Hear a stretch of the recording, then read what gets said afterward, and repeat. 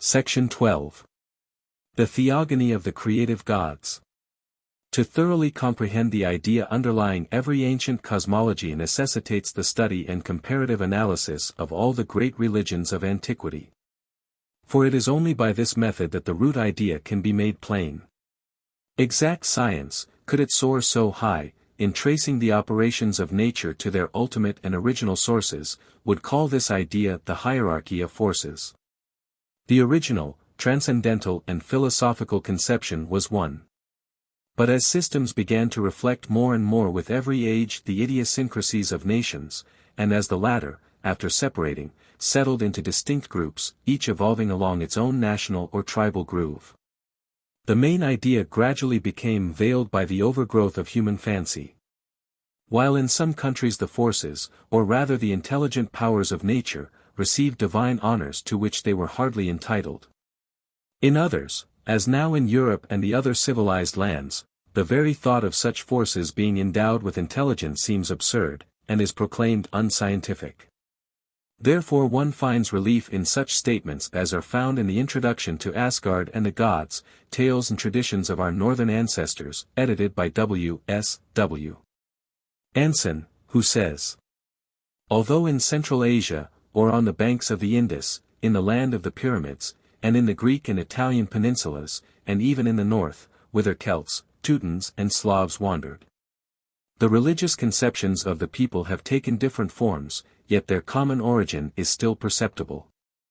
We point out this connection between the stories of the gods, and the deep thought contained in them, and their importance, in order that the reader may see that it is not a magic world of erratic fancy which opens out before him, but that life and nature formed the basis of the existence and action of these divinities. 682. And though it is impossible for any occultist or student of Eastern esotericism to concur in the strange idea that the religious conceptions of the most famous nations of antiquity are connected with the beginnings of civilization amongst the Germanic races. 683 He is yet glad to find such truths expressed as that, these fairy tales are not senseless stories written for the amusement of the idle. They embody the profound religion of our forefathers. 684. Precisely so. Not only their religion, but likewise their history. For a myth, in Greek mu theta omicron, means oral tradition, passed from mouth to mouth from one generation to the other.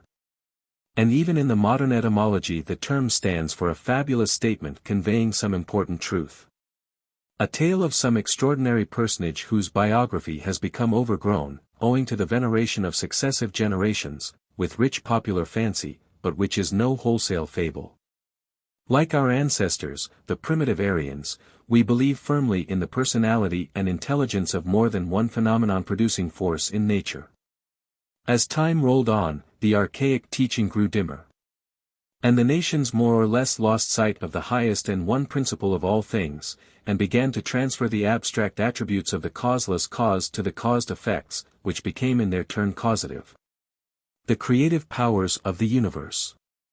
The great nations thus acted from fear of profaning the idea, the smaller, because they either failed to grasp it, or lacked the power of philosophic conception needed to preserve it in all its immaculate purity. But one and all, with the exception of the latest Aryans, now become Europeans and Christians, show this veneration in their cosmogonies. As Thomas Taylor, 685 the most intuitional of all the translators of the Greek fragments, shows, no nation has ever conceived the one principle as the immediate creator of the visible universe. For no sane man would credit a planner and architect with having built with his own hands the edifice he admires. On the testimony of Damascus in his work, On First Principles, Pi Epsilon Rho Pi Rho Tau Omega Nu Rho Chi Nu, they referred to it as the unknown darkness. The Babylonians passed over this principle in silence. To that God, says Porphyry, in his On Abstinence, Pi Epsilon Rho Pi Omicron Chi Tau Nu Mu Psi Chi Omega Nu, who is above all things, neither external speech ought to be addressed, nor yet that which is inward. Hesiod begins his Theogony with the words, chaos of all things was the first produced, 686 thus allowing the inference that its cause or producer must be passed over in reverential silence. Homer in his poems ascends no higher than night, which he represents Zeus as reverencing. According to all the ancient theologists, and the doctrines of Pythagoras and Plato, Zeus, or the immediate artificer of the universe, is not the highest god. Any more than Sir Christopher Wren in his physical, human aspect is the mind in him which produced his great works of art. Homer, therefore, is not only silent with respect to the first principle, but likewise with respect to those two principles immediately posterior to the first, the ether and chaos of Orpheus and Hesiod, and the bound and infinity of Pythagoras and Plato. 687 Proclus says of this highest principle that it is, the unity of unities, and beyond the first Addenda, more ineffable than all silence, and more occult than all essence, concealed amidst the intelligible gods. 688. To what was written by Thomas Taylor in 1797, namely, that the Jews appear to have ascended no higher than the immediate artificer of the universe, as Moses introduces a darkness on the face of the deep, without even insinuating that there was any cause of its existence. 689. One might add something more. Never have the Jews in their Bible, a purely esoteric, symbolical work, so profoundly degraded their metaphorical deity as have the Christians, by accepting Jehovah as their one living yet personal God. This first, or rather one, principle was called the circle of heaven, symbolized by the hierogram of a point within a circle or equilateral triangle, the point being the Logos. Thus, in the Rig Veda, wherein Brahma is not even named, cosmogony is prelude with the Hiranyagarbha, the golden egg, and Prajapati, later on Brahma, from whom emanate all the hierarchies of creators. The monad, or point, is the original and is the unit from which follows the entire numeral system. This point is the first cause, but that from which it emanates, or of which, rather, it is the expression, the Logos, is passed over in silence. In its turn, the universal symbol, the point within the circle, was not yet the architect, but the cause of that architect. And the latter stood to it in precisely the same relation as the point itself stood to the circumference of the circle, which cannot be defined, according to Hermes Trismegistus. Porphyry shows that the monad and the duad of Pythagoras are identical with Plato's infinite and finite, in Philebus, or what Plato calls the pyepsilon iotero omicron nu and pyro alpha. It is the latter only, the mother, which is substantial, the former being the cause of all unity in measure of all things. 690 The duad, Mulaprakriti, the veil of Parabrahman, being thus shown to be the mother of the Logos and, at the same time, his daughter, that is to say, the object of his perception, the produced producer and the secondary cause of it. With Pythagoras, the monad returns into silence and darkness, as soon as it has evolved the triad, from which emanate the remaining 7 numbers of the 10 numbers which are at the base of the manifested universe. In the Norse cosmogony it is again the same. In the beginning was a great abyss, chaos, neither day nor night existed, the abyss was Ginnungagap, the yawning gulf, without beginning, without end. All-Father, the uncreated, the unseen, dwelt in the depth of the abyss, space, and willed, and what was willed came into being. 691. As in the Hindu cosmogony, the evolution of the universe is divided into 2 acts, which are called in India the Prakrita and Padma creations. Before the warm rays pouring from the home of brightness awaken life in the great waters of space, the elements of the first creation come into view, and from them is formed the giant Ymir, or Orgelmir, literally, seething clay. Primordial matter differentiated from chaos. Then comes the Kawa Dumla, the nourisher, 692 from whom is born Buri, the producer, whose son born, by Bestla, the daughter of the frost giants, the sons of Ymir, had 3 sons, Odin, Willi and We, or Spirit, Will, and Holiness. This was when darkness still reigned throughout space, when the Asas, the creative powers, or Dayan Chohans, were not yet evolved, and the Yggdrasil, the tree of the universe of time and of life, had not yet grown, and there was, as yet, no Valhalla, or Hall of Heroes. The Scandinavian legends of creation, of our earth and world, begin with time and human life. All that precedes it is for them darkness, wherein All-Father, the cause of all, dwells. As observed by the editor of Asgard and the Gods, though these legends have in them the idea of that All-Father, the original cause of all, he is scarcely more than mentioned in the poems, not, as he thinks. Because before the preaching of the gospel, the idea could not rise to distinct conceptions of the eternal, but on account of its deep esoteric character. Therefore, all the creative gods, or personal deities, begin at the secondary stage of cosmic evolution. Zeus is born in, and out of Cronus, time. So is Brahma the production and emanation of Kala, eternity, and time, Kala being one of the names of Vishnu.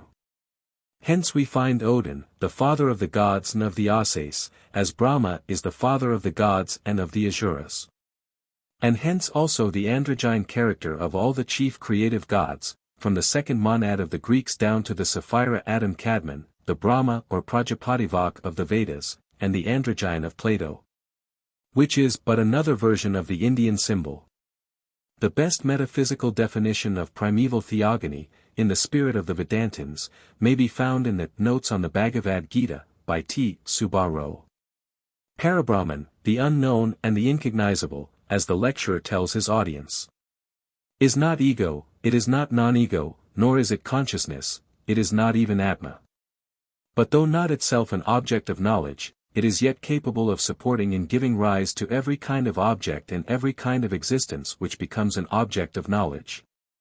It is, the one essence from which starts into existence a center of energy, which he calls the Logos. 693. This Logos is the Shabda Brahman of the Hindus, which he will not even call Ishvara, the Lord, God, lest the term should create confusion in the people's minds. It is the Avalokiteshvara of the Buddhists, the verbum of the Christians in its real esoteric meaning, not in its theological disfigurement. It is, the first nada, or the ego in the cosmos, and every other ego is but its reflection and manifestation. It exists in a latent condition in the bosom of Parabrahman, at the time of pralaya. During manvantara, it has a consciousness and an individuality of its own. It is a center of energy, but, such centers of energy are almost innumerable in the bosom of Parabrahman. It must not be supposed, that, even, this Logos is, the Creator, or that it is, but a single center of energy. Their number is almost infinite. This, is the first ego that appears in cosmos, and is the end of all evolution. It is the abstract ego. This is the first manifestation, or aspect, of Parabrahman. When once it starts into existence as a conscious being, from its objective standpoint, Parabrahman appears to it as Mula Prakriti. Please bear this in mind. For here is the root of the whole difficulty about Purusha and Prakriti felt by the various writers on Vedantic philosophy. This Mula Prakriti is material to it, the Logos, as any material object is material to us. This Mula Prakriti is no more Parabrahman than the bundle of attributes of a pillar is the pillar itself. Parabrahman is an unconditioned and absolute reality, and Mula Prakriti is a sort of veil thrown over it. Parabrahman by itself cannot be seen as it is. It is seen by the Logos with a veil thrown over it, and that veil is the mighty expanse of cosmic matter. Parabrahman, after having appeared on the one hand as the ego, and on the other as Mula Prakriti, acts as the one energy through the Logos. 694.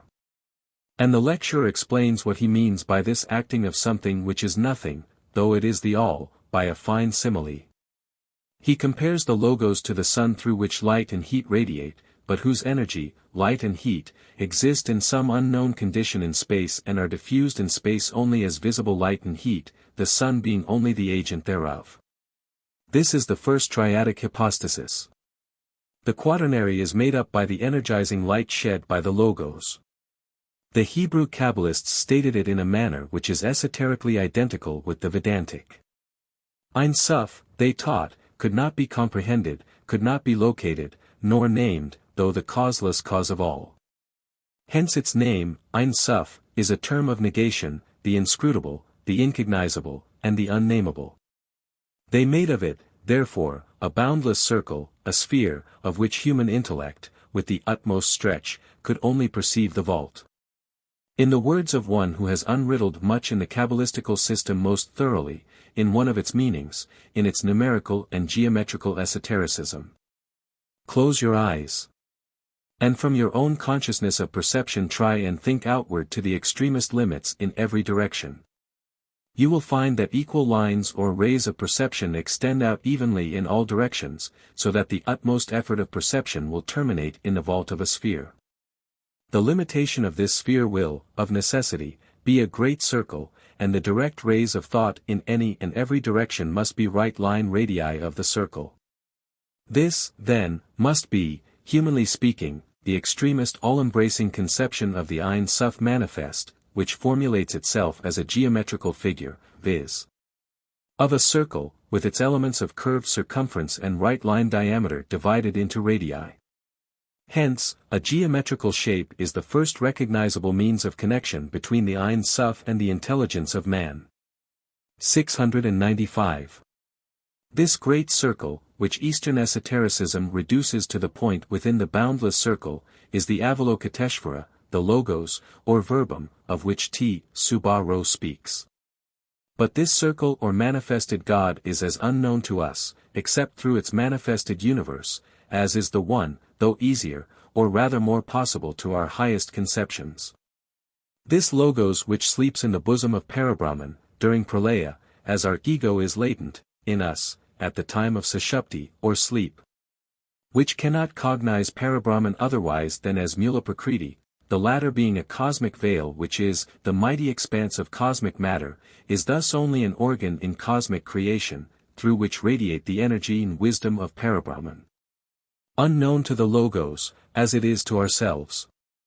Moreover, as the Logos is as unknown to us as Parabrahman is unknown in reality to the Logos, both Eastern esotericism and the Kabbalah, in order to bring the Logos within the range of our conceptions, have resolved the abstract synthesis into concrete images.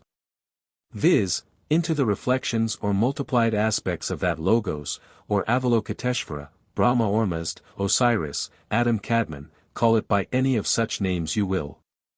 Which aspects, or manvantaric emanations, are the Dayan Chohans, the Elohim, the Devas, the Amshaspens, etc. Metaphysicians explain the root and germ of the latter, according to T.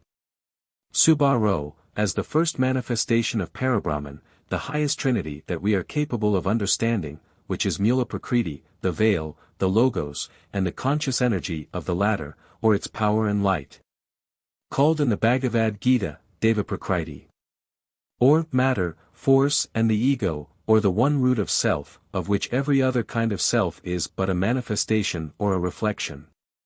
It is then only in this light of consciousness, of mental and physical perception, that practical occultism can throw the Logos into visibility by geometrical figures, which, when closely studied, will yield not only a scientific explanation of the real, objective, existence 696 of the 7 sons of the divine Sophia, which is this light of the Logos, but will show, by means of other yet undiscovered keys, that, with regard to humanity, these 7 sons, and their numberless emanations, centers of energy personified, are an absolute necessity. Make away with them, and the mystery of being mankind will never be unriddled, nor even closely approached. It is through this light that everything is created. This root of mental self is also the root of physical self, for this light is the permutation, in our manifested world, of Mula Prakriti, called Aditi in the Vedas. In its third aspect it becomes Vak 697 the daughter and the mother of the Logos, as Isis is the daughter and the mother of Osiris, who is horns, and Mut, the daughter, wife, and mother, of Ammon, in the Egyptian moonglyph. In the Kabbalah, Sapphira is the same as Shekinah, and is, in another synthesis, the wife, daughter, and mother of the heavenly man, Adam Kadmon, and is even identical with him, just as Vak is identical with Brahma, and is called the female Logos. In the Rig Veda, Vak is mystic speech, by whom occult knowledge and wisdom are communicated to man, and thus Vak is said to have entered the rishis. She is generated by the gods, she is the divine Vak, the queen of gods. And she is associated, like Sapphira with the Sephiroth, with the Prajapatis in their work of creation. Moreover, she is called the mother of the Vedas, since it is through her powers, as mystic speech, that Brahma revealed them, and also owing to her power that he produced the universe. That is to say, through speech, and words, synthesized by the Word and Numbers. 698. But when Vak is also spoken of as the daughter of Daksha, the god who lives in all the kalpas, her Mayavic character is shown. During the pralaya she disappears, absorbed in the one, all-devouring ray. But there are two distinct aspects in universal esotericism, Eastern and Western, in all these personations of the female power in nature, or nature the noumenal and the phenomenal. One is its purely metaphysical aspect, as described by the learned lecturer in his Notes on the Bhagavad Gita, the other terrestrial and physical, and at the same time divine from the standpoint of practical human conception and occultism. They are all the symbols and personifications of chaos, the great deep, or the primordial waters of space, the impenetrable veil between the incognizable and the logos of creation. Connecting himself through his mind with Vak, Brahma, the logos, created the primordial waters. In the Katha Upanishad it is stated still more clearly. Prajapati was this universe. Vak was a second to him. He associated with her. She produced these creatures and again re-entered Prajapati. This connects Vak and Sapphira with the goddess Kwan-Yin, the merciful mother, the divine voice of the soul, even in exoteric Buddhism, and with the female aspect of Kwan-Shi-Yin, the logos, the verbum of creation. And at the same time with the voice that speaks audibly to the initiate, according to esoteric Buddhism. Bath Kol, the Philia Voces, the daughter of the divine voice of the Hebrews, responding from the mercy seat within the veil of the temple is, a result. And here we may incidentally point out one of the many unjust slurs thrown by the good and pious missionaries in India on the religion of the land. The allegory, in the Shatapatha Brahmana, that Brahma, as the father of men, performed the work of procreation by incestuous intercourse with his own daughter Vak, also called Sandhya, twilight, and Shatrupa, of 100 forms, is incessantly thrown in the teeth of the Brahmins, as condemning their detestable, false religion. Besides the fact, conveniently forgotten by the Europeans, that the patriarch Lot is shown guilty of the same crime under the human form, whereas it was under the form of a buck that Brahma, or rather Prajapati, accomplished the incest with his daughter, who had that of a hind, Rohit. The esoteric reading of the 3rd chapter of Genesis shows the same. Moreover, there is certainly a cosmic, and not a physiological, meaning attached to the Indian allegory, since Vak is a permutation of Aditi in Mula Prakriti, or chaos, and Brahma a permutation of Narayana, the spirit of God entering into and fructifying nature. And, therefore, there is nothing phallic in the conception at all. As already stated, Aditi Vak is the female logos, or verbum, the word, and Sapphira in the Kabbalah is the same. These feminine logoi are all correlations, in their noumenal aspect, of light, and sound, and ether, showing how well informed were the ancients both in physical science, as now known to the moderns, and also as to the birth of that science in the spiritual and astral spheres. Our old writers said that Vak is of 4 kinds. These are called Para, Pashyanti, Madhyama, Vaikari. This statement you will find in the Rig Veda itself and in several of the Upanishads. Vaikari Vak is what we utter. It is sound, speech, that again which becomes comprehensive and objective to one of our physical senses and may be brought under the laws of perception. Hence, every kind of Vaikari Vak exists in its Madhyama, Pashyanti and ultimately in its Para form. The reason why this Pranav 699 is called Vak is this, that these 4 principles of the great cosmos correspond to these 4 forms of Vak. The whole cosmos in its objective form is Vaikari Vak. The light of the Logos is the Madhyama form, and the Logos itself the Pashyanti form, while Parabrahman is the Para, beyond the noumenon of all noumena, aspect of that Vak. 700. Thus Vak, Shekinah, or the music of the spheres, of Pythagoras, are one, if we take for our example instances in the 3 most, apparently, dissimilar religious philosophies in the world, the Hindu, the Greek and the Chaldean Hebrew. These personations and allegories may be viewed under 4 chief and 3 lesser aspects, or 7 in all, as in esotericism. The para form is the ever-subjective and latent light and sound, which exist eternally in the bosom of the incognizable. When transferred into the ideation of the logos, or its latent light, it is called passivity, and when it becomes that light expressed, it is madhyama. Now the Kabbalah gives the definition thus. There are 3 kinds of light, and that, the 4th, which interpenetrates the others, 1, the clear and the penetrating, the objective light, 2, the reflected light, and, 3, the abstract light. The 10 Sephiroth, the 3 and the 7, are called in the Kabbalah the 10 words, Brim, Dabrim, the numbers and the emanations of the heavenly light, which is both Adam Kadmon and Sapphira, Prajapativak, or Brahma. Light, sound, number, are the 3 factors of creation in the Kabbalah. Parabrahman cannot be known except through the luminous point, the Logos, which knows not Parabrahman but only Mula Prakriti. Similarly Adam Kadmon knew only Shekinah, though he was the vehicle of Ein Sof.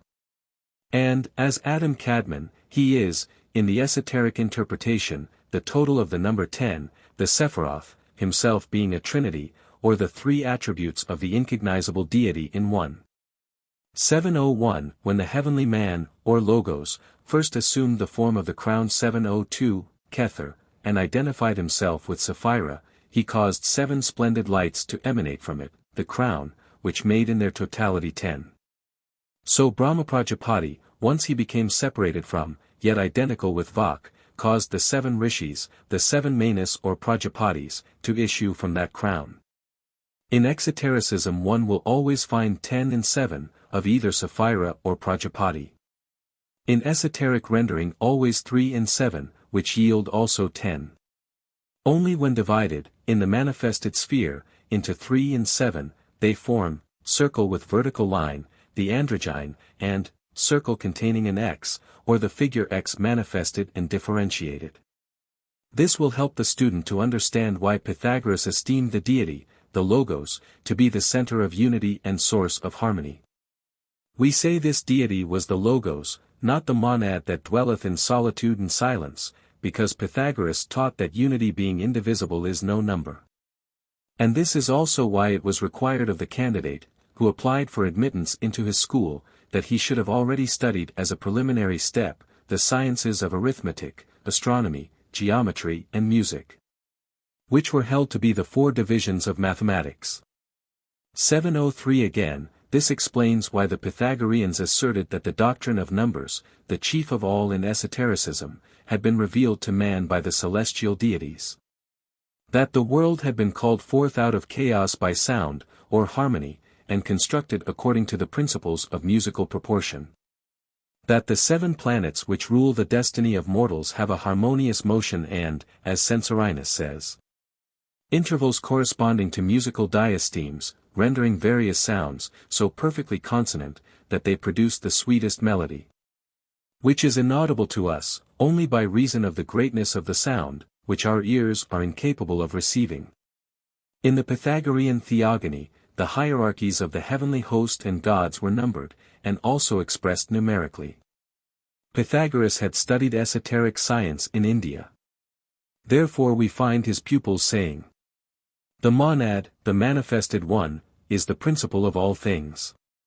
From the monad and the indeterminate duad, chaos, numbers, from numbers, points, from points, lines, from lines, superficies. From superficies, solids, from these, solid bodies, whose elements are 4, fire, water, air, earth, of all which transmuted, correlated, and totally changed, the world consists." 704. And this, if it does not unriddle the mystery altogether, may at any rate lift a corner of the veil off those wondrous allegories that have been thrown over Vak, the most mysterious of all the Brahmanical goddesses. She who is termed the melodious cow who milked forth sustenance and water, the earth with all her mystic powers, and again she who yields us nourishment and sustenance, the physical earth. Isis is also mystic nature and also earth. And her cow's horns identify her with Vak, who, after being recognized in her highest form as para, becomes, at the lower or material end of creation, Vicary. Hence she is mystic, though physical, nature, with all her magic ways and properties. Again, as goddess of speech and of sound, and a permutation of a deity, she is chaos, in one sense. At any rate, she is the mother of the gods, and it is from Brahma, Ishvara or the Logos, and Vak, as from Adam Kadmon and Sapphira, that the real manifested theogony has to start. Beyond, all is darkness and abstract speculation. With the Dayan Chohans or the gods, the seers, the prophets and the adepts in general are on firm ground. Whether as a deity, or the divine Sophia of the Greek Gnostics, she is the mother of the seven sons, the angels of the face, of the deep, or the great green one of the Book of the Dead. Says the Book of XIII, or real knowledge, obtained through meditation. The Great Mother lay with the triangle, and the square, the second and the five-pointed star, 705 in her bosom, ready to bring them forth. The valiant sons of the square, triangle, or 4,320,000, the cycle, whose two elders are the circle, and the point. At the beginning of every cycle of 4,320,000, the seven, or as some nations had it 8, great gods, descend to establish the new order of things and to give the impetus to the new cycle. That eighth god was the unifying circle, or logos, separated and made distinct from its host, in exoteric dogma, just as the three divine hypostases of the ancient Greeks are now considered in the churches as three distinct personae. As a commentary says, the mighty ones perform their great works, and leave behind them everlasting monuments to commemorate their visit, every time they penetrate within our maiavic veil, atmosphere. 706. Thus we are taught that the great pyramids were built under their direct supervision, when Dhruva, the then pole star, was at his lowest culmination. And the Kritikas, Pleiades, looked over his head, were on the same meridian but above, to watch the work of the giants. Thus, as the first pyramids were built at the beginning of a sidereal year, under Dhruva, Alpha Polaris, it must have been over 31,000 years, 31,105, ago. Bunsen was right in admitting for Egypt an antiquity of over 21,000 years, but this concession hardly exhausts truth and fact in this question. As Mr. Gerald Massey says, the stories told by Egyptian priests and others of timekeeping in Egypt are now beginning to look less like lies in the sight of all who have escaped from biblical bondage. Inscriptions have lately been found at Saqqara, making mention of 2 Zodiac cycles, registered at that time, now some 6,000 years ago. Thus when Herodotus was in Egypt, the Egyptians had, as now known, observed at least 5 different Zodiac cycles of 1,461 years. The priests informed the Greek inquirer that time had been reckoned by them for so long that the sun had twice risen where it then set, and twice set where it then arose. This can only be realized as a fact in nature by means of 2 cycles of precession, or a period of 51,736 years. 707. More Isaac 708 shows the ancient Syrians defining their world of the rulers and active gods in the same way as the Chaldeans. The lowest world was the sublunary, our own, watched by the angels of the first or lower order. The one that came next in rank was Mercury, ruled by the archangels. Then came Venus, whose gods were the principalities. The fourth was that of the sun, the domain and region of the highest and mightiest gods of our system, the solar gods of all nations. The fifth was Mars, ruled by the virtues. The sixth, that of Bel or Jupiter, was governed by the dominions. The seventh, the world of Saturn, by the thrones. These are the worlds of form. Above come the 4 higher ones, making 7 again, since the 3 highest are unmentionable and unpronounceable. The eighth, composed of 1,122 stars, is the domain of the cherubs. The ninth, belonging to the walking and numberless stars on account of their distance, has the seraphs. As to the 10th, Kircher, quoting More Isaac, says that it is composed of invisible stars that could be taken, they said, for clouds, so massed are they in the zone that we call Via Straminis, the Milky Way. And he hastens to explain that, these are the stars of Lucifer, engulfed with him in his terrible shipwreck. That which comes after and beyond the 10 worlds, our quaternary, or the Europa world, the Syrians could not tell. All they knew was that it is there that begins the vast and incomprehensible ocean of the infinite, the abode of the true divinity, without boundary or end. Champollion shows the same belief among the Egyptians. Hermes, having spoken of the Father, Mother and Son, whose spirit, collectively the divine fiat, shapes the universe, says, 7 agents, media, were also formed, to contain the material, or manifested, worlds within their respective circles. And the action of these agents was named destiny. He further enumerates 7 and 10 and 12 orders, but it would take too long to detail them here. As the Rig Veda together with the Brahmanda Purana and all such works, whether describing the magic efficacy of the Rig Vedic mantras, or the future kalpas, are declared by Dr. Weber and others to be modern compilations, belonging probably only to the time of the Puranas, it is useless to refer the reader to their mystic explanations. And one may as well simply quote from the archaic books utterly unknown to the Orientalists. These works explain that which so puzzles the scholars, namely that the Saptarshis, the mind-born sons of Brahma, are referred to in the Shatapatha Brahmana under one set of names, in the Mahabharata under another set. And that the Vayu Purana makes even 9 instead of 7 rishis, by adding the names of Bhrigu and Daksha to the list. But the same occurs in every exoteric scripture. The Secret Doctrine gives a long genealogy of rishis, but separates them into many classes. Like the gods of the Egyptians, who were divided into 7, and even 12, classes, so are the Indian rishis in their hierarchies. The first 3 groups are the divine, the cosmical and the sublunary. Then come the solar gods of our system, the planetary, the submundane, and the purely human, the heroes and the manushi. At present, however, we are only concerned with the pre-cosmic, divine gods, the Prajapatis, or the 7 builders.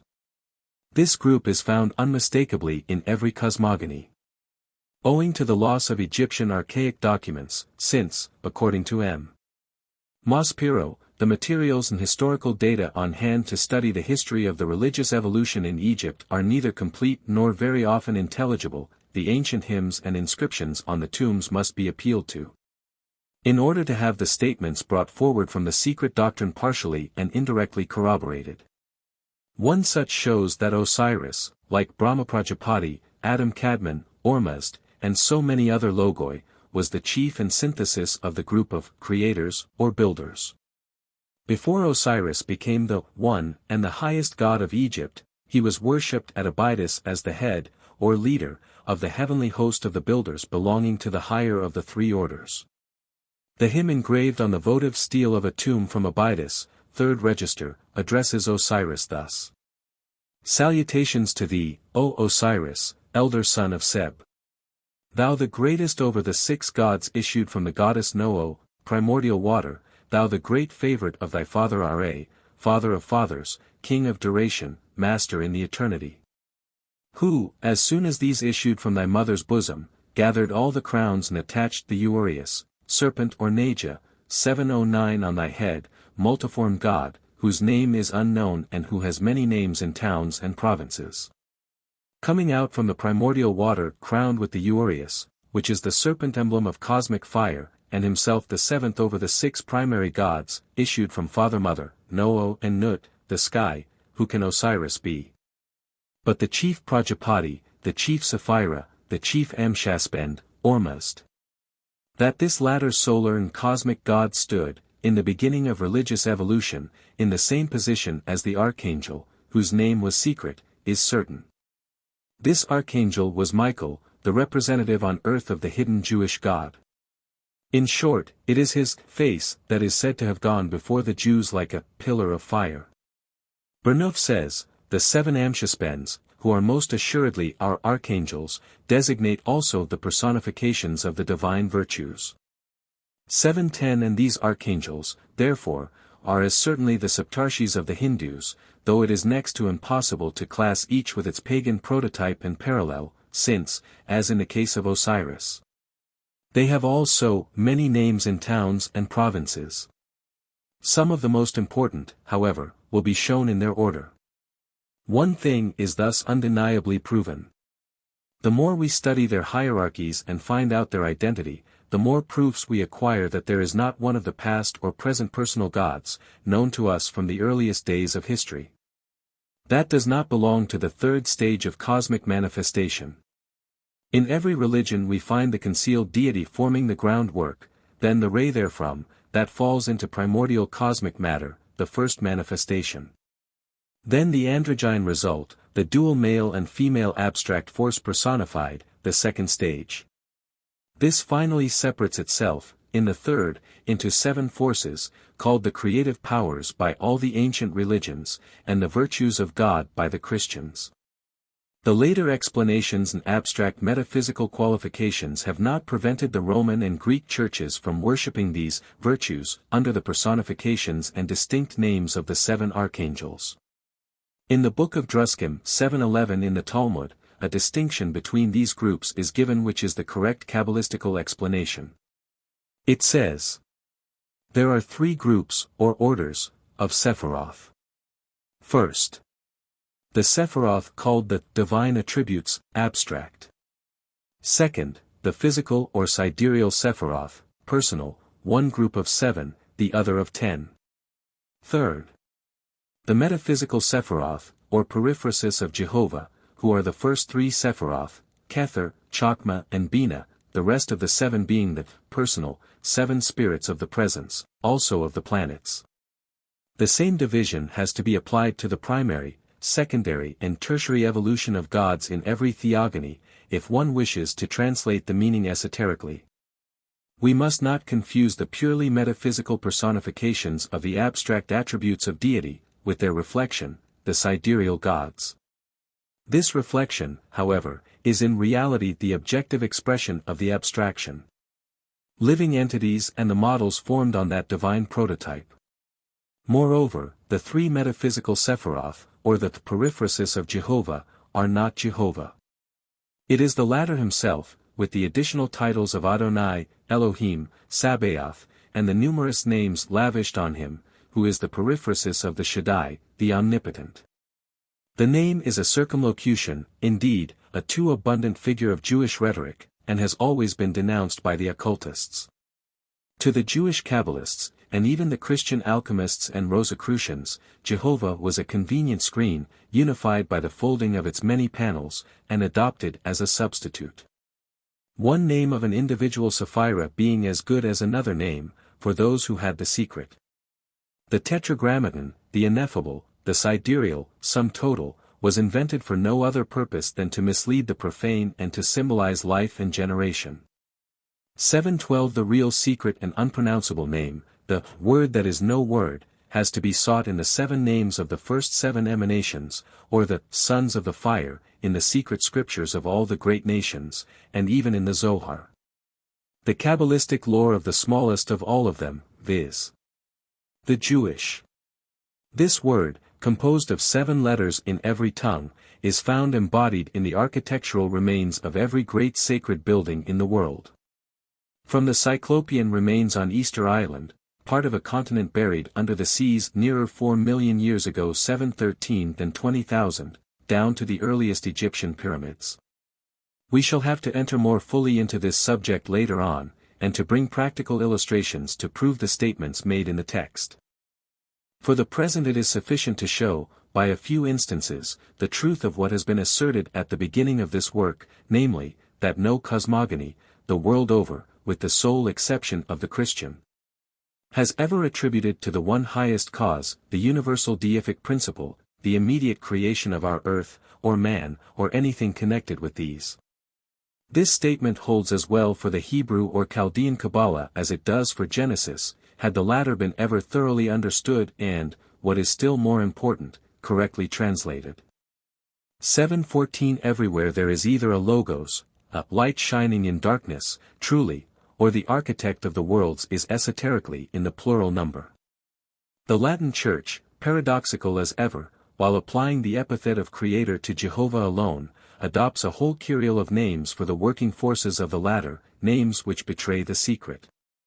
For if the said forces had not to do with creation, so-called, why call them Elohim, Alim, a plural word, divine workmen and energies, neuro gamma epsilon iota alpha iota, incandescent celestial stones, lapides igniti celerum. And especially supporters of the world, kappa omicron sigma mu omicron kappa rho tau omicron rho epsilon, governors or rulers of the world, rectors mundi, wheels of the world, rodi, ophanim, flames and powers, sons of God, being alim, vigilant counselors, etc. It is often asserted, and unjustly, as usual, that China, nearly as old a country as India, had no cosmogony. It was unknown to Confucius, and the Buddhists extended their cosmogony without introducing a personal god. 715 It is complained. The I Ching, the very essence of ancient thought and the combined work of the most venerated sages, fails to show a distinct cosmogony. Nevertheless, one existed, and a very distinct one. Only as Confucius did not admit of a future life 716 and the Chinese Buddhists reject the idea of one creator, accepting one cause and its numberless effects, they are misunderstood by the believers in a personal God. The great extreme, as the commencement of changes, transmigrations, is the shortest and, perhaps, the most suggestive of all cosmogonies for those who, like the Confucianists, love virtue for its own sake and try to do good unselfishly without perpetually looking to reward and profit. The great extreme of Confucius produces two figures. These two produce in their turn the four images, these again the 8 symbols. It is complained that though the Confucianists see in them heaven, earth and man in miniature, we can see in them anything we like. No doubt, and so it is with regard to many symbols, especially those of the latest religions. But they who know something of occult numerals, see in these figures the symbol, however rude, of a harmonious progressive evolution of cosmos and its beings, both heavenly and terrestrial. And anyone who has studied the numerical evolution in the primeval cosmogony of Pythagoras, a contemporary of Confucius, can never fail to find in his triad, tetractys and decad, emerging from the one and solitary monad, the same idea. Confucius is laughed at by his Christian biographer for talking of divination, before and after this passage, and is represented as saying, "The 8 symbols determine good and ill fortune, and these lead to great deeds. There are no imitable images greater than heaven and earth. There are no changes greater than the 4 seasons, meaning north, south, east and west, etc. There are no suspended images brighter than the sun and moon. In preparing things for use, there is none greater than the sage. In determining good and ill luck there is nothing greater than the divining straws and the tortoise. 717. Therefore, the divining straws, and the tortoise, the symbolic sets of lines, and the great sage who looks at them as they become 1 and 2 become 4, and 4 become 8, and the other sets, 3 and 6. Are laughed to scorn, only because his wise symbols are misunderstood. So the author of the volume cited and his colleagues will no doubt scoff at the stanzas given in our text, for they represent precisely the same idea. The old archaic map of cosmogony is full of lines in the Confucian style, of concentric circles and dots. Yet all these represent the most abstract and philosophical conceptions of the cosmogony of our universe. At all events it may, perhaps, answer better to the requirements and the scientific purposes of our age, than the cosmogonical essays of St. Augustine and the Venerable Bede, though these were published over a millennium later than the Confucian. Confucius, one of the greatest sages of the ancient world, believed in ancient magic, and practiced it himself, if we take for granted the statements of Qiyu, and he praised it to the skies in the I Ching, we are told by his reverend critic. Nevertheless, even in his age, 600 BC, Confucius and his school taught the sphericity of the earth and even the heliocentric system. While, at about thrice 600 years after the Chinese philosopher, the popes of Rome threatened and even burnt heretics for asserting the same. He is laughed at for speaking of the sacred tortoise. No unprejudiced person can see any great difference between a tortoise and a lamb as candidates for sacredness, as both are symbols and no more. The ox, the eagle, 718 and the lion, and occasionally the dove are the sacred animals of the Western Bible. The first three are found grouped round the evangelists, the fourth, associated with these, a human face, is a seraph, i.e. a fiery serpent, the Gnostic Agatha demon probably. The choice is curious, and shows how paradoxical were the first Christians in their selections. For why should they have chosen these symbols of Egyptian paganism, when the eagle is never mentioned in the New Testament save once, when Jesus refers to it as a carrion eater 7:19 and in the Old Testament it is called unclean. When the lion is made a point of comparison with Satan, both roaring for men to devour, and the oxen are driven out of the temple. On the other hand the serpent, brought in as an exemplar of wisdom, is now regarded as the symbol of the devil. The esoteric pearl of Christ's religion, degraded into Christian theology, may indeed be said to have chosen a strange and unfitting shell to be born in and evolved from. As explained, the sacred animals and the flames or sparks, within the Holy Four, refer to the prototypes of all that is found in the universe in the divine thought, in the root, which is the perfect cube, or the foundation of the cosmos. Collectively and individually. They have all an occult reference to primordial cosmic forms, and the first concretions, work, and evolution of cosmos. In the earliest Hindu exoteric cosmogonies, it is not even the demiurge who creates. For it is said in one of the Puranas, the great architect of the world gives the first impulse to the rotatory motion of our planetary system by stepping in turn over each planet and body. It is this action that causes each sphere to turn around itself, and all around the sun. After which action, it is the Brahmandika, the solar and lunar Pitris, the Dayan Chohans, who take charge of their respective spheres, earths and planets, to the end of the Kalpa. The creators are the rishis, most of whom are credited with the authorship of the mantras, or hymns, of the Rig Veda. They are sometimes 7, sometimes 10, when they become Prajapati, the Lord of Beings. Then they re-become the 7 and the 14 Manas, as the representatives of the 7 and 14 cycles of existence, or days of Brahma, thus answering to the 7 eons, when, at the end of the first stage of evolution, they are transformed into the 7 stellar rishis, the Saptarshis. While their human doubles appear as heroes, kings and sages on this earth. The esoteric doctrine of the East having thus furnished and struck the keynote, which, under its allegorical garb, is, as may be seen, as scientific as it is philosophical and poetical, every nation has followed its lead. It is from the exoteric religions that we have to dig out the root idea before we turn to esoteric truths, lest the latter should be rejected. Furthermore, every symbol, in every national religion, may be read esoterically. And the proof of its being correctly read when transliterated into its corresponding numerals and geometrical forms, may be obtained from the extraordinary agreement of all glyphs and symbols, however much they may externally vary among themselves. For in the origin those symbols were all identical. Take, for instance, the opening sentences in various cosmogonies. In every case it is a circle, an egg, or a head. Darkness is always associated with this first symbol and surrounds it, as is shown in the Hindu, the Egyptian, the Chaldeo-Hebrew, and even the Scandinavian systems. Hence black ravens, black doves, black waters and even black flames. The seventh tongue of Agni, the fire god being called Kali, the black, since it was a black flickering flame.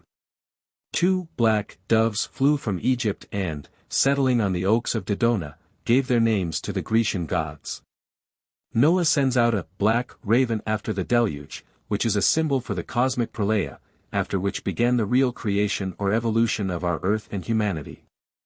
Odin's black ravens fluttered round the goddess Saga and whispered to her of the past and of the future. Now what is the inner meaning of all those black birds? It is that they are all connected with the primeval wisdom, which flows out of the pre-cosmic source of all, symbolized by the head, the circle or the egg. And they all have an identical meaning and relate to the primordial archetypal man, Adam Kadmon, the creative origin of all things, which is composed of the host of cosmic powers, the creative Dayan Chohans, beyond which all is darkness. Let us inquire of the wisdom of the Kabbalah, even veiled and distorted as it now is, to explain in its numerical language an approximate meaning, at least of the word raven. This is its number value as given in the source of measures. The term raven is used but once, and taken as th oreb equals 678, or 113 by 6, while the dove is mentioned 5 times. Its value is 71, and 71 times 5 is equal to 355. 6 diameters, or the raven, crossing, would divide the circumference of a circle of 355 into 12 parts or compartments, and 355 subdivided for each unit by 6, would equal 213 to 0, or the head, beginning, in the first verse of Genesis. This divided, or subdivided, after the same fashion, by 2, or the 355 by 12, would give 213 to 2, or the word brash, or the first word of Genesis, with its prepositional prefix, signifying the same concreted general form, astronomically, with the one here intended. Now the secret reading of the first verse in Genesis being, in rash, brash, or head, developed gods, the heavens, and the earth, it is easy to comprehend the esoteric meaning of the raven, once that the like meaning of the flood, or Noah's deluge, is ascertained. Whatever the many other meanings of this emblematical allegory may be, its chief meaning is that of a new cycle and a new round, our fourth round. 720 The raven, or the th oreb, yields the same numerical value as the head, and returned not to the ark, while the dove returned, carrying the olive branch. When Noah, the new man of the new race, whose prototype is Vivasvata Manu, prepared to leave the ark, the womb, or arga, of terrestrial nature, he is the symbol of the purely spiritual, sexless and androgyne man of the first 3 races, who vanished from earth forever. Numerically, in the Kabbalah, Jehovah, Adam, Noah, are one. At best, then, it is deity descending on Ararat and later, on Sinai, to incarnate henceforth in man, his image, through the natural process, the mother's womb, whose symbols are the ark, the mount, Sinai, etc., in Genesis. The Jewish allegory is astronomical and physiological, rather than anthropomorphic. And here lies the abyss between the Aryan and Semitic systems, though both are built on the same foundation. As shown by an expounder of the Kabbalah, the basic idea underlying the philosophy of the Hebrews was that God contained all things within himself and that man was his image, man, including woman, as androgynes. And that, geometry, and numbers and measures applicable to astronomy, are contained in the terms man and woman. And the apparent incongruity of such a mode was eliminated by showing the connection of man and woman with a particular system of numbers and measures and geometry, by the Praetorian time periods, which furnished the connecting link between the terms used and the facts shown, and perfected the mode used. 721. It is argued that, the primal cause being absolutely incognizable, the symbol of its first comprehensible manifestation was the conception of a circle with its diameter line, so as at once to carry the idea of geometry, phallicism, and astronomy. And this was finally applied to the signification of simply human generative organs. Hence the whole cycle of events from Adam and the patriarchs down to Noah is made to apply to phallic and astronomical uses, the one regulating the other, as the lunar periods, for instance. Hence, too, the genesis of the Hebrews begins after their coming out of the ark, and the end of the flood, i.e., at the 4th race. With the Aryan people it is different. Eastern esotericism has never degraded the one infinite deity, the container of all things, to such uses. And this is shown by the absence of Brahma from the Rig Veda and the modest positions occupied therein by Rudra and Vishnu, who became the powerful and great gods, the infinites, of the exoteric creeds, ages later. But even they, creators as they all three may be, are not the direct creators and forefathers of men. The latter are shown occupying a still lower scale, and are called the Prajapatis, the Pitris, our lunar ancestors, etc. But never the one infinite God. Esoteric philosophy shows only physical man as created in the image of the deity, which deity, however, is only the minor gods. It is the higher self, the real ego, who alone is divine in God. Section 13. The Seven Creations. There was neither day nor night, nor sky, nor earth, nor darkness nor light, nor any other thing save only one, unapprehensive by intellect, or that which is Brahma and Pums, spirit, and Pradhana, crude, matter. 722. Vishnu Purana, I-2. In Vishnu Purana, Parashara says to Maitreya, his pupil, I have thus explained to you, excellent Muni, 6 creations. The creation of the Arvaksrota's beings was the 7th, and was that of man. 723. Then he proceeds to speak of 2 additional and very mysterious creations, variously interpreted by the commentators. Origen, commenting upon the books written by Celsus, his Gnostic opponent, books which were all destroyed by the prudent Church Fathers, evidently answers the objections of his contradictor and reveals his system at the same time. This was clearly septenary. But the Theogony of Celsus, the genesis of the stars or planets, and of sound and color, found as an answer satire, and no more. Celsus, you see, desiring to exhibit his learning, speaks of a ladder of creation with 7 gates, and on the top of it the 8th, ever closed. The mysteries of the Persian Mithras are explained and, musical reasons, moreover, are added. And to these again he strives, to add a second explanation connected also with musical considerations, 724 that is to say with the 7 notes of the scale, the 7 spirits of the stars, etc. Valentinus expatiates upon the power of the great 7, who were summoned to bring forth this universe after Hedos, or the ineffable, whose name is composed of 7 letters, had represented the first hebdomad. The name Hedos indicates the 7-fold nature of the One, the Logos. The goddess Rhea, says Proclus, is a monad, duad, and heptad, comprehending in herself all the Titanidae, who are 7. 725. The 7 creations are found in almost every Purana. They are all preceded by what Wilson translates as the indiscrete principle, absolute spirit, independent of any relation with objects of sense.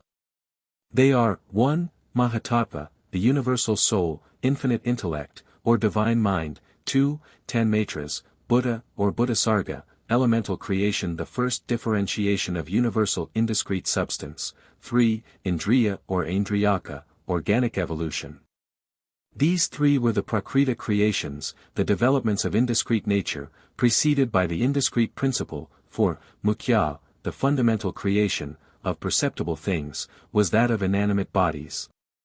726, 5. Teriajaionia or Tyrioxrotas, was that of animals, 6. Urdhvasrotas, or that of divinities, 727, 7. Arvaksrotas, was that of man. 728. This is the order given in the exoteric texts. According to esoteric teaching there are 7 primary, and 7 secondary, creations, the former being the forces self-evolving from the one causeless force. The latter showing the manifested universe emanating from the already differentiated divine elements. Esoterically, as well as exoterically, all the above enumerated creations stand for the 7 periods of evolution, whether after an age or a day of Brahma. This is the teaching par excellence of occult philosophy, which, however, never uses the term creation, nor even that of evolution, with regard to primary creation, but calls all such forces the aspects of the causeless force. In the Bible, the 7 periods are dwarfed into the 6 days of creation and the 7th day of rest, and the Westerns adhere to the letter. In the Hindu philosophy, when the active creator has produced the world of gods, the germs of all the undifferentiated elements, and the rudiments of future senses, the world of noumena, in short, the universe remains unaltered for a day of Brahma. A period of 4,320,000,000 years. This is the 7th passive period, or the Sabbath, of Eastern philosophy, following 6 periods of active evolution. In the Shatapatha Brahmana, Brahma, neuter, the absolute cause of all causes, radiates the gods. Having radiated the gods, through its inherent nature, the work is interrupted. In the first book of Manu it is said, "At the expiration of each night, pralaya, Brahma, having been asleep, awakes, and, through the sole energy of the motion, causes to emanate from itself the spirit, or mind, which in its essence is, and yet is not." In the Sefer Yetzirah, the Kabbalistic Book of Creation, the author has evidently re-echoed the words of Manu. In it the divine substance is represented as having alone existed from the eternity, boundless and absolute, and as having emitted from itself the Spirit. One is the Spirit of the living God, blessed be his name, who liveth forever. Voice, Spirit and Word, this is the Holy Spirit. 729. And this is the Kabbalistic abstract Trinity, so unceremoniously anthropomorphized by the Fathers. From this triple one emanated the whole cosmos. First from one emanated number 2, or air, the creative element. And then number 3, water, proceeded from the air, ether or fire completes the mystic 4, the Arbael. In the Eastern doctrine, fire is the first element, ether, synthesizing the whole, since it contains all of them. In the Vishnu Purana, the whole 7 periods are given, and the progressive evolution of the spirit soul, and of the 7 forms of matter, or principles, is shown. It is impossible to enumerate them in this work. The reader is asked to peruse one of the Puranas. Yehuda began, it is written, Elohim said, "Let there be a firmament, in the midst of waters. Come, see." At the time that the Holy created the world, they created 7 heavens above. He created 7 earths below, 7 seas, 7 days, 7 rivers, 7 weeks, 7 years, 7 times, and 7,000 years that the world has been, the 7th of all, the millennium. So here are 7 earths below, they are all inhabited except those which are above, and those which are below. And, between each earth, a heaven, firmament, is spread out between each other. And there are in them, these earths, creatures who look different one from the other, but if you object and say that all the children of the world came out from Adam, it is not so. And the lower earths, where do they come from? They are from the chain of the earth, and from the heaven above. 730. Irenaeus also is our witness, and a very unwilling one, that the Gnostics taught the same system, veiling very carefully the true esoteric meaning. This veiling, however, is identical with that of the Vishnu Purana and others. Thus Irenaeus writes of the Marcosians. They maintain that first of all the 4 elements, fire, water, earth and air, were produced after the image of the primary tetrad above, and that then if we add their operations, namely, heat, cold, moisture and dryness, an exact likeness of the Ogdoad is presented. 731.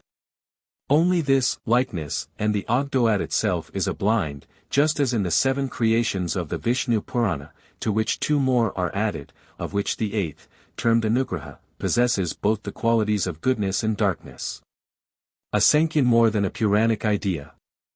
For Irenaeus says again, that they, the Gnostics, had a like 8th creation which was good and bad, divine and human. They affirm that man was formed on the 8th day. Sometimes they affirm that he was made on the 6th day, and at others on the 8th, unless, perchance, they mean that his earthly part was formed on the 6th day and his fleshly part, on the 8th day, these 2 being distinguished by them. 732. They were so distinguished, but not as Irenaeus gives it. The Gnostics had a superior, and an inferior hebdomad in heaven, and a 3rd terrestrial hebdomad, on the plane of matter. Iao, the mystery god and the regent of the moon, as given in Origen's chart, was the chief of these superior 7 heavens, 733 hence identical with the chief of the lunar Pitris, that name being given by them to the lunar Dayan Chohans. They affirm that these 7 heavens are intelligent, and speak of them as being angels, writes the same Irenaeus. And adds that on this account they termed Iao Hebdomas, while his mother was called Ogdoas, because, as he explains, she preserved the number of the first begotten and primary Ogdoad of the Pleroma. 734. This, first begotten Ogdoad, was in Theogony the second Logos, the manifested, because it was born of the sevenfold first Logos, hence it is the eighth on this manifested plane. And in astrology, it was the Sun, Martanda, the eighth son of Aditi, whom she rejects while preserving her 7 sons, the planets. For the ancients have never regarded the Sun as a planet, but as a central and fixed star. This, then, is the second hebdomad born of the 7-rayed one, Agni, the Sun and what not, only not the 7 planets, which are Surya's brothers, not his sons. With the Gnostics, these astral gods were the sons of Ialdabaoth 735, from Ilda, child, and Bauth Egg, the son of Sophia Achamoth, the daughter of Sophia or Wisdom, whose region is the Pleroma. Ialdabaoth produces from himself these 6 stellar spirits, Iao, Jehovah, Sabaoth, Adonias, Eloius, Orius, Astaphius 736, and it is they who are the second, or inferior hebdomad. As to the third, it is composed of the 7 primeval men, the shadows of the lunar gods, projected by the first hebdomad.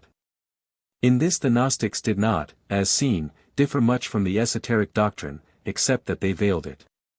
As to the charge made by Irenaeus, who was evidently ignorant of the true tenets of the heretics, with regard to man being created on the 6th day, and man being created on the 8th, this relates to the mysteries of the inner man. It will become comprehensible to the reader only after he has read Volume 2, and understood well the anthropogenesis of the esoteric doctrine. Ialdabaoth is a copy of Manu, who boasts, "O best of twice-born men! Know that I, Manu, am he, the creator of all this world, whom that male Viraj, spontaneously produced. 737. He first creates the 10 lords of being, the Prajapatis, who, as verse 36 tells us, produce 7 other manas. Ialdabaoth boasts likewise, I am Father and God, and there is no one above me, he exclaims. For which his mother coolly puts him down by saying, Do not lie, Ialdabaoth, for the father of all, the first man, Anthropos, is above thee, and so is Anthropos, the son of Anthropos. 738. This is a good proof that there were 3 logoi, besides the 7 born of the first, one of these being the solar logos. And, again, who was that Anthropos himself, so much higher than Ialdabaoth? The Gnostic records alone can solve this riddle. In Pistis Sophia the 4-voweled name Ieou is generally accompanied by the epithet of the primal, or first man. This shows again that the Gnosis was but an echo of our archaic doctrine. The names answering to Parabrahman, to Brahma, and Manu, the first thinking man, are composed of 1-voweled, 3-voweled and 7-voweled sounds. Marcus, whose philosophy was certainly more Pythagorean than anything else, speaks of a revelation to him of the 7 heavens sounding each 1 vowel, as they pronounced the 7 names of the 7 angelic hierarchies. When spirit has permeated every minutest atom of the 7 principles of cosmos, then the secondary creation, after the above-mentioned period of rest, begins. The creators, Elohim, outline in the 2nd hour the shape of man, says Rabbi Simeon in the Nukthemeron of the Hebrews. There are 12 hours in the day, says the Mishnah, and it is during these that creation is accomplished. The 12 hours of the day are again the dwarfed copy, the faint, yet faithful, echo of primitive wisdom. They are like the 12,000 divine years of the gods, a cyclic blind. Every day of Brahma has 14 manas, which the Hebrew Kabbalists, following, however, in this the Chaldeans, have disguised into 12 hours. 739. The Nukthemeron of Apollonius of Tyana is the same thing. The dodecahedron lies concealed in the perfect cube, say the Kabbalists. The mystic meaning of this is, that the 12 great transformations of spirit into matter, the 12,000 divine years, take place during the 4 great ages, or the first Mahayuga. Beginning with the metaphysical and the superhuman, it ends in the physical and purely human natures of cosmos and man. Eastern philosophy can give the number of mortal years that run along the line of spiritual and physical evolutions of the seen and the unseen, if Western science fails to do so. Primary creation is called the creation of light, spirit. And the secondary, that of darkness, matter, .740 both are found in Genesis. .741 The first is the emanation of self-born gods, Elohim, the second of physical nature. This is why it is said in the Zohar, "O companions, companions, man as emanation was both man and woman, as well on the side of the father as on the side of the mother." And this is the sense of the words, "And Elohim spake, let there be light, and it was light." And this is the twofold man. Light, however, on our plane, is darkness in the higher spheres. Man and woman. On the side of the father, spirit, refers to primary creation, and on the side of the mother, matter, to the secondary. The twofold man is Adam Kadmon, the male and female abstract prototype and the differentiated Elohim. Man proceeds from the Dayan Chohan, and is a fallen angel, a god in exile, as will be shown. In India these creations were described as follows: 742. The first creation, Mahatattva creation, so called because it was the primordial self-evolution of that which had to become Mahat, the divine mind, conscious and intelligent. Esoterically, the spirit of the universal soul. Worthiest of ascetics, through its potency, the potency of that cause, every produced cause comes by its proper nature. And again, seeing that the potencies of all beings are understood only through the knowledge of that, Brahma, which is beyond reasoning, creation, and the like, such potencies are referable to Brahma. That, then precedes the manifestation. The first was Mahat, says Linga Purana, for the one, the that, is neither first nor last, but all. Exoterically, however, this manifestation is the work of the Supreme One, a natural effect, rather, of an eternal cause. Or, as the commentator says, it might have been understood to mean that Brahma was then created, being identified with Mahat, active intelligence, or the operating will of the Supreme. Esoteric philosophy renders it the operating law. It is on the right comprehension of this tenet in the Brahmanas and Puranas that hangs, we believe, the apple of discord between the three Vedantin sects, the Advaita, Dvaita, and the Vishishtadvaita. The first argues rightly that Parabrahman, having no relation, as the absolute all, to the manifested world, the infinite having no connection with the finite, can neither will nor create. That, therefore, Brahma, Mahat, Ishvara, or whatever name the creative power may be known by, creative gods and all, are simply an elusive aspect of Parabrahman in the conception of the conceivers. While the other sects identify the impersonal cause with the creator, or Ishvara. Mahat, or Mahabuddhi, is, with the Vaishnavas, however, divine mind, in active operation, or, as Anaxagoras has it, an ordering and disposing mind, which was the cause of all things, nu omicron delta iota alpha kappa omicron sigma mu nu tau epsilon kappa alpha pi nu tau omega nu tau iota omicron. Wilson saw at a glance the suggestive connection between Mahat and the Phoenician Mut, or Mut, who was female with the Egyptians, the goddess Mut, the mother, which, like Mahat, he says, was the first product of the mixture of spirit and matter, and the first rudiment of creation. Ex connection autem aegis spiritus prodidit mot. Hinc. Seminium omnis creaturi et omnium rerum creatio, says Brucker, 743, giving it a still more materialistic and anthropomorphic coloring. Nevertheless, the esoteric sense of the doctrine is seen, through every exoteric sentence, on the very face of the old Sanskrit texts that treat of primordial creation. The Supreme Soul, the all-permeant, Sarvaga, substance of the world, having entered, been drawn, into matter, Prakriti, and spirit, Purusha, agitated the mutable and the immutable principles, the season of creation, manvantara, being arrived. The nous of the Greeks, which is, spiritual or divine, mind, or mens, Mahat, operates upon matter in the same way, it enters into, and agitates it. Spiritus intersalit, totam confusa per artis. Mens agitat molem, iti magno se corpore missit. In the Phoenician cosmogony also, spirit mixing with its own principles gives rise to creation. 744 The Orphic Triad shows an identical doctrine.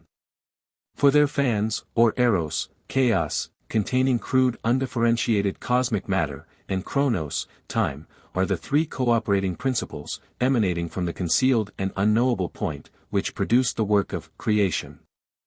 And they are the Hindu Purusha, Fans, Pradhana, Chaos, and Kala, Chronos.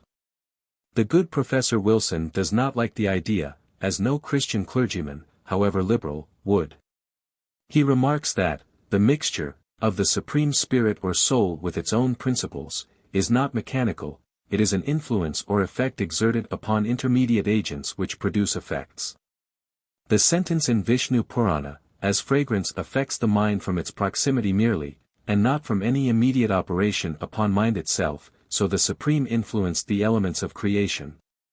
The reverend and erudite Sanskritist correctly explains by, as perfumes do not delight the mind by actual contact, but by the impression they make upon the sense of smelling, which communicates it to the mind. Adding, the entrance of the Supreme, into spirit, as well as matter, is less intelligible than the view elsewhere taken of it, as the infusion of spirit, identified with the Supreme, into Prakriti or matter alone.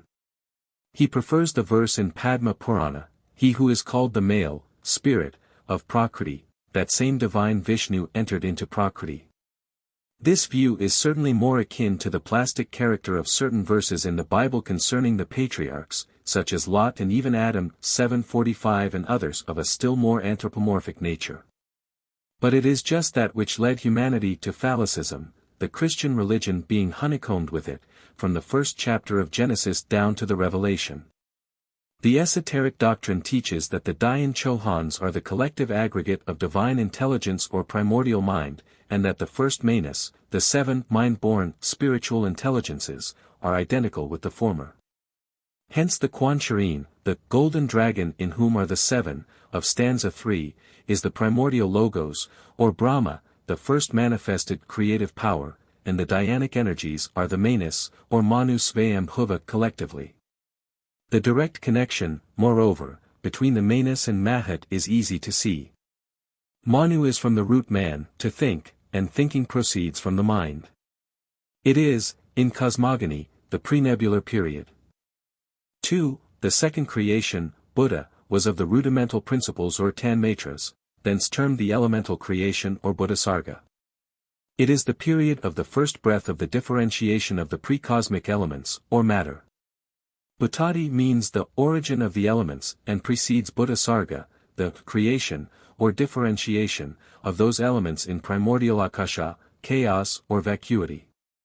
746 in the Vishnu Purana it is said to proceed along, and belong to, the triple aspect of ahankara, translated egotism, but meaning rather that untranslatable term I amness, that which first issues from Mahat, or divine mind. The first shadowy outline of selfhood, for pure ahankara becomes passionate and finally rudimental or initial, it is the origin of conscious as of all unconscious being. Though the esoteric school rejects the idea of anything being unconscious, save on our plane of illusion and ignorance. At this stage of the second creation, the second hierarchy of the Manas appear, the Dayan Chohans or Devas, who are the origin of form, Rupa, the Chitrashikhandanas, bright-crested, or Rikshas. Those rishis who have become the informing souls of the seven stars, of the Great Bear. 747 in astronomical and cosmogonical language, this creation relates to the fire mist period, the first stage of cosmic life, after its chaotic state 748 when atoms issue from Leia. 3. The third creation, the third or Indriya creation was the modified form of ahankara, the conception of I, from aham, termed the organic creation, or creation of the senses, Indriyaka. These three were the Prakrita creation, the discrete, developments of indiscrete nature preceded by the indiscrete principle. Preceded by, ought to be replaced here with, beginning with buddhi. For the latter is neither a discrete nor an indiscrete quantity, but partakes of the nature of both, in man as in cosmos. A unit or human monad on the plane of illusion, when once freed from the three forms of ahankara and liberated from its terrestrial manas, buddhi indeed becomes a continued quantity, both in duration and extension, for it is eternal and immortal. Earlier it is stated, that the third creation, abounding with the quality of goodness, is termed urdhvasrotas, and a page or two further the Urdhvasrota's creation is referred to as the sixth creation, or that of the divinities. This shows plainly that earlier as well as later manvantaras have been purposely confused, to prevent the profane from perceiving the truth. This is called incongruity and contradictions by the Orientalists. The three creations beginning with intelligence are elemental, but the six creations which proceed from the series of which intellect is the first, are the work of Brahma. 749 Here, creations mean everywhere stages of evolution. Mahat, intellect, or mind, which corresponds with Manas, the former being on the cosmic, and the latter on the human plane, stands here, too, lower than Buddhi or supradivine intelligence. Therefore, when we read in Linga Purana that the first creation was that of Mahat, intellect being the first in manifestation, we must refer that, specified, creation to the first evolution of our system or even our earth. None of the preceding ones being discussed in the Puranas, but only occasionally hinted at. This creation of the first immortals, or Devasarga, is the last of the series, and has a universal meaning. It refers, namely, to evolution in general, and not specifically to our manvantara, which begins with the same over and over again, thus showing that it refers to several distinct kalpas. For it is said, at the close of the past, Padma, Kalpa the divine Brahma awoke from his night of sleep and beheld the universe void. Then Brahma is shown going once more over the 7 creations, in the secondary stage of evolution, repeating the first 3 on the objective plane. 4. The fourth creation, the mukhya or primary, as it begins the series of 4. Neither the term inanimate bodies nor immovable things, as translated by Wilson, gives a correct idea of the Sanskrit words used. Esoteric philosophy is not alone in rejecting the idea of any atom being inorganic, for it is found also in Orthodox Hinduism. Moreover, Wilson himself says, all the Hindu systems consider vegetable bodies as endowed with life. 750 Karakara, or the synonymous Thavara and Jangama, is, therefore, inaccurately rendered by animate and inanimate, sentient beings, and unconscious, or conscious and unconscious beings, etc. Locomotive and fixed would be better, since trees are considered to possess souls. The mukhya is the creation, or rather organic evolution, of the vegetable kingdom. In this secondary period, the 3 degrees of the elemental or rudimental kingdoms are evolved in this world, corresponding, inversely in order, to the 3 Prakritic creations, during the primary period of Brahma's activity. As in that period, in the words of Vishnu Purana, the first creation was that of Mahat or intellect. The second was that of the rudimental principles, 10 matras. The third was, the creation of the senses, Indriyaka. So in this one, the order of the elemental forces stands thus: 1. The nascent centers of force, intellectual and physical; 2. The rudimentary principles, nerve force, so to say. And, 3. Nascent apperception, which is the Mahat of the lower kingdoms, and is especially developed in the third order of elementals. These are succeeded by the objective kingdom of minerals, in which this apperception is entirely latent, to redevelop only in the plants. The mukhya creation, then, is the middle point between the 3 lower and the 3 higher kingdoms, which represent the 7 esoteric kingdoms of cosmos, and of earth. The 5th creation, the Tyriaxrotas or Teriajaionia creation, 751 that of the sacred animals, corresponding on earth only to the dumb animal creation. That which is meant by animals, in the primary creation, is the germ of awakening consciousness, or of apperception, that which is faintly traceable in some sensitive plants on earth and more distinctly in the protistic monera. 752 On our globe, during the first round, animal creation precedes that of man, while the mammalian animals evolve from man in our 4th round, on the physical plane. In the first round, the animal atoms are drawn into a cohesion of human physical form, while in the 4th, the reverse occurs according to magnetic conditions developed during life. And this is metempsychosis.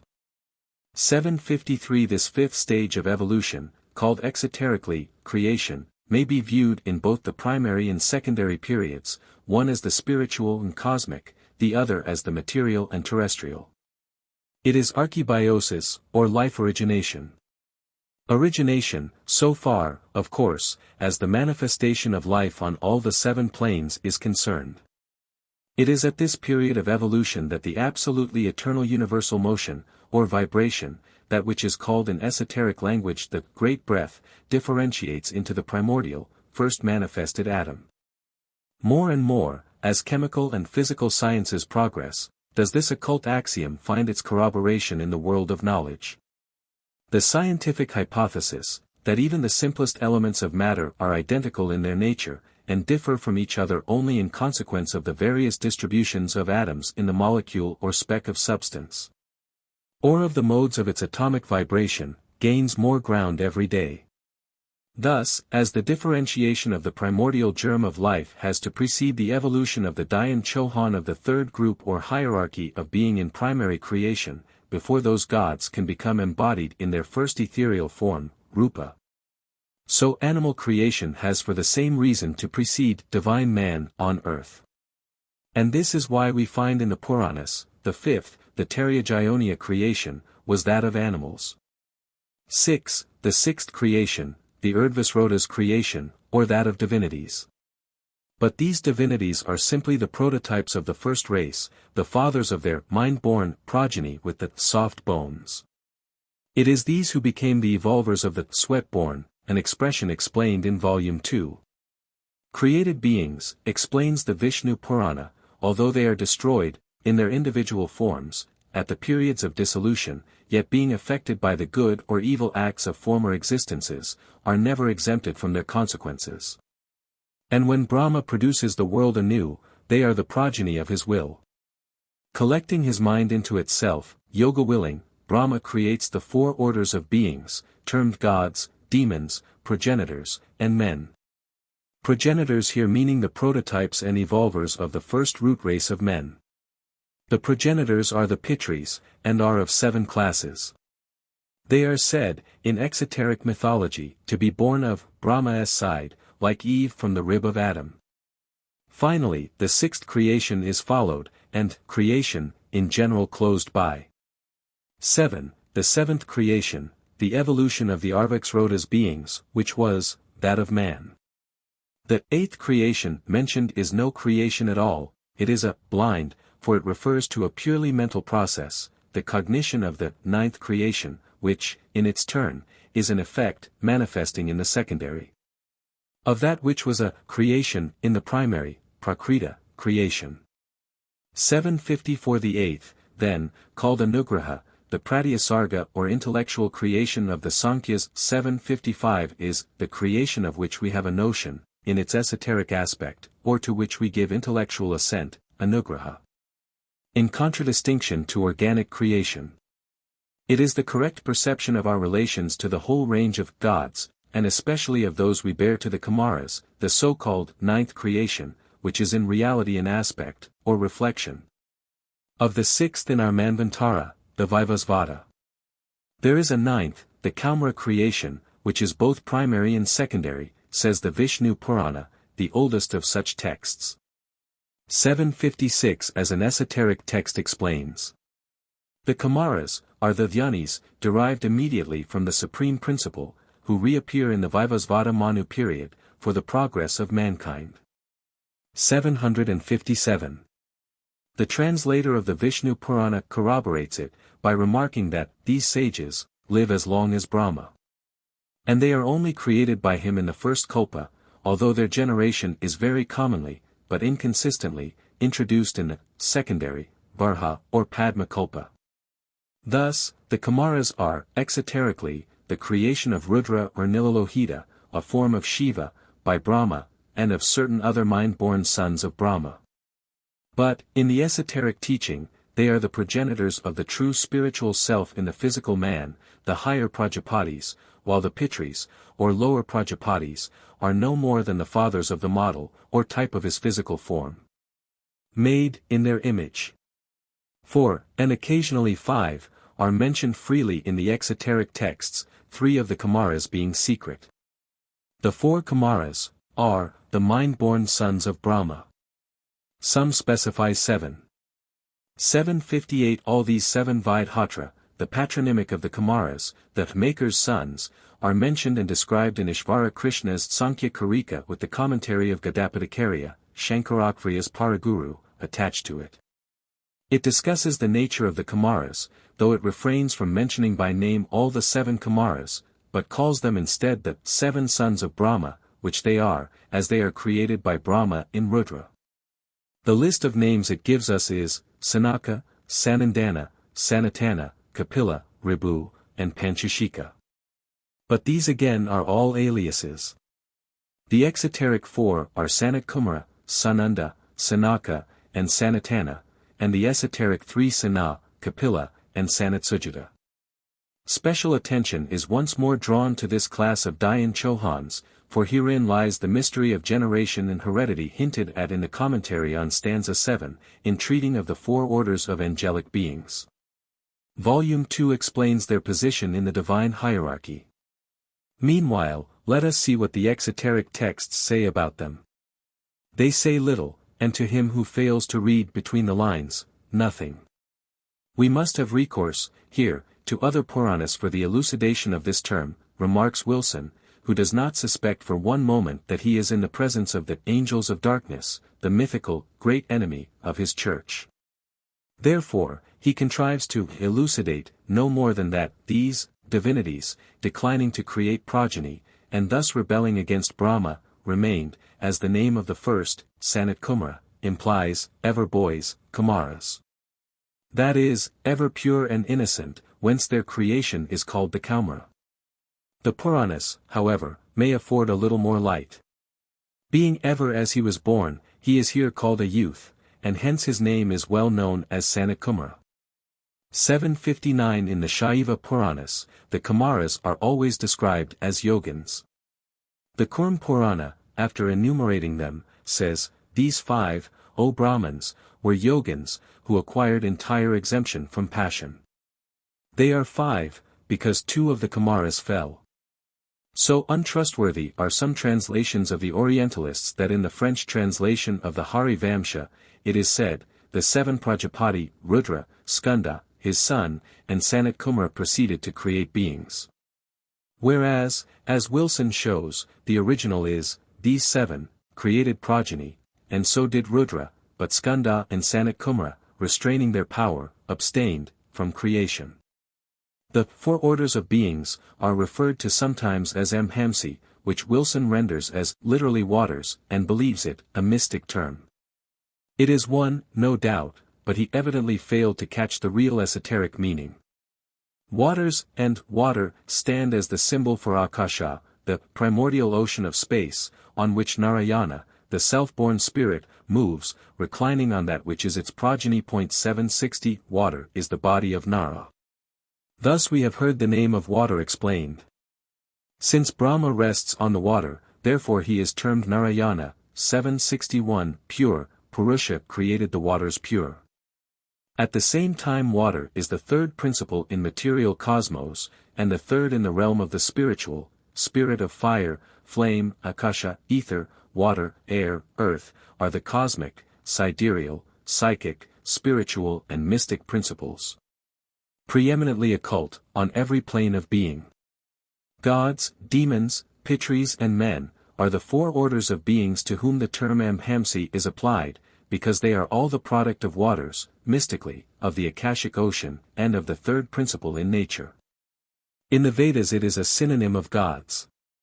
Pitris and men on earth are the transformations or rebirths of gods and demons, spirits, on a higher plane. Water is, in another sense, the feminine principle.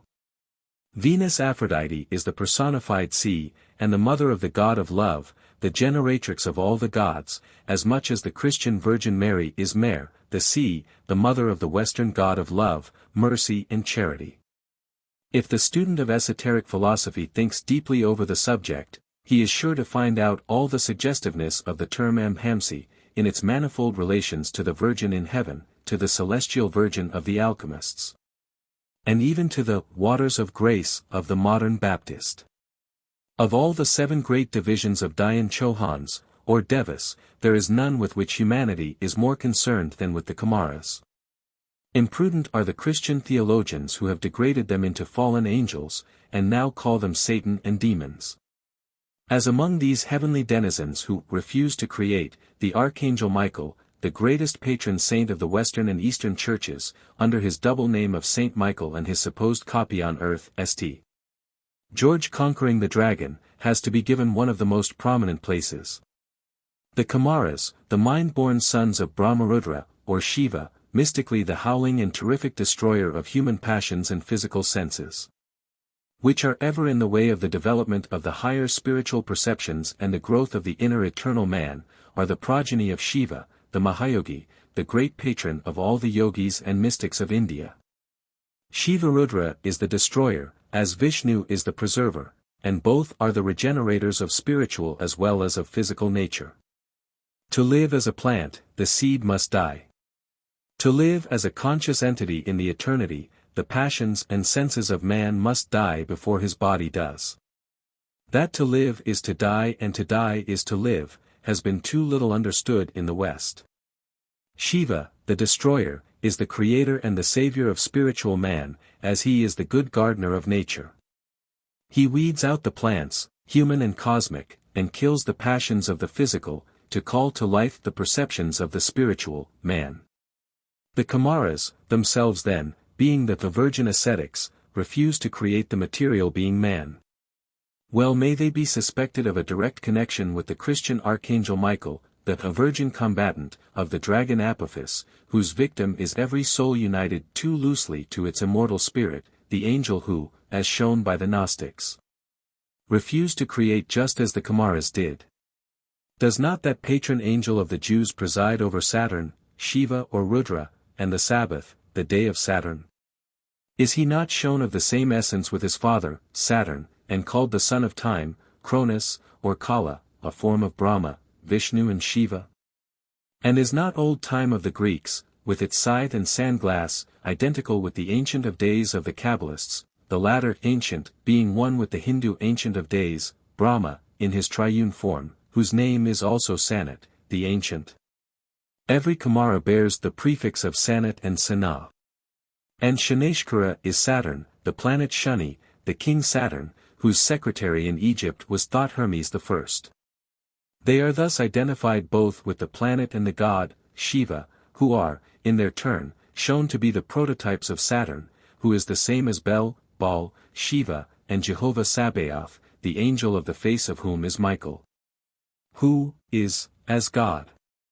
He is the patron and guardian angel of the Jews, as Daniel tells us. And, before the Kumaras were degraded, by those who were ignorant of their very name, into demons and fallen angels, the Greek Ophites, the occultly inclined predecessors and precursors of the Roman Catholic Church after its secession and separation from the primitive Greek Church, had identified Michael with their Ophiomorphos, the rebellious and opposing spirit. This means nothing more than the reverse aspect, symbolically, of Ophis, the divine wisdom or Christos. In the Talmud, Michael is Prince of Water and the chief of the seven spirits, for the same reason that one of his many prototypes, Sanat Sujata, the chief of the Kumaras, is called Hamsi, waters, according to the commentary on Vishnu Purana. Why? Because the waters is another name of the great deep, the primordial waters of space, or chaos, and also means mother, Amba, meaning Aditi in Akasha, the celestial virgin mother of the visible universe. Furthermore, the waters of the flood are also called the great dragon, or Ophis, Ophiomorphos. The Rudras will be noticed in their septenary character of fire spirits, in the symbolism attached to the stanzas in Volume 2. There we shall also consider the cross, 3+4, under its primeval and later forms, and shall use for purposes of comparison the Pythagorean numbers side by side with Hebrew metrology. The immense importance of the number 7 will thus become evident, as the root number of nature. We shall examine it from the standpoint of the Vedas and the Chaldean scriptures, as it existed in Egypt thousands of years BC. And as treated in the Gnostic records, we shall show how its importance as a basic number has gained recognition in physical science. And we shall endeavor to prove that the importance attached to the number 7 throughout all antiquity was due to no fanciful imaginings of uneducated priests, but to a profound knowledge of natural law. Section 14. The Four Elements. Metaphysically and esoterically, there is but one element in nature, and at the root of it is the deity. And the so-called seven elements, of which five have already manifested and asserted their existence, are the garment, the veil, of that deity, direct from the essence whereof comes man, whether considered physically, psychically, mentally or spiritually. Four elements only are generally spoken of in later antiquity, while five only are admitted in philosophy. For the body of ether is not fully manifested yet, and its noumenon is still the omnipotent Father Ether, the synthesis of the rest. But what are these elements, whose compound bodies have now been discovered by chemistry and physics to contain numberless sub-elements, even the 60 or 70 of which no longer embrace the whole number suspected? Let us follow their evolution from the historical beginnings, at any rate. The four elements were fully characterized by Plato when he said that they were that which composes and decomposes the compound bodies. Hence cosmology was never, even in its worst aspect, the fetishism which adores or worships the passive external form and matter of any object, but looked ever to the noumenon therein. Fire, air, water, earth, were but the visible garb, the symbols of the informing, invisible souls or spirits, the cosmic gods, to whom worship was offered by the ignorant, and simple, but respectful, recognition by the wiser. In their turn, the phenomenal subdivisions of the noumenal elements were informed by the elementals, so-called, the nature spirits, of lower grades. In the Theogony of Mochus, we find ether first, and then the air. The two principles from which Ulam, the intelligible, nu omicron edatau, God, the visible universe of matter, is born. 762. In the Orphic hymns, the Eros-Phans evolves from the spiritual egg, which the ethereal winds impregnate, wind being the spirit of God, which is said to move in ether, brooding over the chaos, the divine idea. In the Hindu Kathopanishad, Purusha, the divine spirit, already stands before the original matter, and from their union springs the great soul of the world, Mahatma, Brahman, the spirit of life. 763. These latter appellations being again identical with the universal soul, or anima mundi, the astral light of the Theurgists and Kabbalists being its last and lowest division. The elements, sigma tau omicron iota chi epsilon alpha, of Plato and Aristotle were thus the incorporeal principles attached to the four great divisions of our cosmic world, and it is with justice that Kreutzer defines these primitive beliefs as a species of magism, a psychic paganism, and a deification of potencies. A spiritualization which placed the believers in a close community with these potencies. 764, so close, indeed, that the hierarchies of these potencies, or forces, have been classified on a graduated scale of 7 from the ponderable to the imponderable. They are septenary, not as an artificial aid to facilitate their comprehension, but in their real cosmic gradation, from their chemical, or physical, to their purely spiritual composition. Gods with the ignorant masses, gods independent and supreme.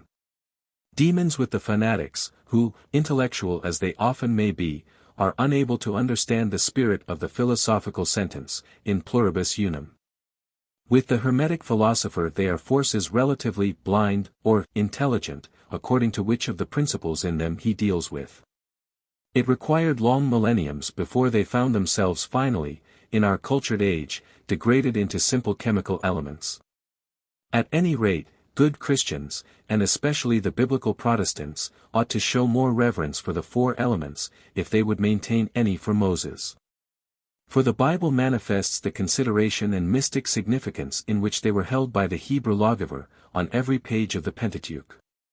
The tent which contained the Holy of Holies was a cosmic symbol, sacred, in one of its meanings, to the elements, the four cardinal points, and ether. Josephus shows it built in white, the color of ether.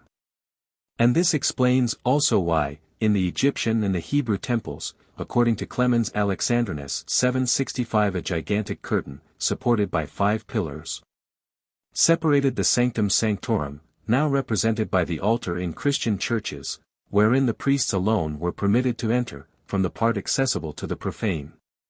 By its 4 colors this curtain symbolized the 4 principal elements, and with the 5 pillars signified the knowledge of the divine that the 5 senses can enable man to acquire with the help of the 4 elements.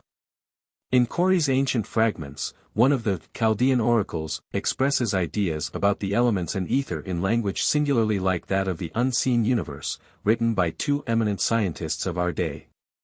It states that from ether have come all things, and to it all will return, that the images of all things are indelibly impressed upon it, and that it is the storehouse of the germs, or of the remains of all visible forms, and even ideas. It appears as if this case strangely corroborates our assertion that whatever discoveries may be made in our days will be found to have been anticipated by many thousand years by our simple-minded ancestors. Whence came the 4 elements and the malachim of the Hebrews?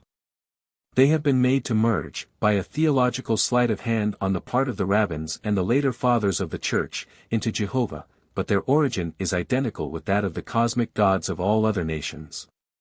Their symbols, whether born on the shores of the Oxus, on the burning sands of Upper Egypt, or in the wild forests, weird and glacial, which cover the slopes and peaks of the sacred snowy mountains of Thessaly, or again, in the pampas of America, their symbols, we repeat, when traced to their source, are ever one and the same.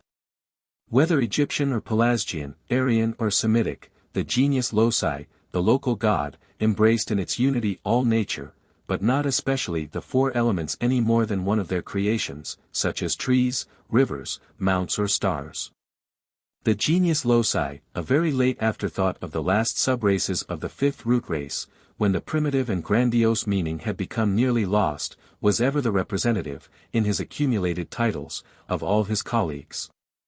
It was the god of fire, symbolized by thunder, as Jove or Agni, the god of water, symbolized by the fluvial bull, or some sacred river or fountain, as Varuna, Neptune, etc. The god of air, manifesting in the hurricane and tempest, as Vayu and Indra, and the god or spirit of the earth, who appeared in earthquakes, like Pluto, Yama, and so many others. These were the cosmic gods, ever synthesizing all in one, as found in every cosmogony or mythology. Thus, the Greeks had their Dodonian Jupiter, who included in himself the 4 elements and the 4 cardinal points, and who was recognized, therefore, in Old Rome under the pantheistic title of Jupiter Mundus. And who now, in modern Rome, has become the Deus Mundus, the one mundane God, who is made to swallow all others, in the latest theology, by the arbitrary decision of his special ministers. As gods of fire, air, and water, they were celestial gods. As gods of the lower region, they were infernal deities, the latter adjective applying simply to the earth. They were spirits of the earth under their respective names of Yama, Pluto, Osiris, the Lord of the lower kingdom, etc. And their tellurial character sufficiently proves it. The ancients knew of no worse abode after death than the Kama Loka, the limbus on this earth.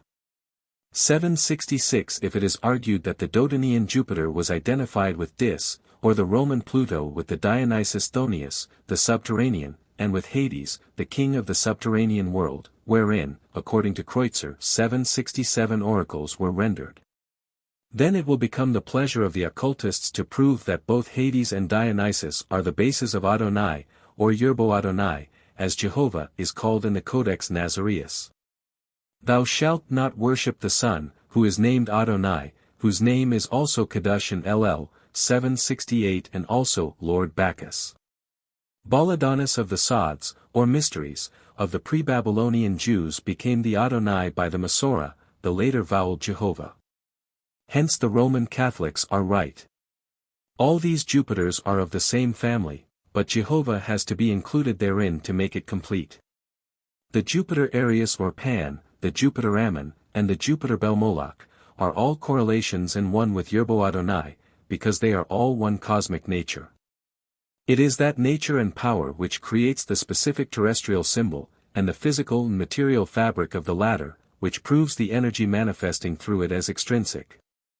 For primitive religion was something better than simple preoccupation about physical phenomena, as remarked by Schelling.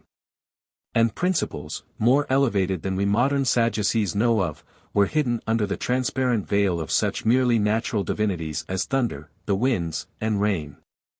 The ancients knew and could distinguish the corporeal from the spiritual elements in the forces of nature.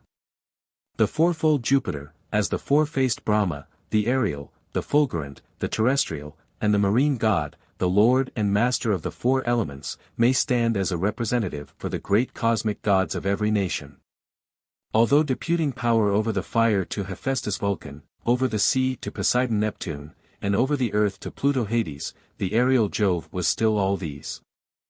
For ether, from the first, had preeminence over, and was the synthesis of, all the elements. Tradition tells of a grotto, a vast cave in the deserts of Central Asia, whereinto light pours, through four seemingly natural apertures, or clefts placed crossways at the four cardinal points. From noon till an hour before sunset the light streams in, of four different colors, as averred, red, blue, orange gold, and white, owing to some either natural or artificially prepared conditions of vegetation and soil. The light converges in the center round a pillar of white marble with a globe upon it, which represents our earth. It is named the Grotto of Zarathustra.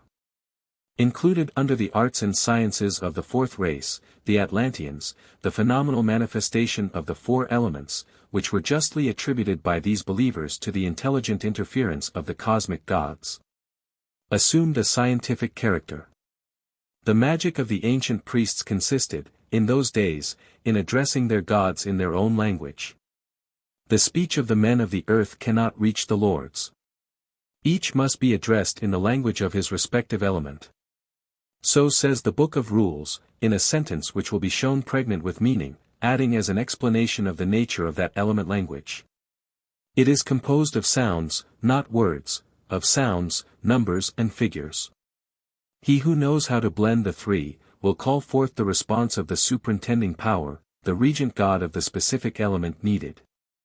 Thus this language is that of incantations or of mantras, as they are called in India. Sound being the most potent and effectual magic agent, and the first of the keys which opens the door of communication between mortals and immortals. He who believes in the words and teachings of St. Paul, has no right to pick out from the latter those sentences only which he chooses to accept, to the rejection of others, and St. Paul teaches most undeniably the existence of cosmic gods and their presence among us. Paganism preached a dual and simultaneous evolution, creation spiritualum ac mundanum, as the Roman Church has it, ages before the advent of that Roman Church. Exoteric phraseology has changed little with respect to divine hierarchies since the most palmy days of paganism, or idolatry. Names alone have changed, together with claims which have now become false pretenses. For when, for instance, Plato put in the mouth of the highest principle, Father Ether or Jupiter, the words, the gods of whom I am the maker, as I am the father of all their works, he knew the spirit of this sentence as fully. We suspect, as St. Paul did, when saying, for though there be that are called gods, whether in heaven or in earth, as there be gods many and lords many, 769 both knew the sense and the meaning of what they put forward in such guarded terms. We cannot be taken to task by the Protestants for interpreting the verse from the Corinthians as we do. For, if the translation in the English Bible is made ambiguous, it is not so in the original texts, and the Roman Catholic Church accepts the words of the Apostle in their true sense. For a proof see St. Dionysius, the Areopagite, who was directly inspired by the Apostle, and who wrote under his dictation, as we are assured by the Marquis de Mireville, whose works are approved by Rome, and who says, commenting on that special verse, and though there are, in fact, they who are called gods, for it seems there are really several gods, withal and for all that, the God principle and the superior God ceases not to remain essentially one and indivisible. 770 Thus spoke the old initiates also, knowing that the worship of minor gods could never affect the God principle. 771. Says Sir W. Grove, F.R.S. Speaking of the correlation of forces.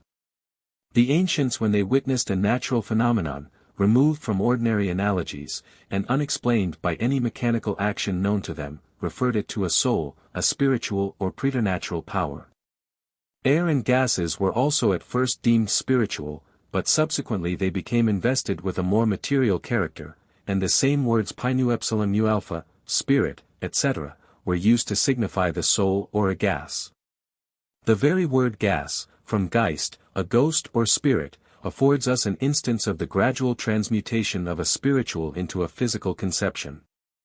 772.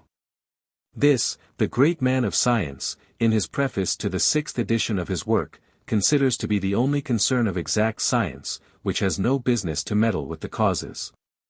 Cause and effect are, therefore, in their abstract relation to these forces, words solely of convenience. We are totally unacquainted with the ultimate generating power of each and all of them, and probably shall ever remain so. We can only ascertain the normal of their actions.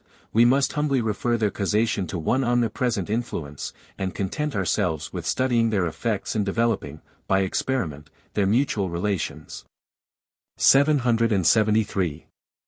This policy once accepted, and the system virtually admitted in the above-quoted words, namely, the spirituality of the ultimate generating power. It would be more than illogical to refuse to recognize this quality which is inherent in the material elements, or rather, in their compounds, as present in the fire, air, water or earth. The ancients knew these powers so well, that, while concealing their true nature under various allegories, for the benefit, or to the detriment, of the uneducated rabble, they never departed from the multiple object in view, while inverting them. They contrived to throw a thick veil over the nucleus of truth concealed by the symbol, but they ever tried to preserve the latter as a record for future generations. Sufficiently transparent to allow their wise men to discern the truth behind the fabulous form of the glyph or allegory. These ancient sages are accused of superstition and credulity.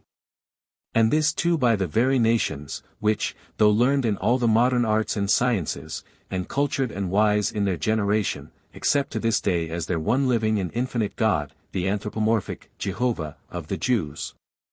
What were some of these alleged superstitions?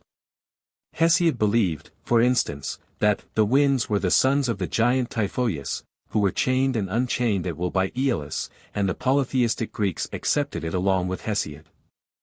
Why should they not, since the monotheistic Jews had the same beliefs, with other names for their dramatis personae, and since Christians believe in the same to this day? The Hesiodic Aeolus, Boreas, etc. were named Kedem, Sepham, Daram, and Ruach Hayim by the chosen people of Israel.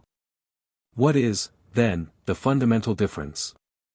While the Hellenes were taught that Aeolus tied and untied the winds, the Jews believed as fervently that their Lord God, with smoke coming out of his nostrils and fire out of his mouth, rode upon a cherub and did fly. And he was seen upon the wings of the wind. 774 The expressions of the two nations are either both figures of speech, or both superstitions. We think they are neither. But only arise from a keen sense of oneness with nature, and a perception of the mysterious and the intelligent behind every natural phenomenon, which the moderns no longer possess. Nor was it superstitious in the Greek pagans to listen to the oracle of Delphi, when, at the approach of the fleet of Xerxes, that oracle advised them to sacrifice to the winds, if the same has to be regarded as divine worship in the Israelites, who sacrificed as often to the wind and also especially to the fire. Do they not say that their God is a consuming fire, 775 who appeared generally as fire and encompassed by fire? And did not Elijah seek for the Lord in the great strong wind, and in the earthquake? Do not the Christians repeat the same after them? Do not they, moreover, sacrifice to this day, to the same God of wind and water? They do. Because special prayers for rain, dry weather, trade winds, and the calming of storms on the seas, exist to this hour in the prayer books of the three Christian churches. And the several hundred sects of the Protestant religion offer them to their God upon every threat of calamity. The fact that they are no more answered by Jehovah, than they were, probably, by Jupiter Pluvius, does not alter the fact of these prayers being addressed to the power, or powers, supposed to rule over the elements.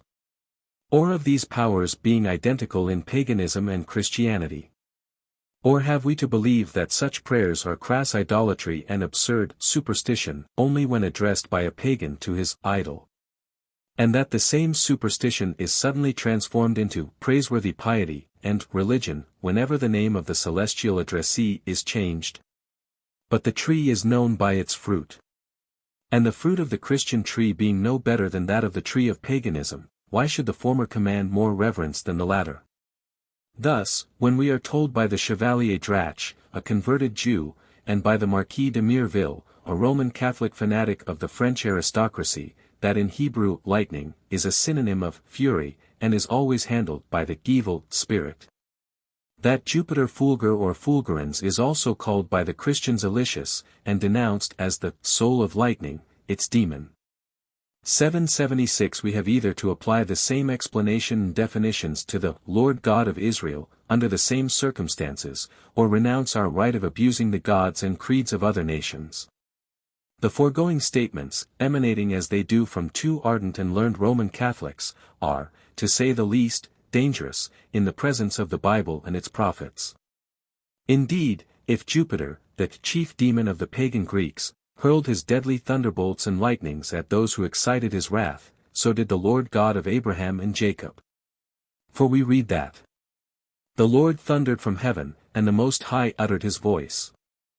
And he sent out arrows, thunderbolts, and scattered them, Saul's armies, lightning, and discomfited them. 777. The Athenians are accused of having sacrificed to Boreas. And this demon is charged with having submerged and wrecked 400 ships of the Persian fleet on the rocks of Mount Pelion. And of having become so furious that all the magi of Xerxes could hardly counteract him by offering contra-sacrifices to Thetis. 778 Very fortunately, no authenticated instance is on the records of Christian wars, showing a like catastrophe on the same scale happening to one Christian fleet, owing to the prayers of its enemy, another Christian nation. But this is from no fault of theirs, for each prays as ardently to Jehovah for the destruction of the other, as the Athenians prayed to Boreas. Both resorted to a neat little piece of black magic con amore. Such abstinence from divine interference being hardly due to lack of prayers, sent to a common Almighty God for mutual destruction, where, then, shall we draw the line between pagan and Christian? And who can doubt that all Protestant England would rejoice and offer thanks to the Lord, if during some future war, 400 ships of the hostile fleet were to be wrecked owing to such holy prayers? What is, then, the difference, we ask again, between a Jupiter, a Boreas, and a Jehovah? No more than this: the crime of one's own next of kin, say of one's father, is always excused and often exalted, whereas the crime of our neighbor's parent is ever gladly punished by hanging. Yet the crime is the same. So far the blessings of Christianity do not seem to have made any appreciable advance on the morals of the converted pagans. The above is not a defense of pagan gods, nor is it an attack on the Christian deity, nor does it mean belief in either. The writer is quite impartial, and rejects the testimony in favor of both, neither praying to, believing in, nor dreading any such personal and anthropomorphic God. The parallels are brought forward simply as one more curious exhibition of the illogical and blind fanaticism of the civilized theologian. For, so far, there is not a very great difference between the two beliefs, and there is none in their respective effects upon morality, or spiritual nature. The light of Christ shines upon as hideous features of the animal man now, as the light of Lucifer did in days of old. Says the missionary Lavoisier, in the Journal des Colonies.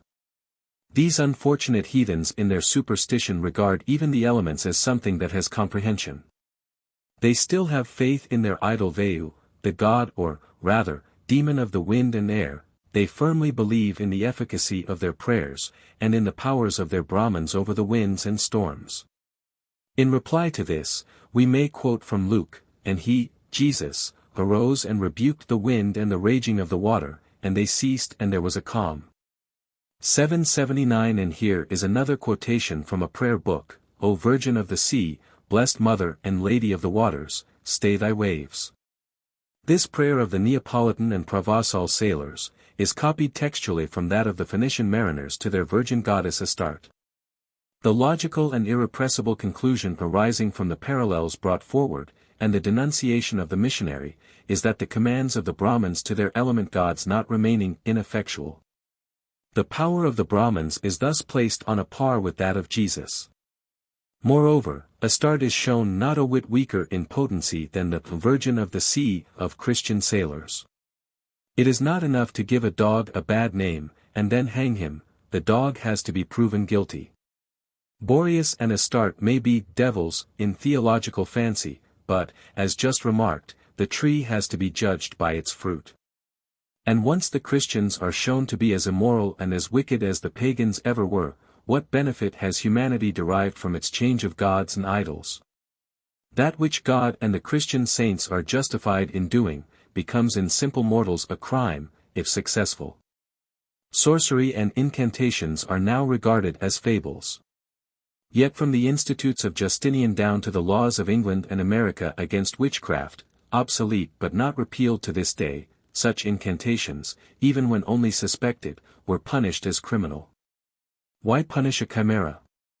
And still we read of Constantine, the emperor, sentencing to death the philosopher Sopatrus for unchaining the winds, and thus preventing ships laden with grain from arriving in time to put an end to famine. Pausanias is derided when he affirms that he saw with his own eyes men who by simple prayers and incantations stopped a strong hailstorm. This does not prevent modern Christian writers from advising prayer during storm and danger, and believing in its efficacy. Hoppo and Stadline, two magicians and sorcerers, were sentenced to death for throwing charms on fruit and transferring a harvest by magic arts from one field to another, hardly a century ago, if we can believe Sprenger, the famous writer. Who vouches for it, ca fruges excantissent segitum pellicentis incantando. Let us close by reminding the reader that, without the smallest shadow of superstition, one may believe in the dual nature of every object on earth, in spiritual and material, in visible and invisible nature, and that science virtually proves this, while denying its own demonstration. For if, as Sir William Grove says, the electricity we handle is but the result of ordinary matter affected by something invisible, the ultimate generating power of every force, the one omnipresent influence, then it only becomes natural that one should believe as the ancients did. Namely, that every element is dual in its nature. Ethereal fire is the emanation of the Kabir proper. The aerial is but the union, correlation, of the former with terrestrial fire, and its guidance and application on our earthly plane belongs to a Kabir of a lesser dignity, an elemental, perhaps, as an occultist would call it. And the same may be said of every cosmic element. No one will deny that the human being is possessed of various forces, magnetic, sympathetic, antipathetic, nervous, dynamical, occult, mechanical, mental, in fact of every kind of force. And that the physical forces are all biological in their essence, seeing that they intermingle with, and often merge into, those forces that we have named intellectual and moral, the first being the vehicles, so to say, the uppities, of the second. No one, who does not deny soul in man, would hesitate in saying that their presence and commingling are the very essence of our being, that they constitute the ego in man, in fact. These potencies have their physiological, physical, mechanical, as well as their nervous, ecstatic, clairaudient, and clairvoyant phenomena, which are now regarded and recognized as perfectly natural, even by science. Why should man be the only exception in nature, and why cannot even the elements have their vehicles, their vahanas, in what we call the physical forces? And why, above all, should such beliefs be called superstition, along with the religions of old? Section 15. On Kwan-Shi-Yin and Kwan-Yin. Like Avalokiteshvara, Kwan-Shi-Yin has passed through several transformations, but it is an error to say of him that he is a modern invention of the northern Buddhists. For under another appellation he has been known from the earliest times. The Secret Doctrine teaches that, he who is the first to appear at renovation will be the last to come before reabsorption, pralaya. Thus the Logoi of all nations, from the Vedic Vishvakarman of the mysteries down to the savior of the present civilized nations, are the Word who was in the beginning, or the reawakening of the energizing powers of nature. With the one absolute. Born of fire and water, before these became distinct elements, it was the maker, the fashioner or modeler, of all things. Without him was not anything made that was made. In him was life.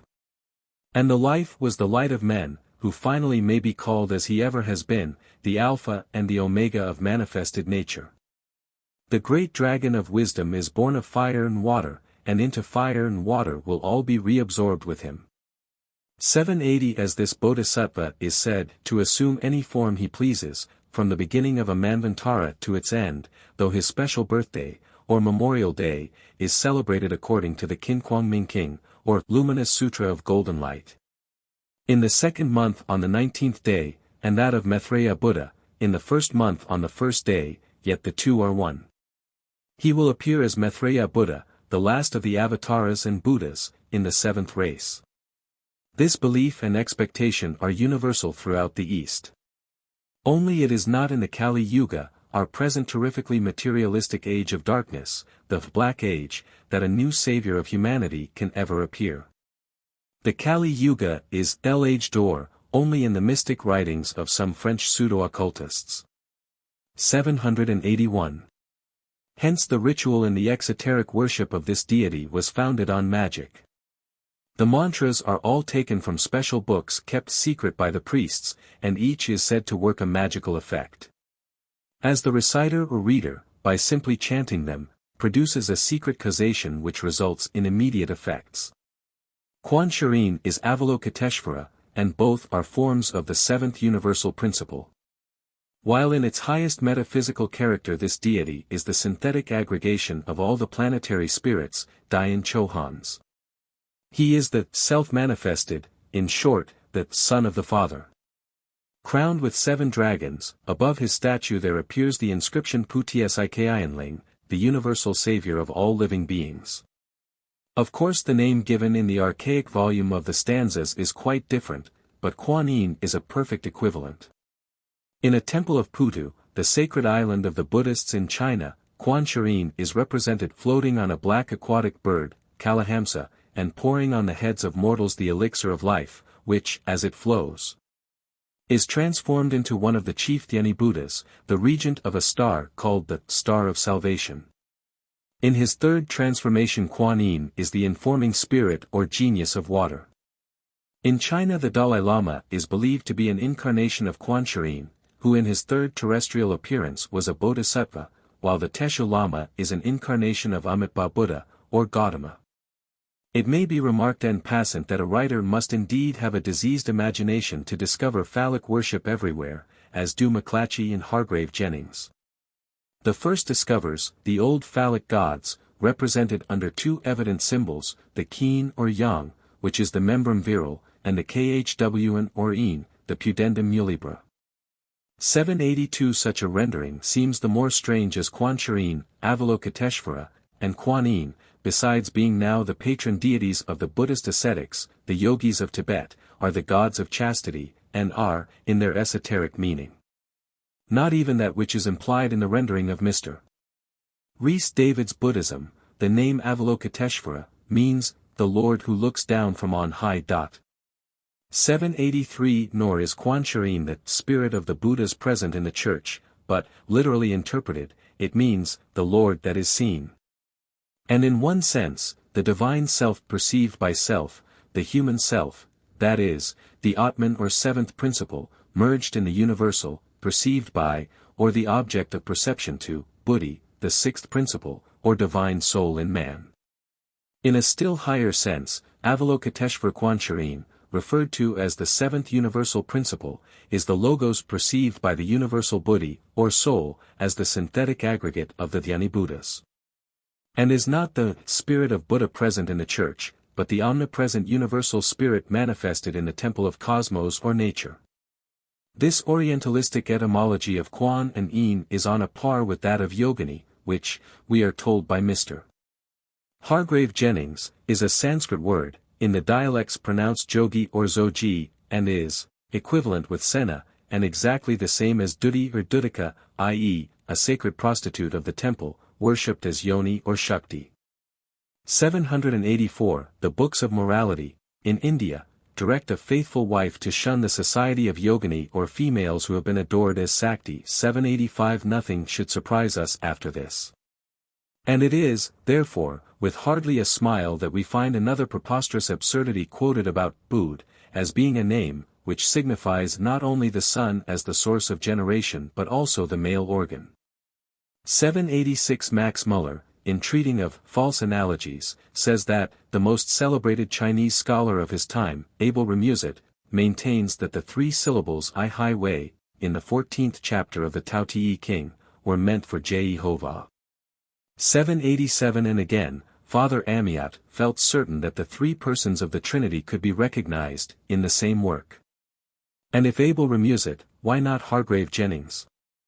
Every scholar will recognize the absurdity of ever seeing in Bud, the enlightened, and the awakened, a phallic symbol.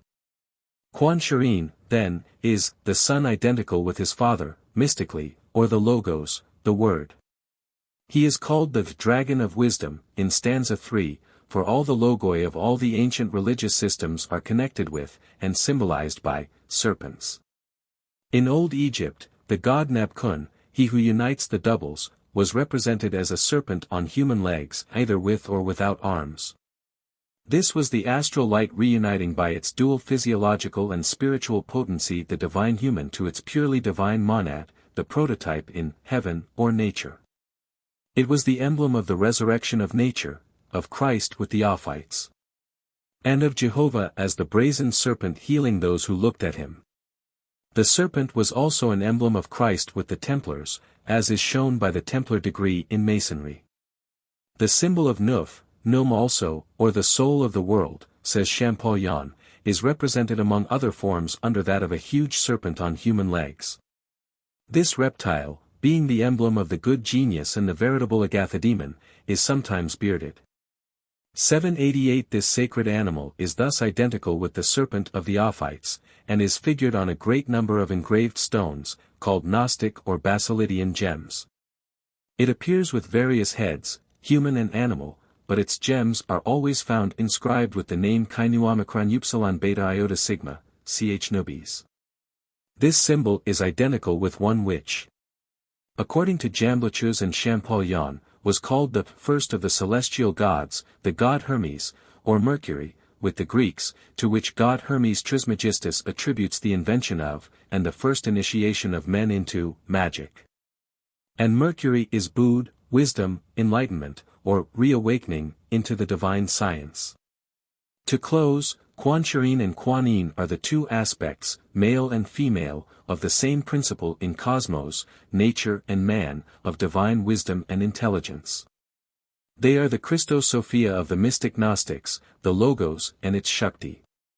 In their longing for the expression of some mysteries never to be wholly comprehended by the profane, the ancients, knowing that nothing could be preserved in human memory without some outward symbol, have chosen, to us, often ridiculous images of the Kwan-Yins to remind man of his origin and inner nature.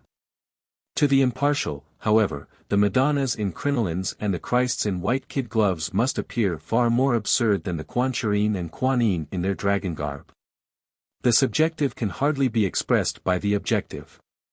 Therefore, since the symbolic formula attempts to characterize that which is above scientific reasoning, and is as often far beyond our intellects, it must needs go beyond that intellect in some shape or other. Or else it will fade out from human remembrance. Part 3. Addenda. On Occult and Modern Science. The knowledge of this nether world. Say, friend, what is it, false or true? The false, what mortal cares to know? The true, what mortal ever knew? Section 1. Reasons for these addenda.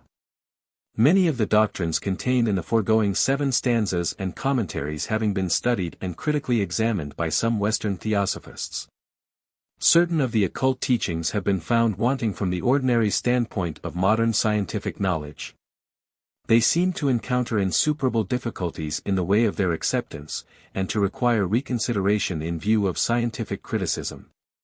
Some friends have already been tempted to regret the necessity of so often calling in question the assertions of modern science.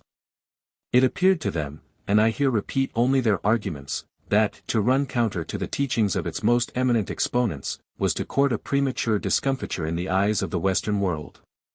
It is, therefore, desirable to define, once and for all, the position which the writer, who does not in this agree with her friends, intends to maintain. So far as science remains what in the words of Professor Huxley it is, viz. Organized common sense. So far as its inferences are drawn from accurate premises, its generalizations resting on a purely inductive basis, every theosophist and occultist welcomes respectfully and with due admiration its contributions to the domain of cosmological law. There can be no possible conflict between the teachings of occult and so-called exact science, wherever the conclusions of the latter are grounded on a substratum of unassailable fact.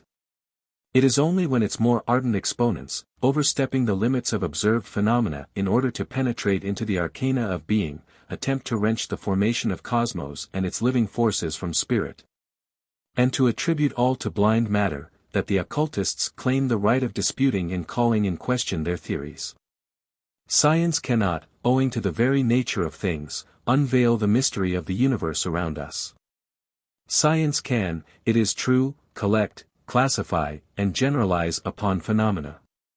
But the occultist, arguing from admitted metaphysical data, declares that the daring explorer, who would probe the inmost secrets of nature, must transcend the narrow limitations of sense, and transfer his consciousness into the region of noumena and the sphere of primal causes.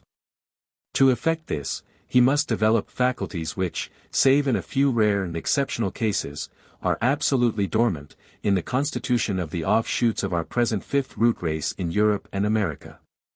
He can in no other conceivable manner collect the facts on which to base his speculations. Is this not apparent on the principles of inductive logic and metaphysics alike?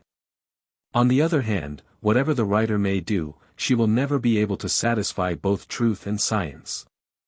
To offer the reader a systematic and uninterrupted version of the archaic stanzas is impossible. A gap of 43 verses or shlokas has to be left between the 7th, already given, and the 51st, which is the subject of Book 2, though the latter are made to run as from 1 onwards, for easier reading in reference. The mere appearance of man on earth occupies an equal number of stanzas, which minutely describe his primal evolution from the human Dayan Chohans, the state of the globe at that time, etc., etc. A great number of names referring to chemical substances and other compounds, which have now ceased to combine together, and are therefore unknown to the later offshoots of our fifth race, occupy a considerable space. As they are simply untranslatable, and would remain in every case inexplicable, they are omitted, along with those which cannot be made public.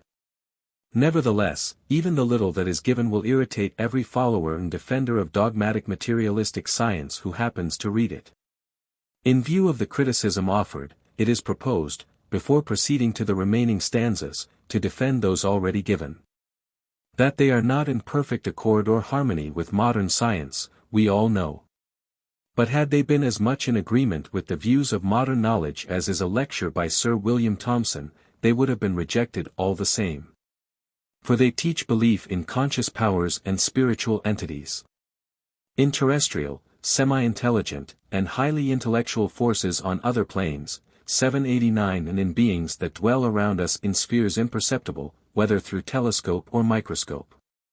Hence the necessity of examining the beliefs of materialistic science, of comparing its views about the elements with the opinions of the ancients, and of analyzing the physical forces as they exist in modern conceptions, before the occultists admit themselves to be in the wrong. We shall touch upon the constitution of the sun and planets, and the occult characteristics of what are called devas and genii, and are now termed by science, forces, or modes of motion, and see whether esoteric belief is defensible or not. Notwithstanding the efforts made to the contrary, an unprejudiced mind will discover that under Newton's agent, material or immaterial, 790 the agent which causes gravity, and in his personal working God, there is just as much of the metaphysical devas and genii, as there is in Kepler's Angelus Rector conducting each planet, and in the species immateriata by which the celestial bodies were carried along in their courses, according to that astronomer. In Volume 2, we shall have to openly approach dangerous subjects. We must bravely face science and declare, in the teeth of materialistic learning, of idealism, hilo-idealism, positivism and all-denying modern psychology, that the true occultist believes in lords of light.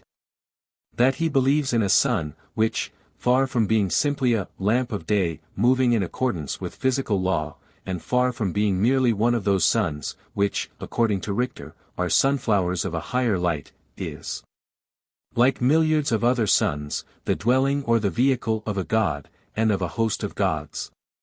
In this dispute, of course, it is the occultists who will be worsted. They will be considered, on the prima facie aspect of the question, to be ignoramuses, and will be labeled with more than one of the usual epithets given to those whom the superficially judging public, itself ignorant of the great underlying truths in nature, accuses of believing in medieval superstitions. Let it be so. Submitting beforehand to every criticism in order to go on with their task, they only claim the privilege of showing that the physicists are as much at loggerheads among themselves in their speculations, as these speculations are with the teachings of occultism. The sun is matter, and the sun is spirit. Our ancestors, the heathen, like their modern successors, the Parsi, were, and are, wise enough in their generation to see in it the symbol of divinity, and at the same time to sense within, concealed by the physical symbol, the bright God of spiritual and terrestrial light. Such belief can be regarded as a superstition only by rank materialism, which denies deity, spirit, soul, and admits no intelligence outside the mind of man. But if too much wrong superstition bred by churchianity, as Lawrence Oliphant calls it, renders a man a fool, too much skepticism makes him mad. We prefer the charge of folly in believing too much, to that of a madness which denies everything, as do materialism and hilo-idealism.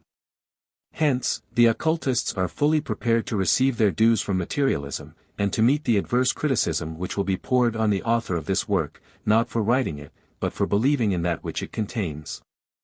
Therefore the discoveries, hypotheses, and unavoidable objections which will be brought forward by the scientific critics must be anticipated and disposed of.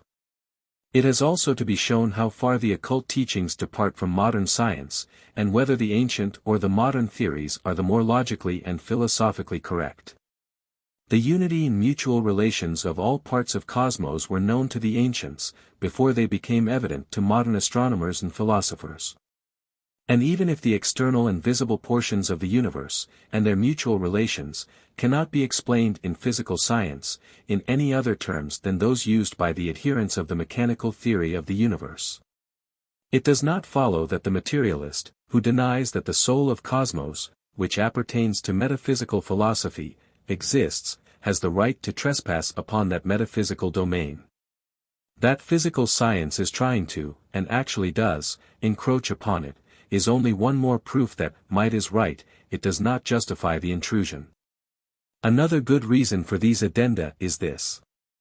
Since only a certain portion of the secret teachings can be given out in the present age, the doctrines would never be understood even by Theosophists, if they were published without any explanations or commentary.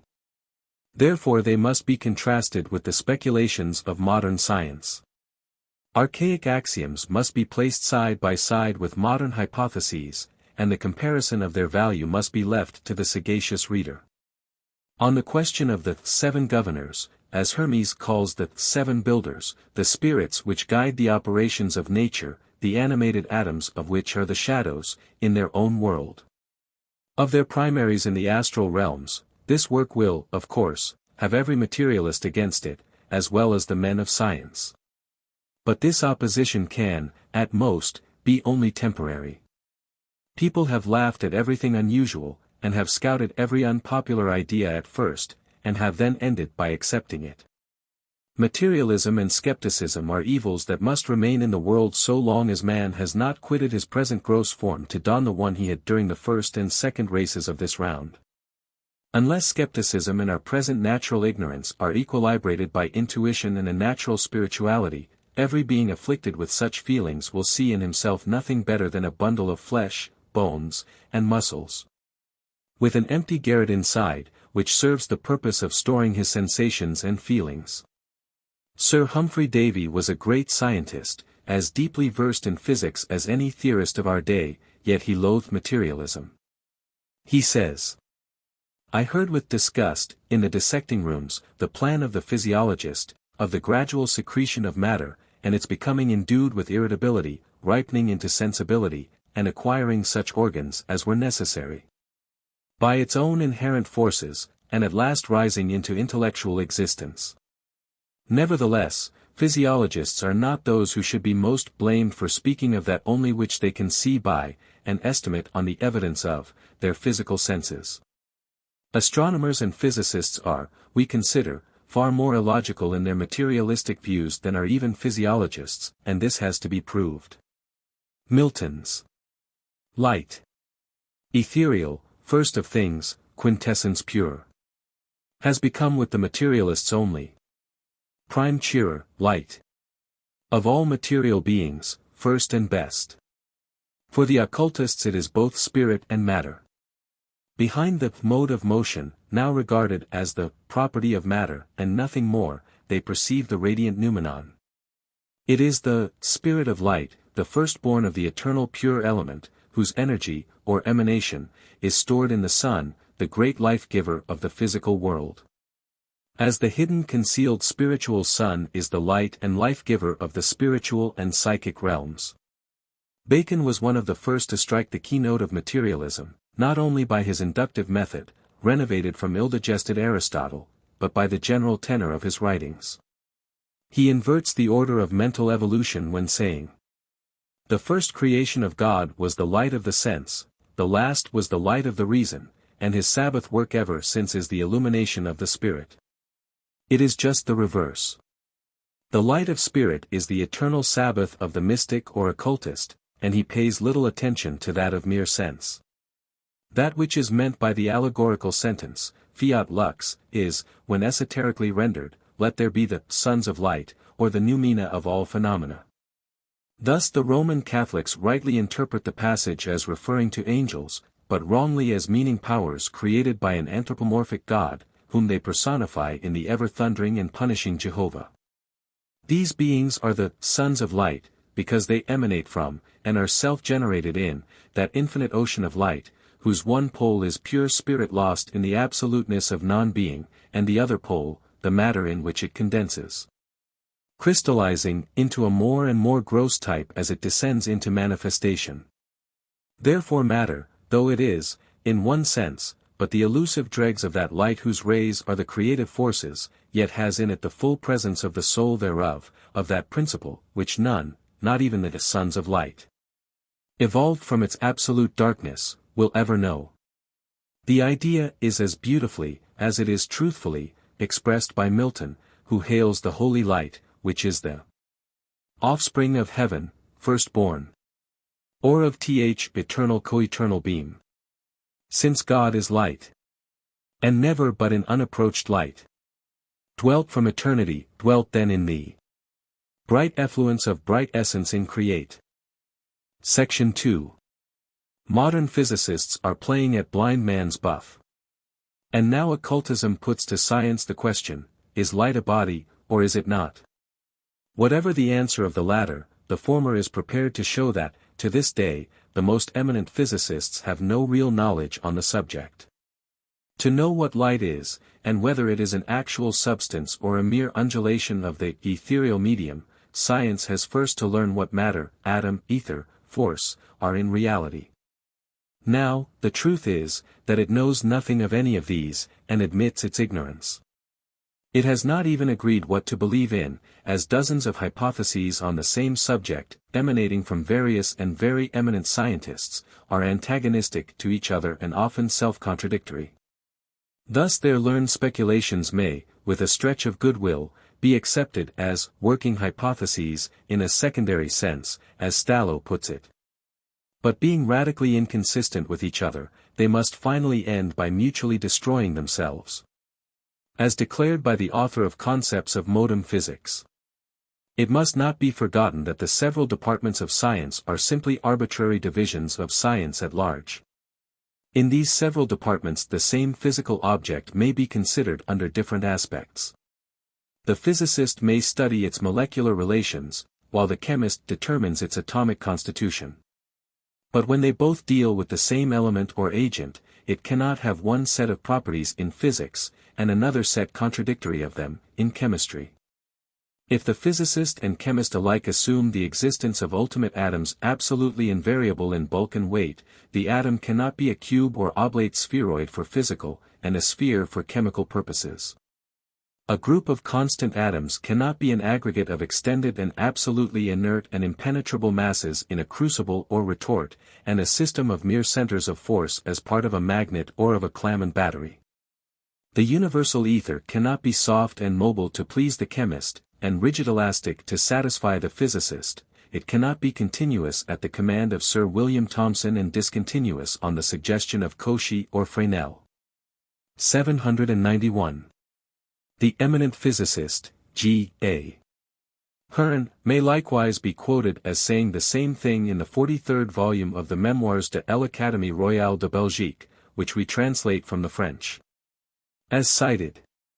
When one sees the assurance with which today are affirmed doctrines which attribute the collectivity, the universality of the phenomena to the motions alone of the atom, one has a right to expect to find likewise unanimity in the qualities assigned to this unique being, the foundation of all that exists.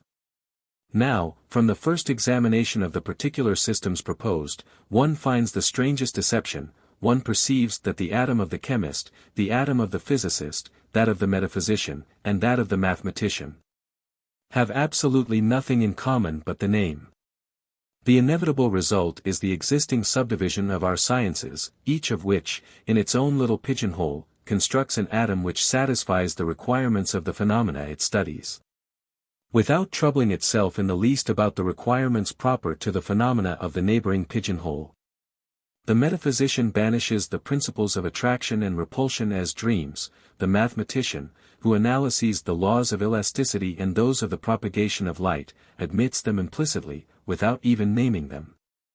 The chemist cannot explain the grouping of the atoms, in his often complicated molecules, without attributing to his atom specific distinguishing qualities. For the physicist and the metaphysician, partisans of the modern doctrines, the atom is, on the contrary, always and everywhere the same. What am I saying? There is no agreement even in one and the same science as to the properties of the atom. Each constructs an atom to suit his own fancy, in order to explain some special phenomenon with which he is particularly concerned. 792. The above is the photographically correct image of modern science and physics. The prerequisite of that incessant play of the scientific imagination, which is so often found in Professor Tyndall's eloquent discourses, is vivid indeed, as is shown by Stallo. And for contradictory variety it leaves far behind it any fantasies of occultism. However that may be, if physical theories are confessedly mere formal, explanatory, didactic devices, and if, to use the words of a critic of Stallo, atomism is only a symbolical graphic system.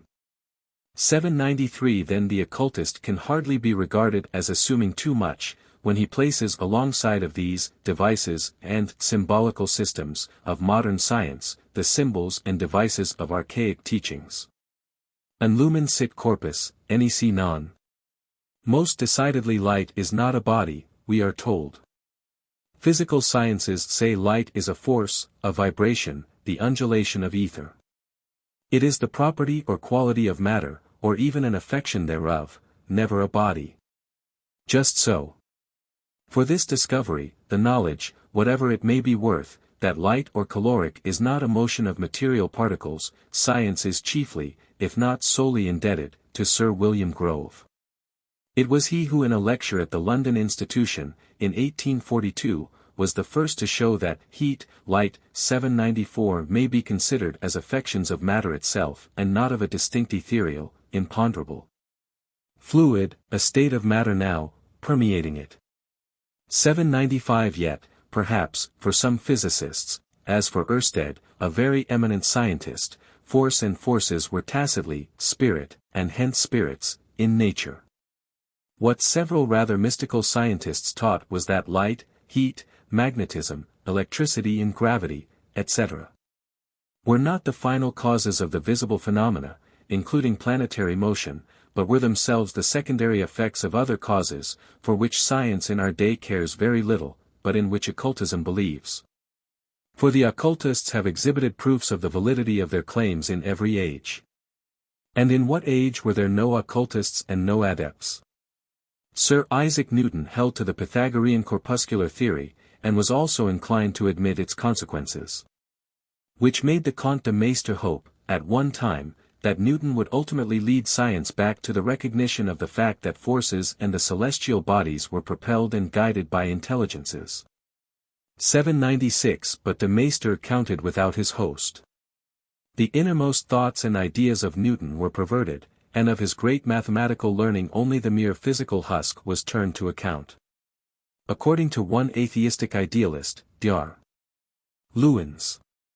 When Sir Isaac, in 1687, showed mass and atom acted upon, by innate activity, he effectually disposed of spirit, anima, or divinity, as supererogatory.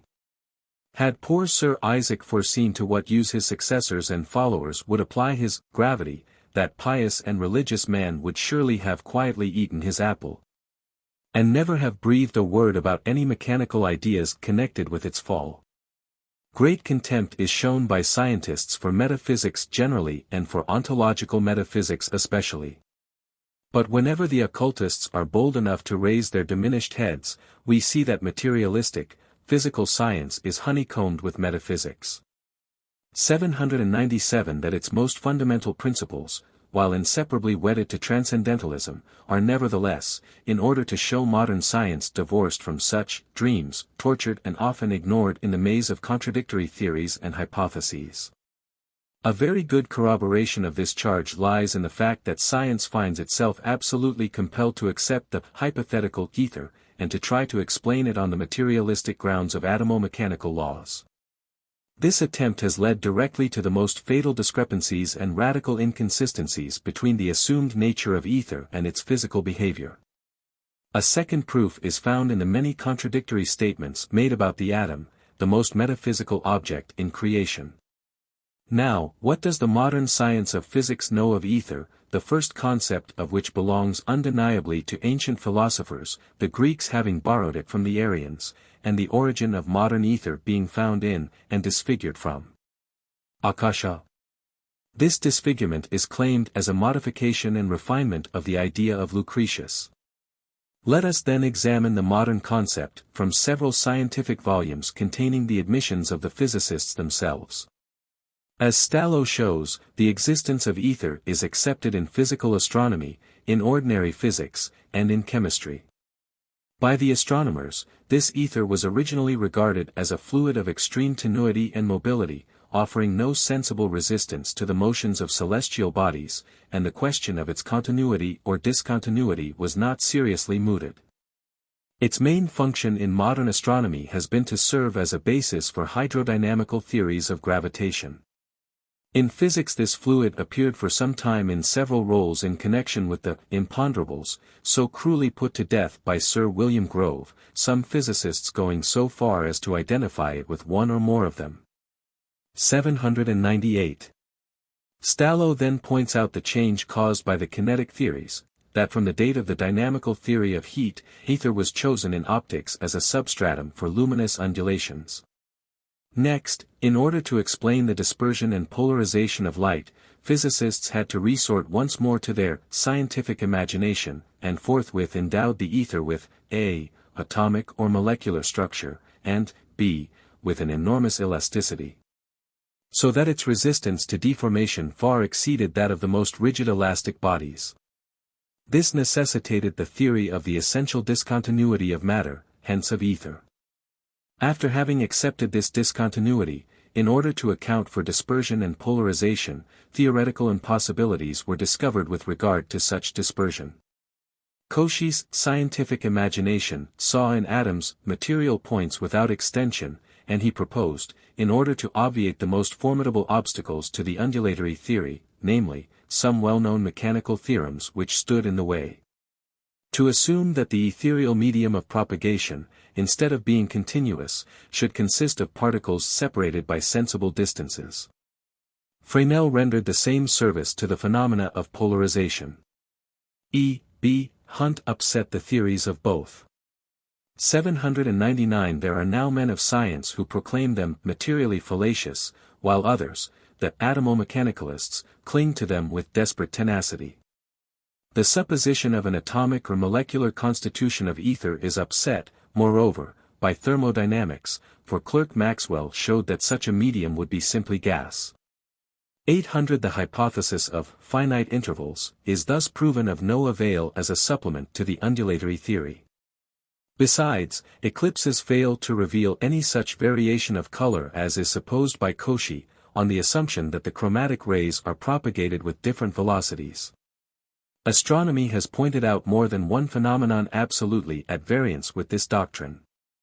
Thus, while in one department of physics the atomo-molecular constitution of the ether is accepted in order to account for one special set of phenomena, in another department such a constitution is found to be quite subversive of a number of well-ascertained facts. And Herne's charges are thus justified. Chemistry deemed it impossible to conceive the enormous elasticity of the ether without depriving it of those properties, upon which its serviceableness in the construction of chemical theories mainly depended. This ended in a final transformation of ether. The exigencies of the atomo-mechanical theory have led distinguished mathematicians and physicists to attempt a substitution for the traditional atoms of matter, of peculiar forms of vortical motion in a universal, homogeneous, incompressible, and continuous material medium, ether. 801. The present writer, claiming no great scientific education, but only a tolerable acquaintance with modern theories, and a better one with occult sciences, picks up weapons against the detractors of the esoteric teaching in the very arsenal of modern science. The glaring contradictions, the mutually destructive hypotheses of world-renowned scientists, their disputes, their accusations and denunciations of each other, show plainly that, whether accepted or not, the occult theories have as much right to a hearing as any of the so-called learned and academical hypotheses. Thus, whether the followers of the Royal Society choose to accept ether as a continuous or as a discontinuous fluid matters little, and is indifferent for the present purpose. It simply points to one certainty: official science knows nothing to this day of the constitution of ether. Let science call it matter, if it likes. Only neither as akasha, nor as the one sacred ether of the Greeks, is it to be found in any of the states of matter known to modern physics. It is matter on quite another plane of perception and being, and it can neither be analyzed by scientific apparatus, nor appreciated or even conceived by the scientific imagination, unless the possessors thereof study the occult sciences. That which follows proves this statement. It is clearly demonstrated by Stallo as regards the crucial problems of modern physics, as was done by the cataphages and several others in those of anthropology, biology, etc. That, in their efforts to support their individual hypotheses and systems, most of the eminent and learned materialists very often utter the greatest fallacies. Let us take the following case. Most of them reject actio in distans, one of the fundamental principles in the question of ether or akasha in occultism, while, as Stallo justly observes, there is no physical action which, on close examination, does not resolve itself into actio in distans. And he proves it. Now, metaphysical arguments, according to Professor Lodge 802, are unconscious appeals to experience.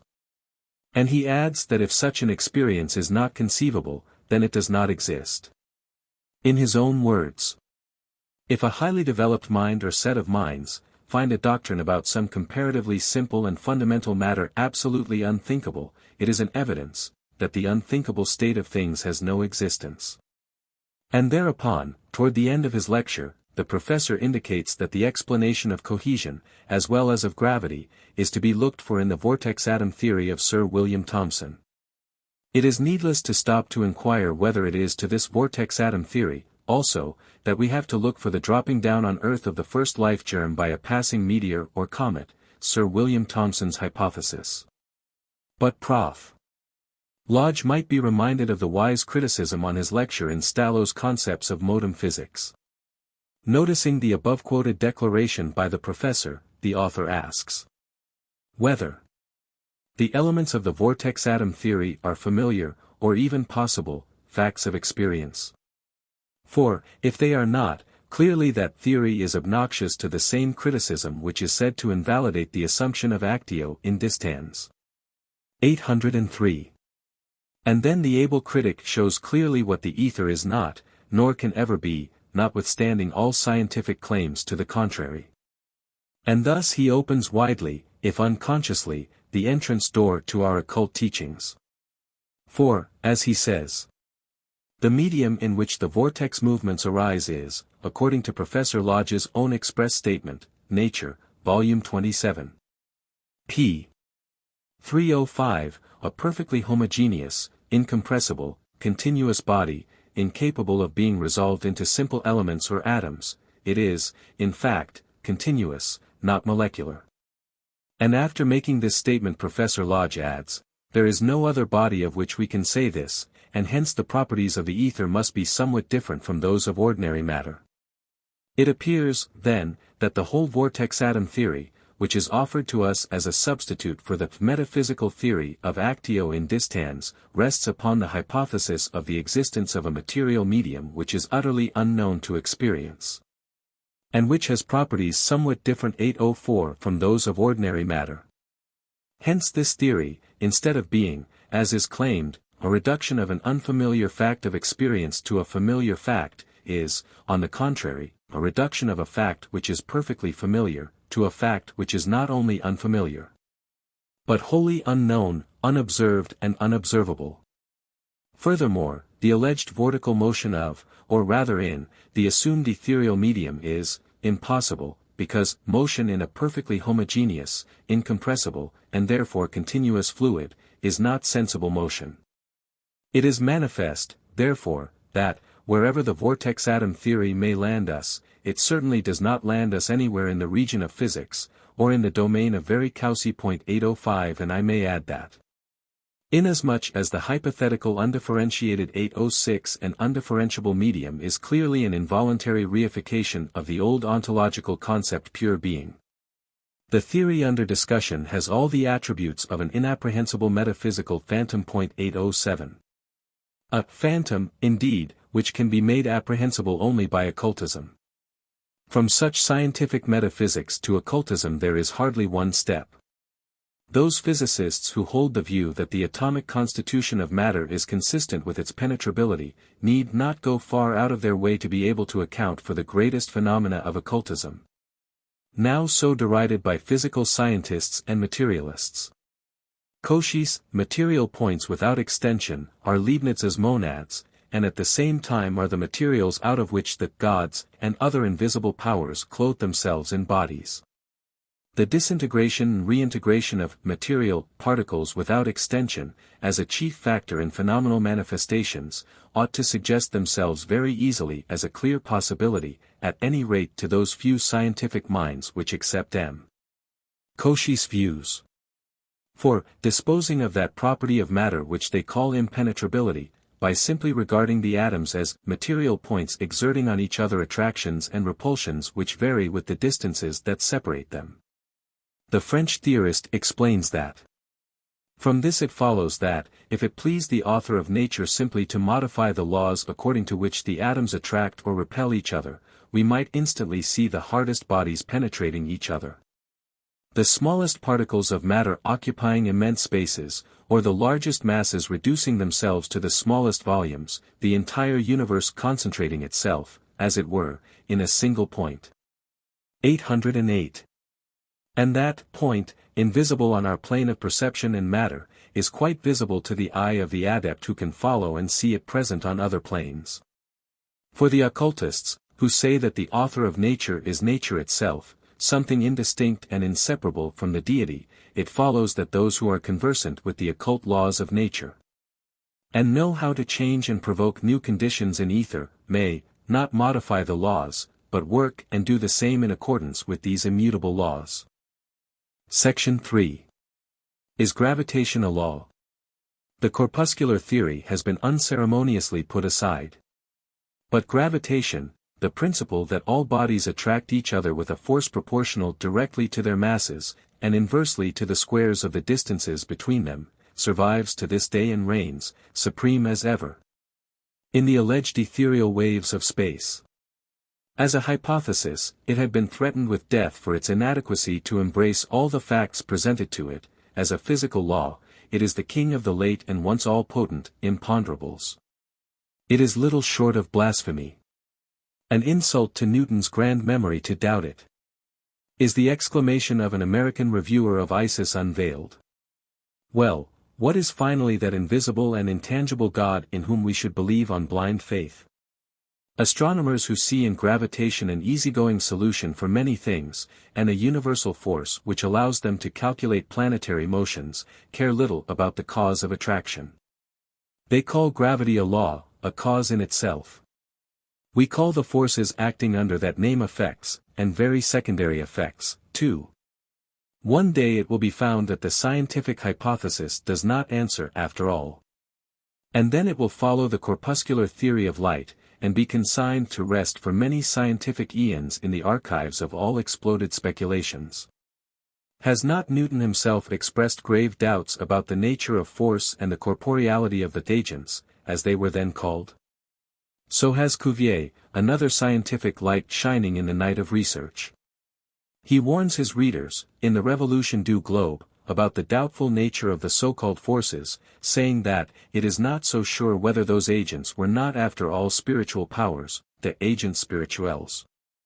At the outset of his Principia, Sir Isaac Newton took the greatest care to impress upon his school that he did not use the word attraction, with regard to the mutual action of bodies in a physical sense.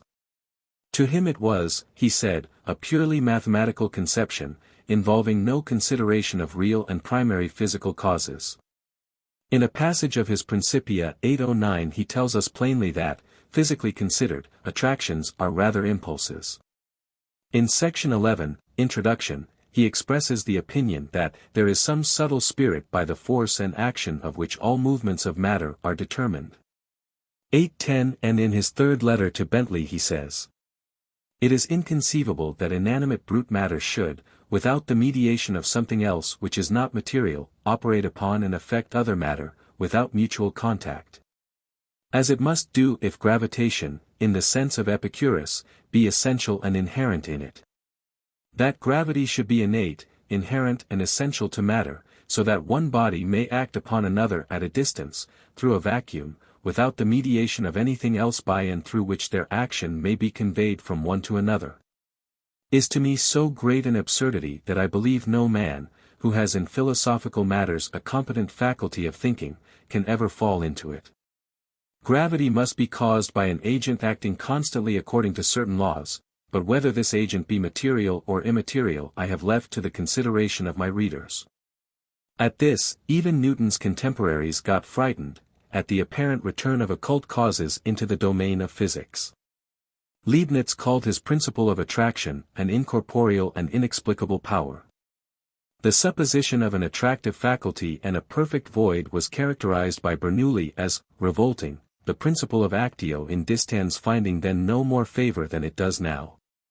Euler, on the other hand, thought the action of gravity was due to either a spirit or some subtle medium. And yet Newton knew of, if he did not accept, the ether of the ancients. He regarded the intermediate space between the sidereal bodies as vacuum. Therefore he believed in subtle spirit and spirits as we do, guiding the so-called attraction. The above-quoted words of the great man have produced poor results. That absurdity has now become a dogma in the case of pure materialism, which repeats, no matter without force, no force without matter, matter and force are inseparable, eternal and indestructible, true.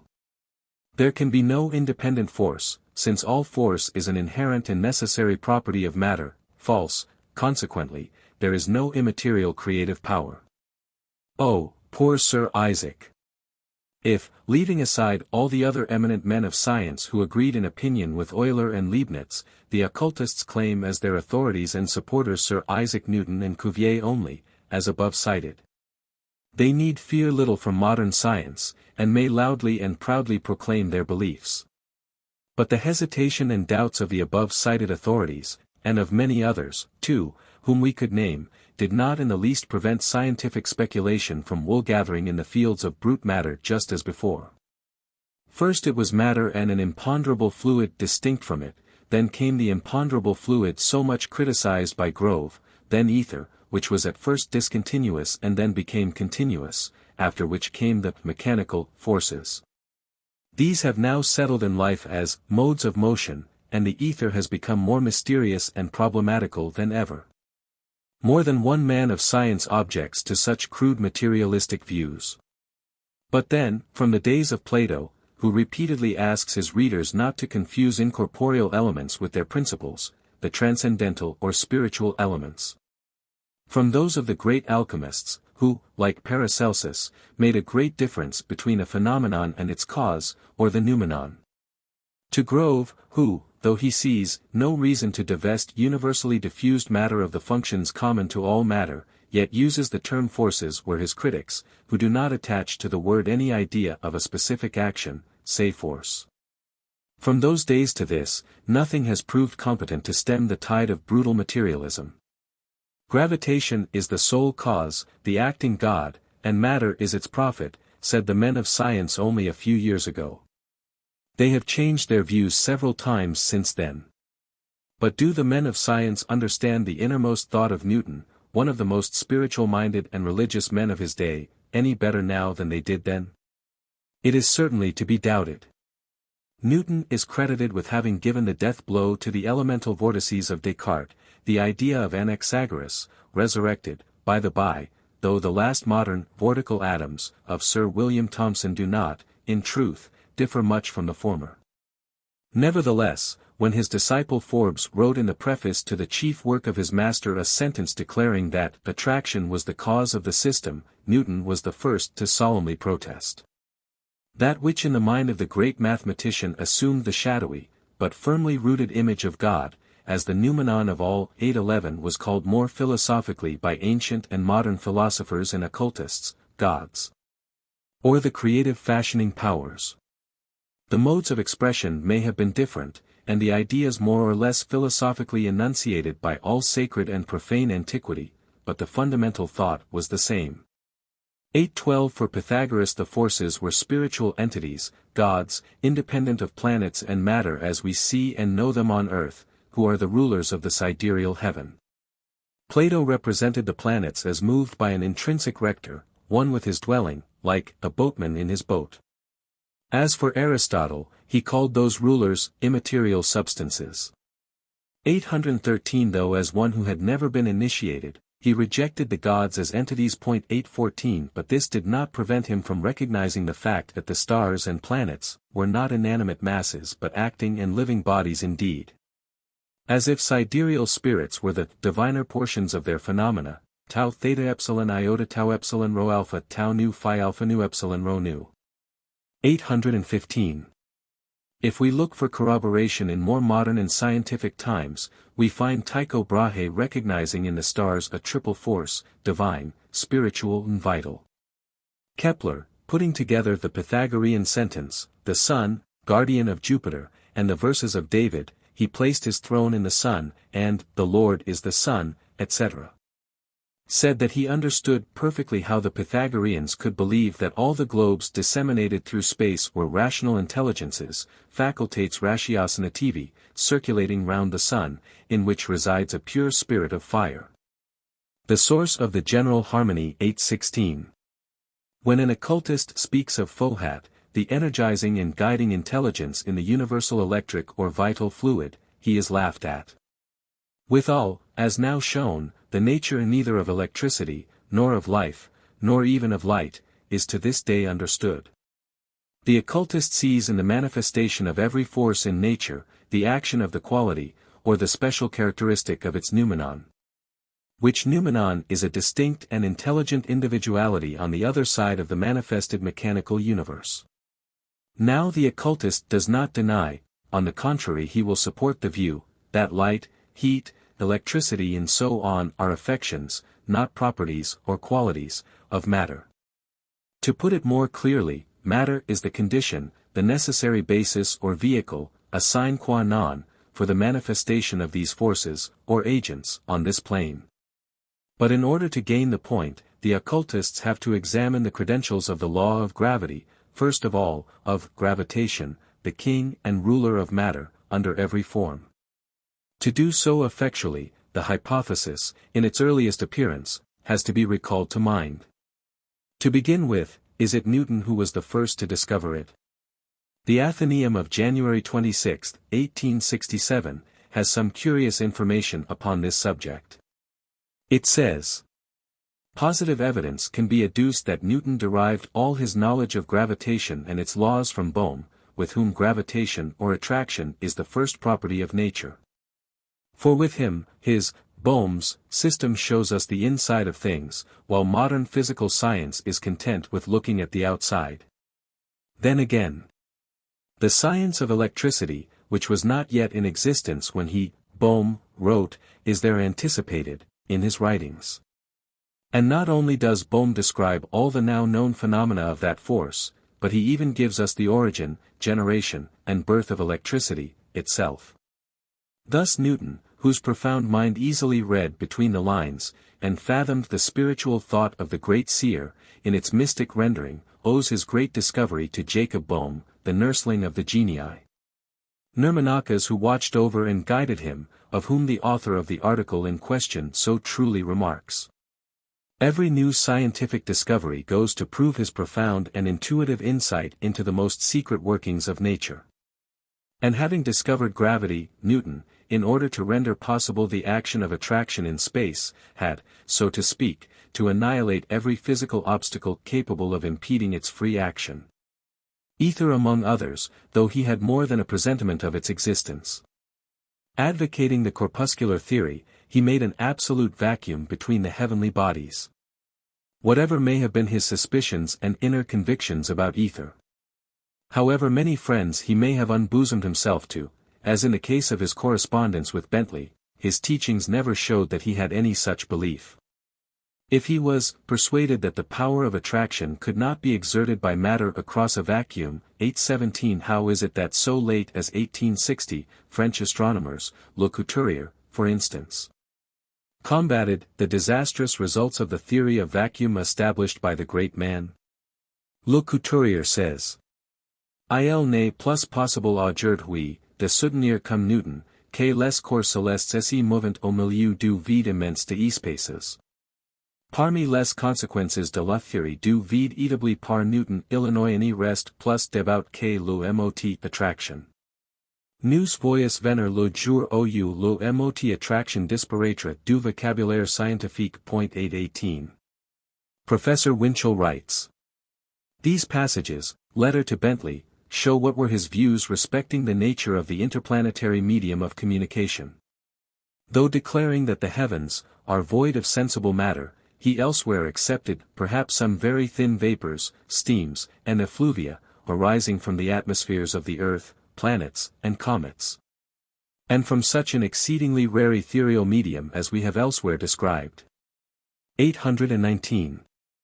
This only shows that even such great men as Newton have not always the courage of their opinions.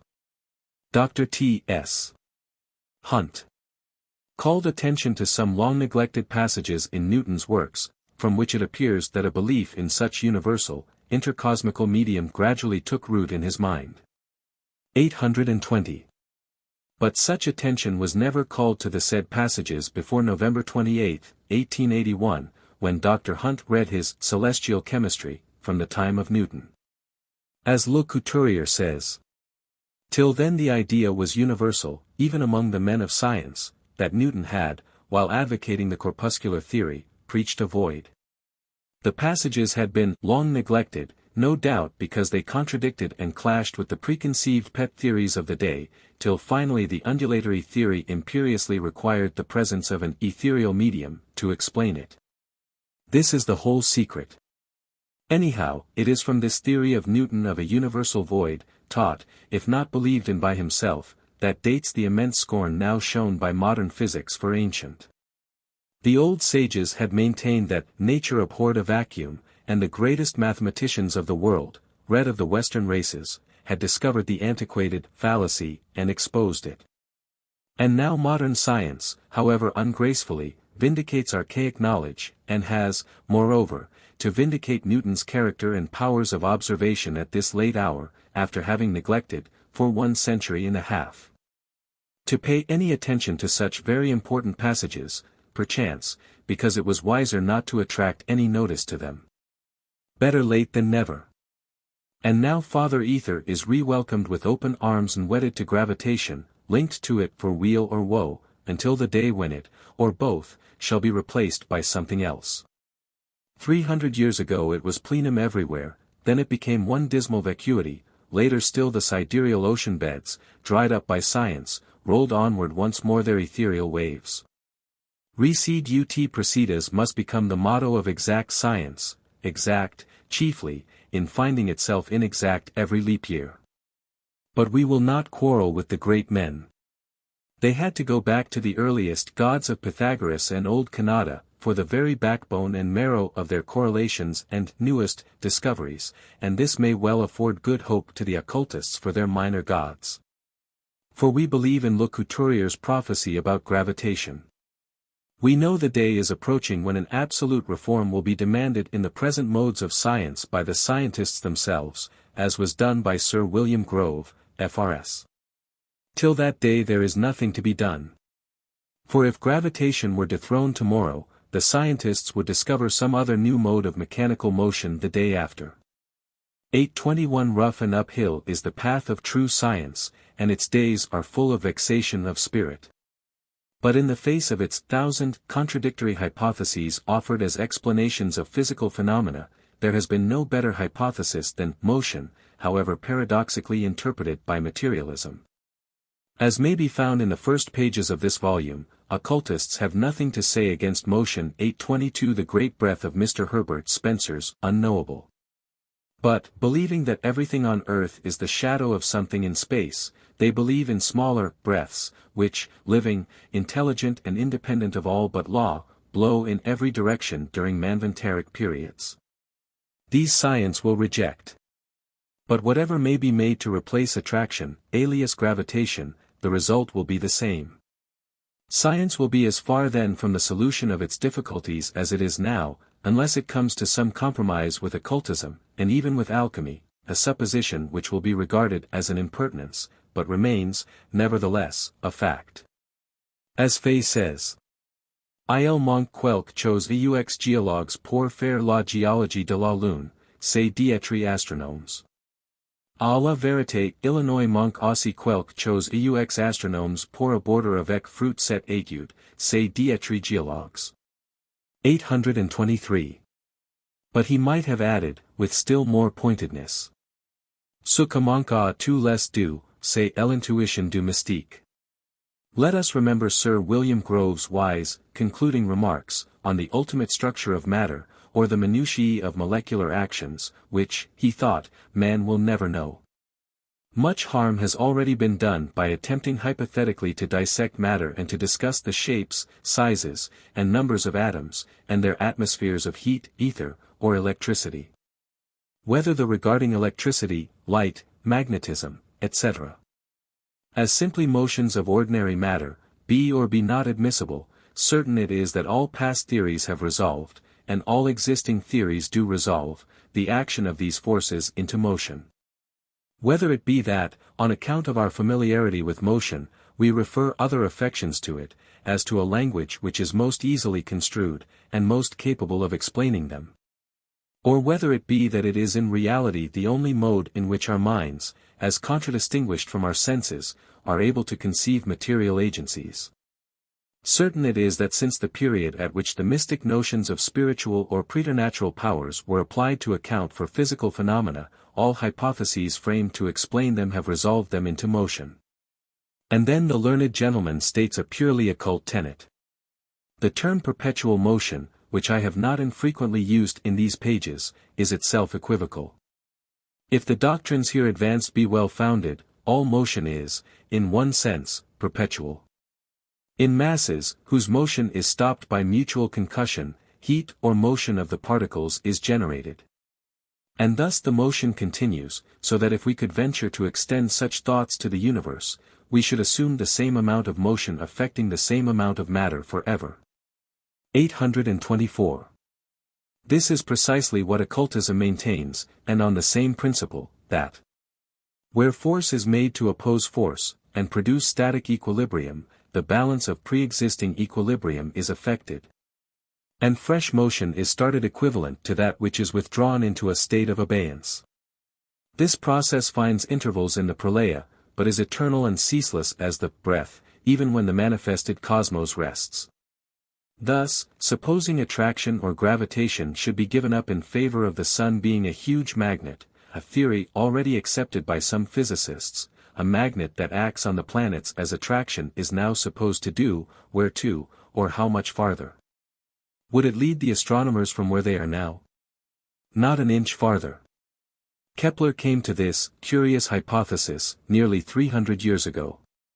He had not discovered the theory of attraction and repulsion in cosmos, for it was known from the days of Empedocles, by whom the two opposite forces were called love and hate, words implying the same idea. But Kepler gave a pretty fair description of cosmic magnetism. That such magnetism exists in nature, is as certain as that gravitation does not.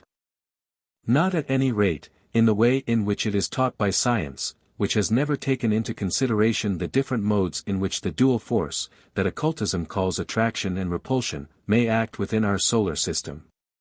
The Earth's atmosphere and beyond in the cosmos. As the great Humboldt writes, transsolar space has not hitherto shown any phenomenon analogous to our solar system. It is a peculiarity of our system, that matter should have condensed within it in nebulous rings, the nuclei of which condense into Earths and moons. I say again, heretofore, nothing of the kind has ever been observed beyond our planetary system. 825. True, that since 1860 the nebular theory has sprung up, and being better known, a few identical phenomena were supposed to be observed beyond the solar system. Yet the great man is quite right. And no earths or moons can be found, except in appearance, beyond, or of the same order of matter as found in, our system. Such is the occult teaching. This was proven by Newton himself. For there are many phenomena in our solar system, which he confessed his inability to explain by the law of gravitation. Such were the uniformity in the directions of planetary movements, the nearly circular forms of the orbits, and their remarkable conformity to one plane. 826. And if there is one single exception, then the law of gravitation has no right to be referred to as a universal law. These adjustments, we are told, Newton, in his general scholium, pronounces to be the work of an intelligent and all-powerful being. Intelligent that being may be. As to all-powerful, there would be every reason to doubt the claim. A poor God he, who would work upon minor details and leave the most important to secondary forces. The poverty of this argument and logic is surpassed only by that of Laplace, seeking very correctly to substitute motion for Newton's all-powerful being, and ignorant of the true nature of that eternal motion, saw in it a blind physical law. Might not those arrangements be an effect of the laws of motion? He asks, forgetting, as do all our modern scientists, that this law and this motion are a vicious circle, so long as the nature of both remains unexplained. His famous answer to Napoleon, Jus devenu en hypothesi inutile, could be correctly made only by one who adhered to the philosophy of the Vedantins. It becomes a pure fallacy, if we exclude the interference of operating, intelligent, powerful, never all-powerful, beings, who are called gods. But we would ask the critics of the medieval astronomers, why should Kepler be denounced as most unscientific, for offering just the same solution as did Newton, only showing himself more sincere, more consistent and even more logical? Where may be the difference between Newton's all-powerful being and Kepler's rectors, his sidereal and cosmic forces, or angels?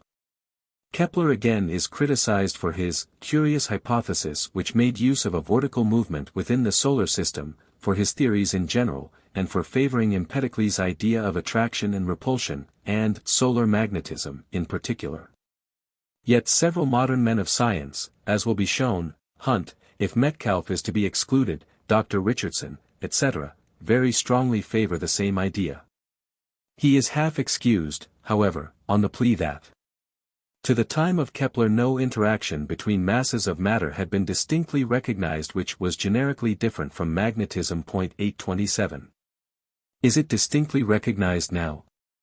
Does Professor Winchell claim for science any serious knowledge whatever of the nature of either electricity or magnetism, except that both seem to be the effects of some result arising from an undetermined cause? The ideas of Kepler, when their theological tendencies are weeded out, are purely occult. He saw that the sun is a great magnet. 828. This is what some eminent modern scientists and also the occultists believe in. 2. The solar substance is immaterial. 829. In the sense, of course, of matter existing in states unknown to science. 3. For the constant motion and restoration of the sun's energy in planetary motion, he provided the perpetual care of a spirit, or spirits. The whole of antiquity believed in this idea. The occultists do not use the word spirit, but say creative forces, which they endow with intelligence. But we may call them spirits also. We shall be taken to task for contradiction. It will be said that while we deny God, we admit souls and operative spirits, and quote from bigoted Roman Catholic writers in support of our argument. To this we reply, we deny the anthropomorphic God of the monotheists, but never the divine principle in nature. We combat Protestants and Roman Catholics on a number of dogmatic theological beliefs of human and sectarian origin. We agree with them in their belief in spirits and intelligent operative powers, though we do not worship angels, as the Roman Latinists do. This theory is tabooed a great deal more on account of the spirit that is given room in it, than of anything else. Herschel, the elder, believed in it likewise, and so do several modern scientists. Nevertheless, Professor Winchell declares that a hypothesis more fanciful, and less in accord with the requirements of physical principles, has not been offered in ancient or modern times. 830. The same was said, once upon a time, of the universal ether, and now it is not only accepted perforce, but is advocated as the only possible theory to explain certain mysteries. Grove's ideas, when he first enunciated them in London about 1840, were denounced as unscientific. Nevertheless, his views on the correlation of forces are now universally accepted. It would, very likely, require one more conversant with science than is the writer, to combat with any success some of the now prevailing ideas about gravitation and other similar solutions of cosmic mysteries. But, let us recall a few objections that came from recognized men of science, from astronomers and physicists of eminence, who rejected the theory of rotation, as well as that of gravitation. Thus one reads in the French encyclopedia that, science agrees, in the face of all its representatives, that it is impossible to explain the physical origin of the rotatory motion of the solar system. If the question is asked, what causes rotation? We are answered, it is the centrifugal force. And this force, what is it that produces it? The force of rotation, is the grave answer. 831. It will be well, perhaps, to examine both these theories as being directly or indirectly connected. Section 4. The theories of rotation in science. Considering that, final cause is pronounced a chimera, and the first great cause is remanded to the sphere of the unknown, as a reverend gentleman justly complains, the number of hypotheses put forward. A nebula of them, is most remarkable. The profane student is perplexed, and does not know in which of the theories of exact science he has to believe. We give below hypotheses enough for every taste and power of brain. They are all extracted from a number of scientific volumes. Current hypotheses explaining the origin of rotation. Rotation has originated a. By the collision of nebular masses wandering aimlessly in space, or by attraction, in cases where no actual impact takes place. b. By the tangential action of currents of nebulous matter, in the case of an amorphous nebula, descending from higher to lower levels 832, or simply by the action of the central gravity of the mass. 833. It is a fundamental principle in physics that no rotation could be generated in such a mass by the action of its own parts. As well attempt to change the course of a steamer by pulling at the deck railing, remarks on this Prof. Winchell in WorldLife. 834. Hypotheses of the origin of planets and comets. A. We owe the birth of the planets, 1, to an explosion of the Sun, a parturition of its central mass, 835, or 2, to some kind of disruption of the nebular rings. B. The comets are strangers to the planetary system, 836, the comets are undeniably generated in our solar system, 837. C. The fixed stars are motionless, says one authority. All the stars are actually in motion, answers another authority. Undoubtedly every star is in motion, 838. D. For over 350 million years, the slow and majestic movement of the Sun around its axis has never for a moment ceased, 839. E. Maedler believes that our Sun has Alcyone in the Pleiades for the center of its orbit, and consumes 180 million of years in completing a single revolution. 840. F. The Sun has existed no more than 15 million of years, and will emit heat for no longer than 10 million years more. 841. A few years ago this eminent scientist was telling the world that the time required for the Earth to cool from incipient incrustation to its present state, could not exceed 80 million years. 842. The encrusted age of the world is only 40 million, or half the duration once allowed, and the Sun's age is only 15 million, have we to understand that the Earth was at one time independent of the Sun? Since the ages of the Sun, of the planets, and of the Earth, as they are stated in the various scientific hypotheses of the astronomers and physicists, are given elsewhere below. We have said enough to show the disagreement between the ministers of modern science. Whether we accept the 15 million years of Sir William Thomson or the 1,000 millions of Mr. Huxley, for the rotational evolution of our solar system, it will always come to this: that by accepting self-generated rotation for the heavenly bodies composed of inert matter and yet moved by their own internal motion, for millions of years, this teaching of science amounts to a. An evident denial of that fundamental physical law, which states that a body in motion tends constantly to inertia, i.e., to continue in the same state of motion or rest, unless it is stimulated into further action by a superior active force. B. An original impulse, which culminates in an unalterable motion, within a resisting ether that Newton had declared incompatible with that motion. C. Universal gravity, which, we are taught, always tends to a center in rectilinear descent, alone the cause of the revolution of the whole solar system, which is performing an eternal double gyration, each body around its axis and orbit. Another occasional version is D. A magnet in the Sun, or that the said revolution is due to a magnetic force, which acts, just as gravitation does, in a straight line, and varies inversely as the square of the distance. 843. E. The whole acting under invariable and changeless laws, which are, nevertheless, often shown variable, as during some well-known freaks of planets and other bodies, as also when the comets approach or recede from the Sun. F. A motor force always proportionate to the mass it is acting upon, but independent of the specific nature of that mass, to which it is proportionate. Which amounts to saying, as Le Couturier does, that without that force independent from, and of quite another nature than, the said mass, the latter, were it as huge as Saturn, or as tiny as Ceres, would always fall with the same rapidity. 844. A mass, furthermore, which derives its weight from the body on which it weighs. Thus neither Laplace's perceptions of a solar atmospheric fluid, which would extend beyond the orbits of the planets, nor Le Couturier's electricity, nor Foucault's heat 845 nor this, nor the other, can ever help any of the numerous hypotheses about the origin and permanency of rotation to escape from this squirrel's will any more than can the theory of gravity itself. This mystery is the Procrustean bed of physical science. If matter is passive, as we are now taught, the simplest movement cannot be said to be an essential property of matter, the latter being considered simply as an inert mass. How, then, Can such a complicated movement, compound and multiple, harmonious and equilibrated, lasting in the eternities for millions and millions of years, be attributed simply to its own inherent force, unless the latter is an intelligence?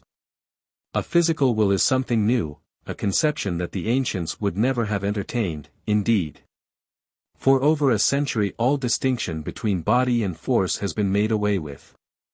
Force is but the property of a body in motion, say the physicists. Life, the property of our animal organs, is but the result of their molecular arrangement, answer the physiologists. As Litra teaches, in the bosom of that aggregate which is named planet, are developed all the forces immanent in matter, i.e., that matter possesses in itself and through itself the forces that are proper to it, and which are primary, not secondary. Such forces are the property of weight, the property of electricity, of terrestrial magnetism, the property of life. Every planet can develop life. As Earth, for instance, which had not always mankind on it, and now bears, produit, men. 846. An astronomer says, we talk of the weight of the heavenly bodies, but since it is recognized that weight decreases in proportion to the distance from the center, it becomes evident that, at a certain distance, that weight must be forcibly reduced to zero. Were there any attraction there would be equilibrium. And since the modern school recognizes neither a beneath nor an above in universal space, it is not clear what should cause the earth to fall, were there even no gravitation, nor attraction. 847. Methinks the Count de Maester was right in solving the question in his own theological way. He cuts the Gordian knot by saying, the planets rotate because they are made to rotate. And the modern physical system of the universe is a physical impossibility. 848. For did not Herschel say the same thing when he remarked that there is a will needed to impart a circular motion, and another will to restrain it? 849. This shows and explains how a retarded planet is cunning enough to calculate its time so well as to hit off its arrival at the fixed minute. For, if science sometimes succeeds, with great ingenuity, in explaining some of such stoppages, retrograde motions, angles outside the orbits, etc., by appearances resulting from the inequality of their progress and ours in the course of our mutual and respective orbits, we still know that there are others, and very real and considerable deviations, according to Herschel, which cannot be explained except by the mutual and irregular action of those planets and by the perturbing influence of the sun. We understand, however, that there are, besides those little and accidental perturbations, continuous perturbations called secular, because of the extreme slowness with which the irregularity increases and affects the relations of the elliptic movement, and that these perturbations can be corrected. From Newton, who found that this world needed repairing very often, down to Raynaud, all say the same. In his Coeleti Terra, the latter says, the orbits described by the planets are far from immutable, and are, on the contrary, subject to a perpetual mutation in their position and form. 850. Proving gravitation and the peripatetic laws to be as negligent as they are quick to repair their mistakes. The charge as it stands seems to be that these orbits are alternately widening and narrowing, their great axis lengthens and diminishes, or oscillates at the same time from right to left around the sun, the plane itself, in which they are situated, raising and lowering itself periodically while pivoting around itself with a kind of tremor. To this, de Mireville, who believes in intelligent workmen invisibly ruling the solar system, as we do, observes very wittily. Voilà, certes, a voyage which has little in it of mechanical precision. At the utmost, one could compare it to a steamer, pulled to and fro and tossed on the waves, retarded or accelerated, all and each of which impediments might put off its arrival indefinitely. Were there not the intelligence of a pilot and engineers to catch up the time lost, and to repair the damages? 851. The law of gravity, however, seems to be becoming an obsolete law in starry heaven. At any rate those long-haired sidereal radicals, called comets, appear to be very poor respecters of the majesty of that law, and to beard it quite impudently. Nevertheless, and though presenting in nearly every respect phenomena not yet fully understood, comets and meteors are credited by the believers in modern science with obeying the same laws and consisting of the same matter, as the suns, stars and nebulae, and even the earth and its inhabitants. 852. This is what one might call taking things on trust, even to blind faith.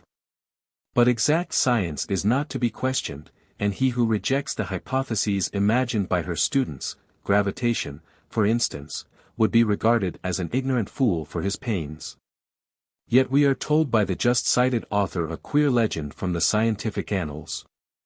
The comet of 1811 had a tail 120 millions of miles in length and 25 millions of miles in diameter at the widest part, while the diameter of the nucleus was about 127,000 miles, more than 10 times that of the Earth. He tells us that, in order that bodies of this magnitude, passing near the Earth, should not affect its motion or change the length of the year by even a single second, their actual substance must be inconceivably rare. It must be so indeed, yet. The extreme tenuity of a comet's mass is also proved by the phenomenon of the tail, which, as the comet approaches the Sun, is thrown out sometimes to a length of 90 millions of miles in a few hours. And what is remarkable, this tail is thrown out against the force of gravity by some repulsive force, probably electrical, so that it always points away from the Sun.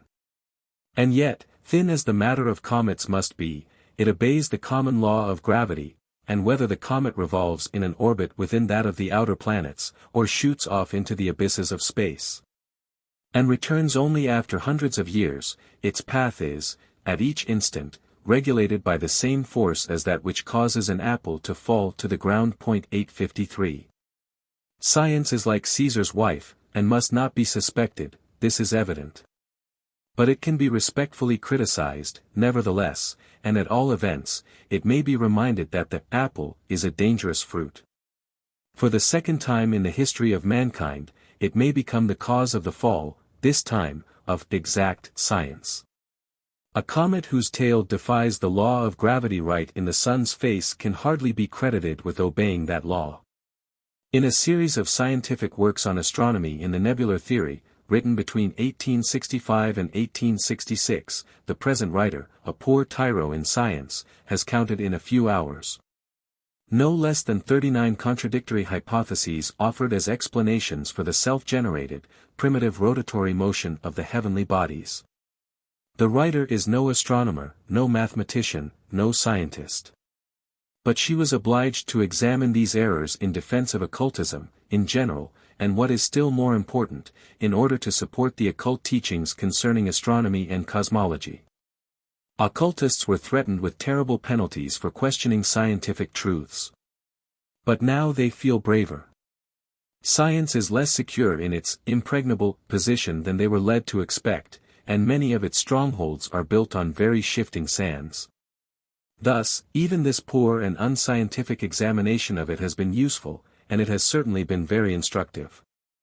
We have learned a good many things, in fact, having especially studied with particular care those astronomical data, that would be the most likely to clash with our heterodox and superstitious beliefs. Thus, for instance, we have found there, concerning gravitation, the axial and orbital motions, that synchronous movement having been once overcome, in the early stage, this was enough to originate a rotatory motion till the end of manvantara. We have also come to know, in all the aforesaid combinations of possibilities with regard to incipient rotation, most complicated in every case, some of the causes to which it may have been due, as well as some others to which it ought and should have been due, but, in some way or other, was not. Among other things, we are informed that incipient rotation may be provoked with equal ease in a mass in igneous fusion, and in one that is characterized by glacial opacity. 854 That gravitation is a law which nothing can overcome, but which is, nevertheless, overcome, in and out of season, by the most ordinary celestial or terrestrial bodies, the tails of impudent comets, for instance. That we owe the universe to the holy creative trinity, called inert matter, senseless force and blind chance. Of the real essence and nature of any of these three, science knows nothing, but this is a trifling detail. Ergo, we are told that, when a mass of cosmic or nebular matter, whose nature is entirely unknown, and which may be in a state of fusion, Laplace, or dark and cold, Thomson. For, this intervention of heat is itself a pure hypothesis. Faye decides to exhibit its mechanical energy under the form of rotation. It acts in this wise. The mass, either bursts into spontaneous conflagration, or it remains inert, tenebrous, and frigid, both states being equally capable of sending it, without any adequate cause, spinning through space for millions of years. Its movements may be retrograde, or they may be direct, about 100 various reasons being offered for both motions, in about as many hypotheses. Anyhow, it joins the maze of stars, whose origin belongs to the same miraculous and spontaneous order. 4. The nebular theory does not profess to discover the origin of things, but only a stadium in material history. 855. Those millions of suns, planets, and satellites, composed of inert matter, will whirl on in most impressive and majestic symmetry round the firmament, moved and guided only, notwithstanding their inertia, by their own internal motion. Shall we wonder, after this, if learned mystics, pious Roman Catholics, and even such learned astronomers as were Chaubard and Godefroy, 856 have preferred the Kabbalah and the ancient systems to the modern dreary and contradictory exposition of the universe?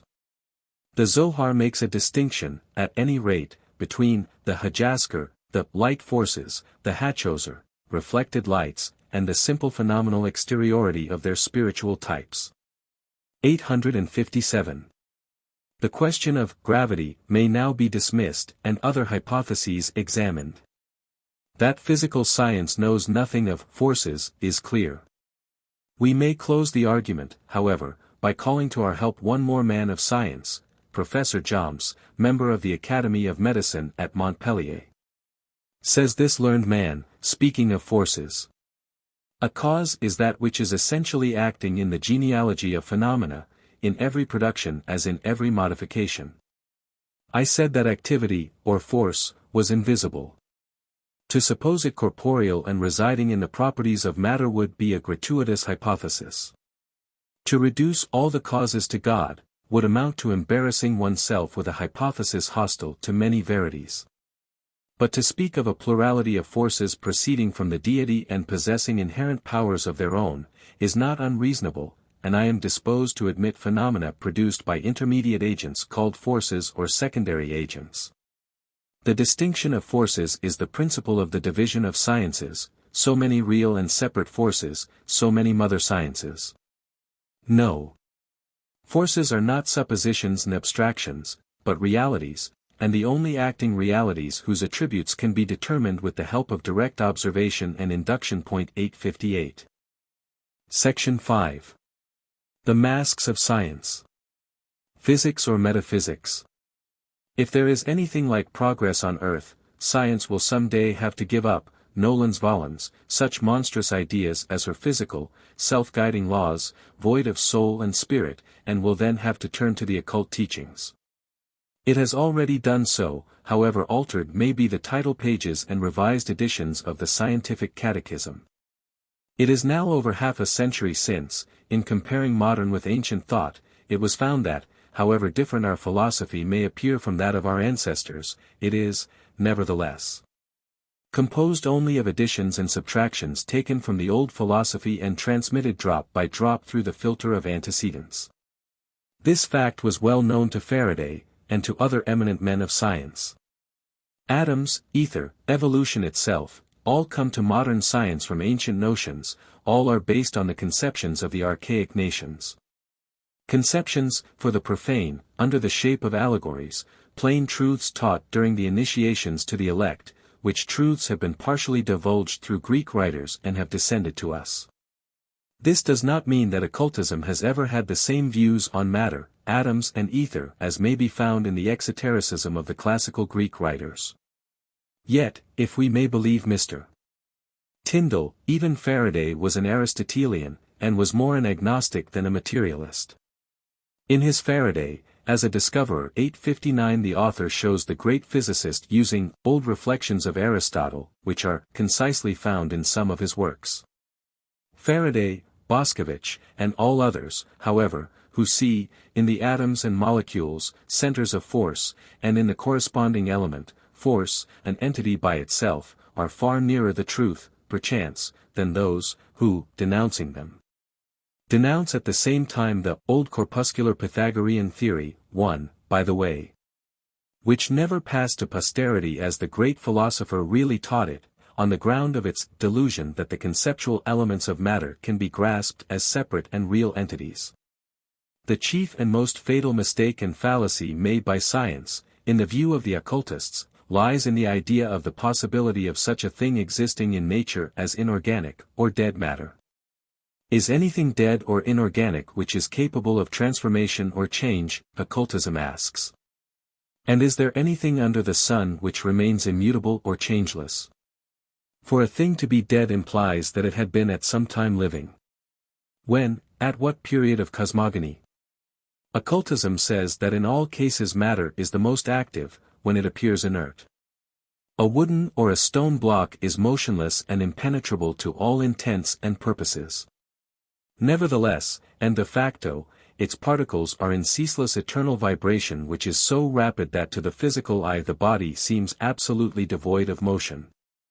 And the spatial distance between those particles in their vibratory motion is, considered from another plane of being and perception, as great as that which separates snow flakes or drops of rain. But to physical science this will be an absurdity. This fallacy is nowhere better illustrated than in the scientific work of a German savant, Professor Philipp Spiller. In this cosmological treatise, the author attempts to prove that no material constituent of a body, no atom, is in itself originally endowed with force, but that every such atom is absolutely dead, and without any inherent power to act at a distance. 860. This statement, however, does not prevent Spiller from enunciating an occult doctrine and principle. He asserts the independent substantiality of force, and shows it as an incorporeal stuff, unkorporlicher Stoff, or substance.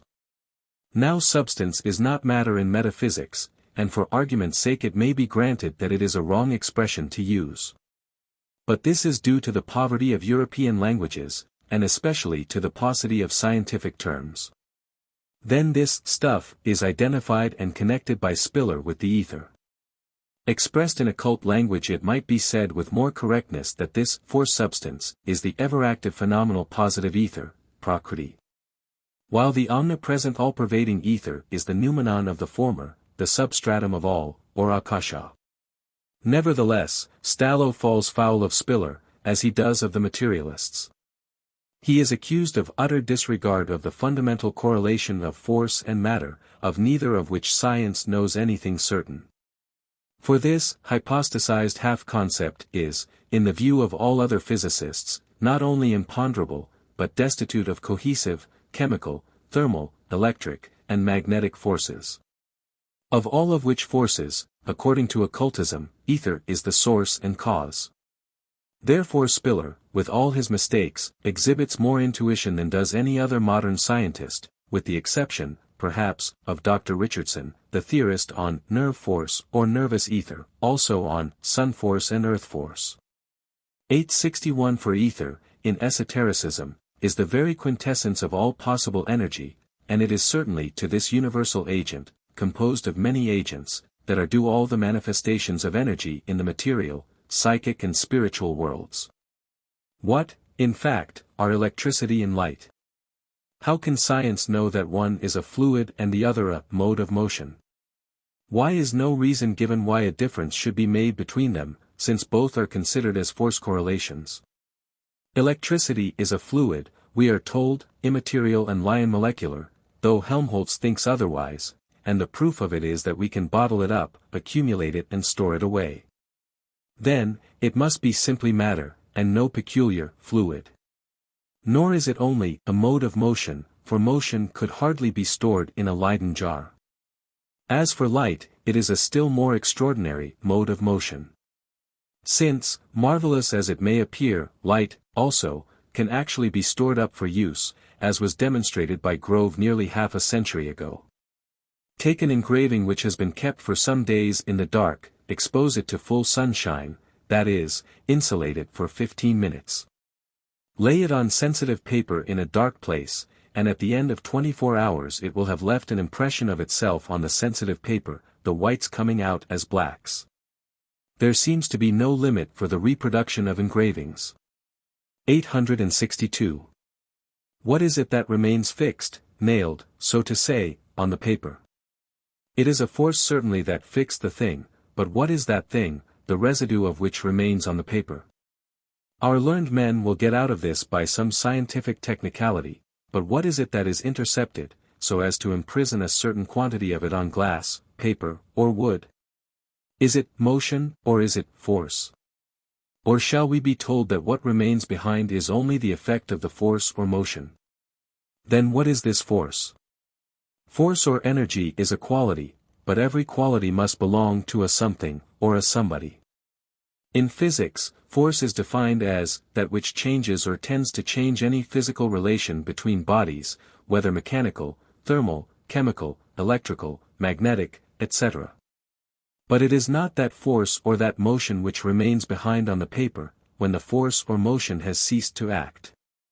And yet something, which our physical senses cannot perceive, has been left there, to become a cause in its turn and to produce effects. What is it? It is not matter, as defined by science, i.e., matter in any of its known states. An alchemist would say it was a spiritual secretion, and he would be laughed at. But yet, when the physicists said that electricity, stored up, is a fluid, or that light fixed on paper is still sunlight, that was science. The newest authorities have, indeed, rejected these explanations as exploded theories, and have now deified motion as their sole idol. But, surely, they and their idol will one day share the fate of their predecessors. An experienced occultist, one who has verified the whole series of nidanas, of causes and effects, that finally project their last effect onto this our plane of manifestations, one who has traced matter back to its noumenon, holds the opinion that the explanation of the physicist is like calling anger, or its effects, the exclamation provoked by it, a secretion or a fluid, and man, the cause of it, its material conductor. But, as Grove prophetically remarked, the day is fast approaching when it will be confessed that the forces we know are but the phenomenal manifestations of realities we know nothing about, but which were known to the ancients, and by them worshipped. He made one still more suggestive remark which ought to have become the motto of science, but has not. Sir William Grove said that, science should have neither desires nor prejudices. Truth should be her sole aim. Meanwhile, in our days, scientists are more self-opinionated and bigoted than even the clergy. For they minister to, if they do not actually worship, force matter, which is their unknown God. And how unknown it is, may be inferred from the many confessions of the most eminent physicists and biologists, with Faraday at their head. Not only, he said, could he never presume to pronounce whether force was a property or function of matter, but he actually did not know what was meant by the word matter. There was a time, he added, when he believed he knew something of matter. But the more he lived, and the more carefully he studied it, the more he became convinced of his utter ignorance of the nature of matter. 863. This ominous confession was made, we believe, at a scientific congress at Swansea. Faraday held a similar opinion, however, as stated by Tyndall. What do we know of the atom apart from its force? You imagine a nucleus which may be called A and surrounded by forces which may be called M. To my mind the or nucleus vanishes and the substance consists of the powers M. And, indeed, what notion can we form of the nucleus independent of its powers? What thought remains on which to hang the imagination of an independent of the acknowledged forces? The occultists are often misunderstood because, for lack of better terms, they apply to the essence of force, under certain aspects, the descriptive epithet of substance. Now the names for the varieties of substance on different planes of perception and being are legion. Eastern occultism has a special appellation for each kind. But science, like England, in the recollection of a witty Frenchman, blessed with 36 religions and only one fish sauce, has but one name for all, namely, substance. Moreover, neither the orthodox physicists nor their critics seem to be very certain of their premises, and are as apt to confuse the effects as they are the causes. It is incorrect, for instance, to say, as Stallo does, that matter can no more be realized or conceived as mere positive spatial presence than as a concretion of forces, or that force is nothing without mass. And mass is nothing without force, for one is the noumenon and the other the phenomenon. Again, Schelling, when saying that it is a mere delusion of the fantasy that something, we know not what, remains after we have denuded an object of all the predicates belonging to it. 864. Could never have applied the remark to the realm of transcendental metaphysics. It is true that pure force is nothing in the world of physics, it is all in the domain of spirit. Says Stallo. If we reduce the mass upon which a given force, however small, acts to its limit zero, or, mathematically expressed, until it becomes infinitely small, the consequence is that the velocity of the resulting motion is infinitely great. And that the thing is at any given moment neither here nor there, but everywhere, that there is no real presence, it is impossible, therefore, to construct matter by a synthesis of forces. 865. This may be true in the phenomenal world, inasmuch as the elusive reflection of the one reality of the supersensual world may appear true to the dwarfed conceptions of a materialist. It is absolutely incorrect, and the argument is applied to things in what the Kabbalists call the supermundane spheres. Inertia, so-called, is force, according to Newton 866, and for the student of esoteric sciences the greatest of the occult forces. A body can only conceptually, only on this plane of illusion, be considered divorced from its relations with other bodies, which, according to the physical and mechanical sciences, give rise to its attributes. In fact, it can never be so detached. Death itself being unable to detach it from its relation with the universal forces, of which the one force, or life, is the synthesis, the interrelation simply continues on another plane. But what, if Stallo is right, can Dr.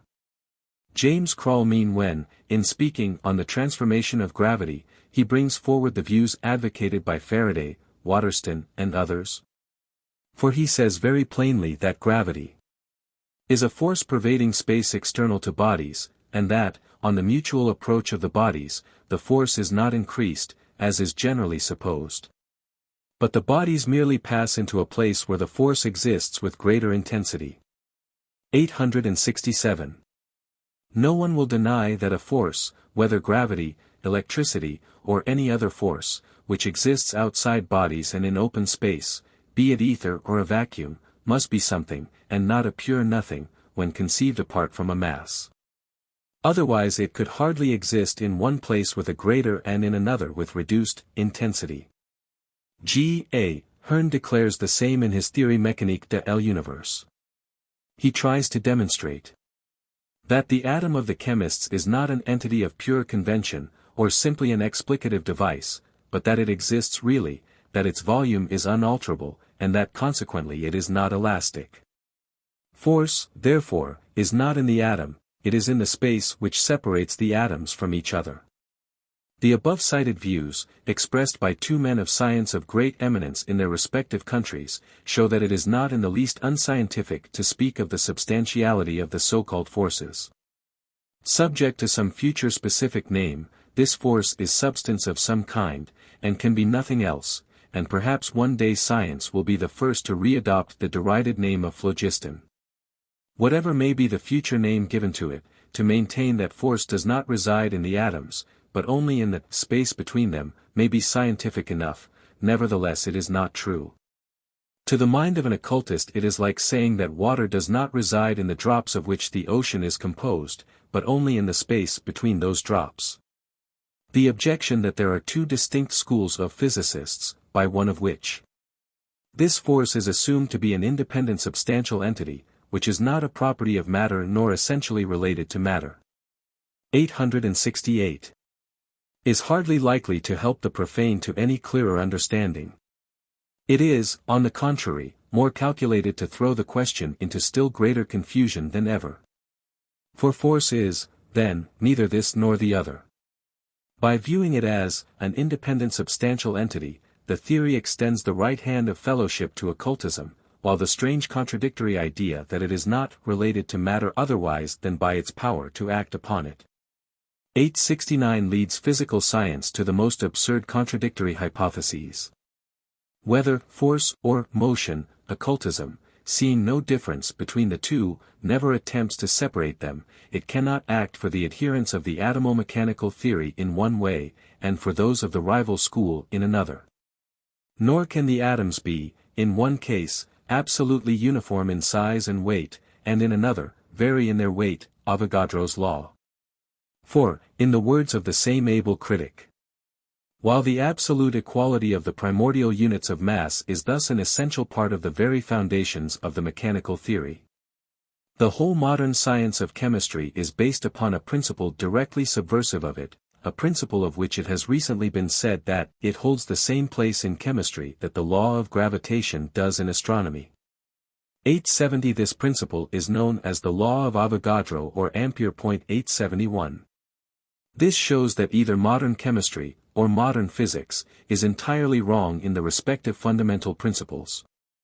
For if the assumption of atoms of different specific gravities is deemed absurd, on the basis of the atomic theory in physics, and if chemistry, nevertheless, on this very assumption, meets with unfailing experimental verification, in the formation and transformation of chemical compounds, then it becomes apparent that it is the atomo-mechanical theory which is untenable. The explanation of the latter, that the differences of weight are only differences of density, and differences of density are differences of distance between the particles contained in a given space, is not really valid, because before a physicist can argue in his defense that, as in the atom there is no multiplicity of particles and no void space, hence differences of density or weight are impossible in the case of atoms, he must first know what an atom is, in reality. And that is just what he cannot know. He must bring it under the observation of at least one of his physical senses, and that he cannot do, for the simple reason that no one has ever seen, smelt, heard, touched or tasted an atom. The atom belongs wholly to the domain of metaphysics. It is an entified abstraction, at any rate for physical science, and has not to do with physics, strictly speaking, as it can never be brought to the test of retort or balance. The mechanical conception, therefore, becomes a jumble of the most conflicting theories and dilemmas, in the minds of the many scientists who disagree on this, as on other subjects. And its evolution is beheld with the greatest bewilderment by the Eastern occultist, who follows this scientific strife. To conclude, on the question of gravity. How can science presume to know anything certain of it? How can it maintain its position and its hypotheses against those of the occultists, who see in gravity only sympathy and antipathy, or attraction and repulsion, caused by physical polarity on our terrestrial plane, and by spiritual causes outside its influence? How can they disagree with the occultists before they agree among themselves? Indeed, one hears of the conservation of energy, and in the same breath of the perfect hardness and inelasticity of the atoms, of the kinetic theory of gases being identical with potential energy, so called, and, at the same time, of the elementary units of mass being absolutely hard and inelastic. An occultist opens a scientific work and reads as follows. Physical atomism derives all the qualitative properties of matter from the forms of atomic motion. The atoms themselves remain as elements utterly devoid of quality. 872. And further, chemistry in its ultimate form must be atomic mechanics. 873. And a moment after he is told that gases consist of atoms which behave like solid, perfectly elastic spheres. 874. Finally, to crown all, Sir W. Thomson is found declaring that we are forbidden by the modern theory of the conservation of energy to assume inelasticity, or anything short of perfect elasticity of the ultimate molecules, whether of ultramundane or mundane matter. 875. But what do the men of true science say to all this? By the men of true science, we mean those who care too much for truth and too little for personal vanity to dogmatize on anything, as do the majority. There are several among them, perhaps more than dare openly publish their secret conclusions, for fear of the cry, "Stone him to death." Men, whose intuitions have made them span the abyss that lies between the terrestrial aspect of matter, and the, to us, on our plane of illusion, subjective, i.e., transcendentally objective substance, and have led them to proclaim the existence of the latter. Matter, to the occultist, it must be remembered, is that totality of existences in the cosmos, which falls within any of the planes of possible perception. We are but too well aware that the orthodox theories of sound, heat and light, are against the occult doctrines. But it is not enough for the men of science, or their defenders, to say that they do not deny dynamic power to light and heat, and to urge, as a proof, the fact that Mr. Crookes' radiometer has unsettled no views. If they would fathom the ultimate nature of these forces, they have first to admit their substantial nature, however supersensuous that nature may be. Neither do the occultists deny the correctness of the vibratory theory. 876 only they limit its functions to our earth, declaring its inadequacy on other planes than ours, since masters in the occult sciences perceive the causes that produce ethereal vibrations. Were all these only the fictions of the alchemists, or dreams of the mystics, such men as Paracelsus, Philalethes, Van Helmont, and so many others, would have to be regarded as worse than visionaries. They would become impostors and deliberate mystificators. The occultists are taken to task for calling the cause of light, heat, sound, cohesion, magnetism, etc., etc., a substance. 877 Mr. Clerk Maxwell has stated that the pressure of strong sunlight on a square mile is about 3¼ pounds. It is, they are told, the energy of the myriad ether waves. And when they call it a substance impinging on that area, their explanation is proclaimed unscientific. There is no justification for such an accusation. In no way, as already more than once stated, do the occultists dispute the explanations of science, as affording a solution of the immediate objective agencies at work. Science only errs in believing that, because it has detected in vibratory waves the proximate cause of these phenomena, it has, therefore, revealed all that lies beyond the threshold of sense. It merely traces the sequence of phenomena on a plane of effects, illusory projections from the region that occultism has long since penetrated. And the latter maintains that those etheric tremors are not set up, as asserted by science, by the vibrations of the molecules of known bodies, the matter of our terrestrial objective consciousness. But that we must seek for the ultimate causes of light, heat, etc. In matter existing in supersensuous states, however, as fully objective to the spiritual eye of man, as a horse or a tree is to the ordinary mortal. Light and heat are the ghost or shadow of matter in motion. Such states can be perceived by the seer or the adept during the hours of trance, under the Sushumna ray, the first of the 7 mystic rays of the sun. 878. Thus, we put forward the occult teaching which maintains the reality of a supersubstantial and supersensible essence of that akasha, not ether. Which is only an aspect of the latter, the nature of which cannot be inferred from its remoter manifestations, its merely phenomenal phalanx of effects, on this terrene plane. Science, on the contrary, informs us that heat can never be regarded as matter in any conceivable state. To cite a most impartial critic, one whose authority no one can call in question, as a reminder to Western dogmatists, that the question cannot be in any way considered as settled. There is no fundamental difference between light and heat. Each is merely a metamorphosis of the other.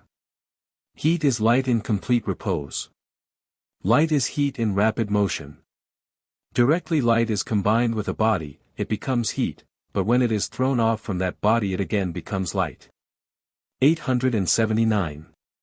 Whether this is true or false we cannot tell, and many years, perhaps many generations, will have to elapse before we shall be able to tell. 880 We are also told that the 2 great obstacles to the fluid theory of heat undoubtedly are 1. The production of heat by friction, excitation of molecular motion.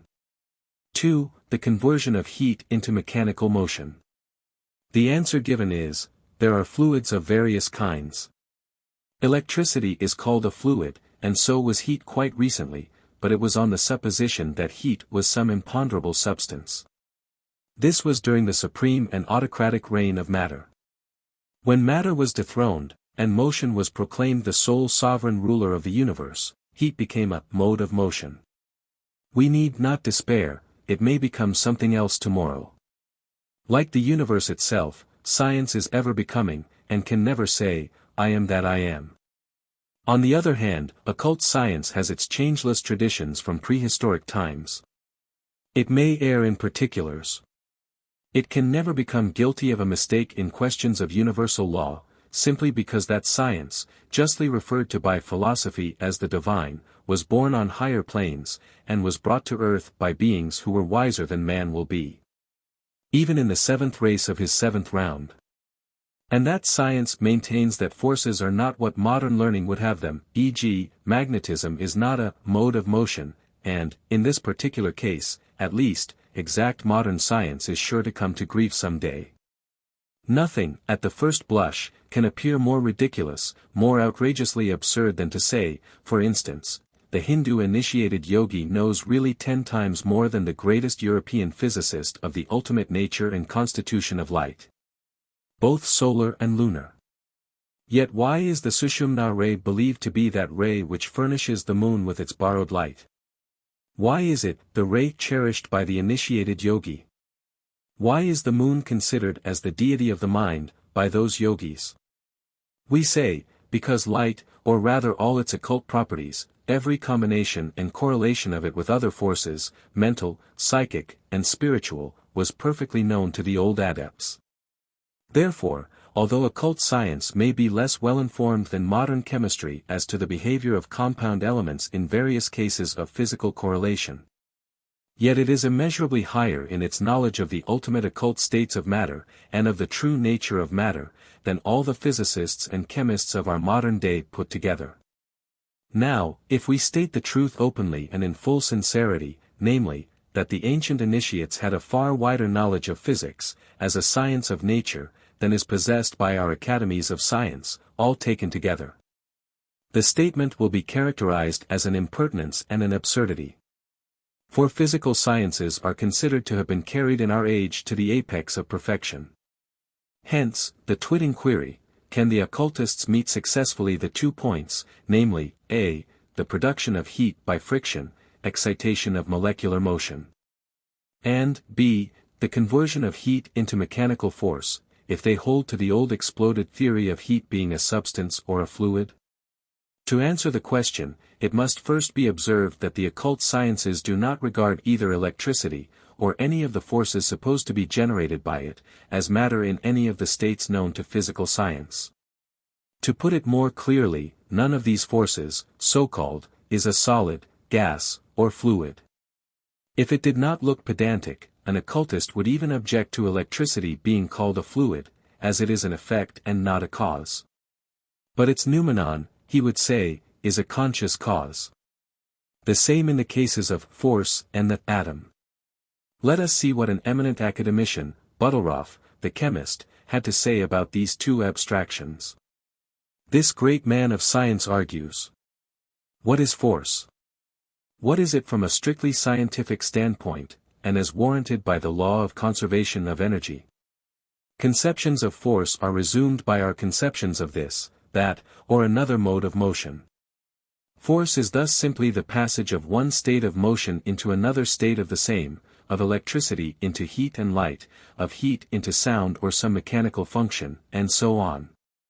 881 The first time electric fluid was produced by man on earth it must have been by friction.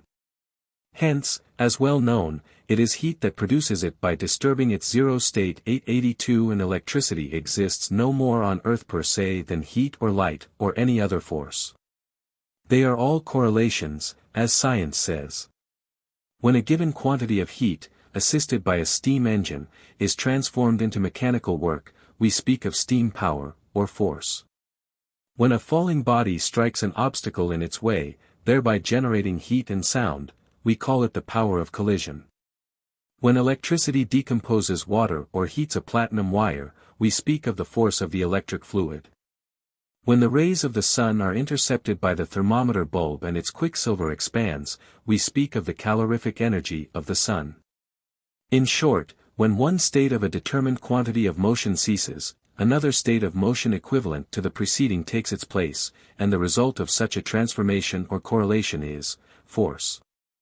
In all cases where such a transformation, or the passage of one state of motion into another, is entirely absent, there no force is possible. Let us admit for a moment an absolutely homogeneous state of the universe, and our conception of force falls down to naught. Therefore it becomes evident that the force, which materialism considers as the cause of the diversity that surrounds us, is in sober reality only an effect, a result of that diversity. From such point of view force is not the cause of motion, but a result, while the cause of that force, or forces, is not the substance or matter, but motion itself. Matter thus must be laid aside, and with it the basic principle of materialism, which has become unnecessary, as force brought down to a state of motion can give no idea of the substance. If force is the result of motion, then it becomes incomprehensible why that motion should become witness to matter and not to spirit or a spiritual essence. True, our reason cannot conceive of a motion minus something moving, and our reason is right, but the nature or esse of that something moving remains to science entirely unknown. And the spiritualist, in such case, has as much right to attribute it to a spirit, as a materialist to creative and all-potential matter. A materialist has no special privileges in this instance, nor can he claim any. The law of the conservation of energy, as thus seen, is shown to be illegitimate in its pretensions and claims in this case. The great dogma, no force without matter and no matter without force, falls to the ground, and loses entirely the solemn significance with which materialism has tried to invest it. The conception of force still gives no idea of matter, and compels us in no way to see in it the origin of all origins. 883. We are assured that modern science is not materialistic. And our own conviction tells us that it cannot be so, when its learning is real. There is good reason for this, well defined by some physicists and chemists themselves. Natural sciences cannot go hand in hand with materialism. To be at the height of their calling, men of science have to reject the very possibility of materialistic doctrines having aught to do with the atomic theory. And we find that Lang, Buttelroth, Dubois-Raymond, the last probably unconsciously, and several others, have proved it. And this is, furthermore, demonstrated by the fact, that Kanada in India, and Leucippus and Democritus in Greece, and after them Epicurus, the earliest atomists in Europe, while propagating their doctrine of definite proportions, believed in gods or supersensuous entities, at the same time. Their ideas upon matter thus differed from those now prevalent. We must be allowed to make our statement clearer by a short synopsis of the ancient and modern views of philosophy upon atoms, and thus prove that the atomic theory kills materialism. From the standpoint of materialism, which reduces the beginnings of all to matter, the universe consists, in its fullness, of atoms and vacuity. Even leaving aside the axiom taught by the ancients, and now absolutely demonstrated by telescope and microscope, that nature abhors a vacuum, what is an atom? Professor Buttelroth writes, "It is, we are answered by science, the limited division of substance, the indivisible particle of matter. To admit the divisibility of the atom, amounts to an admission of an infinite divisibility of substance, which is equivalent to reducing substance to nihil, or nothingness. Owing to a feeling of self-preservation alone, materialism cannot admit infinite divisibility, otherwise, it would have to bid farewell forever to its basic principle and thus sign its own death warrant." 884. Buchner, for instance, like a true dogmatist in materialism declares that to accept infinite divisibility is absurd, and amounts to doubting the very existence of matter. The atom is indivisible then, saith materialism? Very well. Buttelroth answers. See now what a curious contradiction this fundamental principle of the materialists is leading them into. The atom is indivisible, and at the same time we know it to be elastic. An attempt to deprive it of elasticity is unthinkable, it would amount to an absurdity. Absolutely non-elastic atoms could never exhibit a single one of those numerous phenomena that are attributed to their correlations. Without any elasticity, the atoms could not manifest their energy, and the substance of the materialists would remain weeded of every force. Therefore, if the universe is composed of atoms, then those atoms must be elastic. It is here that we meet with an insuperable obstacle. For, what are the conditions requisite for the manifestation of elasticity? An elastic ball, when striking against an obstacle, is flattened and contracts, which it would be impossible for it to do, were not that ball to consist of particles, the relative position of which experiences at the time of the blow a temporary change. This may be said of elasticity in general. No elasticity is possible without change with respect to the position of the compound particles of an elastic body. This means that the elastic body is changeful and consists of particles, or, in other words, that elasticity can pertain only to those bodies that are divisible. And the atom is elastic. 885. This is sufficient to show how absurd are the simultaneous admissions of the non-divisibility and of the elasticity of the atom. The atom is elastic, ergo, the atom is divisible, and must consist of particles, or of subatoms. And these subatoms? They are either non-elastic, and in such case they represent no dynamic importance, or, they are elastic also, and in that case, they, too, are subject to divisibility. And thus ad infinitum. But infinite divisibility of atoms resolves matter into simple centers of force, i.e., precludes the possibility of conceiving matter as an objective substance. This vicious circle is fatal to materialism. It finds itself caught in its own nets, and no issue out of the dilemma is possible for it. If it says that the atom is indivisible, then it will have mechanics asking it the awkward question. How does the universe move in this case, and how do its forces correlate?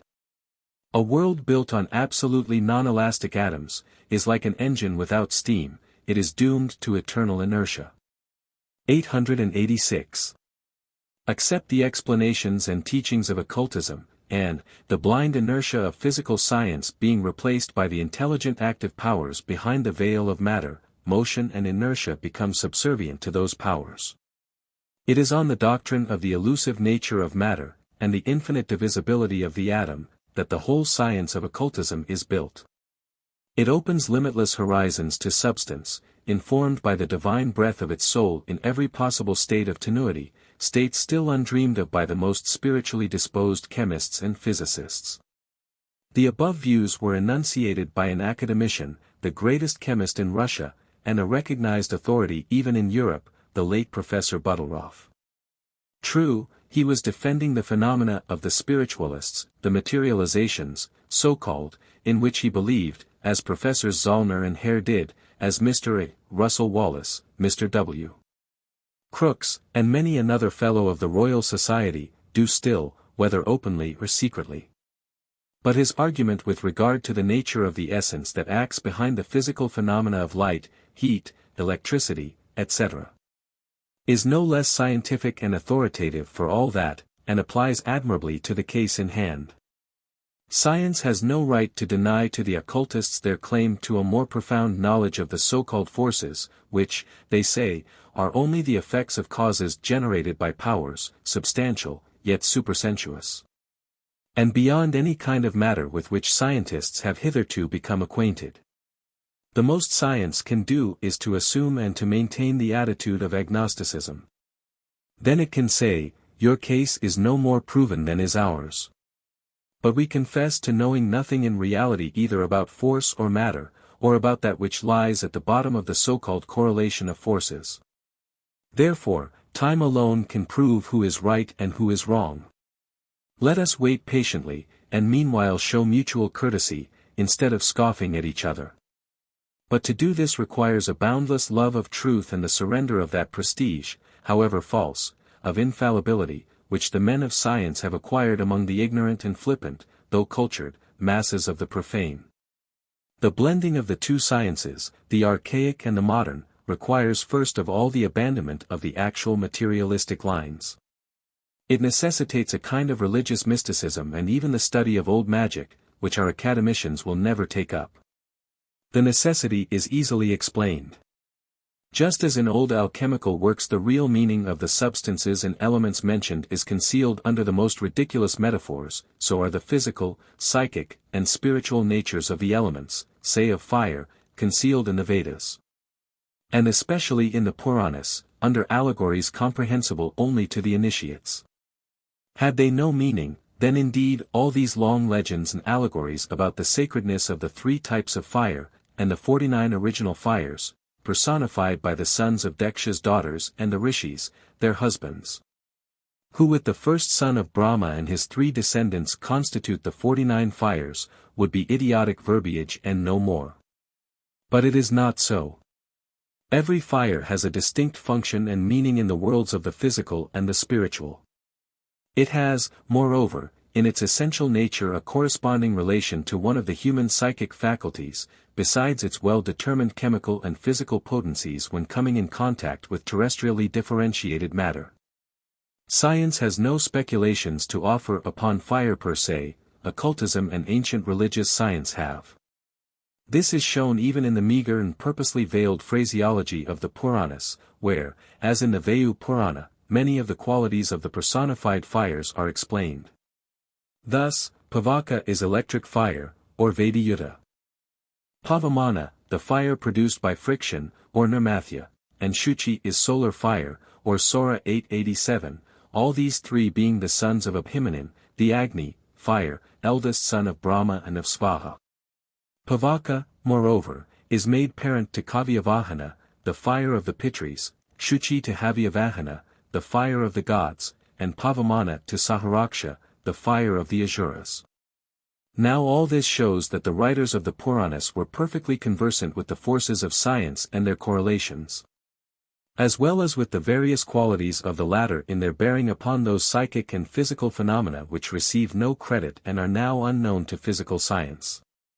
Very naturally, when an Orientalist, especially one with materialistic tendencies, reads that these are only appellations of fire employed in the invocations and rituals, he calls this tantrika superstition and mystification. And he becomes more careful to avoid errors in spelling than to give attention to the secret meaning attached to the personifications, or to seek their explanation in the physical correlations of forces, so far as these are known. So little credit, indeed, is given to the ancient Aryans for knowledge, that even such glaring passages as that in Vishnu Purana, are left without any notice. Nevertheless, what can this sentence mean? Then ether, air, light, water, and earth, severally united with the properties of sound and the rest, existed as distinguishable according to their qualities. But, possessing many and various energies and being unconnected, they could not, without combination, create living beings, not having blended with each other. Having combined therefore with one another, they assumed through their mutual association, the character of one mass of entire unity, and, from the direction of spirit, etc. 888. This means, of course, that the writers were perfectly acquainted with correlation, and were well posted about the origin of cosmos from the indiscrete principle, avyakta-nigrahina, as applied to Parabrahman and Mula Prakriti conjointly. And not to avyakta either first cause, or matter, as Wilson gives it. The old initiates knew of no miraculous creation, but taught the evolution of atoms, on our physical plane, and their first differentiation from Leia into protyle, as Mr. Crookes has suggestively named matter, or primordial substance, beyond the zero line, there where we place Mula Prakriti, the root principle of the world stuff and of all in the world. This can be easily demonstrated. Take, for instance, the newly published Catechism of the Vishishtadvaita Vedantins, an orthodox and exoteric system, yet fully enunciated and taught in the XIIth century 889 at a time when European science still believed in the squareness and flatness of the earth of Cosmos Indicoplousts of the VIIIth century.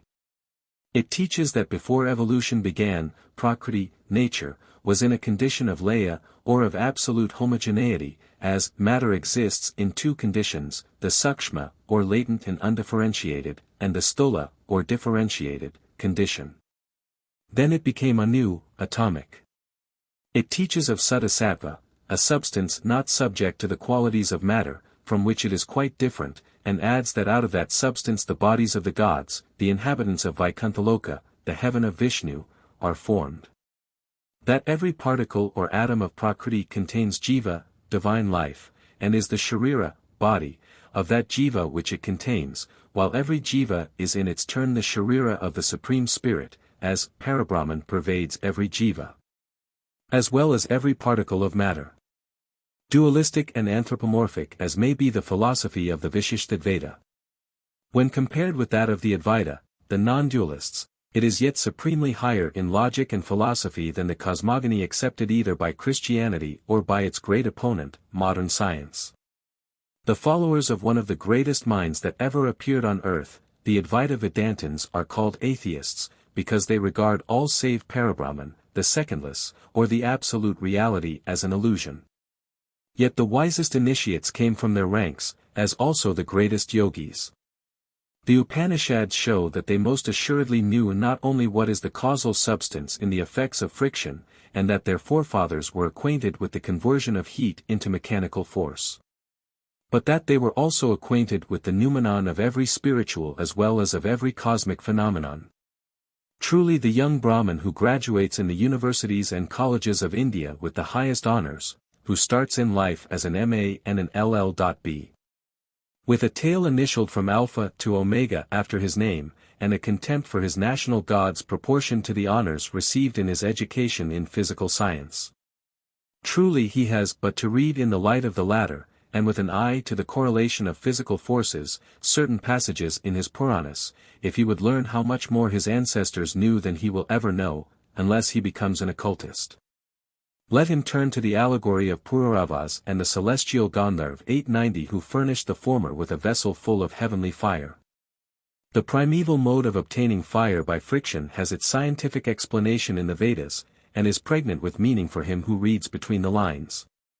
The Tritagni, sacred triad of fires, obtained by the attrition of sticks made of the wood of the Ashvatha tree, the bow tree of wisdom and knowledge, sticks as many fingerbreadths long as there are syllables in the Gayatri, must have a secret meaning, or else the writers of the Vedas and Puranas were no sacred writers but mystificators.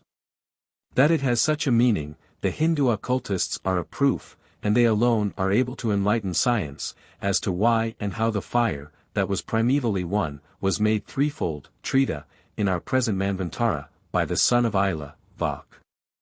The primeval woman after the deluge, the wife and daughter of Vivasvata Manu. The allegory is suggestive, in whatever Purana it may be read and studied. Section 6. An attack on the scientific theory of force by a man of science. The wise words of several English men of science have now to be quoted in our favor. Ostracized for principle's sake by the few, they are tacitly approved of by the many.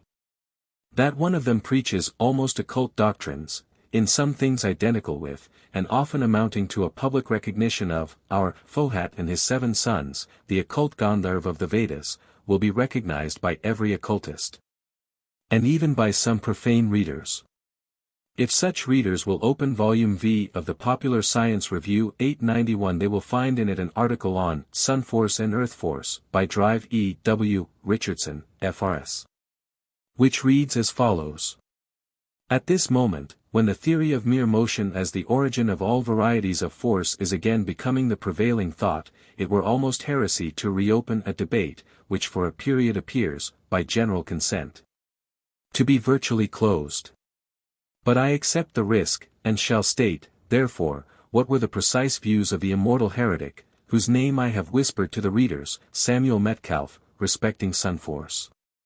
Starting with the argument on which nearly all physicists are agreed, that there exist in nature 2 agencies, matter which is ponderable, visible, and tangible, and a something which is imponderable, invisible, and appreciable only by its influence on matter. Metcalfe maintains that the imponderable and active agency which he calls caloric is not a mere form of motion, not a vibration amongst the particles of ponderable matter, but itself a material substance flowing from the sun through space 892, filling the voids between the particles of solid bodies, and conveying by sensation the property called heat. The nature of caloric, or sun force, is contended for by him on the following grounds. I. That it may be added to, and abstracted from other bodies and measured with mathematical precision. 2. That it augments the volume of bodies, which are again reduced in size by its abstraction. 3. That it modifies the forms, properties, and conditions of all other bodies. 4. That it passes by radiation through the most perfect vacuum 893 that can be formed, in which it produces the same effects on the thermometer as in the atmosphere.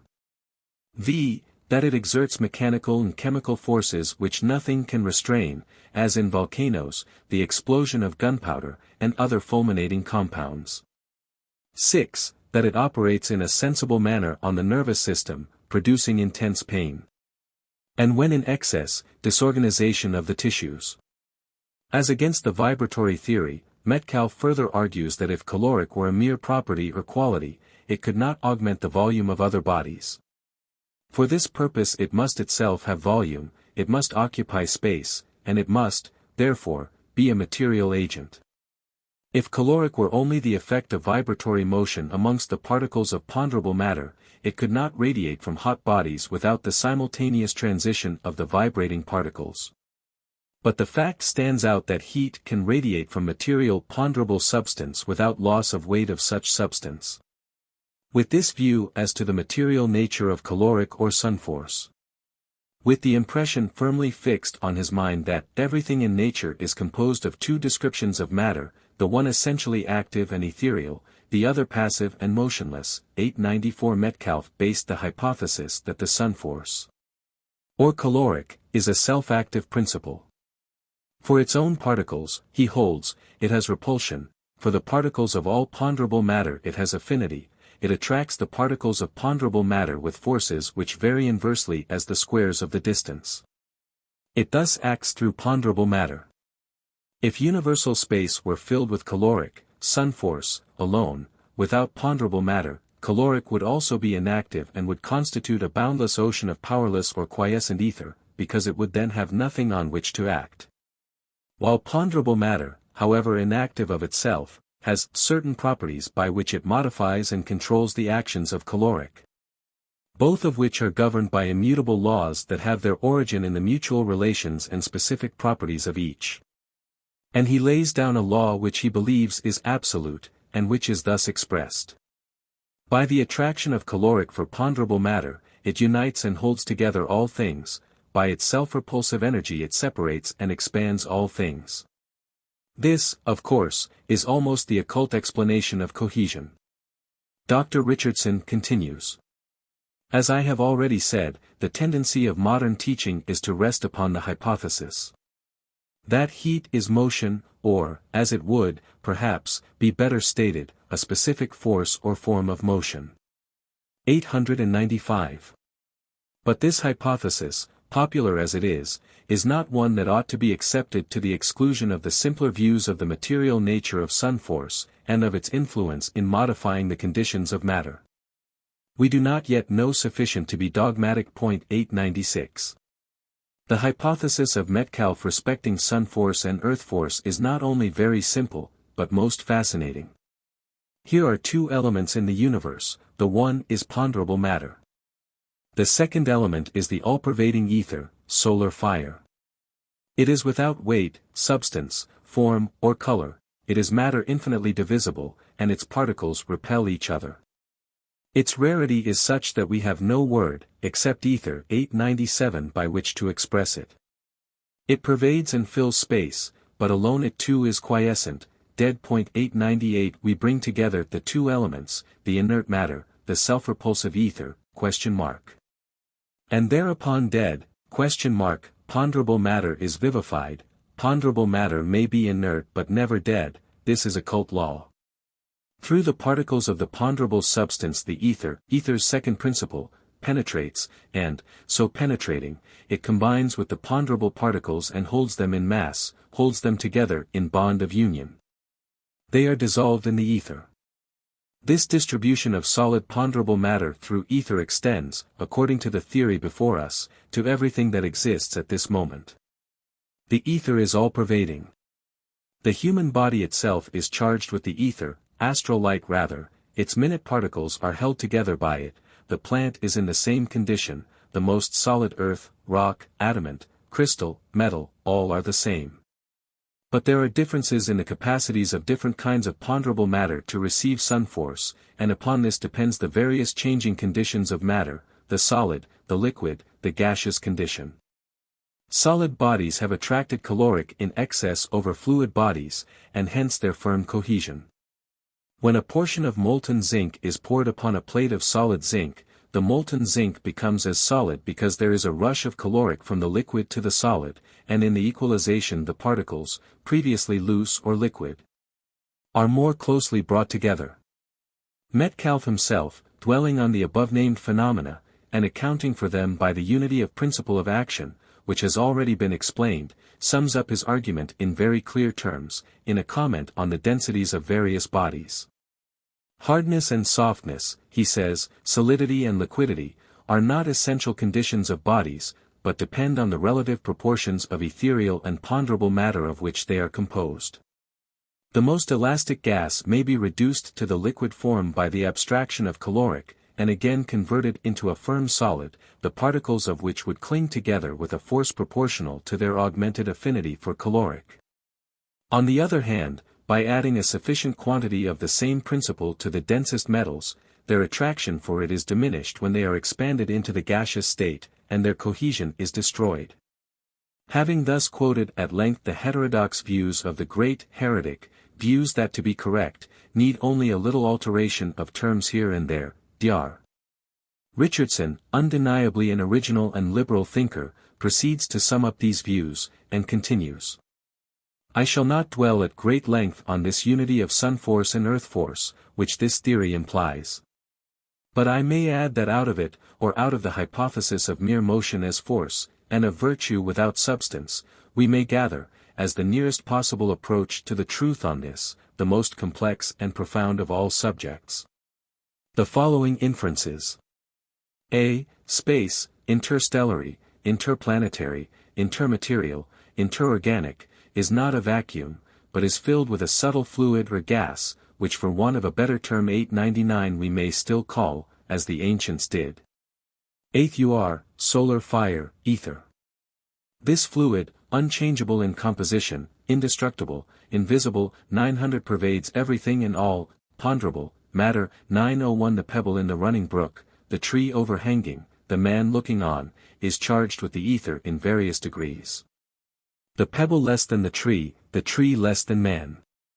All in the planet is in like manner so charged. A world is built up in ethereal fluid, and moving through a sea of it. B. The ether, whatever its nature is from the sun and from the suns, 902 the suns are the generators of it, the storehouses of it, the diffusers of it. 903. C. Without the ether there could be no motion. Without it particles of ponderable matter could not glide over each other, without it there could be no impulse to excite those particles into action. D. Ether determines the constitution of bodies. Were there no ether there could be no change of constitution in substance. Water, for instance, could only exist as a substance, compact and insoluble beyond any conception we could form of it. It could never even be ice, never fluid, never vapor, except for ether. E. Ether connects sun with planet, planet with planet, man with planet, man with man. Without ether there could be no communication in the universe. No light, no heat, no phenomenon of motion. Thus we find that ether and elastic atoms are, in the alleged mechanical conception of the universe, the spirit and soul of cosmos. And that the theory, put it in any way and under any disguise, always leaves a more widely opened issue for men of science to speculate upon beyond the line of modern materialism 904 than the majority avails itself of. Atoms, ether, or both, modern speculation cannot get out of the circle of ancient thought, and the latter was soaked through with archaic occultism. Undulatory or corpuscular theory, it is all one. It is speculation from the aspects of phenomena, not from the knowledge of the essential nature of the cause and causes. When modern science has explained to its audience the late achievements of Bunsen and Kirchhoff, When it has shown the 7 colors, the primary of a ray which is decomposed in a fixed order on a screen, and has described the respective lengths of luminous waves, what has it proved? It has justified its reputation for exactness in mathematical achievement by measuring even the length of a luminous wave, varying from about 760 millionths of a millimeter at the red end of the spectrum to about 393 millionths of a millimeter at the violet end. But when the exactness of the calculation with regard to the effect on the light wave is thus vindicated, science is forced to admit that the force, which is the supposed cause, is believed to produce inconceivably minute undulations in some medium, generally regarded as identical with the ethereal medium 905, and that medium itself is still only a hypothetical agent. Auguste Comte's pessimism with respect to the possibility of knowing someday the chemical composition of the sun, has not, as has been averred, been belied 30 years later by Kirchhoff. The spectroscope has helped us to see that the elements, with which the modern chemist is familiar, must in all probability be present in the sun's outward robes, not in the sun itself. And, taking these robes, the solar cosmic veil, for the sun itself, the physicists have declared its luminosity to be due to combustion and flame, and mistaking the vital principle of that luminary for a purely material thing, have called it chromosphere. 906 We have only hypotheses and theories so far, not law, by any means. Section 7. Life, force, or gravity. The imponderable fluids have had their day, mechanical forces are less talked about. Science has put on a new face for this last quarter of a century. But gravitation has remained, owing its life to new combinations after the old ones had nearly killed it. It may answer scientific hypotheses very well, but the question is whether it answers as well to truth, and represents a fact in nature. Attraction by itself is not sufficient to explain even planetary motion, how can it then presume to explain the rotatory motion in the infinitudes of space? Attraction alone will never fill all the gaps, unless a special impulse is admitted for every sidereal body, and the rotation of every planet with its satellites is shown to be due to some one cause combined with attraction. And even then, says an astronomer, 907 science would have to name that cause. Occultism has named it for ages, and so have all the ancient philosophers, but then all such beliefs are now proclaimed exploded superstitions. The extra-cosmic God has killed every possibility of belief in intracosmic intelligent forces, yet who, or what, is the original pusher in that motion? Says Francoeur, 908. When we have learned the cause, unique et speciale, that pushes, we will be ready to combine it with the one which attracts. And again. Attraction between the celestial bodies is only repulsion, it is the sun that drives them incessantly onward, for otherwise, their motion would stop. If ever this theory of the sun force being the primal cause of all life on earth, and of all motion in heaven, is accepted, and if that other far bolder theory of Herschel, about certain organisms in the sun, is accepted even as a provisional hypothesis, then will our teachings be vindicated, and esoteric allegory will be shown to have anticipated modern science by millions of years, probably, for such are the archaic teachings. Martanda, the sun, watches and threatens his 7 brothers, the planets, without abandoning the central position to which his mother, Aditi, relegated him. The commentary 909 says, he pursues them, turning slowly around himself, following from afar the direction in which his brothers move, on the path that encircles their houses, or the orbit. It is the sun fluids or emanations that impart all motion, and awaken all into life, in the solar system.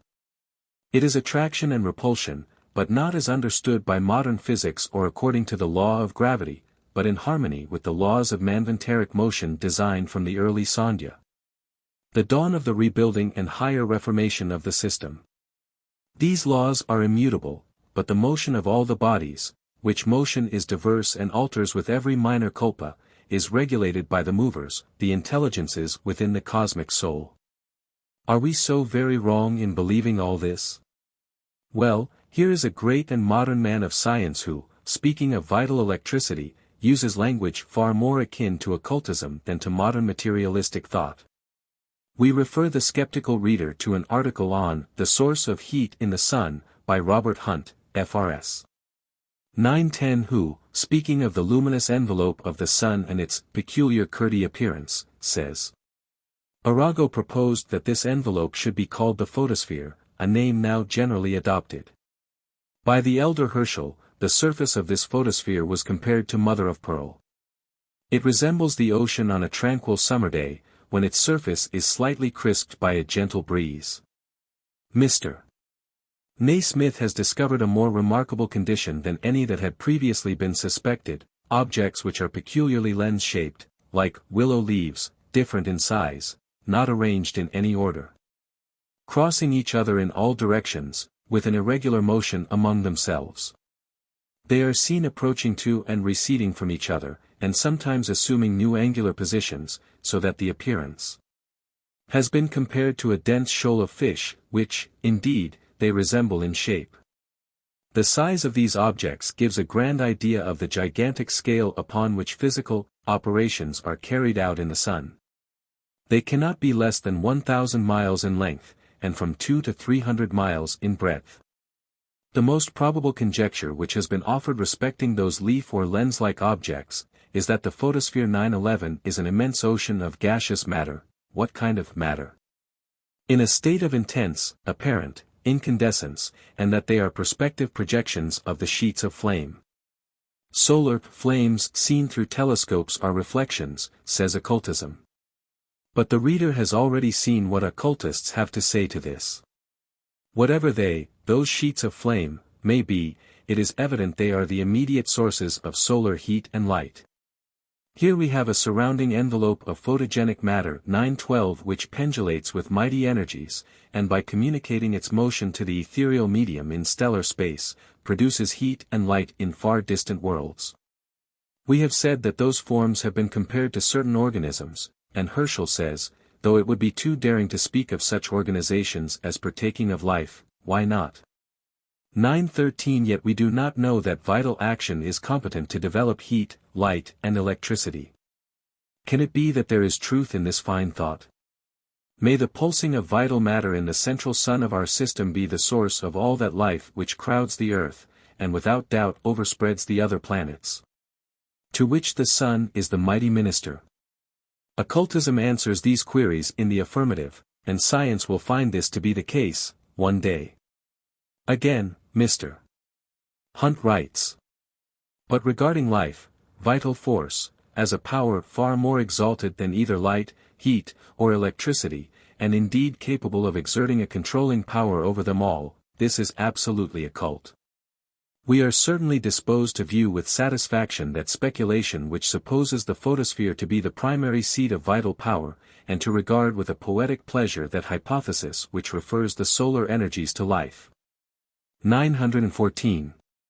Thus, we have an important scientific corroboration for one of our fundamental dogmas, namely, that, a. the sun is the storehouse of vital force, which is the noumenon of electricity. And, b. that it is from its mysterious, never-to-be-fathomed depths, that issue those life currents which thrill through space, as through the organisms of every living thing on earth. For see what another eminent physician says, who calls this, our life fluid, nervous ether. Change a few sentences in the article, extracts from which now follow, and you have another quasi-occult treatise on life force.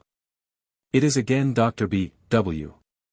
Richardson, F.R.S., who gives his views as follows on nervous ether, as he has on sun force and earth force.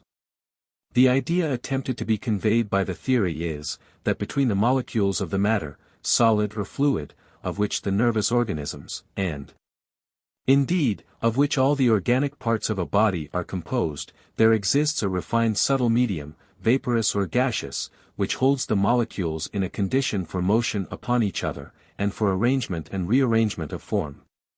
A medium by and through which all motion is conveyed, by and through which the one organ or part of the body is held in communion with the other parts, by which and through which the outer living world communicates with the living man.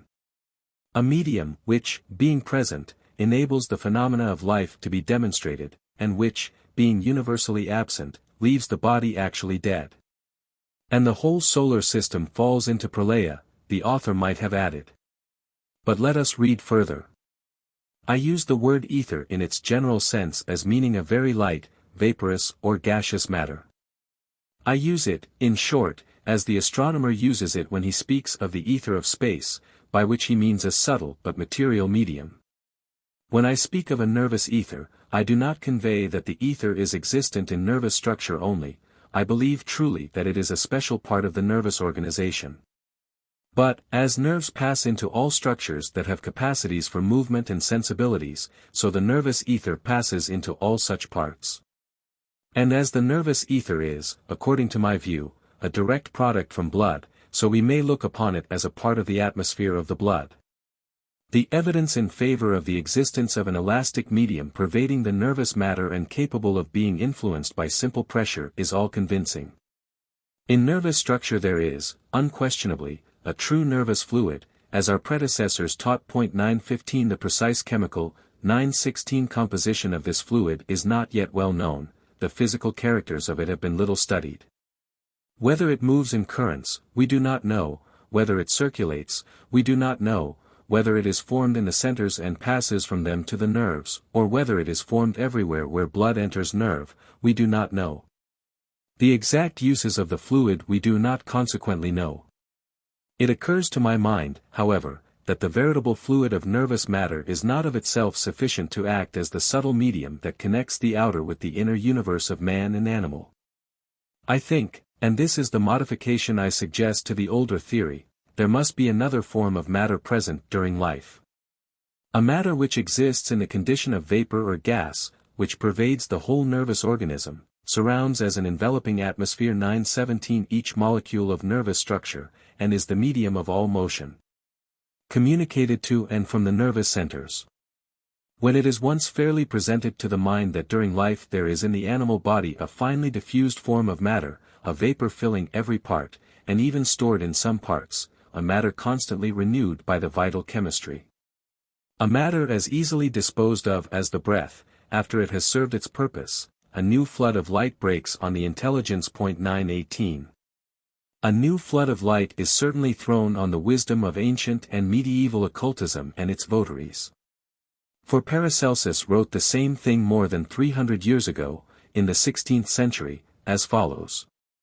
The whole of the microcosm is potentially contained in the liquor vitae, a nerve fluid, in which is contained the nature, quality, character, and essence of beings. 919. The archeus is an essence that is equally distributed in all parts of the human body. The spiritus vitae takes its origin from the spiritus mundi. Being an emanation of the latter, it contains the elements of all cosmic influences, and is therefore the cause by which the action of the stars, cosmic forces, upon the invisible body of man, his vital linga sharira, may be explained. 920. Had Dar. Richardson studied all the secret works of Paracelsus, he would not have been obliged to confess so often, we do not know, it is not known to us, etc. Nor would he ever have written the following sentence, recanting the best portions of his independent rediscovery. It may be urged that in this line of thought is included no more than the theory of the existence of the ether, supposed to pervade space. It may be said that this universal ether pervades all the organism of the animal body as from without, and as part of every organization. This view would be pantheism physically discovered, if it were true. It fails to be true because it would destroy the individuality of every individual sense. 921. We fail to see this, and we know it is not so. Pantheism may be physically rediscovered. It was known, seen, and felt by the whole of antiquity. Pantheism manifests itself in the vast expanse of the starry heavens, in the breathing of the seas and oceans, and in the quiver of life of the smallest blade of grass. Philosophy rejects one finite and imperfect God in the universe, the anthropomorphic deity of the monotheist as represented by his followers. It repudiates, in its name of Theosophia, the grotesque idea that infinite, absolute deity should, or rather could, have any direct or indirect relation to finite elusive evolutions of matter. And therefore it cannot imagine a universe outside that deity, or the absence of that deity from the smallest speck of animate or inanimate substance. This does not mean that every bush, tree or stone is God or a god, but only that every speck of the manifested material of cosmos belongs to, and is the substance of, God, however low it may have fallen in its cyclic gyration through the eternities of the ever-becoming. And also that every such speck individually, and cosmos collectively, is an aspect and a reminder of that universal one soul, which philosophy refuses to call God, thus limiting the eternal and ever-present root and essence. Why either the ether of space or nervous ether should destroy the individuality of every sense, seems incomprehensible to one acquainted with the real nature of that nervous ether under its Sanskrit, or rather esoteric and Kabbalistic name. Dar. Richardson agrees that if we did not individually produce the medium of communication between ourselves and the outer world, if it were produced from without and adapted to one kind of vibration alone, there were fewer senses required than we possess, for, taking two illustrations only, ether of light is not adapted for sound, and yet we hear as well and see. While air, the medium of motion of sound, is not the medium of light, and yet we see and hear. This is not so. The opinion that pantheism fails to be true because it would destroy the individuality of every individual sense shows that all the conclusions of the learned doctor are based on the modern physical theories, though he would fain reform them. But he will find it impossible to do this unless he allows the existence of spiritual senses to replace the gradual atrophy of the physical. We see and hear, in accordance, of course, in Dar. Richardson's mind, with the explanations of the phenomena of sight and hearing, afforded by that same materialistic science which postulates that we cannot see and hear otherwise. The occultists and mystics know better. The Vedic Aryans were as familiar with the mysteries of sound and color on the physical plane as are our physiologists, but they had also mastered the secrets of both on planes inaccessible to the materialist. They knew of a double set of senses, spiritual and material. In a man who is deprived of one or more senses, the remaining senses become the more developed. For instance, the blind man will recover his sight through the senses of touch, of hearing, etc. And he who is deaf will be able to hear through sight, by seeing audibly the words uttered by the lips and mouth of the speaker. But these are cases that belong to the world of matter still. The spiritual senses, those that act on a higher plane of consciousness, are rejected a priori by physiology, because the latter is ignorant of the sacred science. It limits the action of ether to vibrations, and, dividing it from air, though air is simply differentiated and compound ether, makes it assume functions to fit in with the special theories of the physiologist. But there is more real science in the teachings of the Upanishads, when these are correctly understood, than the Orientalists, who do not understand them at all, are ready to admit. Mental as well as physical correlations of the seven senses, 7 on the physical and 7 on the mental planes, are clearly explained and defined in the Vedas. And especially in the Upanishad called Anujata. The indestructible and the destructible, such is the double manifestation of the self. Of these the indestructible is the existent, the true essence or nature of self, the underlying principles, the manifestation as an individual, entity, is called the destructible. 922. Thus speaks the ascetic in the Anujata, and also. Everyone who is twice born, initiated, knows such is the teaching of the ancients. Space is the first entity. Now space, akasha, or the noumenon of ether, has one quality. And that is stated to be sound only. And the qualities of sound are shaja, rishabha, together with gandhara, madhyama, panchama, and beyond these, should be understood to be, nishada and daivata, the Hindu gamut. 923. These 7 notes of the scale are the principles of sound. The qualities of every element, as of every sense, are septenary, and to judge and dogmatize on them from their manifestation on the material or objective plane, likewise sevenfold in itself, is quite arbitrary. For it is only by the self emancipating itself from these 7 causes of illusion, that we can acquire the knowledge, secret wisdom, of the qualities of objects of sense on their dual plane of manifestation, the visible and the invisible. Thus it is said. Hear me, state this wonderful mystery. Hear also the assignment of causes exhaustively. The nose, and the tongue, and the eye, and the skin, and the ear as the fifth organ of sense, mind and understanding, 924. These seven senses should be understood to be the causes of, the knowledge of, qualities. Smell, and taste, and color, sound, and touch as the fifth, the object of the mental operation, and the object of the understanding, the highest spiritual sense or perception, these seven are causes of action. He who smells, he who eats, he who sees, he who speaks, and he who hears as the fifth, he who thinks, and he who understands, these seven should be understood to be the causes of the agents. These, the agents, being possessed of qualities, sattva, rajas, tamas, enjoy their own qualities, agreeable and disagreeable. 925.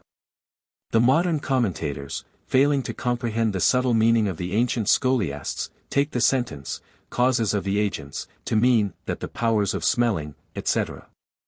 when attributed to the self, make him appear as an agent, as an active principle, which is entirely fanciful. These seven are understood to be the causes of the agents, because the objects are causes, as their enjoyment causes an impression.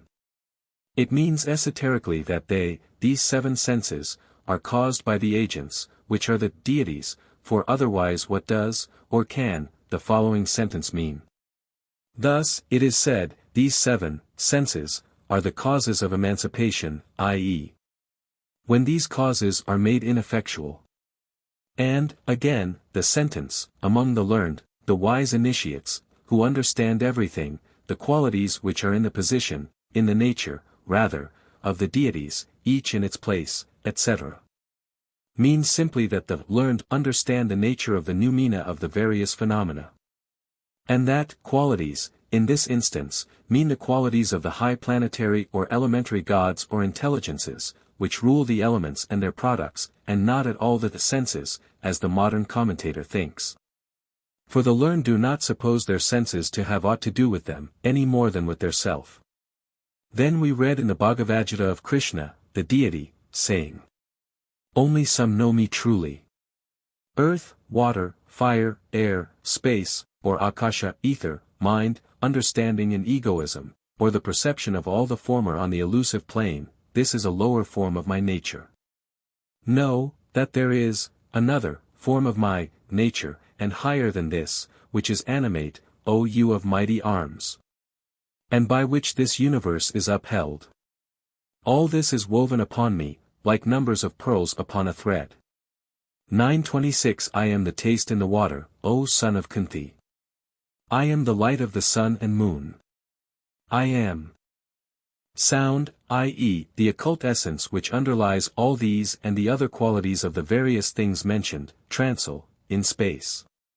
The fragrant smell in the earth, refulgence in the fire, etc. 927.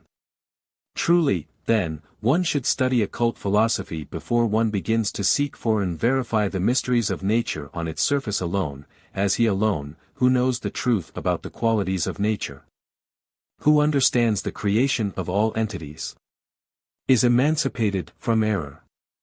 Says the preceptor. Accurately understanding the great tree, of which the unperceived, occult nature, the root of all, is the sprout from the seed, Parabrahman, which consists of the understanding, Mahat, or the universal intelligent soul, as its trunk, the branches of which are the great egoism, 928 in the holes of which are the sprouts, namely, the senses, of which the great, occult, or invisible, elements are the flower bunches. 929 The gross elements, the gross objective matter, the smaller boughs, which are always possessed of leaves, always possessed of flowers, which is eternal and the seed of which is the Brahman, the deity, and cutting it with that excellent sword, knowledge, secret wisdom, one attains immortality and casts off birth and death. 930. This is the tree of life, the Ashvatha tree, after the cutting of which only, man, the slave of life and death, can be emancipated. But the men of science know not, nor will they hear of the sword of knowledge used by the adepts and ascetics. Hence the one-sided remarks of even the most liberal among them, based on and flowing from undue importance given to the arbitrary divisions and classification of physical science. Occultism heeds them very little, and nature heeds them still less. The whole range of physical phenomena proceeds from the primary of ether, akasha, as dual-natured akasha proceeds from undifferentiated chaos, so-called, the latter being the primary aspect of mula prakriti. The root matter and the first abstract idea one can form of Parabrahman. Modern science may divide its hypothetically conceived ether in as many ways as it likes, the real ether of space will remain as it is throughout. It has its 7 principles, as all the rest of nature has, and where there was no ether there would be no sound, as it is the vibrating sounding board in nature in all its 7 differentiations. This is the first mystery the initiates of old have learned. Our present normal physical senses were, from our present point of view, abnormal in those days of slow and progressive downward evolution and fall into matter.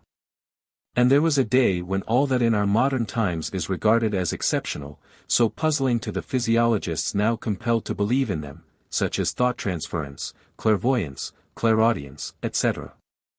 In short, all that is now called wonderful and abnormal, when all that and much more belonged to the senses and faculties common to all humanity. We are, however, cycling back and cycling forward. That is to say, that having lost in spirituality what we acquired in physical development until almost the end of the 4th race, we are now as gradually and imperceptibly losing in the physical all that we regain once more in the spiritual re-evolution.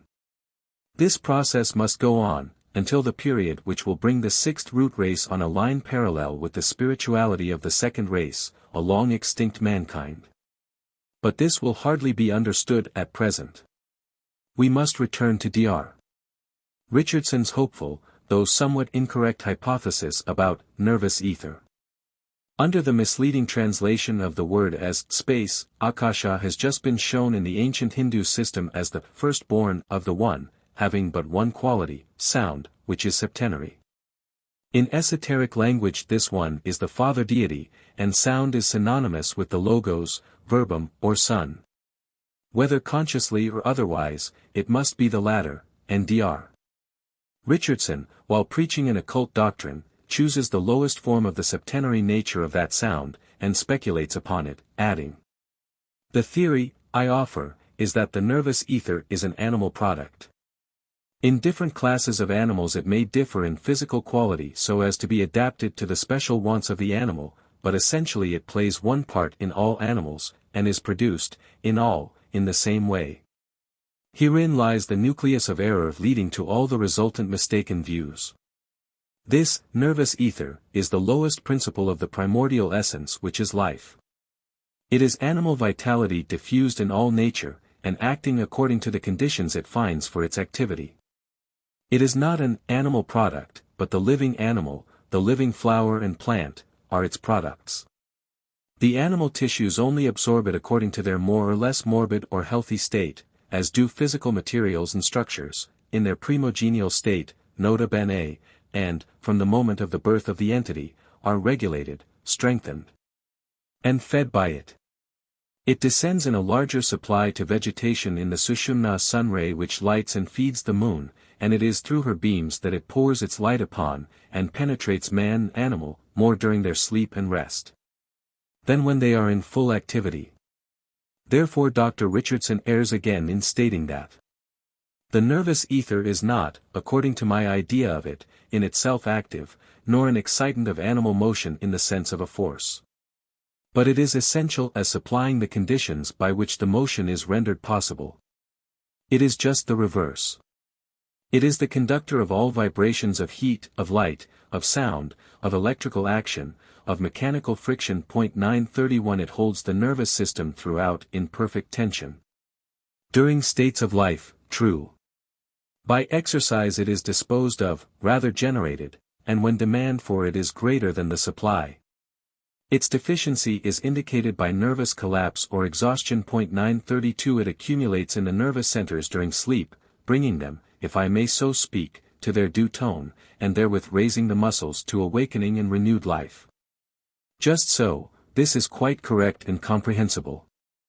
Therefore, the body fully renewed by it, presents capacity for motion, fullness of form, life. The body bereft of it presents inertia, the configuration of shrunken death, the evidence of having lost something physical that was in it when it lived.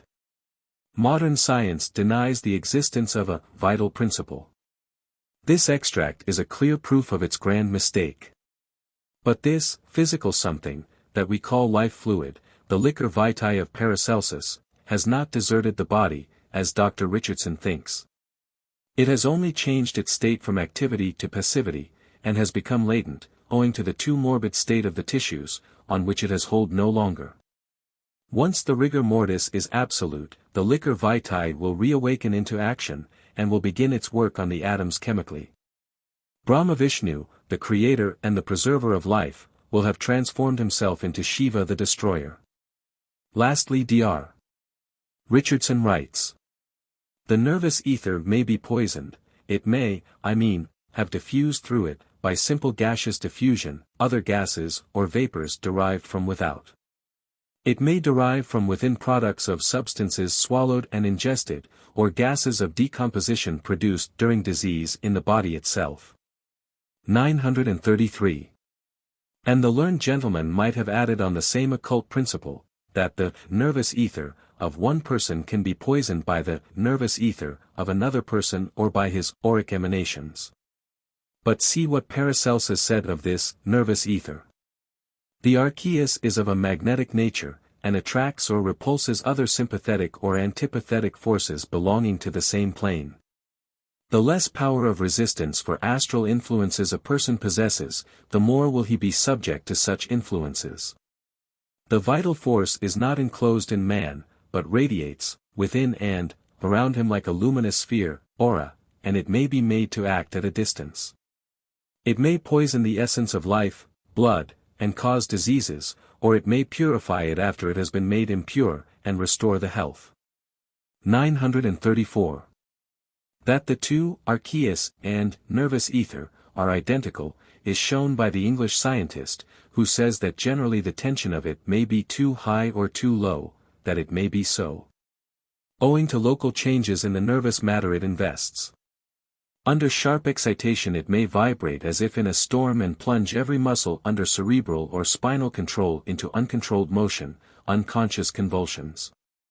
This is called nervous excitation, but no one, except the occultist, knows the reason of such nervous perturbation, or explains the primary causes of it.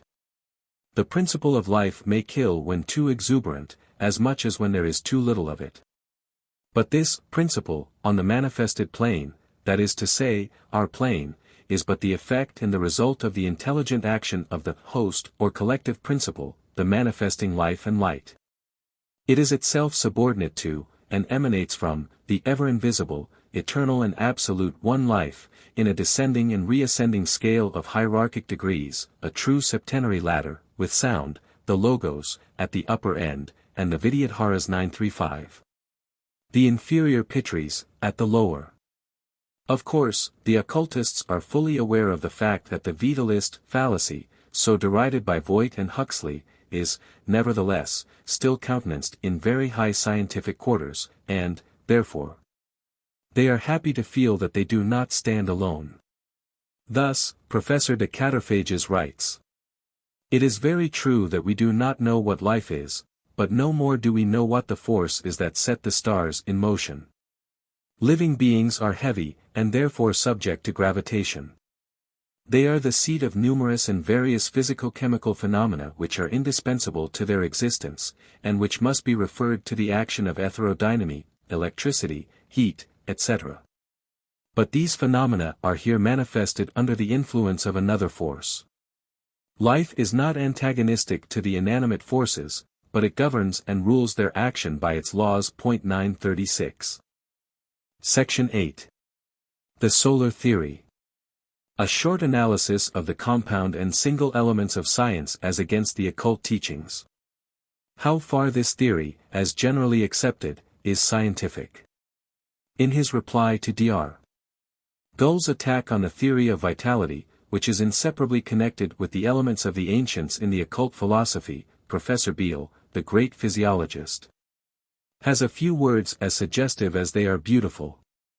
There is a mystery in life, a mystery which has never been fathomed, and which appears greater, the more deeply the phenomena of life are studied and contemplated.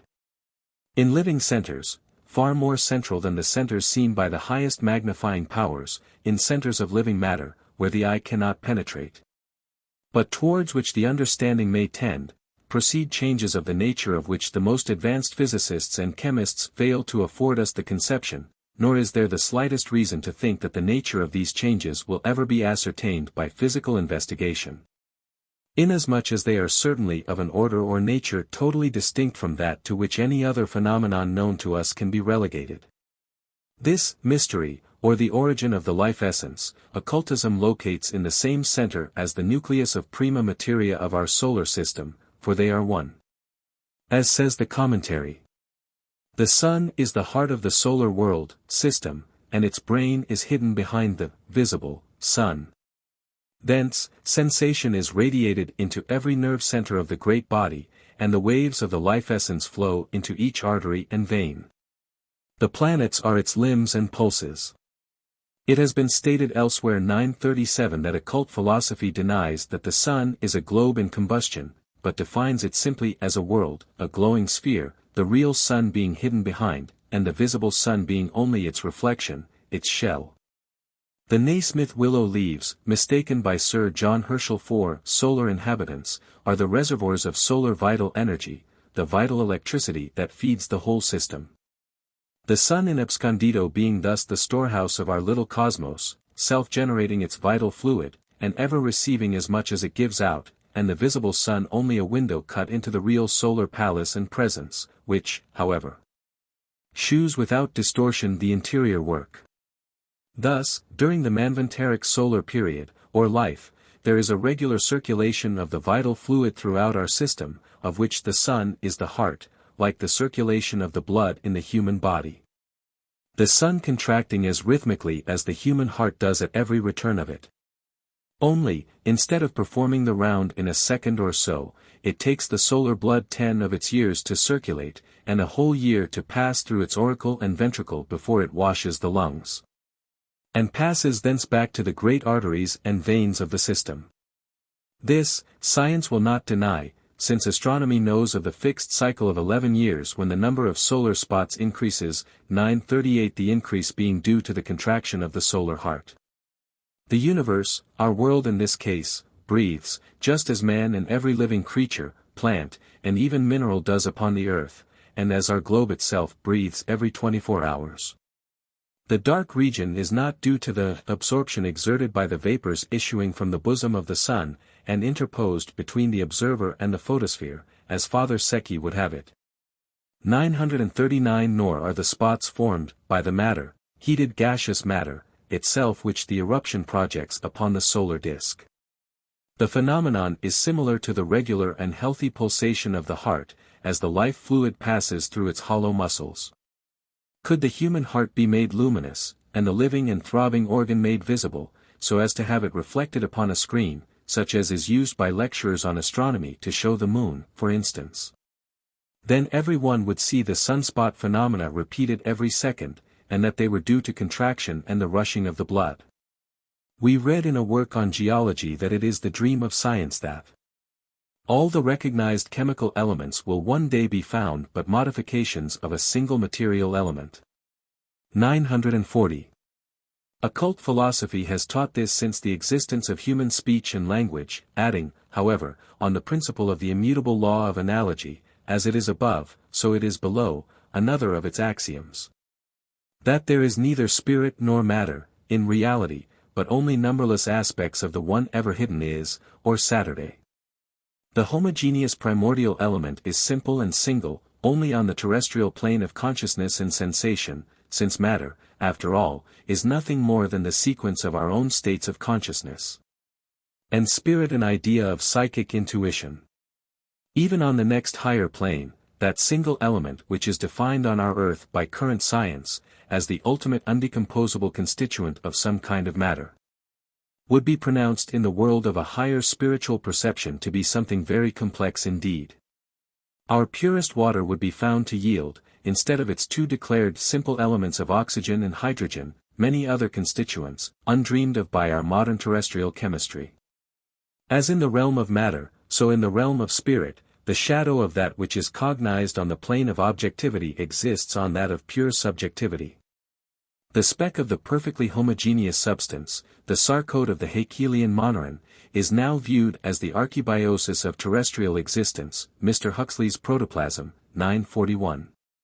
And Bathybius Haeckelii has to be traced to its preterrestrial archebiosis.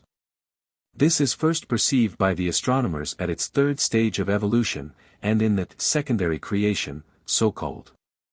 But the students of esoteric philosophy understand well the secret meaning of the stanza. Brahma has essentially the aspect of Prakriti, both evolved and unevolved. Spirit, O twice-born, initiate, is the leading aspect of Brahma. The next is a twofold aspect, of Prakriti and Purusha, both evolved and unevolved, and time is the last, 942. Anu is one of the names of Brahma, as distinct from Brahman, and it means atom. Anyamsamaniyasam, the most atomic of the atomic, the immutable and imperishable, Achyuta, Purushottama. Surely, then, the elements now known to us, be their number whatever it may, as they are understood and defined at present, are not, nor can they be, the primordial elements. Those were formed from the curds of the cold radiant mother, and the fire seed of the hot father, who are one, or, to express it in the plainer language of modern science. Those elements had their genesis in the depths of the primordial fire mist, the masses of incandescent vapor of the irresolvable nebulae. For, as Professor Newcomb shows, 943 resolvable nebulae do not constitute a class of proper nebulae. More than half of those, he thinks, which were at first mistaken for nebulae, are what he calls starry clusters. The elements now known have arrived at their state of permanency in this fourth round and fifth race. They have a short period of rest before they are propelled once more on their upward spiritual evolution, when the living fire of Orcus will dissociate the most irresolvable, and scatter them again into the primordial one. Meanwhile the occultist goes further, as has been shown in the commentaries on the 7 stanzas. Hence he can hardly hope for any help or recognition from science, which will reject both his anyamsamaniyasam, the absolutely spiritual atom, and his manasaputras or mind-born men. In resolving the single material element into one absolute irresolvable element, spirit, or root matter, thus placing it at once outside the reach and province of physical philosophy, he has, of course, but little in common with the orthodox men of science. He maintains that spirit and matter are two facets of the unknowable unity, their apparently contrasted aspects depending, a, on the various degrees of differentiation of matter, and, b, on the grades of consciousness attained by man himself.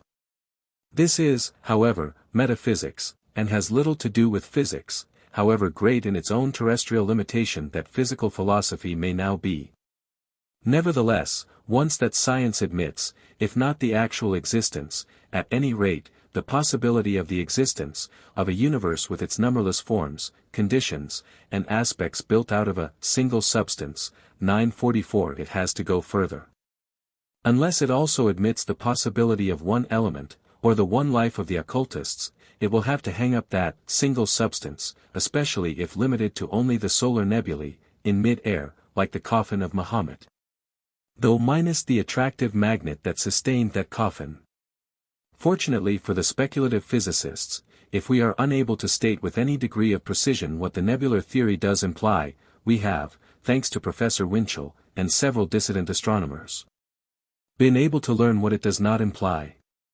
Unfortunately, this is far from clearing even the most simple of the problems that have vexed, and do still vex, the men of learning in their search after truth. We have to proceed with our inquiries, starting with the earliest hypotheses of modern science, if we would discover where and why it sins. Perchance it may be found that Stallo is right, after all, and that the blunders, contradictions, and fallacies made by the most eminent men of learning are simply due to their abnormal attitude. They are, and want to remain materialistic quantum, and yet, the general principles of the atomo-mechanical theory, the basis of modern physics, are substantially identical with the cardinal doctrines of ontological metaphysics. Thus, the fundamental errors of ontology become apparent in proportion to the advance of physical science. 945 Science is honeycombed with metaphysical conceptions, but the scientists will not admit the charge and fight desperately to put atomomechanical masks on purely incorporeal and spiritual laws in nature. On our plane, refusing to admit their substantiality even on other planes, the bare existence of which they reject a priori. It is easy to show, however, how scientists, wedded to their materialistic views, have, ever since the days of Newton, endeavored to put false masks on fact and truth. But their task is becoming every year more difficult. And every year also, chemistry, beyond all the other sciences, approaches nearer and nearer the realm of the occult in nature. It is assimilating the very truths taught by the occult sciences for ages, but hitherto bitterly derided. Matter is eternal, says the esoteric doctrine. But the matter the occultists conceive of in its leia, or zero state, is not the matter of modern science, not even in its most rarefied gaseous state. Mr. Crookes' radiant matter would appear matter of the grossest kind in the realm of the beginnings, as it becomes pure spirit before it returns back even to its first point of differentiation. Therefore, when the adept or alchemist adds that, though matter is eternal, for it is pradana, yet atoms are born at every new manvantara, or reconstruction of the universe, it is no such contradiction as a materialist, who believes in nothing beyond the atom, might think. There is a difference between manifested and unmanifested matter, between pradana, the beginningless and endless cause, and prakriti, or the manifested effect. Says the shloka. That which is the unevolved cause is emphatically called by the most eminent sages, pradana, original base, which is subtle prakriti, viz., that which is eternal and which at once is, and is not, a mere process. 946. That which in modern phraseology is referred to as spirit and matter, is one in eternity as the perpetual cause, and it is neither spirit nor matter, but it, rendered in Sanskrit by Tad, that, all that is, was, or will be. All that the imagination of man is capable of conceiving. Even the exoteric pantheism of Hinduism renders it as no monotheistic philosophy ever did, for in superb phraseology its cosmogony begins with the well-known words. There was neither day nor night, neither heaven nor earth. Neither darkness nor light. And there was not aught else apprehensible by the senses or by the mental faculties. There was then, however, one Brahma, essentially Prakriti, nature, and spirit. For the two aspects of Vishnu which are other than his supreme essential aspect are Prakriti and spirit, O Brahman. When these two other aspects of his no longer subsist, but are dissolved, then that aspect whence form and the rest, i.e. creation, proceed anew, is denominated time, O twice born.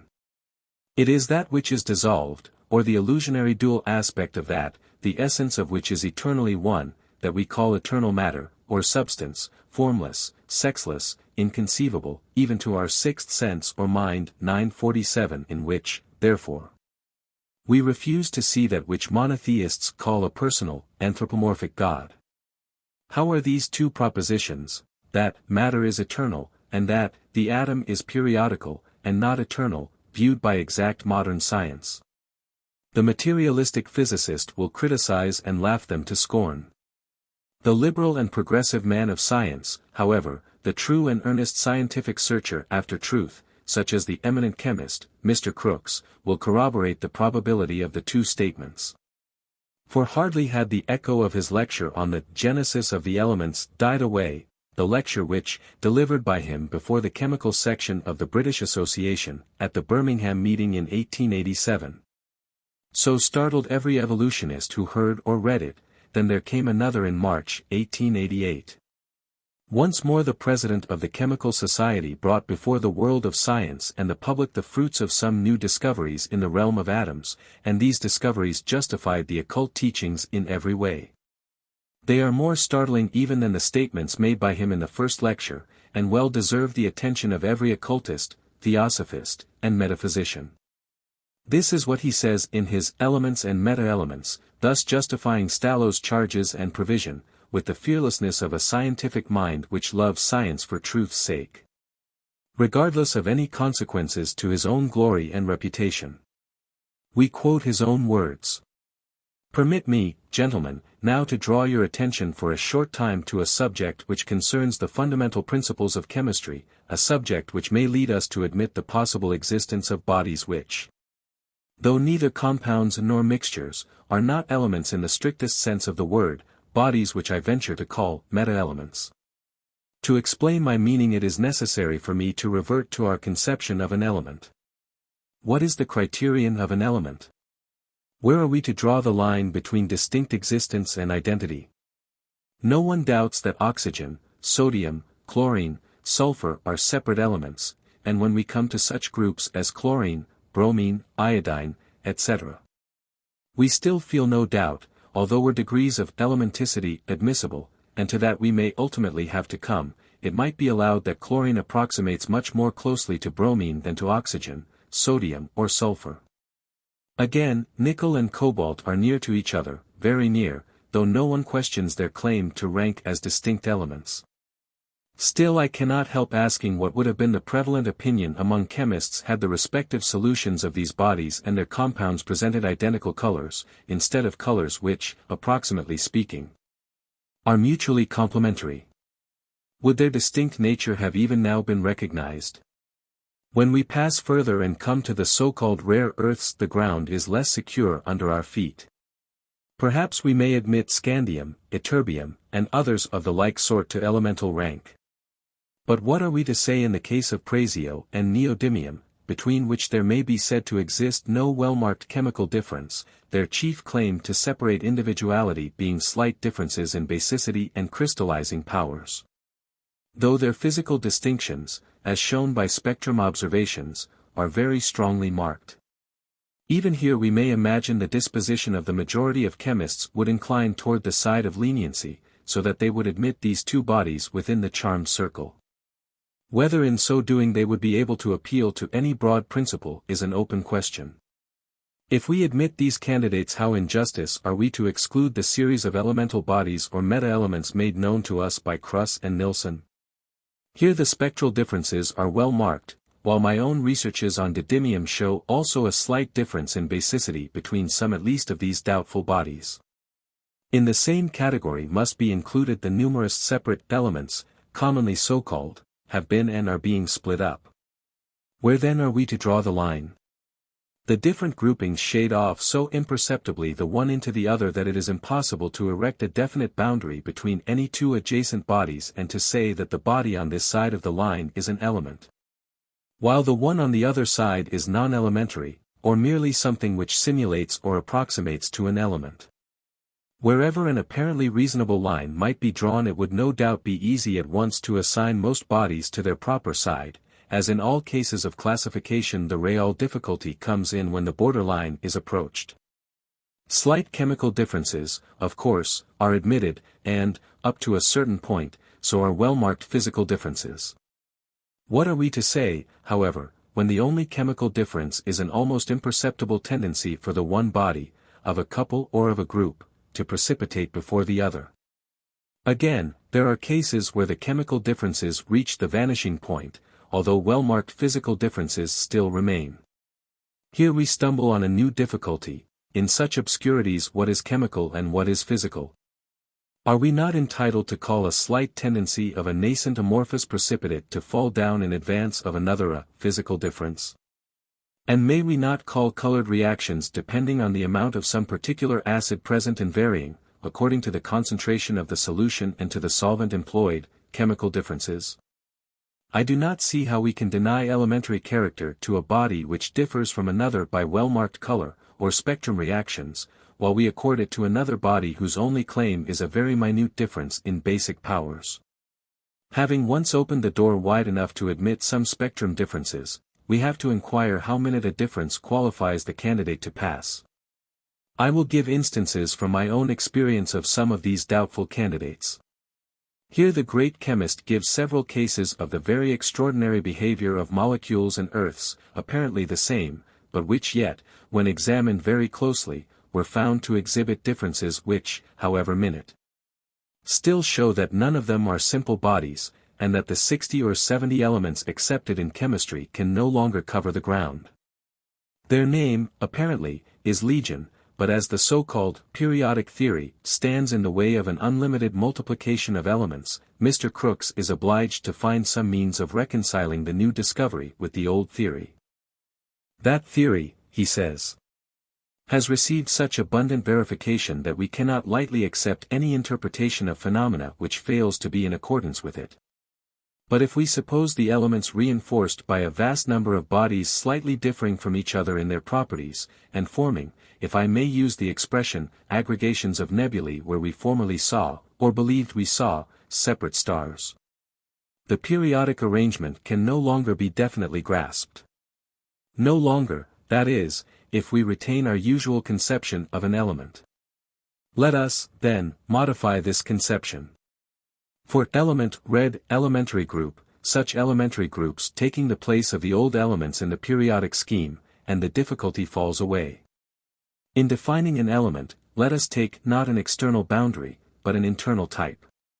Let us say, e.g., the smallest ponderable quantity of yttrium is an assemblage of ultimate atoms almost infinitely more like each other than they are to the atoms of any other approximating element. It does not necessarily follow that the atoms shall all be absolutely alike among themselves. The atomic weight which we ascribe to yttrium, therefore, merely represents a mean value around which the actual weights of the individual atoms of that element range within certain limits. But if my conjecture is tenable, could we separate atom from atom, we should find them varying within narrow limits on each side of the mean. The very process of fractionation implies the existence of such differences in certain bodies. Thus fact and truth have once more forced the hand of exact science, and compelled it to enlarge its views and change its terms, which, masking the multitude, reduced them to one body, like the septenary Elohim and their hosts transformed by the materialistic religionists into one Jehovah. Replace the chemical terms molecule, atom, particle, etc., by the words hosts, monads, devas, etc., and one might think the genesis of gods, the primeval evolution of manvantaric intelligent forces, was being described. But the learned lecturer adds to his descriptive remarks something still more suggestive, whether consciously or unconsciously, who knoweth? For he says, until lately such bodies passed muster as elements. They had definite properties, chemical and physical, they had recognized atomic weights. If we take a pure dilute solution of such a body, yttrium for instance, and if we add to it an excess of strong ammonia, we obtain a precipitate which appears perfectly homogeneous. But if instead we add very dilute ammonia in quantity sufficient only to precipitate 1/2 of the base present, we obtain no immediate precipitate. If we stir up the whole thoroughly so as to ensure a uniform mixture of the solution and the ammonia, and set the vessel aside for an hour, carefully excluding dust, we may still find the liquid clear and bright, without any vestige of turbidity. After 3 or 4 hours, however, an opalescence will declare itself, and the next morning a precipitate will have appeared. Now let us ask ourselves, what can be the meaning of this phenomenon? The quantity of precipitant added was insufficient to throw down more than half the yttria present, therefore a process akin to selection has been going on for several hours.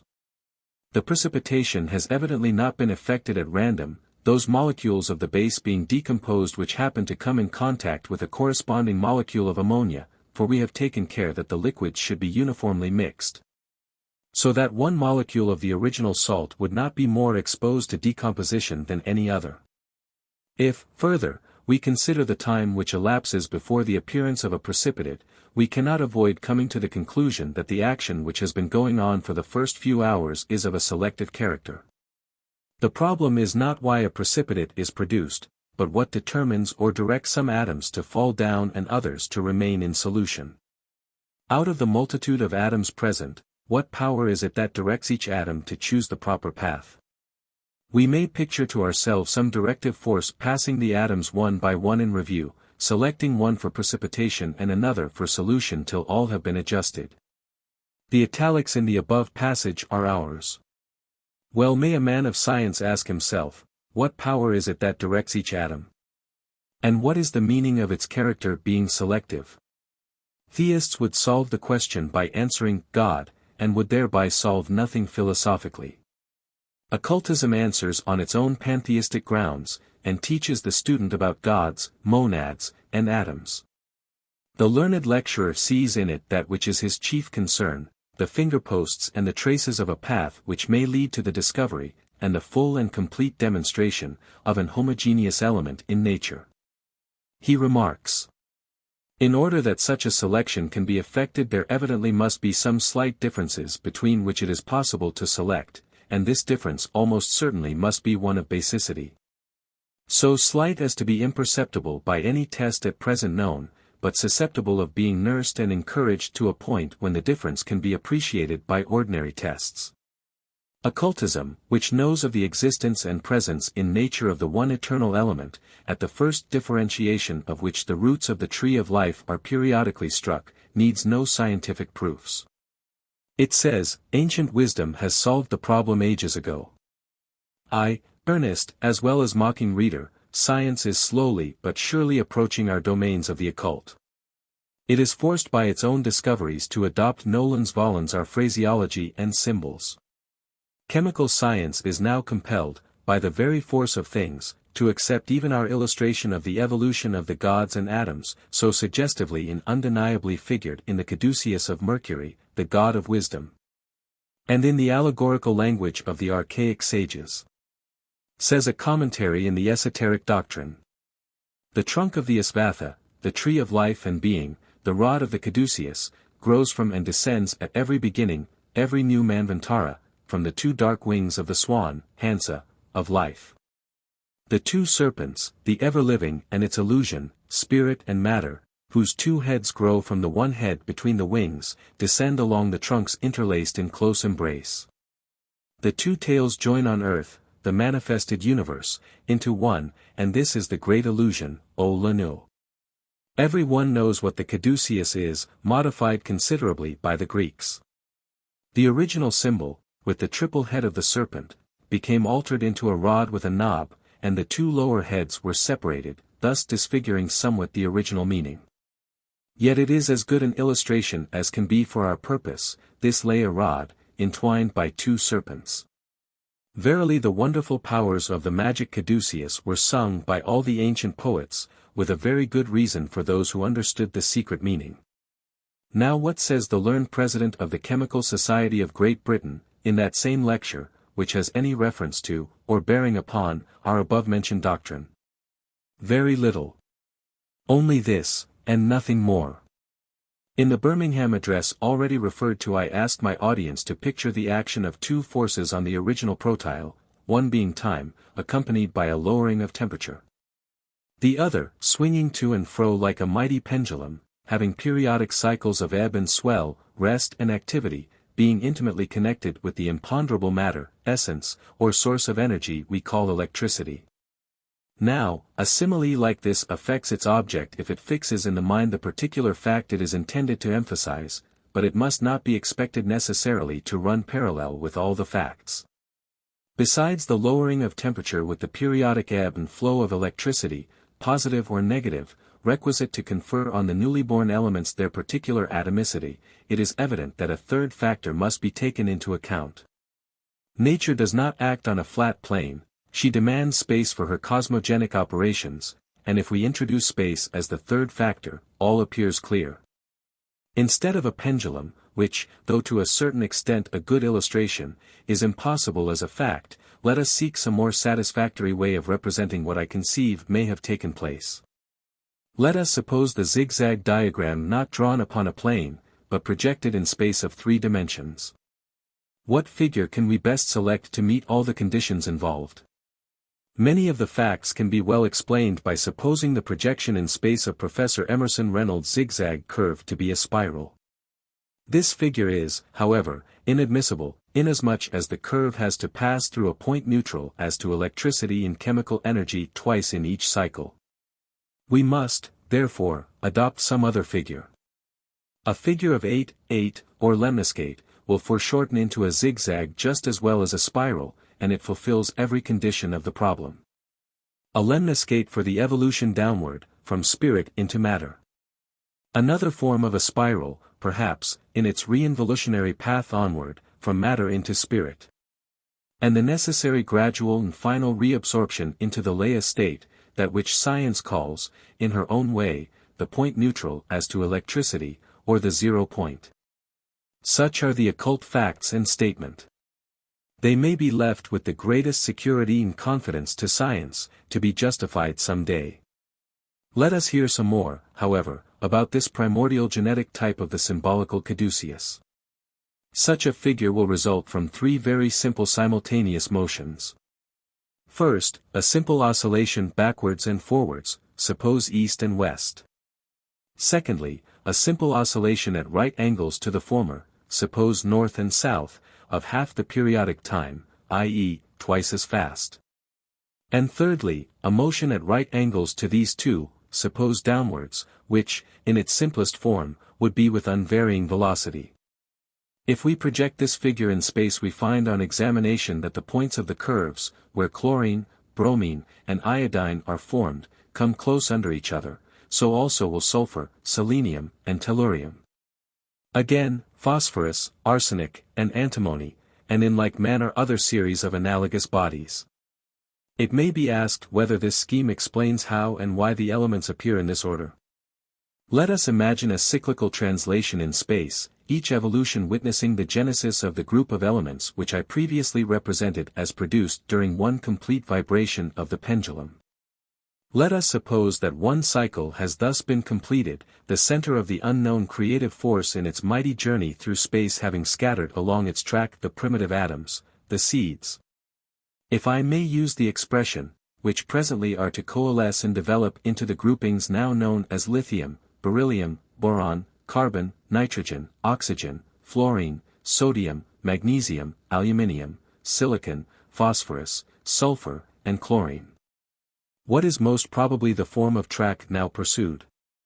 Were it strictly confined to the same plane of temperature and time, the next elementary groupings to appear would again have been those of lithium, and the original cycle would have been eternally repeated, producing again and again the same 14 elements. The conditions, however, are not quite the same. Space and electricity are as at first, but temperature has altered, and thus, instead of the atoms of lithium being supplemented with atoms in all respects analogous with themselves, the atomic groupings which come into being when the second cycle commences form, not lithium, but its lineal descendant, potassium. Suppose, therefore, the vis genera trickstraveling to and fro in cycles along a lemniscate path, as above suggested. While simultaneously temperature is declining and time is flowing on, variations which I have endeavored to represent by the downward sink, each coil of the lemniscate track crosses the same vertical line at lower and lower points. Projected in space, the curve shows a central line neutral as far as electricity is concerned, and neutral in chemical properties, positive electricity on the north, negative on the south. Dominant atomicities are governed by the distance east and west from the neutral center line, monatomic elements being 1 remove from it, diatomic 2 removes, and so on. In every successive coil the same law holds good. And, as if to prove the postulate of occult science and Hindu philosophy, that, at the hour of the pralaya, the two aspects of the unknowable deity, the swan in darkness, prakriti and purusha, nature or matter in all its forms and spirit, no longer subsist but are absolutely dissolved, we learn the conclusive scientific opinion of the great English chemist, who caps his proofs by saying, "We have now traced the formation of the chemical elements from knots and voids in a primitive, formless fluid. We have shown the possibility, nay, the probability that the atoms are not eternal in existence, but share with all other created beings the attributes of decay and death." Occultism says amen to this, as the scientific possibility and probability are for it facts, demonstrated beyond the necessity for further proof, or for any extraneous physical evidence. Nevertheless, it repeats with as much assurance as ever, matter is eternal, becoming atomic, its aspect, only periodically. This is as sure as that the other proposition, which is almost unanimously accepted by astronomers and physicists, namely, that the wear and tear of the body of the universe is steadily going on.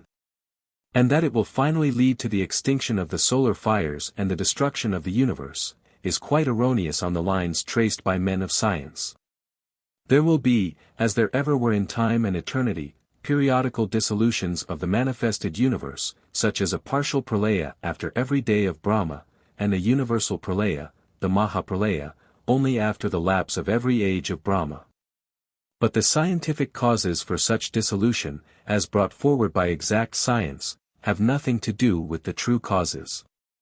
However that may be, occultism is once more justified by science, for Mr. Crookes said.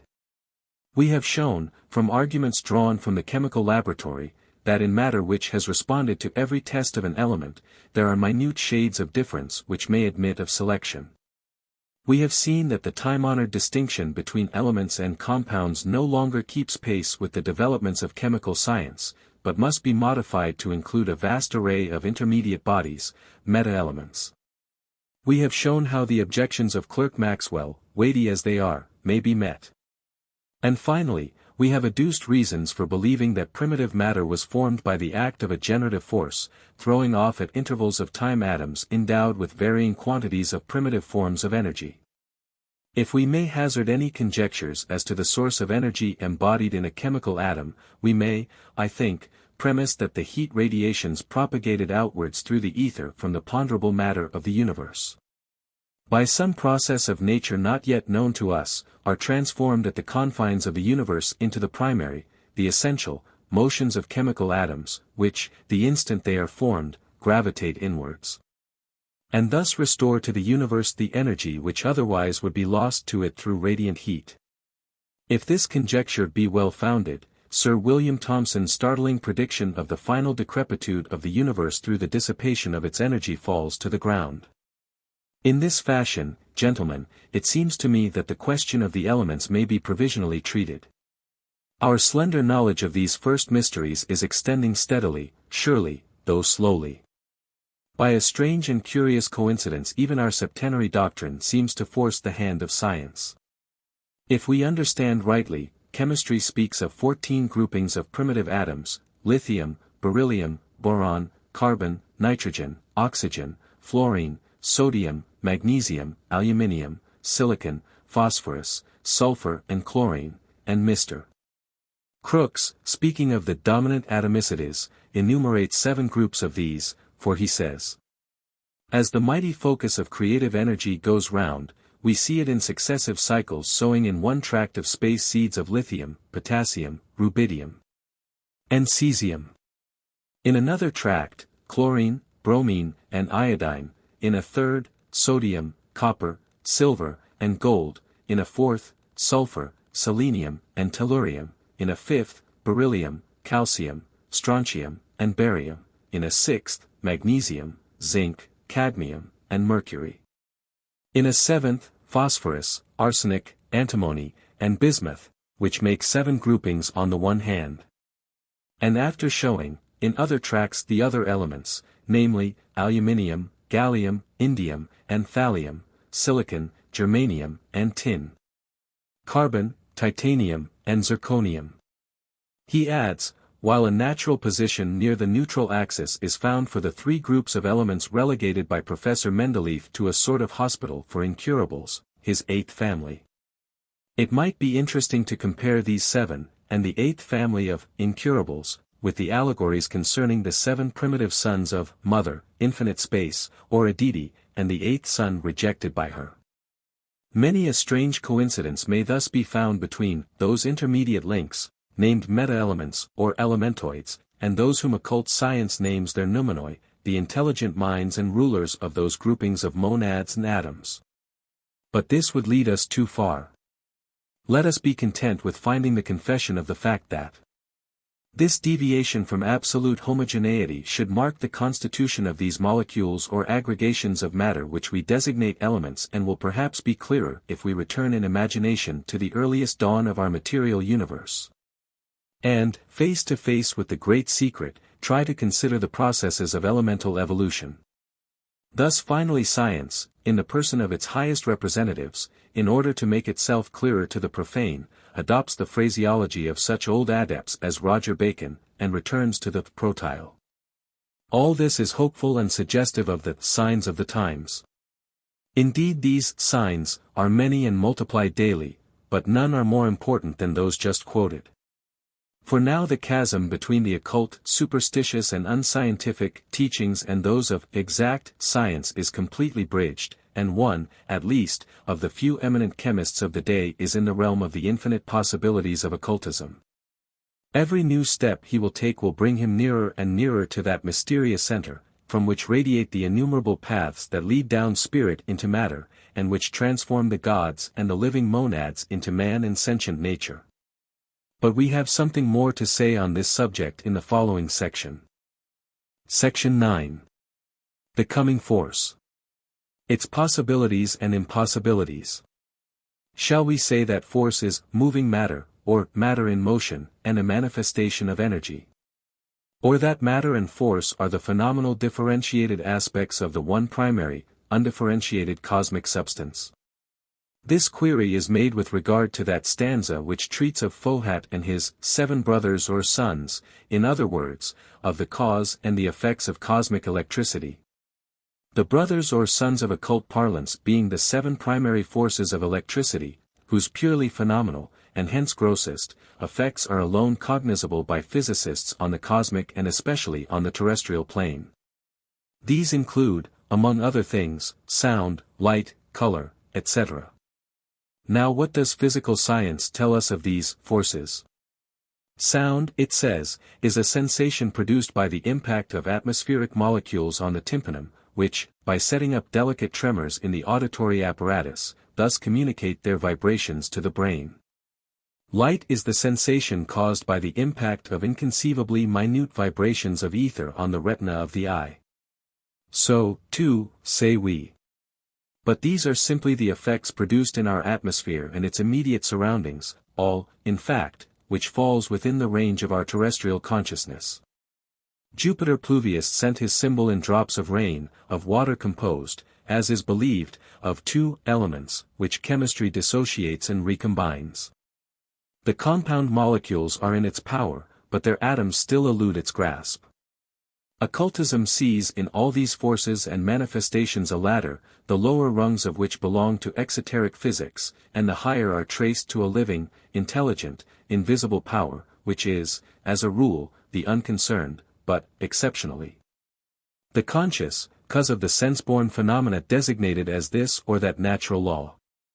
We say and maintain that sound, for one thing, is a tremendous occult power.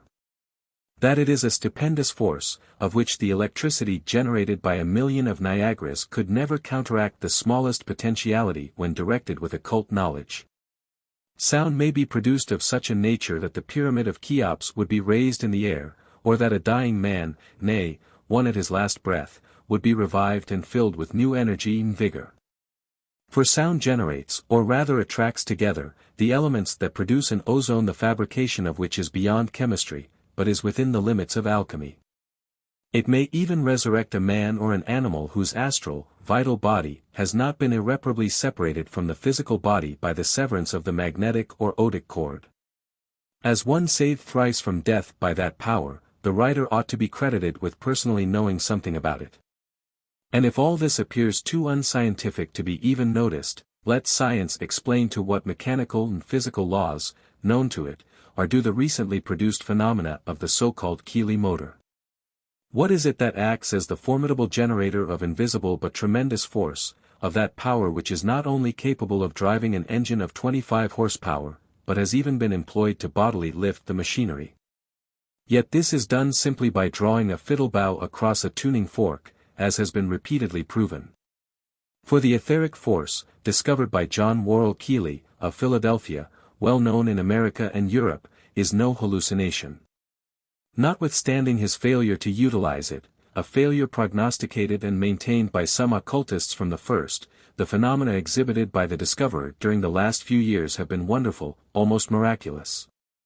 Not in the sense of the supernatural 948 but of the superhuman.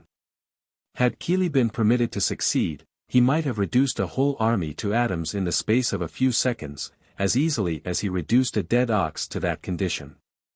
The reader is now asked to give serious attention to that newly discovered potency, which the discoverer has named interetheric force, and forces.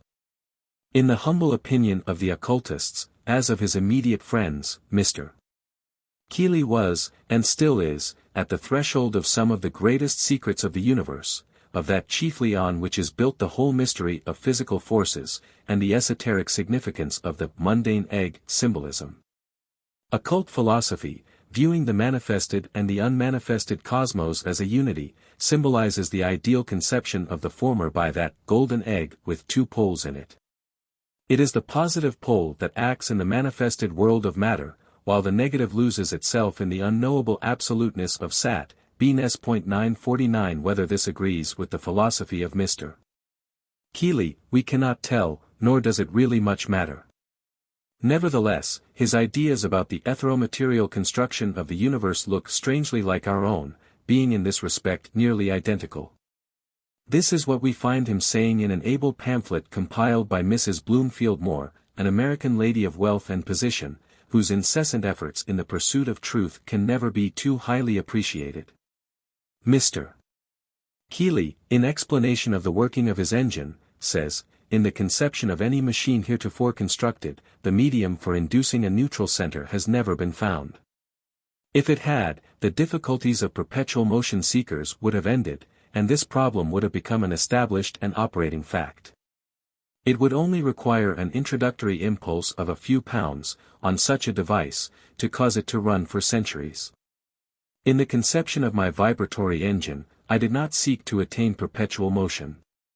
But a circuit is formed that actually has a neutral center, which is in a condition to be vivified by my vibratory ether, and, while under operation by said substance, is really a machine that is virtually independent of the mass, or globe. 950. And it is the wonderful velocity of the vibratory circuit which makes it so. Still, with all its perfection, it requires to be fed with the vibratory ether to make it an independent motor.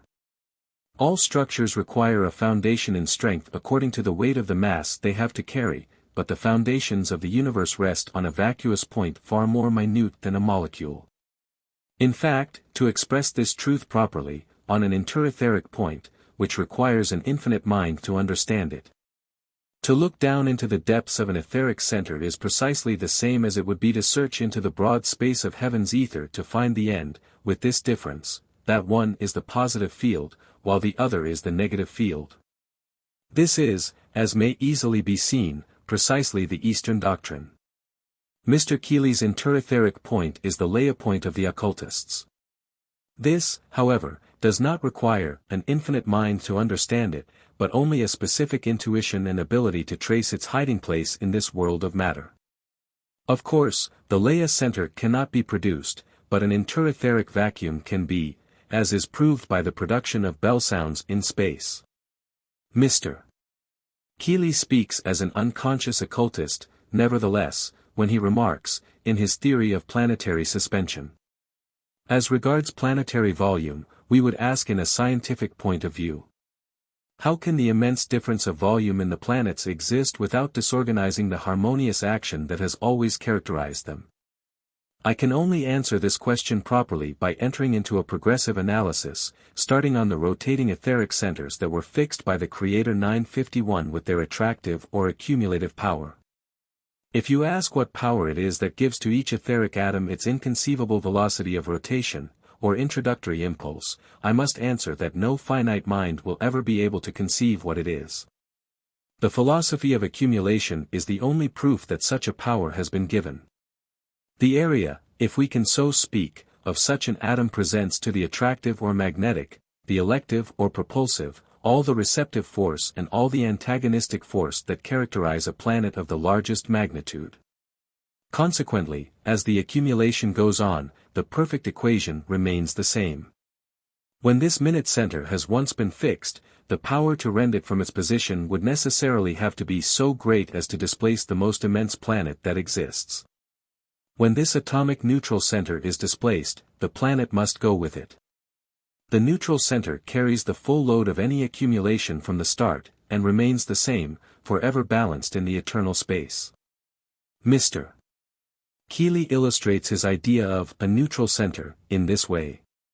We will imagine that, after an accumulation of a planet of any diameter, say, 20,000 miles, more or less, for the size has nothing to do with the problem. There should be a displacement of all the material, with the exception of a crust 5,000 miles thick, leaving an intervening void between this crust and a center of the size of an ordinary billiard ball. It would then require a force as great to move this small central mass as it would to move the shell of 5,000 miles thickness. Moreover, this small central mass would carry the load of this crust forever, keeping it equidistant, and there could be no opposing power, however great, that could bring them together. The imagination staggers in contemplating the immense load which bears upon this point of center, where weight ceases. This is what we understand by a neutral center. And this is what occultists understand by a laya center.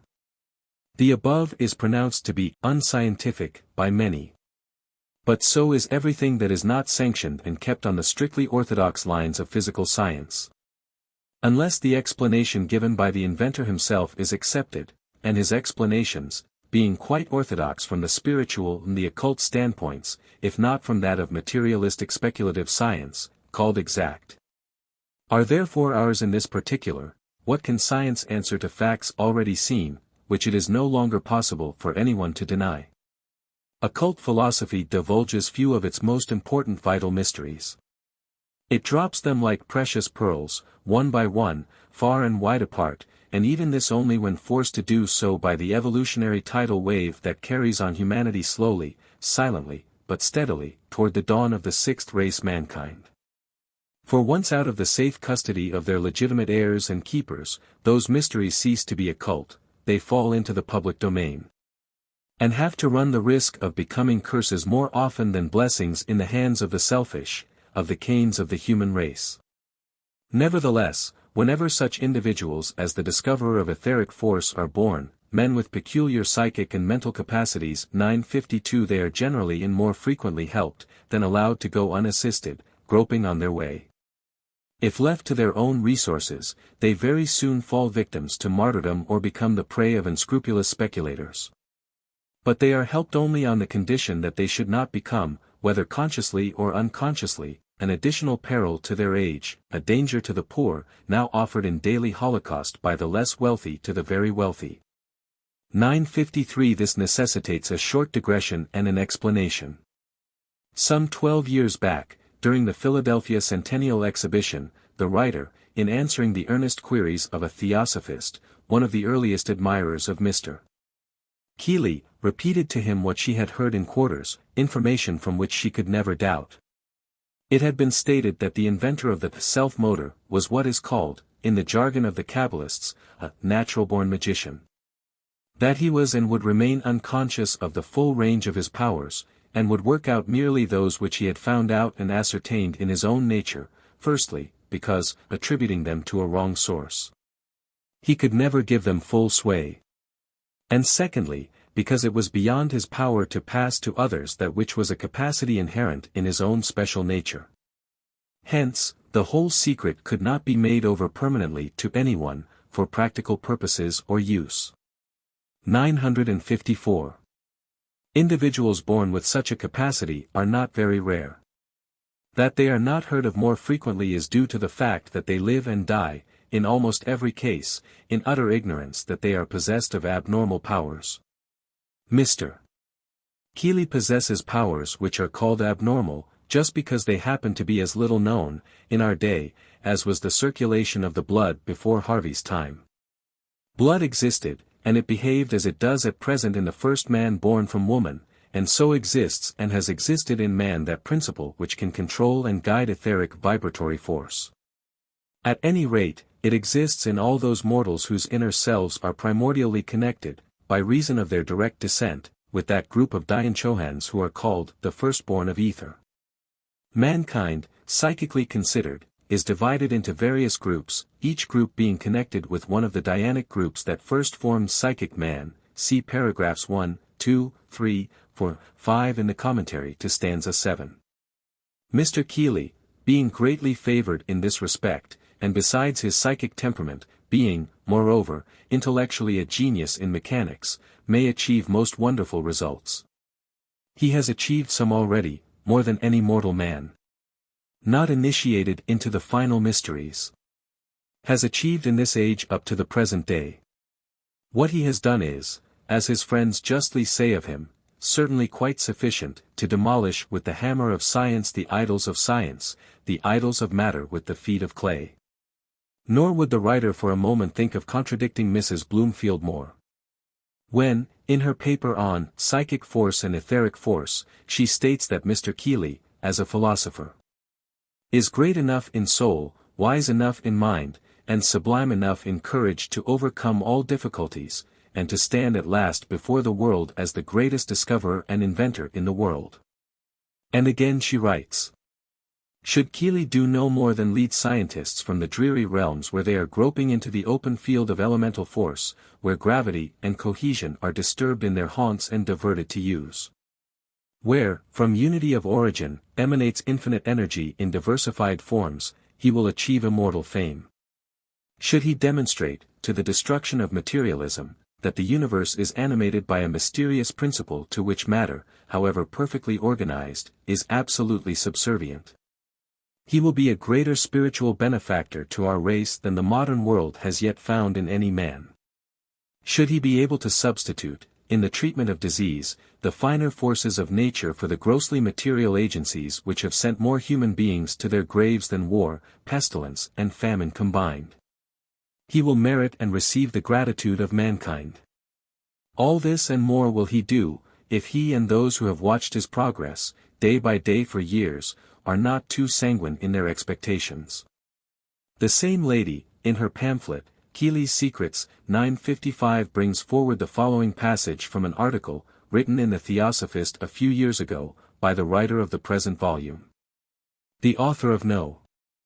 5 of the pamphlets issued by the Theosophical Publication Society, What is Matter and What is Force, says therein, the men of science have just found out a fourth state of matter, whereas the occultists have penetrated years ago beyond the sixth. And therefore do not infer, but know of, the existence of the seventh, the last.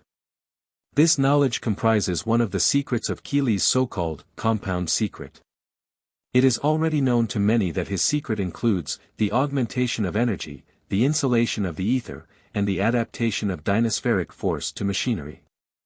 It is just because Keely's discovery would lead to a knowledge of one of the most occult secrets, a secret which can never be allowed to fall into the hands of the masses, that his failure to push his discoveries to their logical end seems certain to occultists. But of this more presently. Even in its limitations this discovery may prove of the greatest benefit. 4. Step by step, with a patient perseverance which some day the world will honor, this man of genius has made his researches.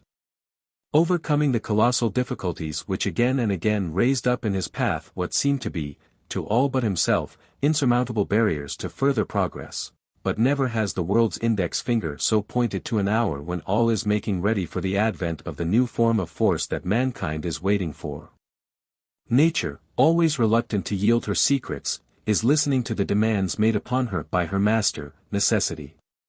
The coal mines of the world cannot long afford the increasing drain made upon them. Steam has reached its utmost limits of power, and does not fulfill the requirements of the age. It knows that its days are numbered. Electricity holds back, with bated breath, dependent upon the approach of her sister colleague. Airships are riding at anchor, as it were, waiting for the force which is to make aerial navigation something more than a dream. As easily as men communicate with their offices from their homes by means of the telephone, so will the inhabitants of separate continents talk across the ocean. Imagination is palsied when seeking to foresee the grand results of this marvelous discovery, when once it is applied to art and mechanics. In taking the throne which it will force steam to abdicate, dynaspheric force will rule the world with a power so mighty in the interests of civilization, that no finite mind can conjecture the results. Lawrence Oliphant, in his preface to Scientific Religion, says, a new moral future is dawning upon the human race, one, certainly, of which it stands much in need. In no way could this new moral future be so widely, so universally, commenced as by the utilizing of dynaspheric force to beneficial purposes in life. The occultists are ready to admit all this with the eloquent writer. Molecular vibration is, undeniably, Keely's legitimate field of research, and the discoveries made by him will prove wonderful, yet only in his hands and through himself. The world so far will get but that with which it can be safely entrusted. The truth of this assertion has, perhaps, not yet quite dawned upon the discoverer himself, since he writes that he is absolutely certain that he will accomplish all that he has promised, and that he will then give it out to the world. But it must dawn upon him, and at no very far distant date. And what he says in reference to his work is a good proof of it. In considering the operation of my engine, the visitor, in order to have even an approximate conception of its modus operandi, must discard all thought of engines that are operated upon the principle of pressure and exhaustion, by the expansion of steam or other analogous gas which impinges upon an abutment, such as the piston of a steam engine.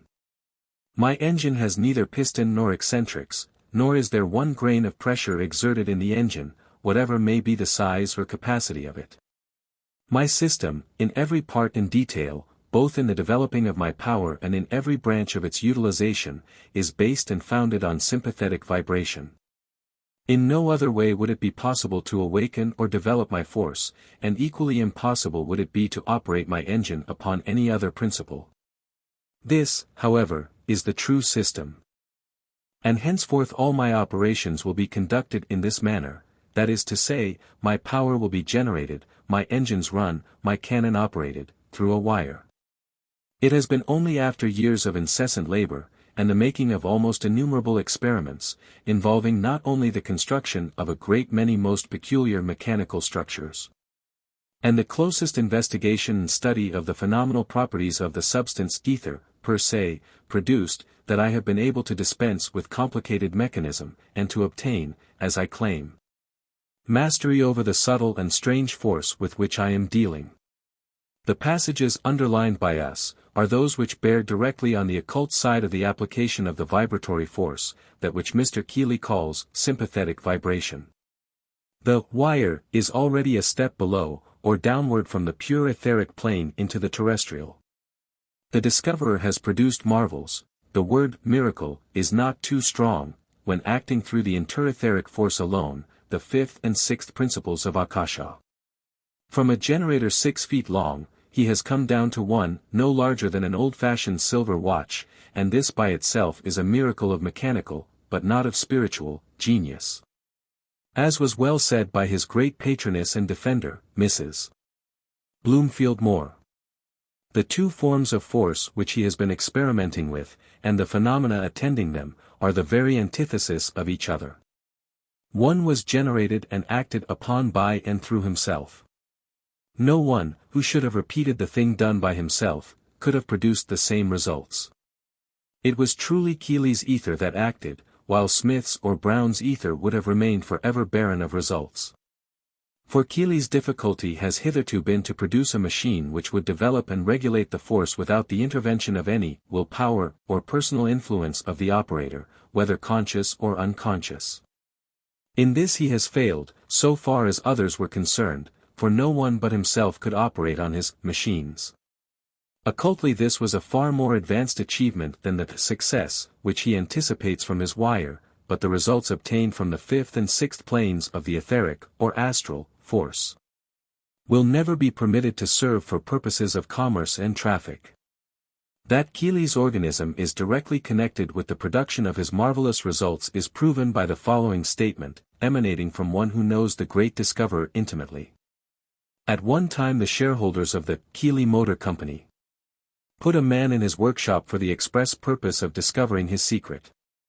After 6 months of close watching, he said to J.W. Keely one day, "I know how it is done, now." They had been setting up a machine together, and Keely was manipulating the stopcock which turned the force on and off. "Try it, then," was the answer. The man turned the cock, and nothing came. "Let me see you do it again," the man said to Keely. The latter complied, and the machinery operated at once. Again the other tried, but without success. Then Keely put his hand on his shoulder and told him to try once more. He did so, with the result of an instantaneous production of the current. This fact, if true, settles the question. We are told that Mr. Keely defines electricity as a certain form of atomic vibration. In this he is quite right, but this is electricity on the terrestrial plane, and through terrestrial correlations. He estimates molecular vibrations at 100 million per second. Intermolecular vibrations at 300 million per second. Atomic vibrations at 900 million per second. Interatomic vibrations at 2,700,000,000 per second. Etheric vibrations at 8,100,000,000 per second. Interetheric vibrations at 24,300,000,000 per second. This proves our point. There are no vibrations that could be counted or even estimated at an approximate rate beyond the realm of the fourth son of Fohat, to use an occult phrase, or that motion which corresponds to the formation of Mr. Crookes' radiant matter, lightly called some years ago the fourth state of matter, on this our plane. If the question is asked why Mr. Keely was not allowed to pass a certain limit, the answer is easy. It was because that, which he has unconsciously discovered, is the terrible sidereal force, known to, and named by the Atlanteans Mashmak, and by the Aryan Rishis in their Astrovidya by a name that we do not like to give. It is the vril of Bulwer Lytton's coming race, and of the coming races of our mankind. The name vril may be a fiction. The force itself is a fact, as little doubted in India as is the existence of the Rishis, since it is mentioned in all the secret books. It is this vibratory force, which, when aimed at an army from an Agni-Ratha, fixed on a flying vessel, a balloon, according to the instructions found in Astrovidya, would reduce to ashes 100,000 men and elephants, as easily as it would a dead rat. It is allegorized in the Vishnu Purana, in the Ramayana and other works, in the fable about the sage Kapila whose glance made a mountain of ashes of King Sagra's 60,000 sons, and which is explained in the esoteric works. And referred to as the Kapalaksha, Kapila's eye. And is it this satanic force that our generations are to be allowed to add to their stock of anarchists' baby toys, known as melanite, dynamite clockwork, explosive oranges, flower baskets, and such other innocent names? Is it this destructive agency, which, once in the hands of some modern Attila, a bloodthirsty anarchist, for instance, would in a few days reduce Europe to its primitive chaotic state? With no man left alive to tell the tale, is it this force which is to become the common property of all men alike? What Mr. Keely has already done is grand and wonderful in the extreme. There is enough work before him in the demonstration of his new system to humble the pride of those scientists who are materialistic, by revealing those mysteries which lie behind the world of matter, without, nolens volens, revealing it to all. For surely psychics and spiritualists, of whom there are a good number in European armies, would be the first to personally experience the fruits of the revelation of such mysteries.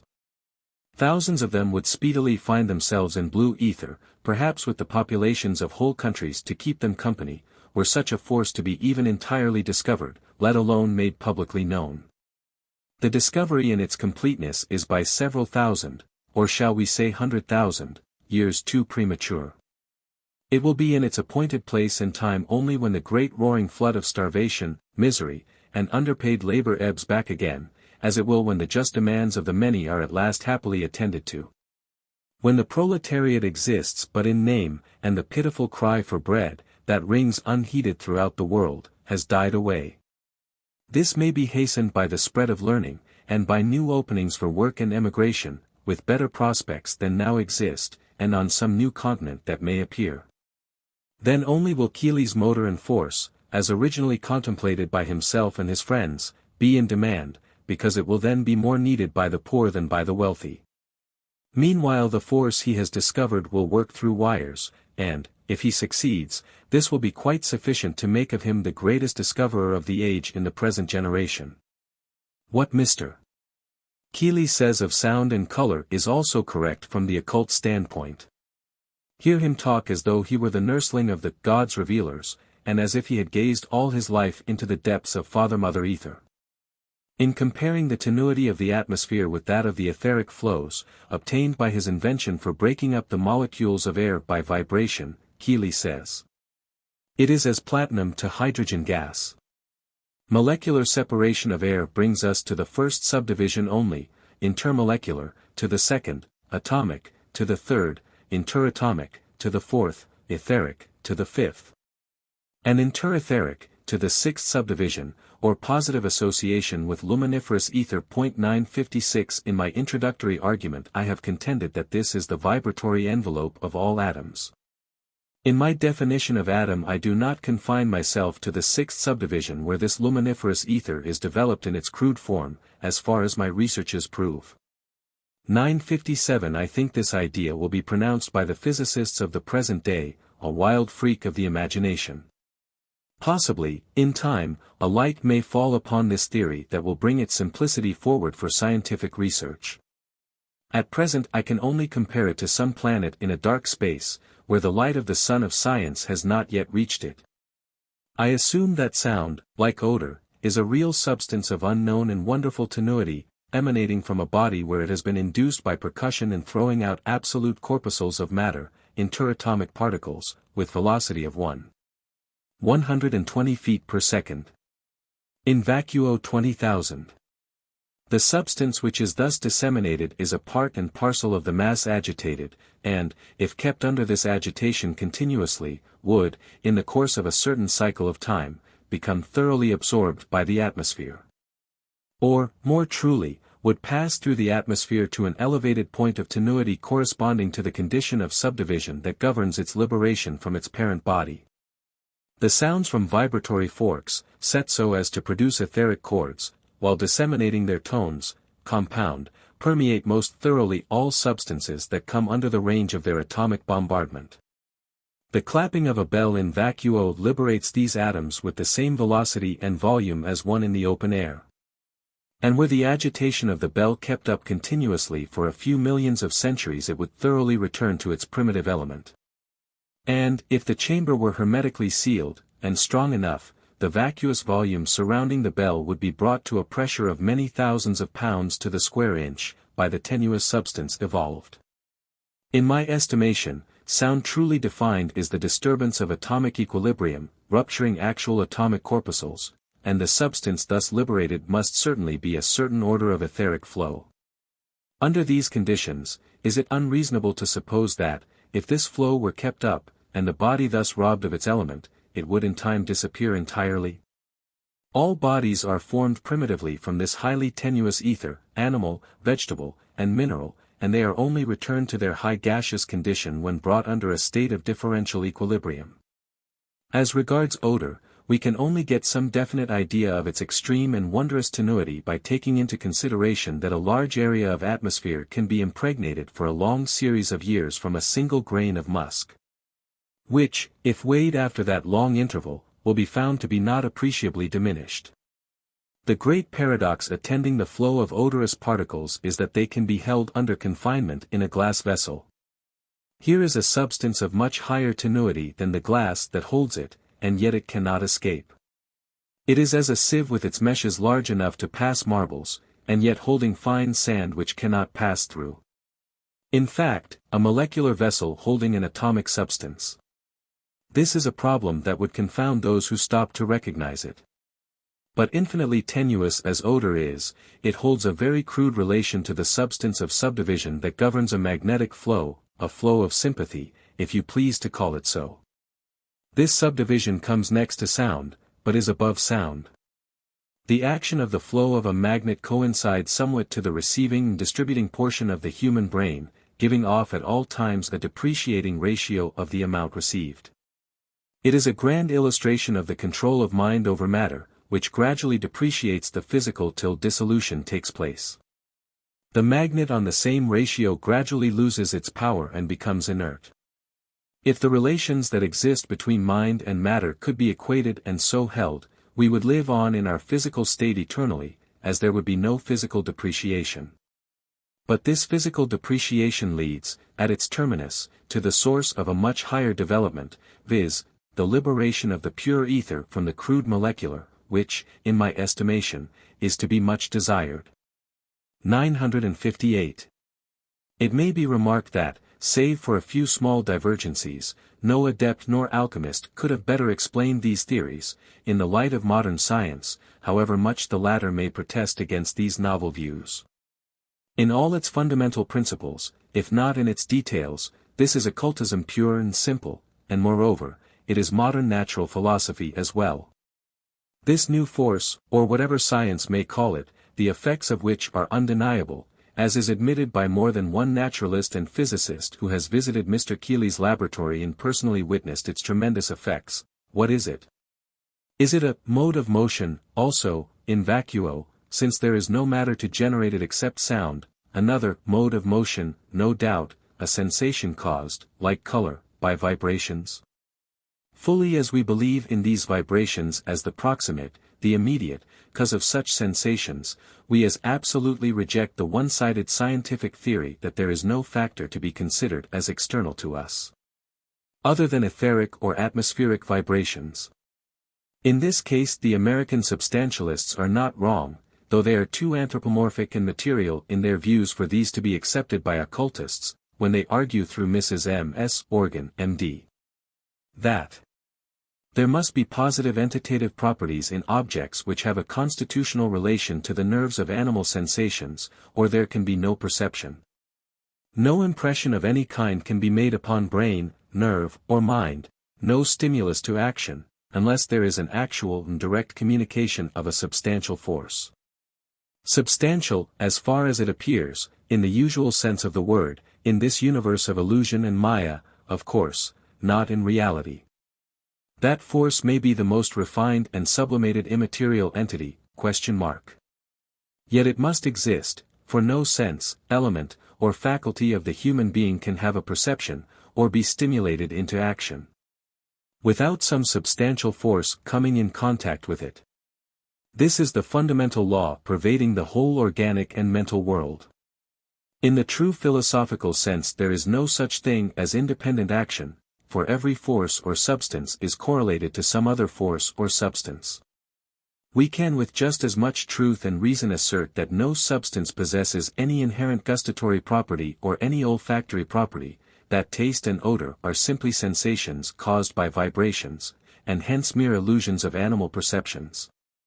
There is a transcendental set of causes put in motion, so to speak, in the occurrence of these phenomena, which, not being in relation to our narrow range of cognition, can only be understood and traced to their source and their nature by the spiritual faculties of the adept.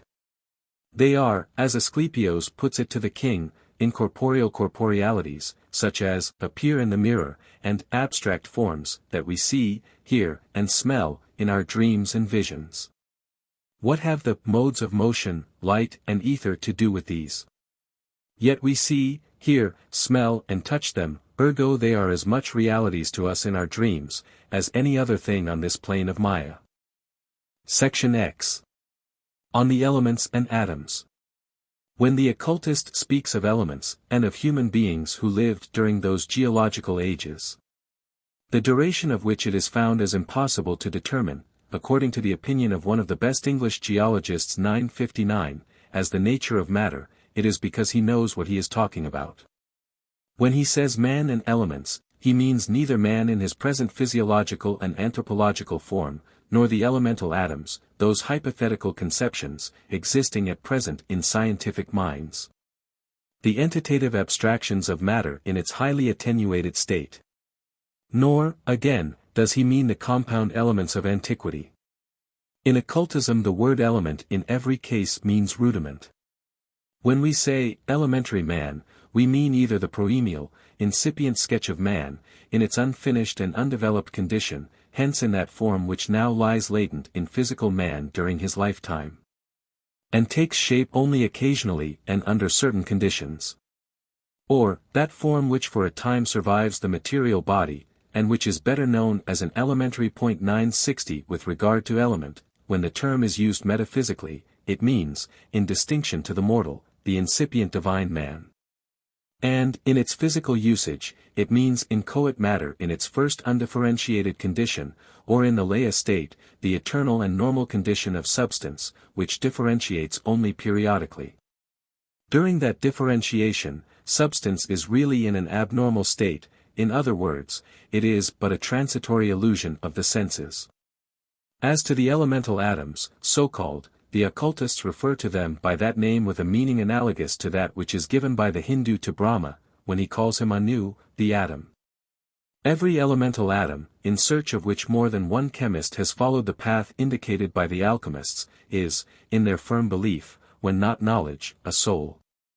Not necessarily a disembodied soul, but a jiva, as the Hindus call it, a center of potential vitality, with latent intelligence in it, and, in the case of compound souls, an intelligent active existence, from the highest to the lowest order. A form composed of more or less differentiations. It requires a metaphysician, and an Eastern metaphysician, to understand our meaning. All those atom souls are differentiations from the One, and are in the same relation to it as is the divine soul, Buddhi, to its informing and inseparable spirit, Atma. Modern physics, in borrowing from the ancients their atomic theory, forgot one point, the most important point of the doctrine, hence they have got only the husks and will never be able to get the kernel. In adopting physical atoms, they omitted the suggestive fact that, from Anaxagoras to Epicurus, to the Roman Lucretius, and finally even to Galileo, all these philosophers believed more or less in animated atoms. Not in invisible specks of so-called brute matter. According to them, rotatory motion was generated by larger, read, more divine and pure, atoms forcing other atoms downwards, the lighter ones being simultaneously thrust upward. The esoteric meaning of this is the ever-cyclic curve of differentiated elements downward and upward through intercyclic phases of existence, until each again reaches its starting point or birthplace. The idea was metaphysical as well as physical. The hidden interpretation embracing gods or souls, in the shape of atoms, as the causes of all the effects produced on earth by the secretions from the divine bodies. 961 No ancient philosopher, not even the Jewish Kabbalists, ever dissociated spirit from matter, or matter from spirit. Everything originated in the One, and, proceeding from the One, must finally return to the One. Light becomes heat and consolidates into fiery particles, which, from being ignited, become cold, hard particles, round and smooth. And this is called soul, imprisoned in its robe of matter. 962. Atoms and souls were synonymous in the language of the initiates. The doctrine of whirling souls, Gilgulim, in which so many learned Jews have believed, 963 had no other meaning esoterically. The learned Jewish initiates never meant Palestine alone by the Promised Land, but they meant the same nirvana as do the learned Buddhist and Brahmin, the bosom of the Eternal One, symbolized by that of Abraham. And by Palestine as its substitute on earth. Surely no educated Jew ever believed this allegory in its literal sense, that the bodies of Jews contain within them a principle of soul which cannot rest, if the bodies are deposited in a foreign land, until, by a process called the whirling of the soul, the immortal particle reaches once more the sacred soil of the Promised Land. 964 The meaning of this is evident to an occultist.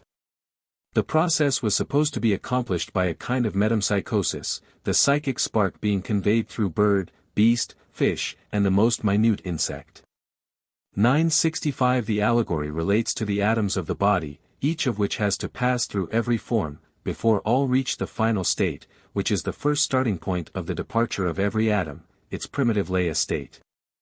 But the primitive meaning of Gilgulim, or the revolution of souls, was the idea of the reincarnating souls or egos. All the souls go into the Gilgula, into a cyclic or revolving process, i.e., they all proceed on the cyclic path of rebirths. Some Kabbalists interpret this doctrine to mean only a kind of purgatory for the souls of the wicked.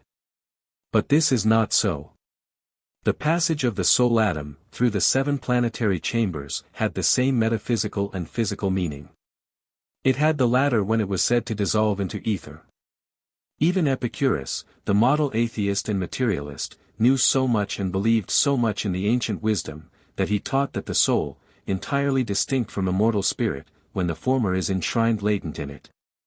As it is in every atomic speck, was composed of a fine, tender essence, formed from the smoothest, roundest, and finest atoms. 966.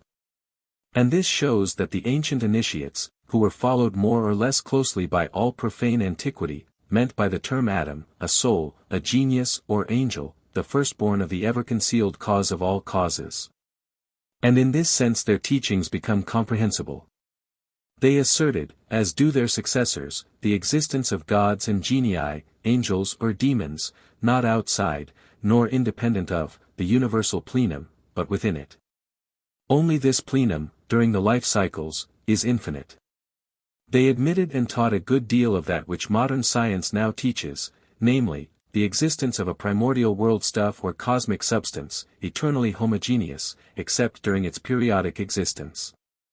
Then, universally diffused throughout infinite space, it differentiates, and gradually forms sidereal bodies from itself. They taught the revolution of the heavens, the earth's rotation, the heliocentric system, and the atomic vortices, atoms being in reality souls and intelligences. These atomists were spiritual, most transcendental, and philosophical pantheists.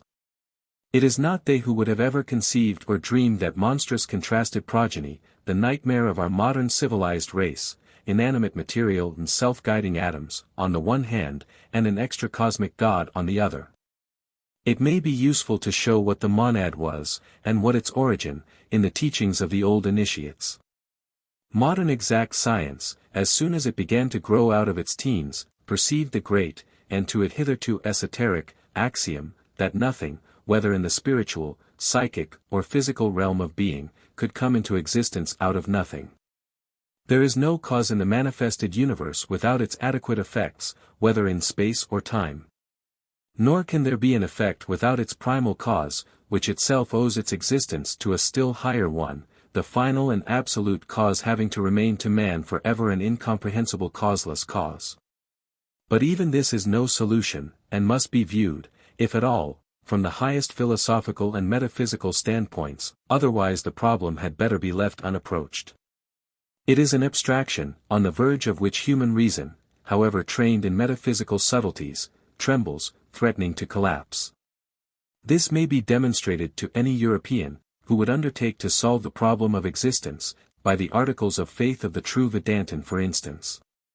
Let him read and study the sublime teachings of Shankaracharya, on the subject of soul and spirit, and the reader will realize what is now said.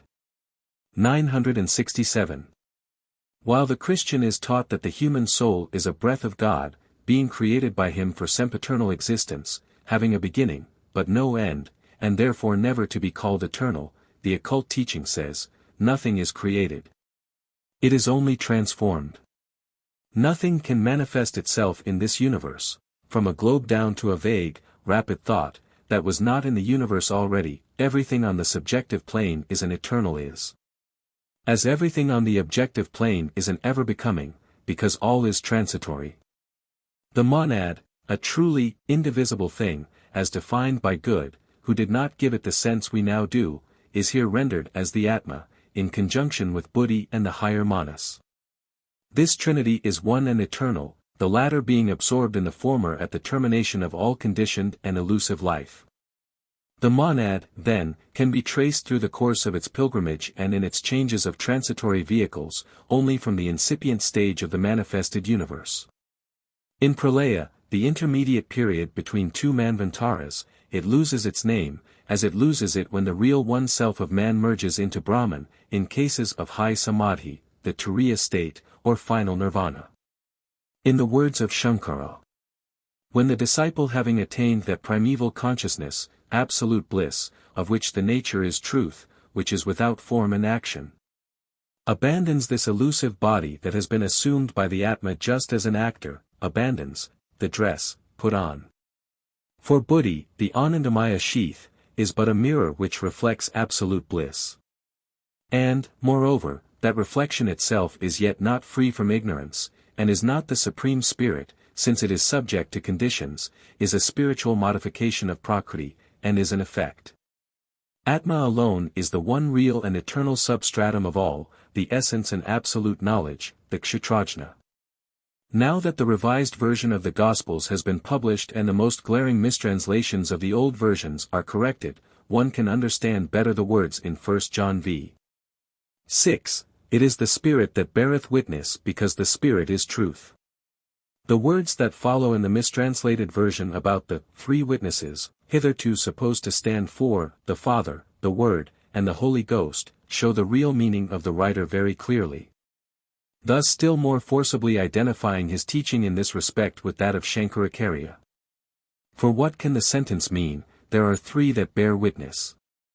The Spirit and the water and the blood, if it bears no relation to, nor connection with, the more philosophical statement of the great Vedantin teacher, speaking of the sheaths, the principles in man, jiva, vijnanamaya, etc.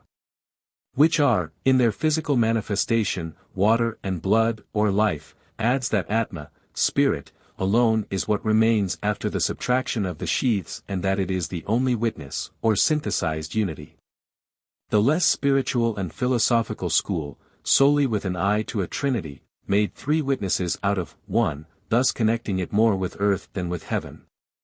It is called in esoteric philosophy the one witness, and, while it rests in devotion, is referred to as the three witnesses to karma.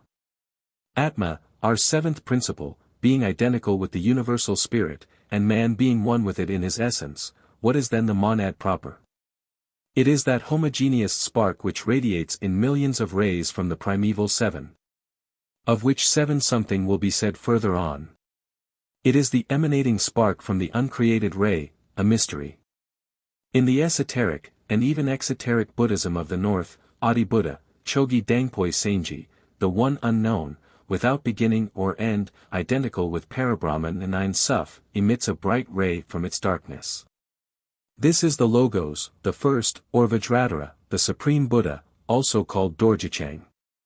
As the Lord of all mysteries he cannot manifest, but sends into the world of manifestation his heart, the diamond heart, Vajrasattva or Dorjasempa. This is the second Logos of creation, from whom emanate the seven, in the exoteric blind the five, Dhyani Buddhas, called the Anapadika, the parentless. These Buddhas are the primeval monads from the world of incorporeal being, the Arupa world, wherein the intelligences, on that plane only, have neither shape nor name, in the exoteric system. But have their distinct seven names in the esoteric philosophy. These Dhyani Buddhas emanate, or create from themselves, by virtue of dhyana, celestial selves, the superhuman bodhisattvas. These, incarnating at the beginning of every human cycle on earth as mortal men, become occasionally, owing to their personal merit, bodhisattvas among the sons of humanity, after which they may reappear as Manushi, or human, Buddhas. The Anapadika, or Dhyani Buddhas, are thus identical with the Brahmanical Manasaputra, mind-born sons, whether of Brahma, or of either of the other two Trimershan hypostases. They are identical also with the Rishis and Prajapatis. Thus, a passage is found in Anujata, which, read esoterically, shows plainly, though under another imagery, the same idea and system. It says, "Whatever entities there are in this world, movable or immovable, they are the very first to be dissolved, at pralaya, and next the developments produced from the elements, from which the visible universe is fashioned. And, after, these developments, evolved entities, all the elements. Such is the upward gradation among entities. Gods, men, Gandharvas, Pishachas, Asuras, Rakshasas, all have been created by nature, Svabhava, or Prakriti, plastic nature, not by actions, nor by a cause, not by any physical cause. These Brahmanas, the Rishi Prajapati, the creators of the world, are born here, on earth, again and again. And whatever is produced from them is dissolved in due time in those very five great elements, the five, or rather seven, Dhyani Buddhas, also called elements of mankind, like billows in the ocean. These great elements are in every way, beyond, the elements that make up the world, the gross elements. And he who is released, even from these five elements, the Tanmatras, 968 goes to the highest goal. The Lord Prajapati, Brahma, created all this by the mind only, by dhyana, or abstract meditation and mystic powers, like the Dhyani Buddhas. 969. Evidently then, these brahmanas are identical with the terrestrial bodhisattvas of the heavenly Dhyani Buddhas. Both, as primordial, intelligent elements, become the creators or the emanators of the monads destined to become human in that cycle.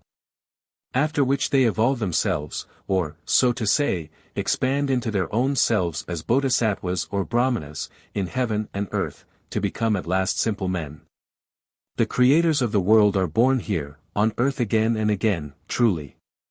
In the northern Buddhist system, or the popular exoteric religion, it is taught that every Buddha, while preaching the good law on earth, manifests himself simultaneously in three worlds, in the formless world as a Dhyani Buddha, in the world of forms as a bodhisattva, and in the world of desire, the lowest or our world, as a man.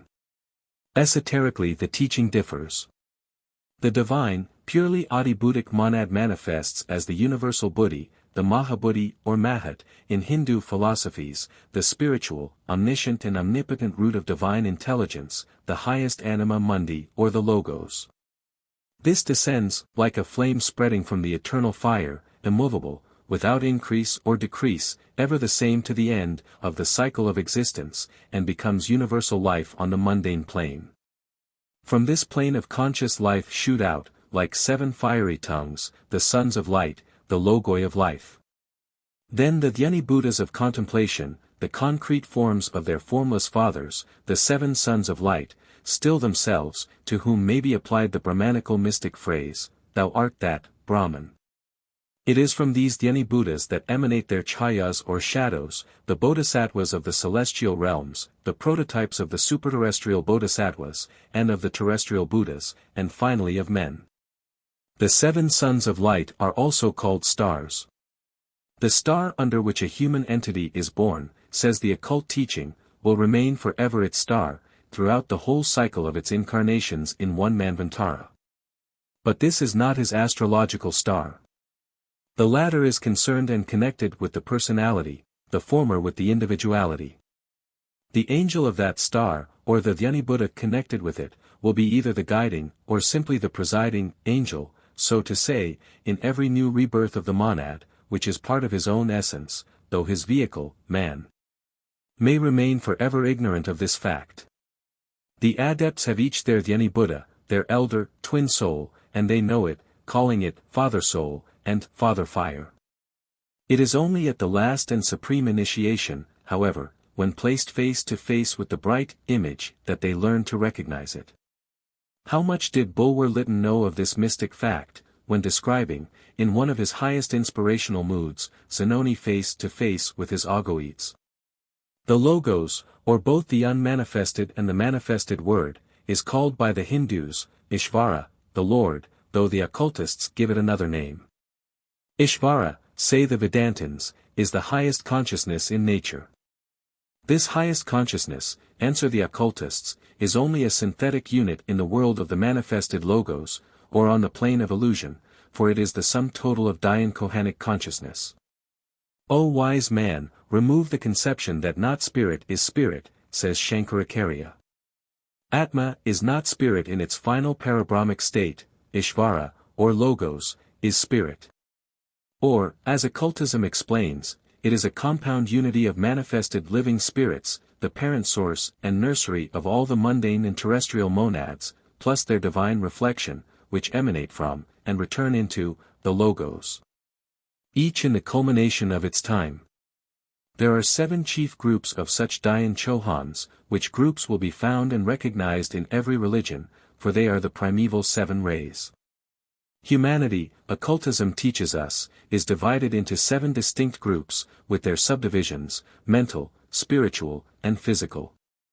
Hence there are 7 chief planets, the spheres of the indwelling 7 spirits, under each of which is born one of the human groups which is guided and influenced thereby. There are only 7 planets specially connected with Earth, and 12 houses, but the possible combinations of their aspects are countless. As each planet can stand to each of the others in 12 different aspects, their combinations must be almost infinite. As infinite, in fact, as the spiritual, psychic, mental, and physical capacities in the numberless varieties of the genus Homo, each of which varieties is born under one of the 7 planets and one of the said countless planetary combinations. 970. The monad, then, viewed as one, is above the 7th principle in cosmos and man, and as a triad, it is the direct radiant progeny of the said compound unit, not the breath of God, as that unit is called, nor creating out of nihil. For such an idea is quite unphilosophical, and degrades deity, dragging it down to a finite, attributive condition. As well expressed by the translator of the crest jewel of wisdom, though Ishvara is God. Unchanged in the profoundest depths of pralayas and in the intensest activity of manvantaras, still, beyond him, is Atma, round whose pavilion is the darkness of eternal Maya. 971. The triads born under the same parent planet, or rather the radiations of one and the same planetary spirit Hridyani Buddha are, in all their afterlives and rebirths, sister, or twin, souls, on this earth. The idea is the same as that of the Christian Trinity, the 3 in 1, only it is still more metaphysical, the universal, over-spirit, manifesting on the 2 higher planes, those of Buddhi and Mahat. These are the 3 hypostases, metaphysical, but never personal. This was known to every high initiate in every age and in every country. I and my Father are one, said Jesus. 972 When he is made to say, elsewhere, I ascend to my Father and your Father, 973 it meant that which has just been stated. The identity, and at the same time the elusive differentiation of the angel monad and the human monad is shown in the sentences, my Father is greater than I, 974, glorify your Father which is in heaven. 975, then shall the righteous shine forth as the sun in the kingdom of their Father, not our Father. 976 So again Paul asks, know ye not ye are the temple of God, and that the Spirit of God dwelleth in you? 977 All this was simply meant to show that the group of disciples and followers attracted to him belonged to the same Dhyani Buddha, star, or Father, and that this again belonged to the same planetary realm and division as he did. It is the knowledge of this occult doctrine that found expression in the review of the Idol of the White Lotus, when T. Subaro wrote, every Buddha meets at his last initiation all the great adepts who reached Buddhahood during the preceding ages. Every class of adepts has its own bond of spiritual communion which knits them together.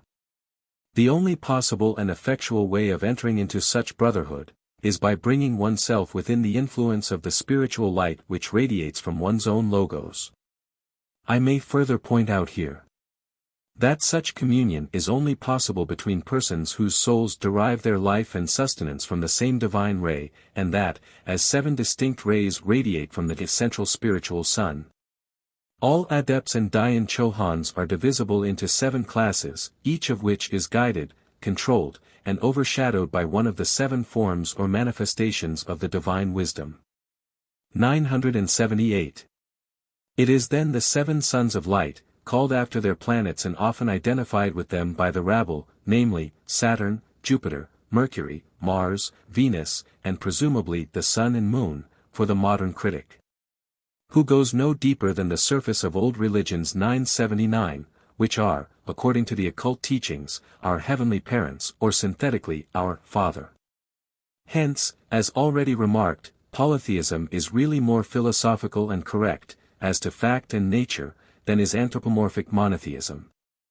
Saturn, Jupiter, Mercury, and Venus, the 4 exoteric planets, and the 3 others, which must remain unnamed, were the heavenly bodies in direct astral and psychic communication, morally and physically, with the earth, its guides, and watchers. The visible orbs furnishing our humanity with its outward and inward characteristics, and their regents or rectors with our monads and spiritual faculties. In order to avoid creating new misconceptions, let it be stated that among the 3 secret orbs, or star angels, neither Uranus nor Neptune were included. Not only because they were unknown under these names to the ancient sages, but because they, like all other planets, however many there may be, are the gods and guardians of other septenary chains of globes within our system. Nor do the 2 great planets last discovered depend entirely on the Sun, as do the rest of the planets. Otherwise, how can we explain the fact that Uranus receives 1/390th part of the light received by our Earth, while Neptune receives only 1/900th part? And that their satellites show a peculiarity of inverse rotation found in no other planets of the solar system? At any rate, what we say applies to Uranus, though the fact has again been disputed recently. This subject will, of course, be considered as a mere vagary, by all those who confuse the universal order of being with their own systems of classification. Here, however, simple facts from occult teachings are stated, to be either accepted or rejected, as the case may be. There are details which, on account of their great metaphysical abstraction, cannot be entered upon. Hence, we merely state that only 7 of our planets are as intimately related to our globe, as the Sun is to all the bodies subject to him in his system. Of these bodies the poor little number of primary and secondary planets known to astronomy, looks wretched enough, in truth. 980 Therefore, it stands to reason that there are a great number of planets, small and large, that have not been discovered yet, but of the existence of which ancient astronomers, all of them initiated adepts, must certainly have been aware. But, as the relation of these to the gods was sacred, it had to remain arcane, as did also the names of various other planets and stars. Besides this, even the Roman Catholic theology speaks of 70 planets that preside over the destinies of the nations of this globe, and, save the erroneous application, there is more truth in this tradition than in exact modern astronomy.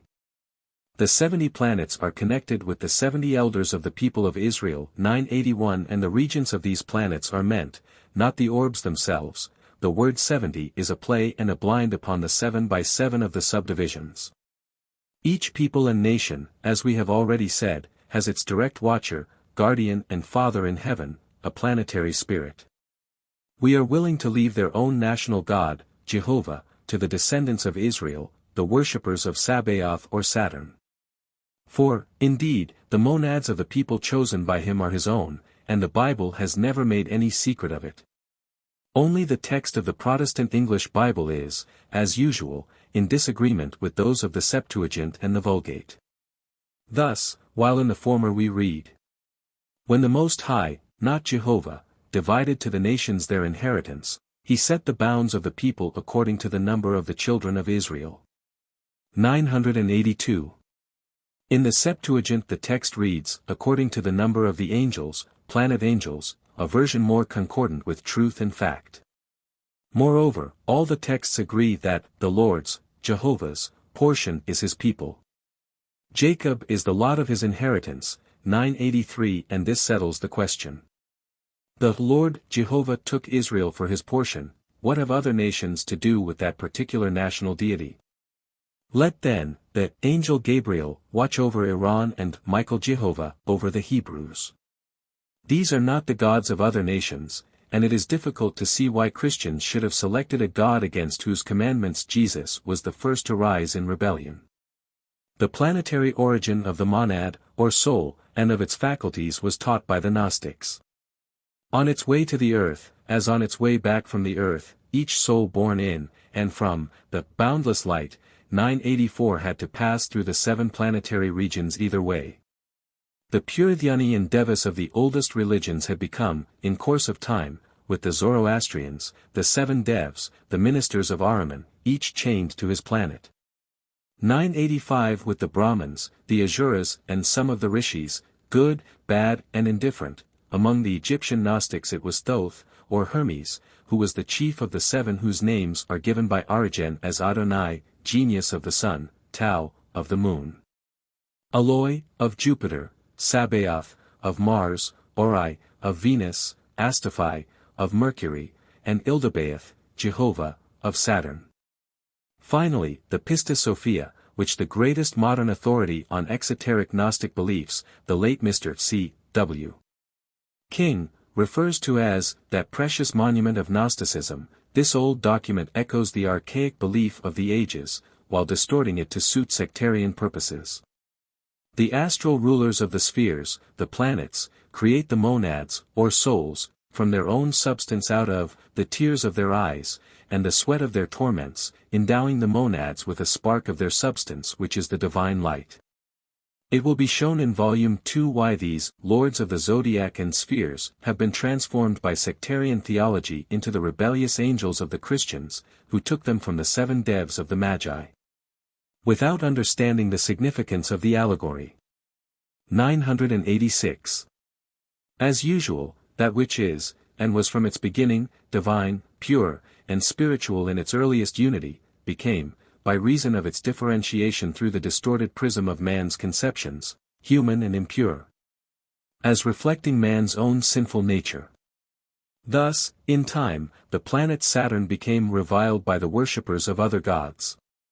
The nations born under Saturn, the Jewish, for instance, with whom he became Jehovah, after being considered as a son of Saturn, or Ildabaoth, by the Ophites, and in the book of Jasher, were eternally fighting with those born under Jupiter, Mercury, or any other planet, except Saturn Jehovah. Genealogies and prophecies notwithstanding, Jesus the Initiate, or Jehoshua, the type from whom the historical Jesus was copied, was not of pure Jewish blood, and thus recognized no Jehovah. Nor did he worship any planetary god beside his own Father, whom he knew, and with whom he communed, as every high initiate does, spirit to spirit and soul to soul. This can hardly be taken exception to, unless the critic explains to everyone's satisfaction the strange sentences put into the mouth of Jesus during his disputes with the Pharisees by the author of the 4th Gospel. I know that ye are Abraham's seed. 987. I speak that which I have seen with my father, and ye do that which ye have seen with your father. Ye do the deeds of your father. Ye are of your father, the devil. He was a murderer from the beginning, and abode not in the truth, because there is no truth in him. When he speaketh a lie he speaketh of his own, for he is a liar and the father of it. 988. This father of the Pharisees was Jehovah, for he was identical with Cain, Saturn, Vulcan, etc., the planet under which they were born, and the god whom they worshipped. Evidently there must be an occult meaning sought in these words and admonitions, however mistranslated, since they are pronounced by one who threatened with hellfire anyone who says to his brother simply Raka, fool. 989. And evidently, again, the planets are not merely spheres, twinkling in space, and made to shine for no purpose, but they are the domains of various beings with whom the uninitiated are so far unacquainted, but who have, nevertheless, a mysterious, unbroken, and powerful connection with men and globes. Every heavenly body is the temple of a god, and these gods themselves are the temples of God, the unknown, not spirit. There is nothing profane in the universe. All nature is a consecrated place, as Jung says. Each of these stars is a religious house. Thus can all exoteric religions be shown to be the falsified copies of the esoteric teaching. It is the priesthood which has to be held responsible for the reaction of our day in favor of materialism. It is by worshipping and enforcing on the masses the worship of the shells of pagan ideals, personified for purposes of allegory, that the latest exoteric religion has made of Western lands a pandemonium, in which the higher classes worship the golden calf, and the lower and ignorant masses are made to worship an idol with feet of clay. Section 11. Ancient thought in modern dress. Modern science is ancient thought distorted, and no more. We have seen, however, what intuitional scientists think, and are busy about. And now the reader shall be given a few more proofs of the fact that more than one FRS is unconsciously approaching the derided secret sciences. With regard to cosmogony and primeval matter, modern speculations are undeniably ancient thought, improved by contradictory theories of recent origin. The whole foundation belongs to Grecian and Indian archaic astronomy and physics, in those days called always philosophy. In all the Aryan and Greek speculations, we meet with the conception of an all-pervading, unorganized, and homogeneous matter, or chaos, renamed by modern scientists, nebular condition of the world stuff. What Anaxagoras called chaos in his Homoemeria is now called primitive fluid by Sir William Thomson. The Hindu and Greek atomists, Kanada, Leucippus, Democritus, Epicurus, Lucretius, etc., are now reflected, as in a clear mirror, in the supporters of the atomic theory of our modern days, beginning with Leibniz's Monads, and ending with the vortical atoms of Sir William Thomson. 990 True, the corpuscular theory of old is rejected, and the undulatory theory has taken its place. But the question is, whether the latter is so firmly established as not to be liable to be dethroned like its predecessor. Light, from its metaphysical aspect, has been fully treated in Isis Unveiled.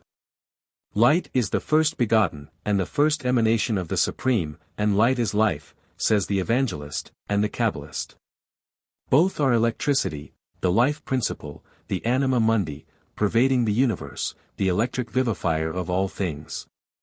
Light is the great protean magician, and under the divine will of the architect 991, or rather the architects, the builders, called one collectively, its multifarious, omnipotent waves gave birth to every form as well as to every living being. From its swelling electric bosom, spring matter and spirit. Within its beams lie the beginnings of all physical and chemical action, and of all cosmic and spiritual phenomena. It vitalizes and disorganizes. It gives life and produces death, and from its primordial point gradually emerged into existence the myriads of worlds, visible and invisible celestial bodies. It was at the ray of this first mother, one in three, that God, according to Plato, lighted a fire which we now call the sun, 992, and which is not the cause of either light or heat, but merely the focus, or, as we might say, the lens, by which the rays of the primordial light become materialized, are concentrated upon our solar system, and produce all the correlations of forces. 993. This is the ether, as just explained in the views of Metcalfe, repeated by Dr. Richardson, save for the submission of the former to some details of the modern undulatory theory. We do not say that we deny the theory. We assert only that it needs completion and rearrangement. But the occultists are by no means the only heretics in this respect, for Mr. Robert Hunt, FRS, finds that the undulatory theory does not account for the results of his experiments. 994 Sir David Brewster, in his treatise on optics, showing that the colors of vegetable life arise from a specific attraction which the particles of these bodies exercise over the differently colored rays of light, and that it is by the light of the sun that the colored juices of plants are elaborated, that the colors of bodies are changed, etc. Remarks that it is not easy to allow that such effects can be produced by the mere vibration of an ethereal medium. And he is forced, he says, by this class of facts, to reason as if light was material, ? Professor Josiah P. Cook, of Harvard University, says that he cannot agree with those who regard the wave theory of light as an established principle of science. 995 Herschel's doctrine, that the intensity of light, in effect of each undulation, is inversely as the square of the distance from the luminous body, if correct, damages a good deal, if it does not kill, the undulatory theory. That he is right was proved repeatedly by experiments with photometers, and though it begins to be much doubted, the undulatory theory is still alive. 996. To this remark of Sir David Brewster, forced to reason as if light was material, there is a good deal to reply. Light, in one sense, is certainly as material as is electricity itself. And if electricity is not material, if it is only a mode of motion, how is it that it can be stored up in Fors accumulators? Helmholtz says that electricity must be as atomic as matter, and Mr. W. Crookes, FRS, supported the view in his address at Birmingham, in 1886, to the chemical section of the British Association, of which he was president. This is what Helmholtz says. If we accept the hypothesis that the elementary substances are composed of atoms, we cannot avoid concluding that electricity also, positive as well as negative, is divided into definite elementary portions, which behave like atoms of electricity. 997. Here we have to repeat that which was already said in Section 8, that there is but one science that can henceforth direct modern research into the one path which will lead to the discovery of the whole, hitherto occult, truth. And it is the youngest of all, chemistry, as it now stands reformed. There is no other, not excluding astronomy, that can so unerringly guide scientific intuition, as can chemistry. Two proofs of this are to be found in the world of science, two great chemists, each among the greatest in his own country, namely, Mr. Crookes and the late Professor Buttelroth. The one is a thorough believer in abnormal phenomena, the other was as fervid a spiritualist, as he was great in the natural sciences. It becomes evident that, while pondering over the ultimate divisibility of matter, and in the hitherto fruitless chase after the element of negative atomic weight, the scientifically trained mind of the chemist must feel irresistibly drawn towards those ever-shrouded worlds, to that mysterious beyond, whose measureless depths seem to close against the approach of the too materialistic hand that would fain draw aside its veil. It is the unknown and the ever unknowable, warns the monist agnostic. Not so, answers the persevering chemist. We are on the track and we are not daunted, and fain would we enter the mysterious region which ignorance tickets unknown. In his presidential address at Birmingham, Mr. Crookes said, "There is but one unknown, the ultimate substratum of spirit, space. That which is not the absolute and the one is, in virtue of that very differentiation, however far removed from the physical senses, always accessible to the spiritual human mind, which is a coruscation of the undifferentiable integral." 2 or 3 sentences, at the very close of his lecture on the genesis of the elements, showed the eminent scientist to be on the royal road to the greatest discoveries. He has been for some time overshadowing the original protyle, and he has come to the conclusion that he who grasps the key will be permitted to unlock some of the deepest mysteries of creation. Protyle, as the great chemist explains, is a word analogous to protoplasm, to express the idea of the original primal matter existing before the evolution of the chemical elements. The word I have ventured to use for this purpose is compounded of pi rho, earlier than, and lambda eta, the stuff of which things are made. The word is scarcely a new coinage, for 600 years ago Roger Bacon wrote in his Arte Chimiae, "The elements are made out of lambda eta and every element is converted into the nature of another element." The knowledge of Roger Bacon did not come to this wonderful old magician 998 by inspiration, but because he studied ancient works on magic and alchemy, and had a key to the real meaning of their language. But see what Mr. Crookes says of protyle, next neighbor to the unconscious mula prakriti of the occultists. Let us start at the moment and the first element came into existence. Before this time, matter, as we know it, was not. It is equally impossible to conceive of matter without energy, as of energy without matter. From one point of view both are convertible terms. Before the birth of atoms, all those forms of energy, which become evident when matter acts upon matter, could not have existed. 999, they were locked up in the protyle as latent potentialities only. Coincident with the creation of atoms, all those attributes and properties, which form the means of discriminating one chemical element from another, start into existence fully endowed with energy. 1000. With every respect due to the great knowledge of the lecturer, the occultist would put it otherwise.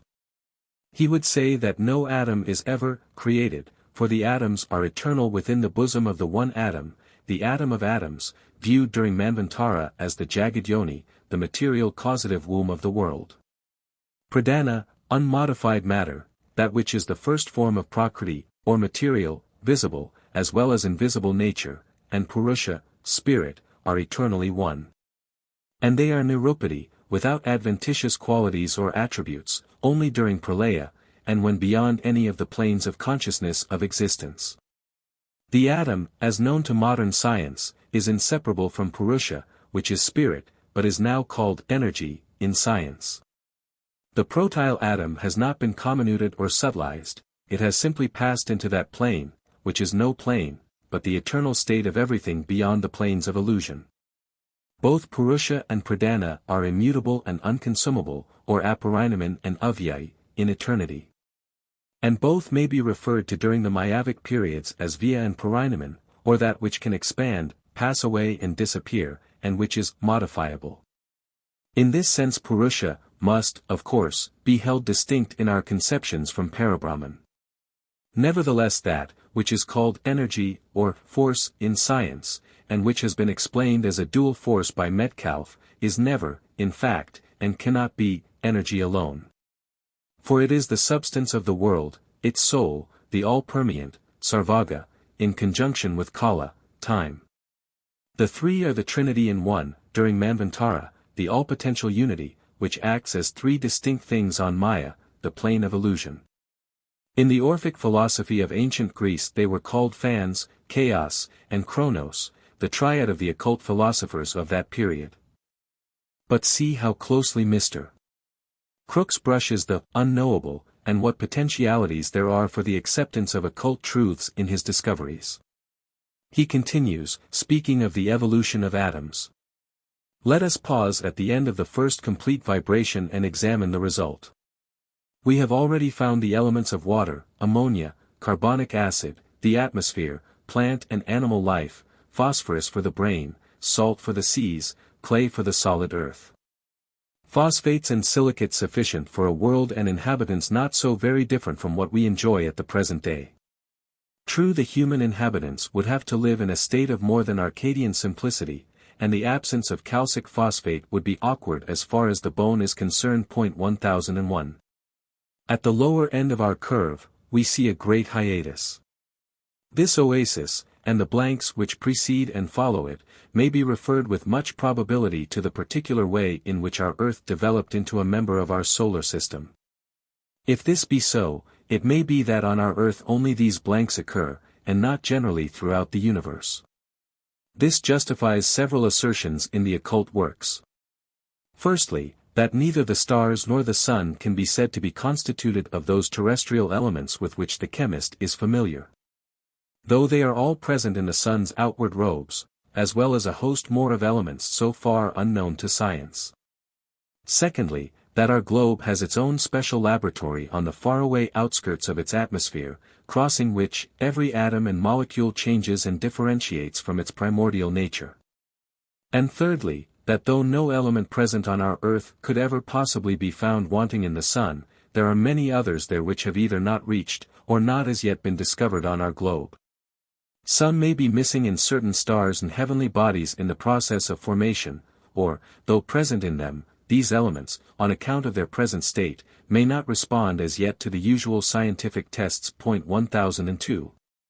Mr. Crookes speaks of helium, an element of still lower atomic weight than hydrogen, an element purely hypothetical as far as our Earth is concerned, though existing in abundance in the chromosphere of the Sun. Occult science adds that not one of the elements regarded as such by chemistry really deserves the name.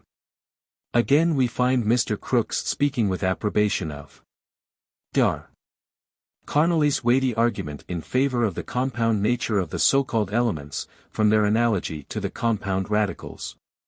Hitherto, alchemy alone, within the historical period, and in the so-called civilized countries, has succeeded in obtaining a real element, or a particle of homogeneous matter, the mysterium magnum of Paracelsus. But then that was before Lord Bacon's day. 1003. Let us now turn to the upper portion of the scheme. With hydrogen of atomic weight equals 1, there is little room for other elements, save, perhaps, for hypothetical helium. But what if we get, through the looking-glass, and cross the zero line in search of new principles? What shall we find on the other side of zero? Dr. Carnley asks for an element of negative atomic weight. Here is ample room and verge enough for a shadow series of such unsubstantialities.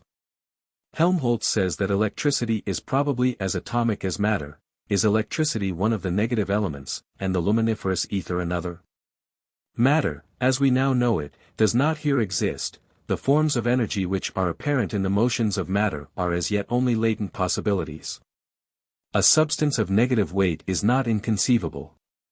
1004. But can we form a clear conception of a body which combines with other bodies in proportions expressible by negative qualities? 1005.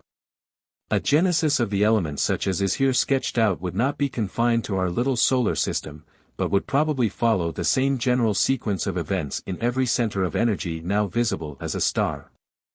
Before the birth of atoms to gravitate towards one another, no pressure could be exercised. But at the outskirts of the fire mist sphere, within which all is protile, at the shell on which the tremendous forces involved in the birth of a chemical element exert full sway, the fierce heat would be accompanied by gravitation sufficient to keep the newly born elements from flying off into space. As temperature increases, expansion and molecular motion increase, molecules tend to fly asunder, and their chemical affinities become deadened. But the enormous pressure of the gravitation of the mass of atomic matter, outside what I may for brevity call the birth shell, would counteract the action of heat. Beyond the birth shell would be a space in which no chemical action could take place, owing to the temperature there being above what is called the dissociation point for compounds. In this space the lion and the lamb would lie down together, phosphorus and oxygen would mix without union, hydrogen and chlorine would show no tendency to closer bonds. And even fluorine, that energetic gas which chemists have only isolated within the last month or two, would float about free and uncombined. Outside this space of free atomic matter would be another shell, in which the formed chemical elements would have cooled down to the combination point, and the sequence of events so graphically described by Mr. Matthew Williams in The Fuel of the Sun would now take place, culminating in the solid earth and the commencement of geological time, page 19. This is, in strictly scientific, but beautiful language, the description of the evolution of the differentiated universe in the secret teachings. The learned gentleman closes his address in words, every sentence of which is like a flash of light from beyond the dark veil of materiality, hitherto thrown upon the exact sciences, and is a step forward towards the sanctum sanctorum of the occult. Thus he says, "We have glanced at the difficulty of defining an element, we have noticed, too, the revolt of many leading physicists and chemists against the ordinary acceptation of the term element.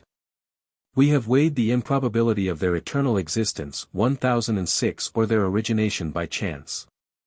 As a remaining alternative, we have suggested their origin by a process of evolution like that of the heavenly bodies according to Laplace, and the plants and animals of our globe according to Lamarck, Darwin, and Wallace. 1007 in the general array of the elements, as known to us, we have seen a striking approximation to that of the organic world. 1008 in lack of direct evidence of the decomposition of any element, we have sought and found indirect evidence. We have next glanced at the view of the genesis of the elements, and lastly we have reviewed a scheme of their origin suggested by Professor Reynolds' method of illustrating the periodic classification 1009. Summing up all the above considerations, we cannot, indeed, venture to assert positively that our so-called elements have been evolved from one primordial matter. But we may contend that the balance of evidence, I think, fairly weighs in favor of this speculation. Thus inductive science, in its branches of astronomy, physics, and chemistry, while advancing timidly towards the conquest of nature's secrets in her final effects on our terrestrial plane, recedes to the days of Anaxagoras and the Chaldees in its discoveries of a. the origin of our phenomenal world, and b. the modes of formation of the bodies that compose the universe.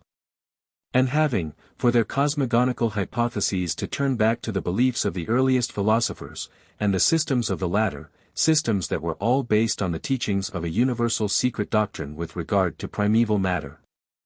With its properties, functions, and laws, have we not the right to hope that the day is not far off when science will show a better appreciation of the wisdom of the ancients than it has hitherto done?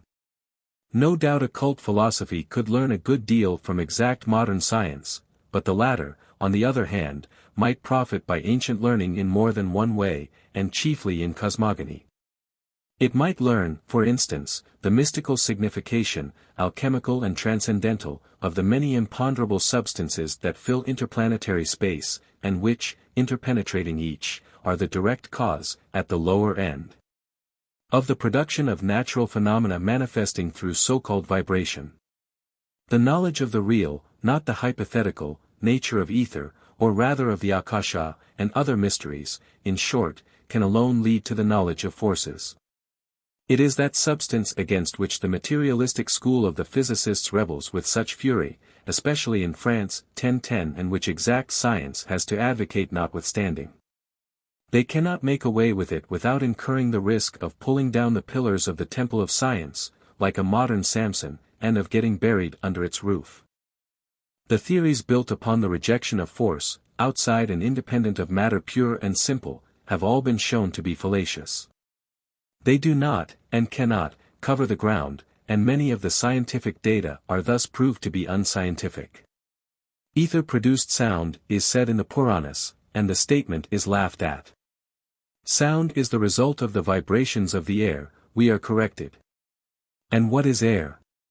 Could it exist if there were no etheric medium in space to buoy up its molecules? The case stands simply thus. Materialism cannot admit the existence of anything outside matter, because with the acceptance of an imponderable force, the source and head of all the physical forces, other intelligent forces would have to be virtually admitted. And that would lead science very far. For it would have to accept as a sequel the presence in man of a still more spiritual power, entirely independent, for once, of any kind of matter about which physicists know anything. Hence, apart from a hypothetical ether of space and gross physical bodies, the whole sidereal and unseen space is, in the sight of materialists, one boundless void in nature, blind, unintelligent, useless. And now the next question is, what is that cosmic substance, and how far can one go in suspecting its nature or in wrenching from it its secrets, thus feeling justified in giving it a name?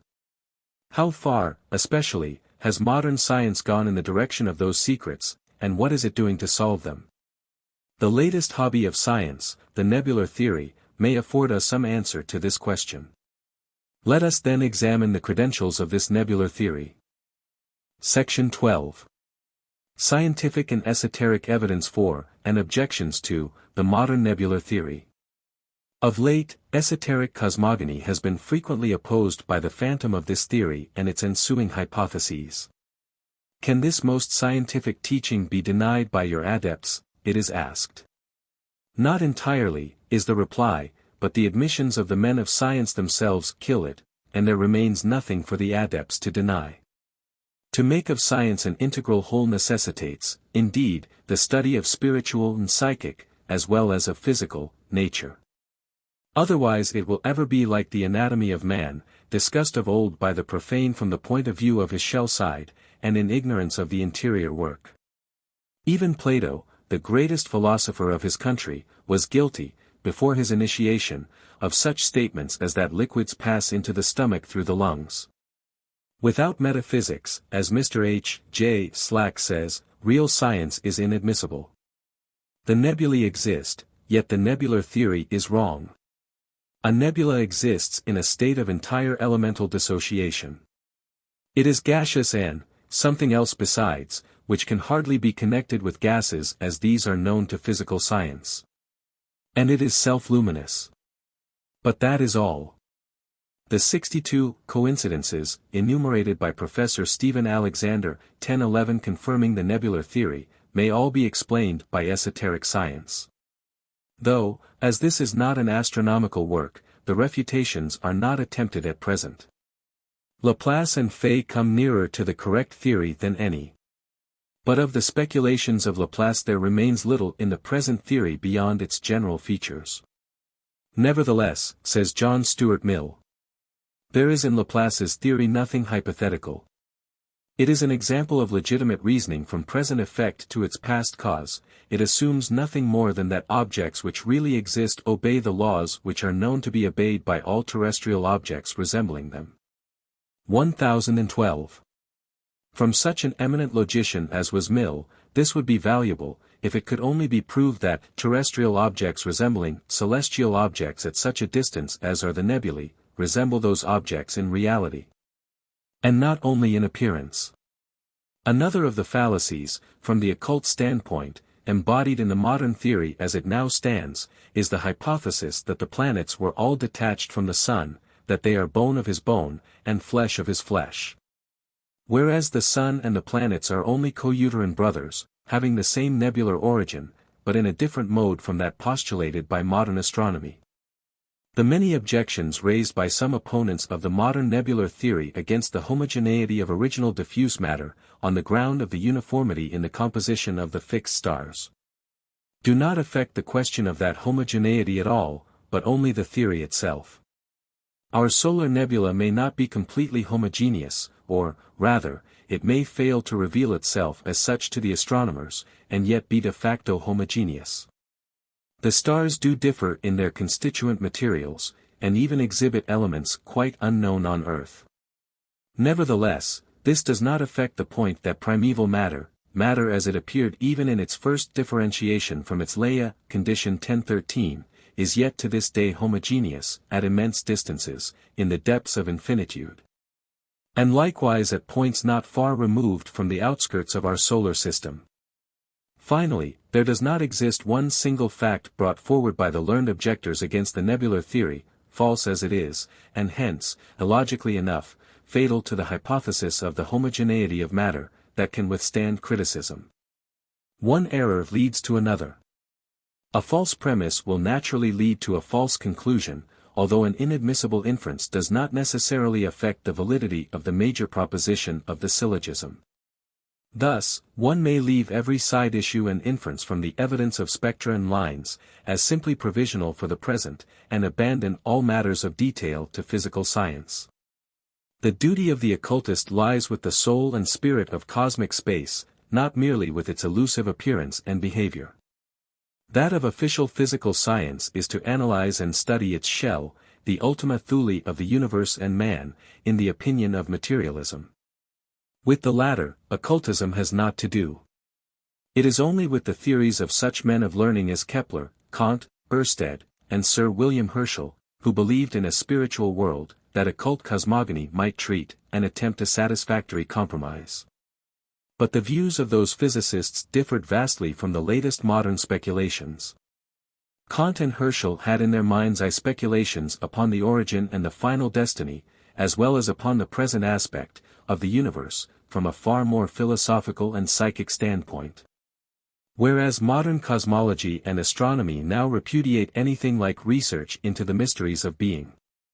The result is what might be expected, complete failure and inextricable contradictions in the 1001 varieties of so-called scientific theories, and in this theory as in all others. The nebular hypothesis, involving the theory of the existence of a primeval matter, diffused in a nebulous condition, is of no modern date in astronomy, as everyone knows. Anaximenes, of the Ionian school, had already taught that the sidereal bodies were formed through the progressive condensation of a primordial pregenetic matter, which had almost a negative weight, and was spread out through space in an extremely sublimated condition. Tycho Brahe, who viewed the Milky Way as an ethereal substance, thought the new star that appeared in Cassiopeia, in 1572, had been formed out of that matter. 1014 Kepler believed that the star of 1606 had likewise been formed out of the ethereal substance that fills the universe. 1015 he attributed to that same ether the apparition of a luminous ring round the moon, during the total eclipse of the sun observed at Naples in 1605. 1016 still later, in 1714 the existence of a self-luminous matter was recognized by Halley in the Philosophical Transactions. Finally, the journal of this name published in 1811 the famous hypothesis of the eminent astronomer, Sir William Herschel, on the transformation of the nebulae into stars 1017, and after this the nebular theory was accepted by the Royal Academies. In 5 Years of Theosophy, on page 245, may be read an article headed, "Do the Adepts Deny the Nebular Theory?" The answer there given is, no, they do not deny its general propositions, nor the approximative truth of the scientific hypotheses. They only deny the completeness of the present, as well as the entire error of the many so-called exploded old theories, which, during the last century, have followed each other in such rapid succession. This was asserted at the time to be an evasive answer. Such disrespect to official science, it was argued, must be justified by the replacement of the orthodox speculation by another theory more complete, and having a firmer ground to stand upon. To this there is but one reply: it is useless to give out isolated theories with regard to things embodied in a complete and consecutive system, for, when separated from the main body of the teaching, they would necessarily lose their vital coherence and would thus do no good when studied independently. To be able to appreciate and accept the occult views on the nebular theory, we must study the whole esoteric cosmogonical system. And the time has hardly arrived for the astronomers to be asked to accept Fohat and the divine builders. Even the undeniably correct surmises of Sir William Herschel, which had nothing supernatural in them, as to the sun's being called a globe of fire, perhaps metaphorically. And his early speculations about the nature of that which is now called the Naismith willow-leaf theory, only caused that most eminent of all astronomers to be smiled at by other, far less eminent, colleagues, who saw and now see in his ideas purely imaginative and fanciful theories. Before the whole esoteric system could be given out and appreciated by the astronomers, the latter would have to return to some of those antiquated ideas, not only to those of Herschel, but also to the dreams of the oldest Hindu astronomers. And thus abandon their own theories, which are none the less fanciful, because they have appeared nearly 80 years later than the one, and many thousands of years later than the others. Foremost of all they would have to repudiate their ideas of the sun's solidity and incandescence, the sun glowing most undeniably, but not burning. Then the occultists state, with regard to the willow leaves, that those objects, as Sir William Herschel called them, are the immediate sources of the solar light and heat. And though the esoteric teaching does not regard these as he did, namely, as organisms partaking of the nature of life. For the solar beings will hardly place themselves within telescopic focus, yet it asserts that the whole universe is full of such organisms, conscious and active according to the proximity or distance of their planes to, or from, our plane of consciousness. And finally that the great astronomer was right while speculating on those supposed organisms, in saying that, we do not know that vital action is incompetent to develop at once heat, light and electricity. For, at the risk of being laughed at by the whole world of physicists, the occultists maintain that all the forces of the scientists have their origin in the vital principle. The one life collectively of our solar system, that life being a portion, or rather one of the aspects, of the one universal life. We may, therefore, as in the article under consideration, wherein, on the authority of the adepts, it was maintained that it is sufficient to make a resume of what the solar physicists do not know, we maintain.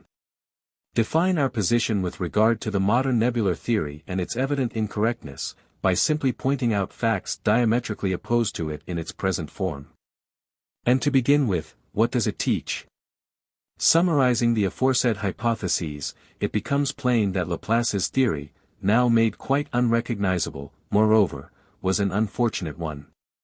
He postulates in the first place cosmic matter, existing in a state of diffuse nebulosity, so fine that its presence could hardly have been suspected. No attempt is made by him to penetrate into the arcana of being, except as regards the immediate evolution of our small solar system.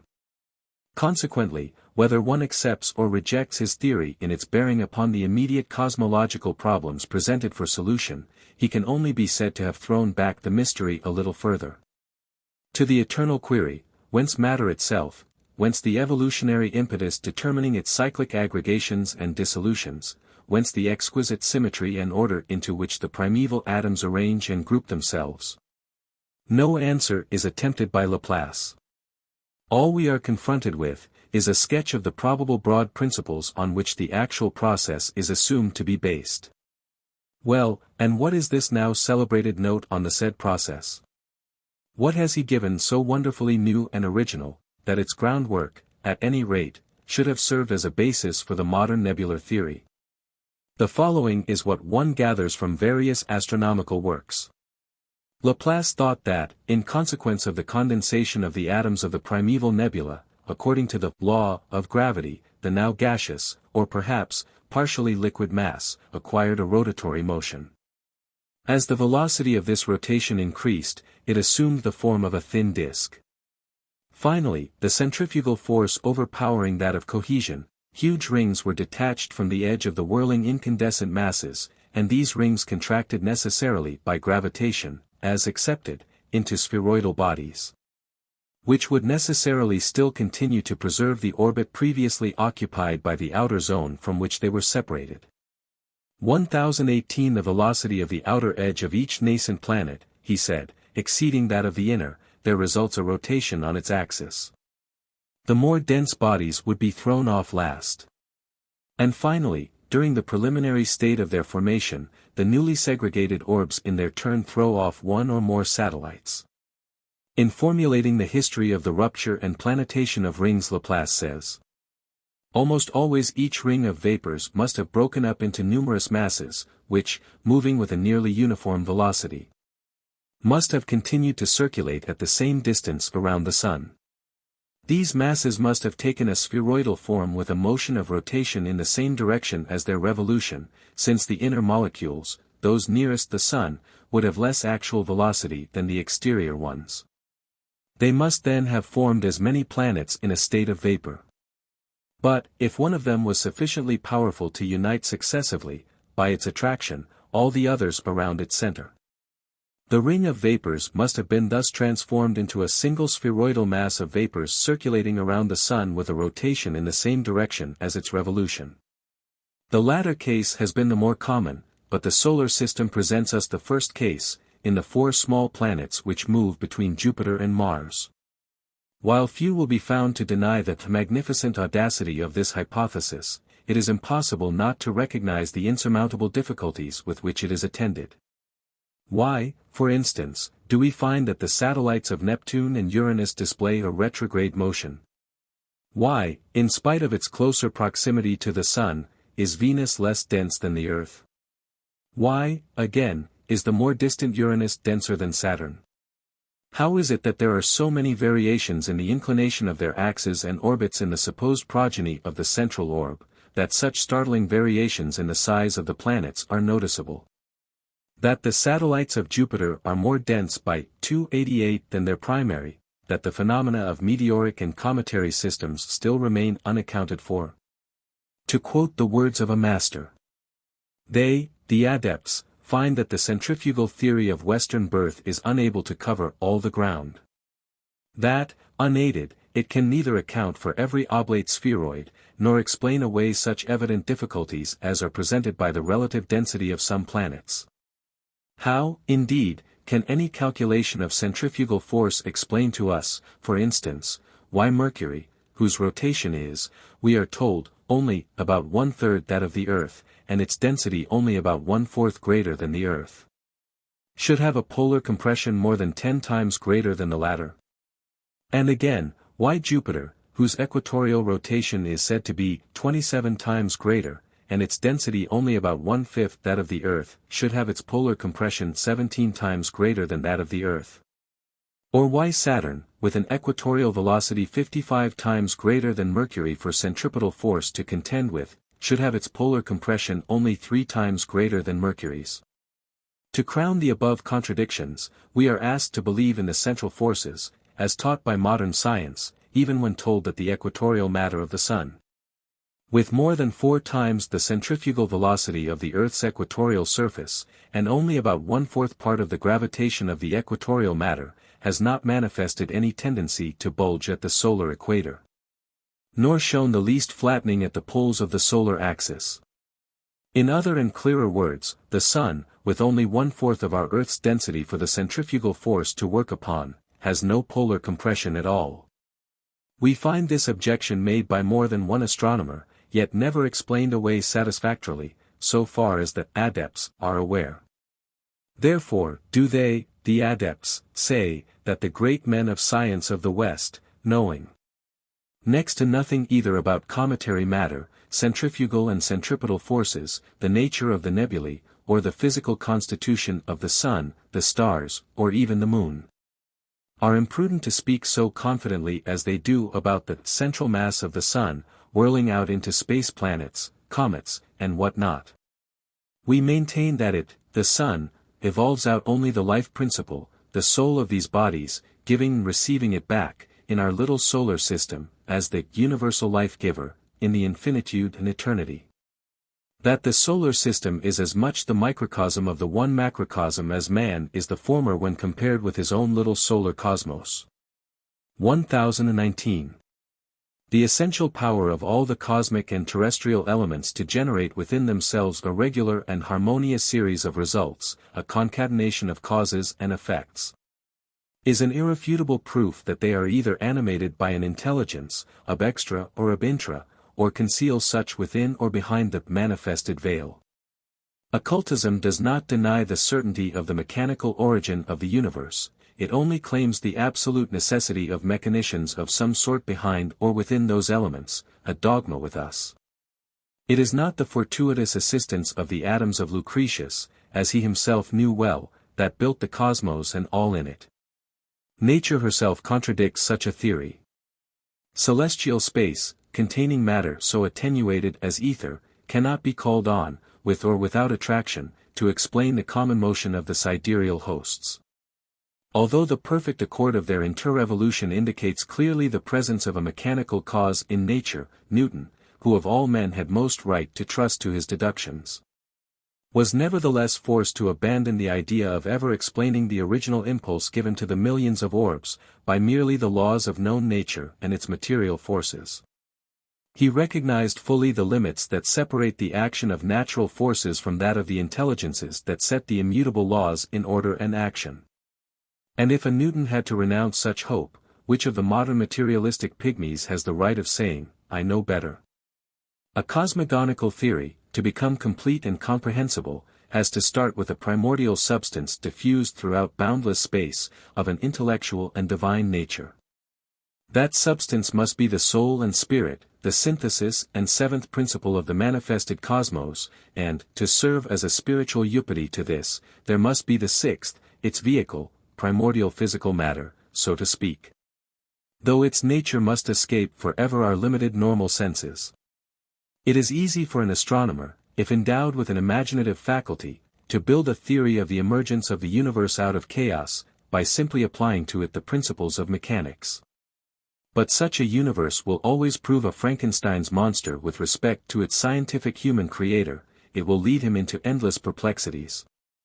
The application of mechanical laws only can never carry the speculator beyond the objective world, nor will it unveil to men the origin and final destiny of cosmos. This is whither the nebular theory has led science. In sober fact and truth this theory is twin sister to that of ether, and both are the offspring of necessity. One is as indispensable to account for the transmission of light, as is the other to explain the problem of the origin of the solar systems. The question with science is, how the same homogeneous matter 1020 could, obeying the laws of Newton, give birth to bodies, sun, planets, and their satellites, subject to conditions of identity of motion, and formed of such heterogeneous elements. Has the nebular theory helped to solve the problem, even if applied solely to bodies considered as inanimate and material? We say, most decidedly not. What progress has it made since 1811, when first Sir William Herschel's paper, with its facts based on observation and showing the existence of nebular matter, made the sons of the Royal Society shout for joy? Since then a still greater discovery, through spectrum analysis, has permitted the verification and corroboration of Sir William Herschel's conjecture. Laplace demanded some kind of primitive, world stuff, to prove the idea of progressive world evolution and growth. Here it is, as offered 2 millenniums ago. The world stuff, now called nebulae, was known from the highest antiquity. Anaxagoras taught that, upon differentiation, the resulting commixture of heterogeneous substances remained motionless and unorganized, until finally the mind, the collective body of Dayan Chohans, we say, began to work upon, and communicated to them motion and order. 1021 This theory is now taken up, so far as concerns its first portion, the last, that of any mind interfering, being rejected. Spectrum analysis reveals the existence of nebulae formed entirely of gases and luminous vapors. Is this the primitive nebular matter? The spectra reveal, it is said, the physical conditions of the matter which emits cosmic light. The spectra of the resolvable and the irresolvable nebulae are shown to be entirely different, the spectra of the latter showing their physical state to be that of glowing gas or vapor. The bright lines of one nebula reveal the existence of hydrogen, and of other material substances known and unknown. The same as to the atmospheres of the sun and stars. This leads to the direct inference that a star is formed by the condensation of a nebula. Hence that even the metals themselves are formed on Earth by the condensation of hydrogen or of some other primitive matter, some ancestral cousin to helium, perhaps, or some yet unknown stuff. This does not clash with the occult teachings. And this is the problem that chemistry is trying to solve, and it must succeed sooner or later in the task, accepting nolens volens, when it does, the esoteric teaching. But when this does happen, it will kill the nebular theory as it now stands. Meanwhile, astronomy cannot accept in any way, if it is to be regarded as an exact science, the present theory of the filiation of stars, even if occultism does so in its own way. Seeing that it explains this filiation differently, because astronomy has not one single physical datum to show for it. Astronomy could anticipate chemistry in proving the existence of the fact, if it could show a planetary nebula exhibiting a spectrum of 3 or 4 bright lines, gradually condensing and transforming into a star, with a spectrum all covered with a number of dark lines. But the question of the variability of the nebulae, even as to their form, is yet one of the mysteries of astronomy. The data of observation possessed so far are of too recent an origin, too uncertain, to permit us to affirm anything. 1022. Since its discovery, the magic power of the spectroscope has revealed to its adepts only one single transformation of a star of this kind, and even that showed directly the reverse of what is needed as proof in favor of the nebular theory. For it revealed a star transforming itself into a planetary nebula. As related in the observatory, 1023, the temporary star, discovered by J.F.J. Schmidt in the constellation Cygnus, in November, 1876, exhibited a spectrum broken by very brilliant lines.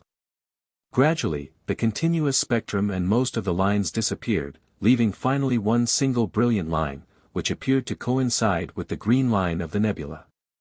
Though this metamorphosis is not irreconcilable with the hypothesis of the nebular origin of the stars, nevertheless this single solitary case rests on no observation whatever, least of all on direct observation. The occurrence may have been due to several other causes. Since astronomers are inclined to think our planets are tending toward precipitation into the sun, why should not that star have blazed up owing to a collision of such precipitated planets, or, as many suggest, the impulse of a comet? Be that as it may, the only known instance of star transformation since 1811 is not favorable to the nebular theory. Moreover, on the question of this theory, as on all others, astronomers disagree. In our own age, and before Laplace ever thought of it, Buffon, being very much struck by the identity of motion in the planets, was the first to propose the hypothesis that the planets and their satellites originated in the bosom of the sun. Forthwith and for this purpose, he invented a special comet, supposed to have torn out, by a powerful oblique blow, the quantity of matter necessary for their formation. Laplace gave its dues to the comet in his exposition du système du monde. 1024, but the idea was seized and even improved upon by a conception of the alternate evolution, from the sun's central mass, of planets apparently without weight or influence on the motion of the visible planets, and as evidently without any more existence than the likeness of Moses in the moon. But the modern theory is also a variation on the systems elaborated by Kant and Laplace. The idea of both was that, at the origin of things, all that matter which now enters into the composition of the planetary bodies was spread over all the space comparised in the solar system, and even beyond. It was a nebula of extremely small density, and its condensation gradually gave birth, by a mechanism that has hitherto never been explained, to the various bodies of our system. This is the original nebular theory, an incomplete yet faithful repetition, a short chapter out of the large volume of Universal Esoteric Cosmogony, of the teachings of the Secret Doctrine. And both systems, Kant's and Laplace's, differ greatly from the modern theory, redundant with conflicting subtheories and fanciful hypotheses. Say the teachers. The essence of cometary matter, and of that which composes the stars, is totally different from any of the chemical or physical characteristics with which the greatest chemists and physicists of the earth are familiar. While the spectroscope has shown the probable similarity, owing to the chemical action of terrestrial light upon the intercepted rays, of terrestrial and sidereal substance, the chemical actions peculiar to the variously progressed orbs of space have not been detected, nor proven to be identical with those observed on our own planet. 1025. Mr. Crookes says almost the same in the fragment quoted from his lecture, Elements and Meta-Elements. C. Wolf, member of the Institute, astronomer of the Observatory, Paris, observes. At the utmost the nebular hypothesis can only show in its favor, with W. Herschel, the existence of planetary nebulae in various degrees of condensation, and of spiral nebulae, with nuclei of condensation on the branches and center. 1026. But, in fact, the knowledge of the bond that unites the nebulae to the stars is yet denied to us, and lacking as we do direct observation, we are even debarred from establishing it on the analogy of chemical composition. 1027.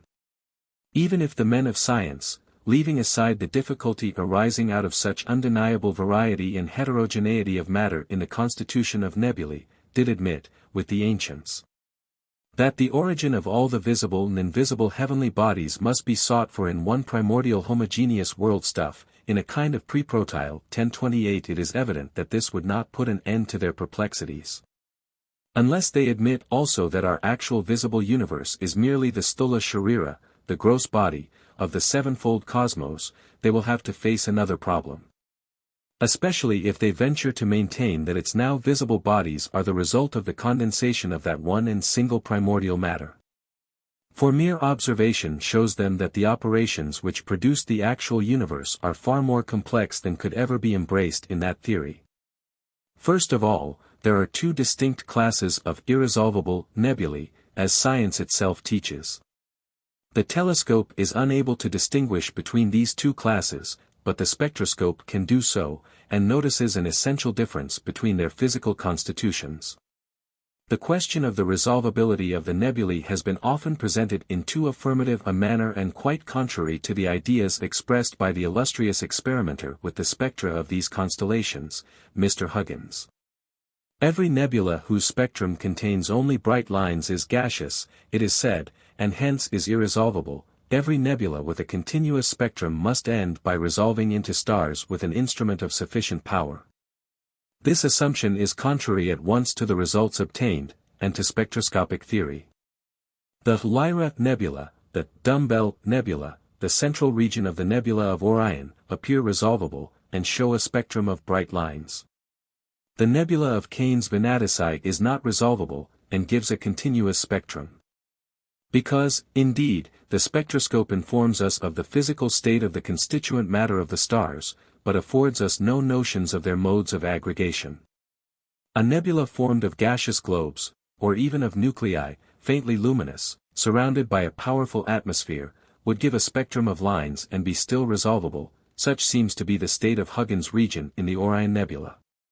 A nebula formed of solid or fluidic particles in a state of incandescence, a true cloud, will give a continuous spectrum and will be irresolvable. Some of these nebulae, Wolf tells us, have a spectrum of 3 or 4 bright lines, others a continuous spectrum. The first are gaseous, the others formed of a pulverulent matter. The former must constitute a veritable atmosphere. It is among these that the solar nebula of Laplace has to be placed. The latter form an ensemble of particles that may be considered as independent, and the rotation of which obeys the laws of internal weight. Such are the nebulae adopted by Kant and Faye. Observation allows us to place the one as the other at the very origin of the planetary world. But when we try to go beyond and ascend to the primitive chaos which has produced the totality of the heavenly bodies, we have first to account for the actual existence of these two classes of nebulae. If the primitive chaos were a cold luminous gas, 1029 one could understand how the contraction resulting from attraction could have heated it and made it luminous. We have to explain the condensation of this gas to the state of incandescent particles, the presence of which is revealed to us in certain nebulae by the spectroscope. If the original chaos was composed of such particles, how did certain of their portions pass into the gaseous state, while others have preserved their primitive condition? Such is the synopsis of the objections and difficulties in the way of the acceptance of the nebular theory, brought forward by the French savant, who concludes this interesting argument by declaring that the first part of the cosmogonical problem, what is the primitive matter of chaos?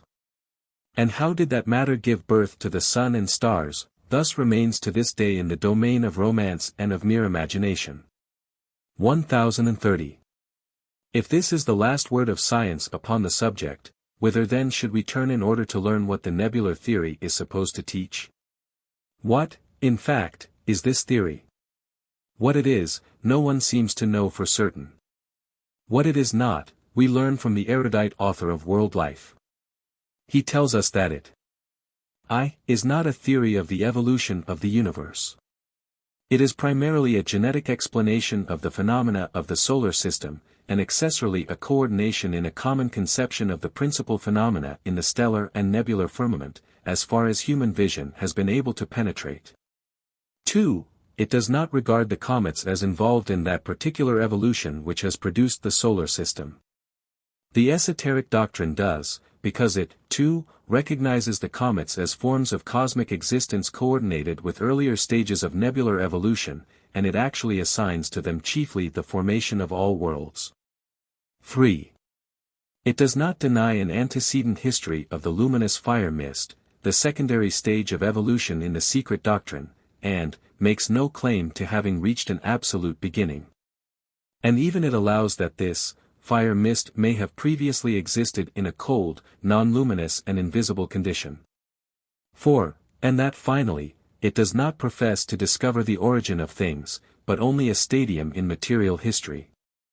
Leaving the philosopher and the theologian as free as they ever were to seek the origin of the modes of being. 1031. But this is not all. Even the greatest philosopher of England, Mr. Herbert Spencer, arrayed himself against this fantastic theory by saying that, a. the problem of existence is not resolved by it, b. the nebular hypothesis throws no light upon the origin of diffused matter, and c. that the nebular hypothesis, as it now stands, implies a first cause. 1032. The latter, we are afraid, is more than our modern physicists have bargained for. Thus, it seems that the poor hypothesis can hardly expect to find help or corroboration even in the world of the metaphysicians. Considering all this, the occultists believe they have a right to present their philosophy, however misunderstood and ostracized it may be at present. And they maintain that this failure of the scientists to discover the truth is entirely due to their materialism and their contempt for transcendental sciences. Yet although the scientific minds in our century are as far from the true and correct doctrine of evolution as ever, there may be still some hope left for the future, for even now we find another scientist giving us a faint glimmer of it. In an article in the Popular Science Review on Recent Researches in Minute Life, we find Mr. H. J. Slack, FCS, Secretary RMS, saying, "There is an evident convergence of all sciences, from physics to chemistry and physiology, toward some doctrine of evolution and development, of which the facts of Darwinism will form part, but what ultimate aspect this doctrine will take, there is little, if any, evidence to show, and perhaps it will not be shaped by the human mind until metaphysical as well as physical inquiries are much more advanced." 1033. This is a happy forecast indeed. The day may come, then, when natural selection, as taught by Mr. Darwin and Mr. Herbert Spencer, will, in its ultimate modification, form only a part of our Eastern doctrine of evolution, which will be Manu and Kapila esoterically explained. Section 13. Forces, modes of motion or intelligences. This is, then, the last word of physical science up to the present year, 1888. Mechanical laws will never be able to prove the homogeneity of primeval matter, except inferentially and as a desperate necessity, when there will remain no other issue, as in the case of ether. Modern science is secure only in its own domain and region. Within the physical boundaries of our solar system, beyond which everything, every particle of matter, is different from the matter it knows, and where matter exists in states of which science can form no idea. This matter, which is truly homogeneous, is beyond human perception, if perception is tied down merely to the five senses.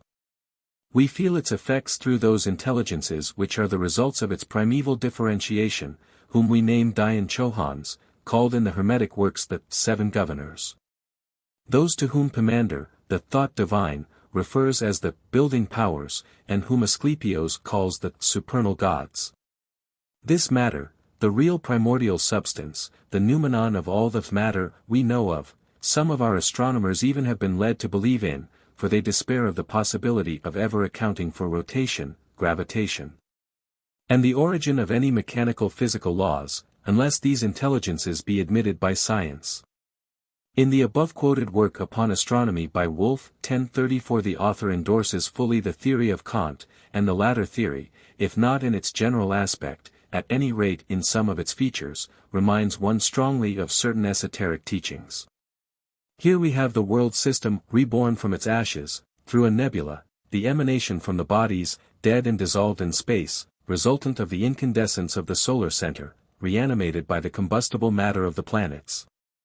In this theory, generated and developed in the brain of a young man hardly 25 years of age, who had never left his native place, Königsberg, a small town of northern Prussia.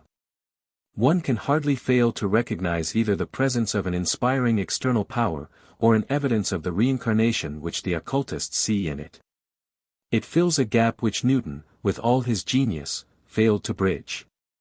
And surely it is our primeval matter, kasha, that Kant had in view, when he postulated a universally pervading primordial substance, in order to solve Newton's difficulty, and his failure to explain, by natural forces alone, the primitive impulse imparted to the planets. For, as he remarks in Chapter 8, if it is once admitted that the perfect harmony of the stars and planets and the coincidence of their orbital planes prove the existence of a natural cause, which would thus be the primal cause, that cause cannot really be the matter which fills today the heavenly spaces. It must be that which filled space, was space, originally, whose motion in differentiated matter was the origin of the actual movements of the sidereal bodies, and which, in condensing itself in those very bodies, thus abandoned the space that is today found void. In other words, it is of that same matter that are now composed the planets, comets, and the sun himself, and that matter, having originally formed itself into those bodies, has preserved its inherent quality of motion. Which quality, now centered in their nuclei, directs all motion. A very slight alteration of words in this is needed, and a few additions, to make of it our esoteric doctrine. The latter teaches that it is this original, primordial prima materia, divine and intelligent, the direct emanation of the universal mind. The Deva Prakriti, the divine light 1035 emanating from the Logos, which formed the nuclei of all the self-moving orbs in cosmos. It is the informing, ever-present moving power and life principle, the vital soul of the suns, moons, planets, and even of our earth. The former latent, the latter active, the invisible ruler and guide of the gross body attached to, and connected with, its soul, which is the spiritual emanation, after all, of these respective planetary spirits. Another quite occult doctrine is the theory of Kant, that the matter of which the inhabitants and the animals of other planets are formed is of a lighter and more subtle nature and of a more perfect conformation, in proportion to their distance from the sun. The latter is too full of vital electricity, of the physical, life-giving principle. Therefore, the men on Mars are more ethereal than we are, while those on Venus are more gross, though far more intelligent, if less spiritual. The last doctrine is not quite ours, yet these Kantian theories are as metaphysical, and as transcendental as any occult doctrines, and more than one man of science would, if he but dared speak his mind, accept them as Wolff does. From this Kantian mind and soul of the suns and stars to the Mahat, mind, and Prakriti of the Puranas there is but a step. After all, the admission of this by science would be only the admission of a natural cause, whether it would or would not stretch its belief to such metaphysical heights. But then Mahat, the mind, is a God, and physiology admits mind only as a temporary function of the material brain, and no more. The Satan of materialism now laughs at all alike, and denies the visible as well as the invisible. Seeing in light, heat, electricity, and even in the phenomenon of life, only properties inherent in matter, it laughs whenever life is called the vital principle, and derides the idea of its being independent of and distinct from the organism. But here again scientific opinions differ as in everything else, and there are several men of science who accept views very similar to ours. Consider, for instance, what Dr. Richardson, F.R.S. elsewhere quoted at length, says of that vital principle, which he calls nervous ether. I speak only of a veritable material agent, refined, it may be, to the world at large. But actual and substantial, an agent having quality of weight and of volume, an agent susceptible of chemical combination, and thereby of change of physical state and condition, an agent passive in its action, moved always, that is to say, by influences apart from itself. 1036 Obeying other influences, an agent possessing no initiative power, no vis or energia naturae. 1037 but still playing a most important, if not a primary part in the production of the phenomena resulting from the action of the energia upon visible matter. 1038.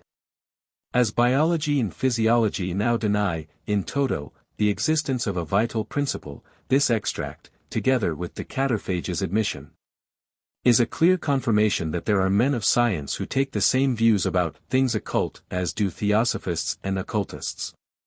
These recognize a distinct vital principle independent of the organism, material, of course, as physical force cannot be divorced from matter, but of a substance existing in a state unknown to science.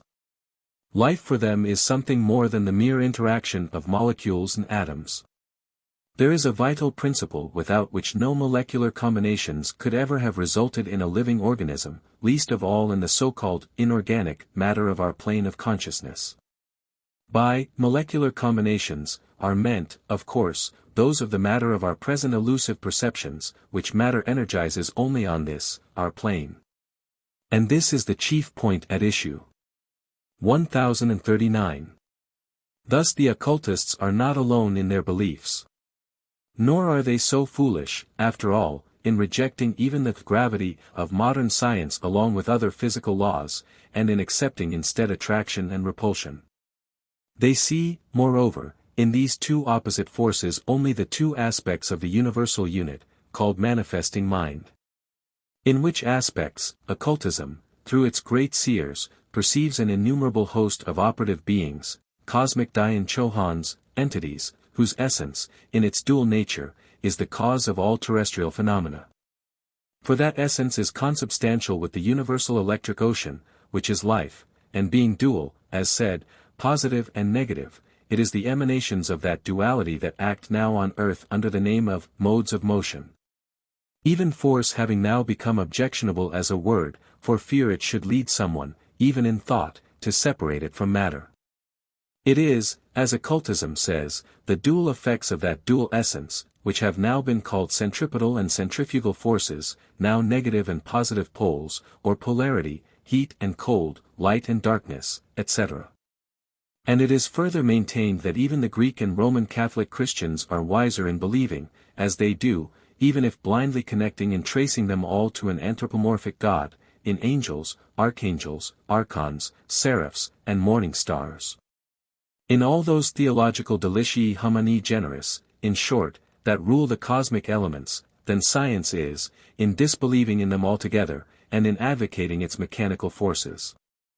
For these act very often with more than human intelligence and pertinency. Nevertheless, that intelligence is denied and attributed to blind chance. But, as de Maistre was right in calling the law of gravitation merely a word which replaced the thing unknown, so are we right in applying the same remark to all the other forces of science.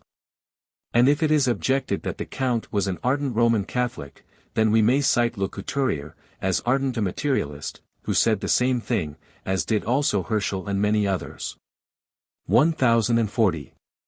From gods to men, from worlds to atoms, from a star to a rushlight, from the sun to the vital heat of the meanest organic being, the world of form and existence is an immense chain, the links of which are all connected. The law of analogy is the first key to the world problem, and these links have to be studied coordinately in their occult relations to each other.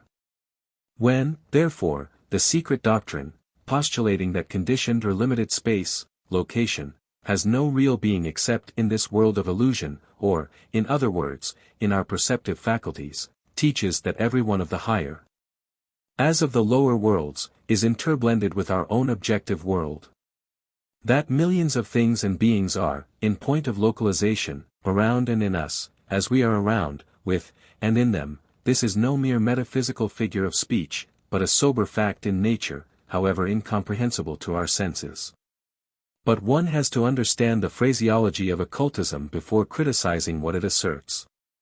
For example, the doctrine refuses, as science does, in one sense, to use the words above and below, higher and lower, in reference to invisible spheres, since here they are without meaning. Even the terms east and west are merely conventional, necessary only to aid our human perceptions. For though the earth has its two fixed points in the poles, north and south, yet both east and west are variable relatively to our own position on the earth's surface, and in consequence of its rotation from west to east.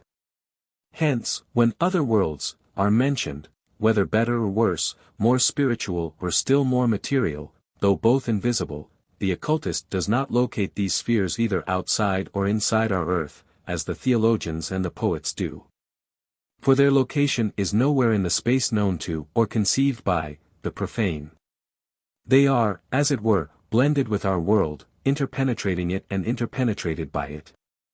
There are millions and millions of worlds and firmaments visible to us. There are still greater numbers beyond those visible to the telescope, and many of the latter kind do not belong to our objective sphere of existence. Although as invisible as if they were millions of miles beyond our solar system, they are yet with us, near us, within our own world, as objective and material to their respective inhabitants as ours is to us. But, again, the relation of these worlds to ours is not that of a series of egg-shaped boxes enclosed one within the other, like the toys called Chinese nests. Each is entirely under its own special laws and conditions, having no direct relation to our sphere. The inhabitants of these, as already said, may be, for all we know, or feel, passing through and around us as if through empty space, their very habitations and countries being interblended with ours, though not disturbing our vision. Because we have not yet the faculties necessary for discerning them. Yet by their spiritual sight the adepts, and even some seers and sensitives, are always able to discern, whether in a greater or smaller degree, the presence and close proximity to us of beings pertaining to other spheres of life. Those of the spiritually higher worlds communicate only with those terrestrial mortals who ascend to them, through individual efforts, onto the higher plane they are occupying. The sons of Bhumi, earth, regard the sons of Devalokas, angel spheres, as their gods, and the sons of lower kingdoms look up to the men of Bhumi as to their devas, gods, men remaining unaware of it in their blindness. They, men, tremble before them while using them, for magical purposes. The first race of men were the mind-born sons of the former. They, the Pitris and Devas, are our progenitors. 1041. Educated people, so-called, deride the idea of sylphs, salamanders, undines, and gnomes. The men of science regard any mention of such superstitions as an insult. And with a contempt of logic and common good sense, that is often the prerogative of accepted authority, they allow those, whom it is their duty to instruct, to labor under the absurd impression that in the whole cosmos, or at any rate in our own atmosphere, there are no other conscious, intelligent beings, save ourselves. 1042 Any other humanity, composed of distinct human beings, save a mankind with 2 legs, 2 arms, and a head with man's features on it, would not be called human. Though the etymology of the word would seem to have little to do with the general appearance of a creature. Thus, while science sternly rejects even the possibility of there being such, to us, generally, invisible creatures, society, while believing in it all secretly, is made to deride the idea openly. It hails with mirth such works as the Conte de Gabalis, and fails to understand that open satire is the securest mask. Nevertheless, such invisible worlds do exist. Inhabited as thickly as is our own, they are scattered throughout apparent space in immense numbers, some far more material than our own world, others gradually etherealizing until they become formless and are as breaths. The fact that our physical eye does not see them, is no reason for disbelieving in them. Physicists cannot see their ether, atoms, modes of motion, or forces. Yet they accept and teach them. If we find, even in the natural world with which we are acquainted, matter affording a partial analogy to the difficult conception of such invisible worlds, there seems little difficulty in recognizing the possibility of such a presence. The tail of a comet, which, though attracting our attention by virtue of its luminosity, yet does not disturb or impede our vision of objects, which we perceive through and beyond it, affords the first stepping stone toward a proof of the same. The tail of a comet passes rapidly across our horizon, and we should neither feel it, nor be cognizant of its passage, but for the brilliant coruscation, often perceived only by a few interested in the phenomenon. While everyone else remains ignorant of its presence and of its passage through, or across, a portion of our globe. This tail may, or may not, be an integral portion of the being of the comet, but its tenuity subserves our purpose as an illustration. Indeed, it is no question of superstition, but simply a result of transcendental science, and of logic still more, to admit the existence of worlds formed of even far more attenuated matter than the tail of a comet. By denying such a possibility, science has for the last century played into the hands of neither philosophy nor true religion, but simply into those of theology. To be able to dispute the plurality of even material worlds, a belief thought by many churchmen incompatible with the teachings and doctrines of the Bible. 1043 Maxwell had to calumniate the memory of Newton. And to try and convince his public that the principles contained in the Newtonian philosophy are those, which lie at the foundation of all atheistical systems. 1044. Dr. Woolf disputed the plurality of worlds by appeal to scientific evidence, writes Professor Winchell. 1045 And if even the habitability of physical worlds, of planets, and distant stars which shine in myriads over our heads is so disputed, how little chance is there for the acceptance of invisible worlds within the apparently transparent space of our own?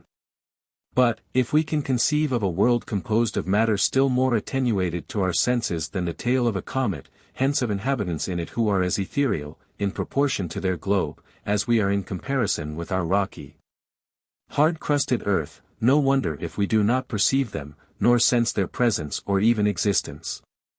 Only, in what is the idea contrary to science? Cannot men and animals, plants and rocks, be supposed to be endowed with quite a different set of senses from those we possess? Cannot their organisms be born, develop, and exist, under other laws of being than those that rule our little world? Is it absolutely necessary that every corporeal being should be clothed in coats of skin, like those that Adam and Eve were provided with in the legend of Genesis? Corporeality, we are told, however, by more than one man of science, may exist under very divergent conditions. Professor A. Winchell, arguing upon the plurality of worlds, makes the following remarks.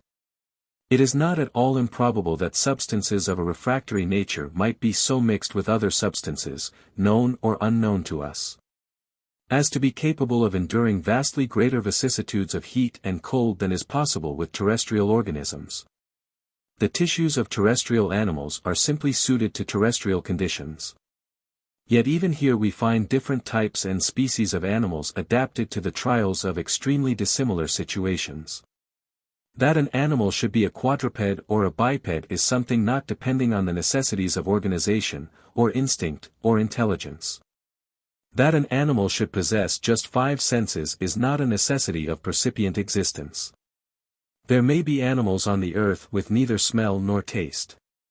There may be beings on other worlds, and even on this, who possess more numerous senses than we. The possibility of this is apparent when we consider the high probability that other properties and other modes of existence lie among the resources of the cosmos, and even of terrestrial matter. There are animals which subsist where rational man would perish, in the soil, in the river, and the sea. And why not human beings of different organizations, in such case? Nor is incorporated rational existence conditioned on warm blood. nor on any temperature which does not change the forms of matter of which the organism may be composed.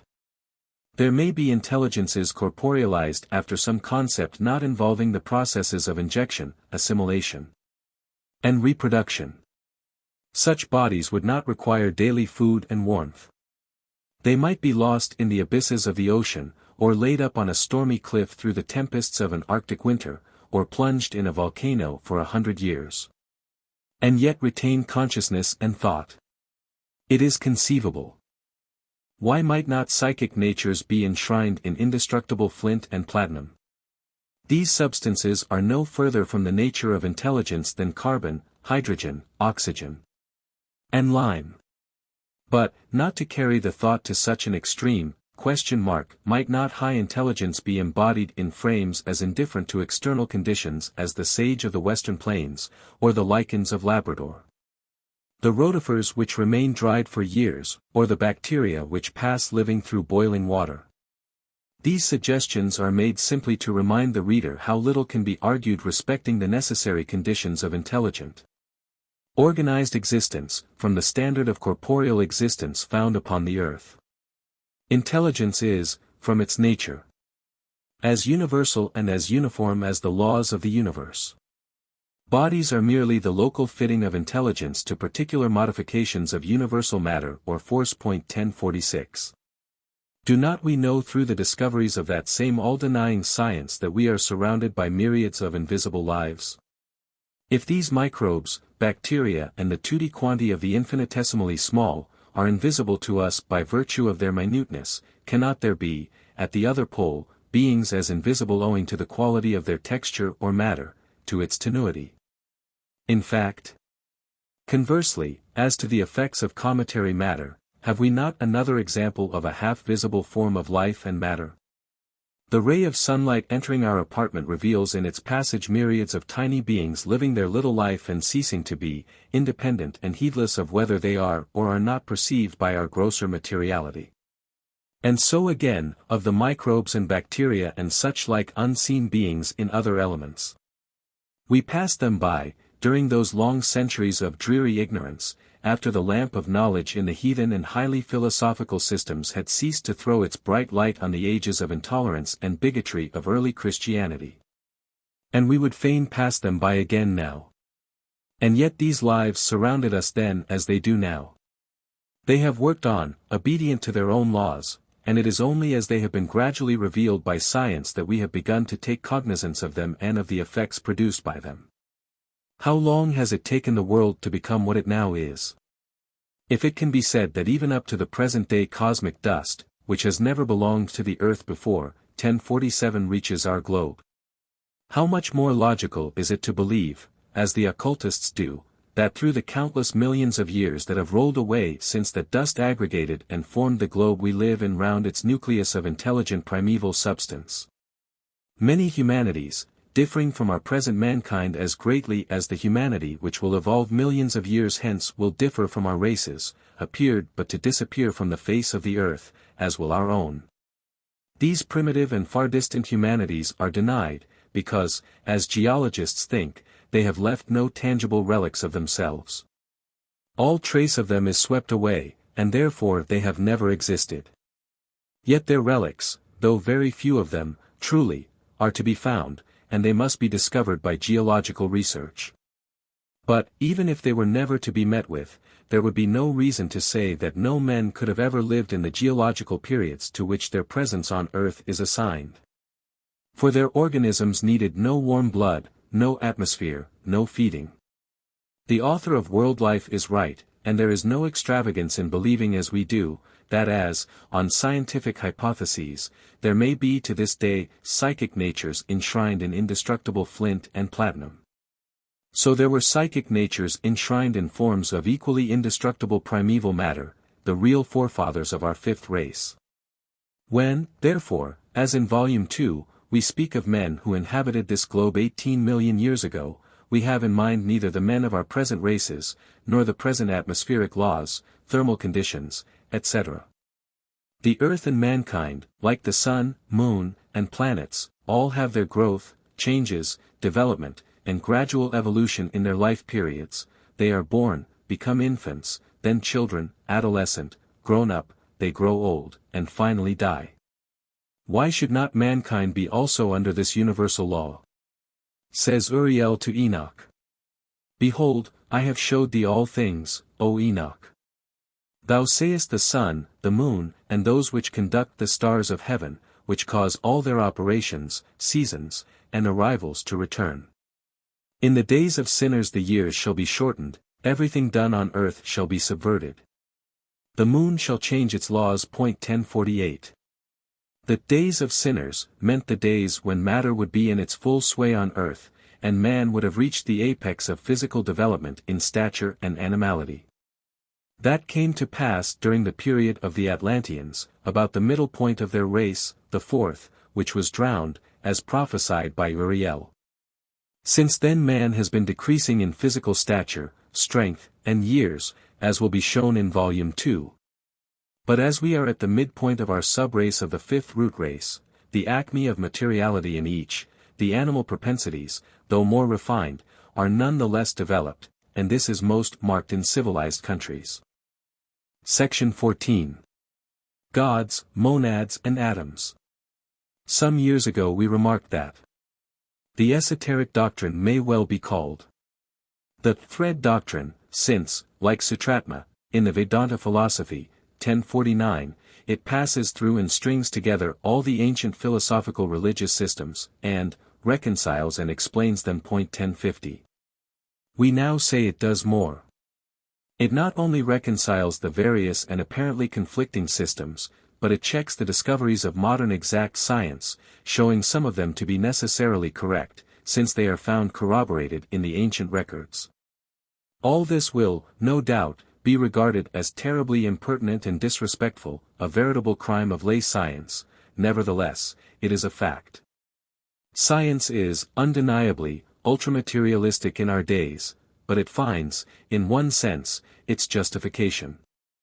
Nature behaving ever esoterically in actu, and being, as the Kabbalists say, in abscondito, can only be judged by the profane through her appearance, and that appearance is always deceitful on the physical plane.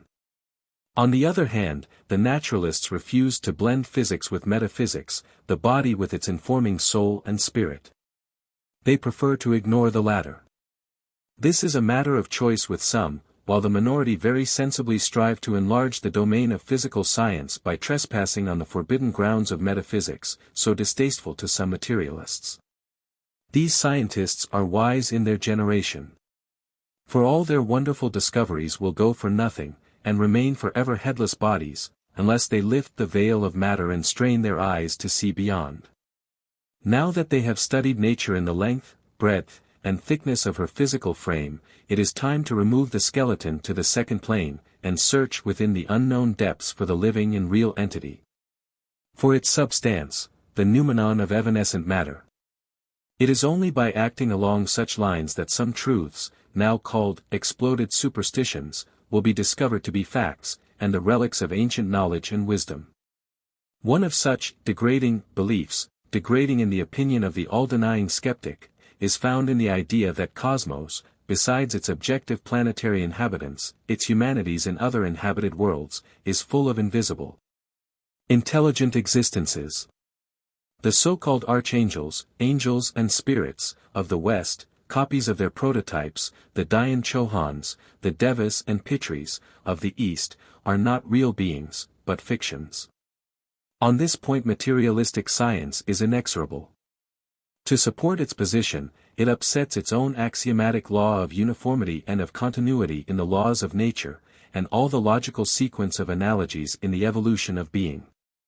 The masses of the profane are asked, and are made to believe that the accumulated testimony of history, which shows even the atheists, of old, such men as Epicurus and Democritus, as believers in gods, is false. And that philosophers like Socrates and Plato, asserting such existences, were mistaken enthusiasts and fools. If we hold our opinions merely on historical grounds, on the authority of legions of the most eminent sages, Neoplatonists, and mystics in all ages, from Pythagoras down to the eminent scientists and professors of the present century, who, if they reject gods, believe in spirits, are we to consider such authorities to be as weak-minded and foolish as any Roman Catholic peasant, who believes in and prays to his once human saint, or the Archangel St. Michael? But is there no difference between the belief of the peasant and that of the Western heirs of the Rosicrucians and alchemists of the Middle Ages? Is it the Van Helmonts, the Conraths, the Paracelsuses and Agrippas, from Roger Bacon down to St. Germain, who were all blind enthusiasts, hysteriacs or cheats, or is it the handful of modern skeptics, the leaders of thought, who are struck with the necessity of negation? The latter is the case, we opine. It would indeed be a miracle, quite an abnormal fact in the realm of probabilities and logic, were that handful of negators to be the sole custodians of truth, while the million-strong hosts of believers in gods, angels, and spirits, in Europe and America alone, namely, Greek and Latin Christians, Theosophists, spiritualists, mystics, etc., should be no better than deluded fanatics and hallucinated mediums, and often no higher than the victims of deceivers and impostors. However varying in their external presentations and dogmas, beliefs in the hosts of invisible intelligences of various grades have all the same foundation. Truth and error are mixed in all. The exact extent, depth, breadth, and length of the mysteries of nature are to be found only in Eastern esoteric science. So vast and so profound are these that scarcely even a very few of the highest initiates, those whose very existence is known but to a small number of adepts, are capable of assimilating the knowledge. Yet it is all there, and one by one facts and processes in nature's workshops are permitted to find their way into exact science, while mysterious help is given to rare individuals in unraveling its arcana. It is at the close of great cycles, in connection with racial development, that such events generally take place. We are at the very close of the cycle of 5,000 years of the present Aryan Kali Yuga. And between this time and 1897 there will be a large rent made in the veil of nature, and materialistic science will receive a death blow. Without throwing any discredit upon time-honored beliefs, in any direction, we are forced to draw a marked line between blind faith, evolved by theologies, and knowledge due to the independent researches of long generations of adepts. Between, in short, faith and philosophy. There have been, in all ages, undeniably learned and good men who, having been reared in sectarian beliefs, died in their crystallized convictions. For Protestants, the Garden of Eden is the primeval point of departure in the drama of humanity, and the solemn tragedy on the summit of Calvary is the prelude to the hoped-for millennium. For Roman Catholics, Satan is at the foundation of cosmos, Christ in its center, and Antichrist at its apex. For both, the hierarchy of being begins and ends within the narrow frames of their respective theologies, one self-created personal God, and an empyrean ringing with the hallelujahs of created angels, the rest, false gods, Satan and fiends. Theophilosophy proceeds on broader lines.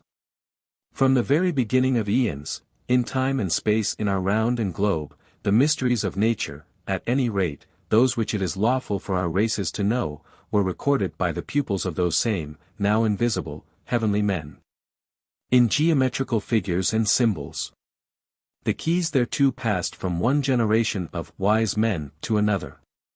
Some of the symbols thus passed from the east to the west, brought from the Orient by Pythagoras, who was not the inventor of his famous triangle. The latter figure, along with the square and circle, are more eloquent and scientific descriptions of the order of the evolution of the universe, spiritual and psychic, as well as physical. Then volumes of descriptive cosmogonies and revealed genesis. The 10 points inscribed within that Pythagorean triangle are worth all the theogonies and angelologies ever emanated from the theological brain.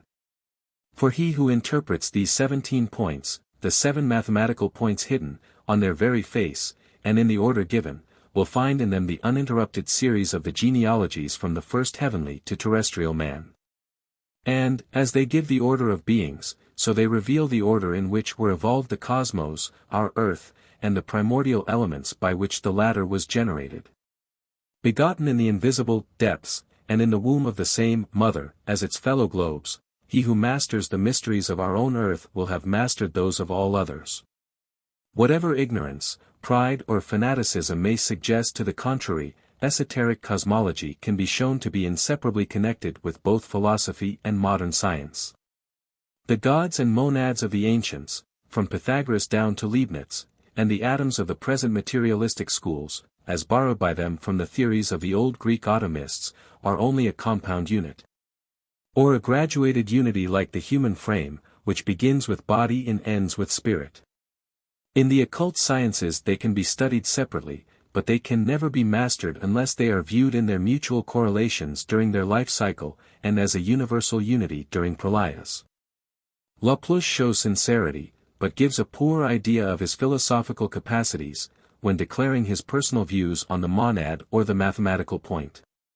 He says, "A point is enough to put all the schools in the world in a combustion.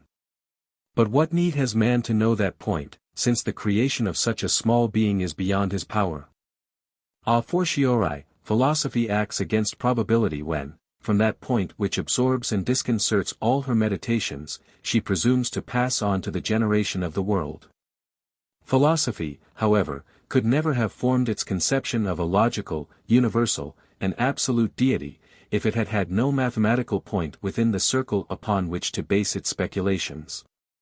It is only the manifested point, lost to our senses after its pregenetic appearance in the infinitude and incognizability of the circle, that makes a reconciliation between philosophy and theology possible, on condition that the latter should abandon its crude materialistic dogmas. And it is because Christian theology has so unwisely rejected the Pythagorean monad and geometrical figures, that it has evolved its self-created human and personal God. The monstrous head whence flow in two streams the dogmas of salvation and damnation. This is so true, that even those clergymen who are Masons, and who would be philosophers, have, in their arbitrary interpretations, fathered upon the ancient sages the queer idea that the monad represented, with them, the throne of the omnipotent deity, placed in the center of the empyrean to indicate T.G.O.T.U., read the great architect of the universe, point 1051. A curious explanation this, more Masonic than strictly Pythagorean. Nor did the hierogram within a circle, or equilateral triangle, ever mean the exemplification of the unity of the divine essence, for this was exemplified by the plane of the boundless circle. What it really meant was the triune coequal nature of the first differentiated substance, or the consubstantiality of the manifested spirit, matter and the universe, their son, which proceeds from the point, the real, esoteric logos. Or Pythagorean monad. For the Greek monast signifies unity, in its primary sense. Those unable to seize the difference between the monad, the universal unit, and the monads or the manifested unity, as also between the ever-hidden and the revealed logos, or the word, ought never to meddle with philosophy, let alone with the esoteric sciences. It is needless to remind the educated reader of Kant's thesis to demonstrate his second antinomy. 1052. Those who have read and understood it will see clearly the line we draw between the absolutely ideal universe and the invisible though manifested cosmos. Our gods and monads are not the elements of extension itself, but only those of the invisible reality which is the basis of the manifested cosmos. Neither esoteric philosophy, nor Kant, to say nothing of Leibniz, would ever admit that extension can be composed of simple or unextended parts. But theologian philosophers will not grasp this.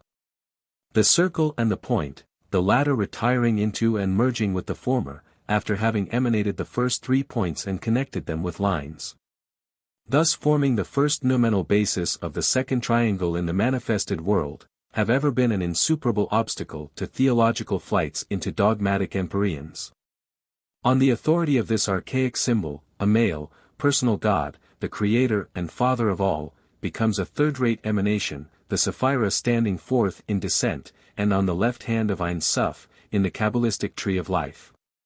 Hence, the monad is degraded into a vehicle, a throne. The monad, the emanation and reflection only of the point, or logos, in the phenomenal world, becomes, as the apex of the manifested equilateral triangle, the father. The left side line is the duad, the mother, regarded as the evil, counteracting principle, 1053. The right side represents the sun, his mother's husband, in every cosmogony, as being one with the apex.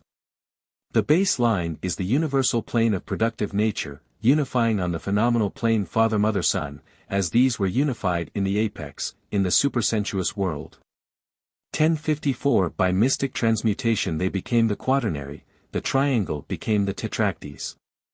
This transcendental application of geometry to cosmic and divine theogony, the alpha and the omega of mystical conception, was dwarfed after Pythagoras by Aristotle. By omitting the point and the circle, and taking no account of the apex, he reduced the metaphysical value of the idea, and thus limited the doctrine of magnitude to a simple triad, the line, the surface, and the body.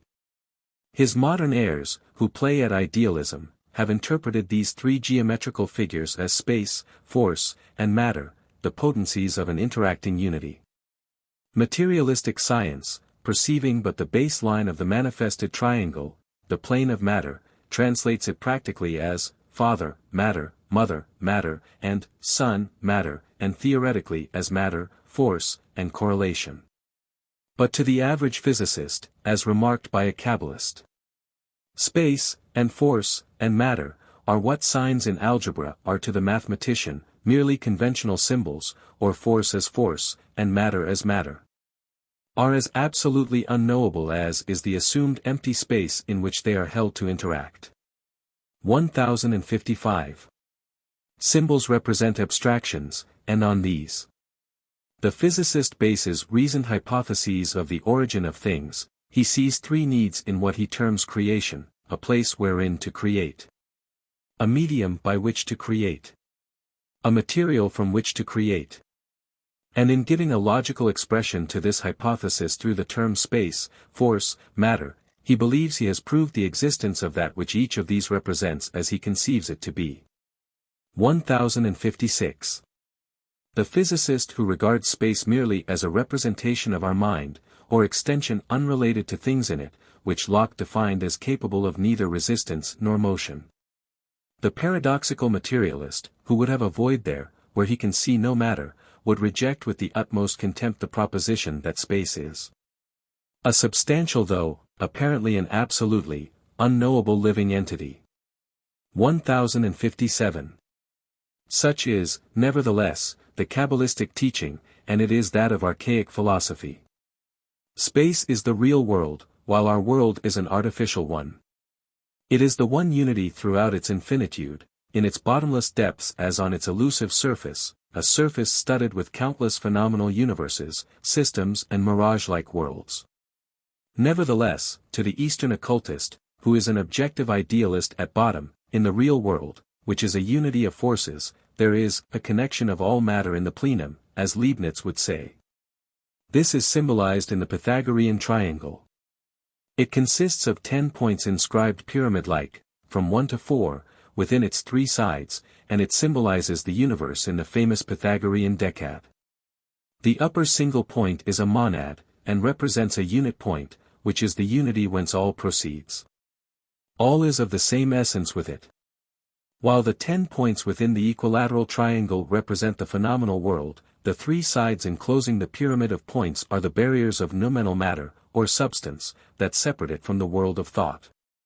Pythagoras considered a point to correspond in proportion to unity, a line to 2, a superfice to 3, a solid to 4, and he defined a point as a monad having position, and the beginning of all things.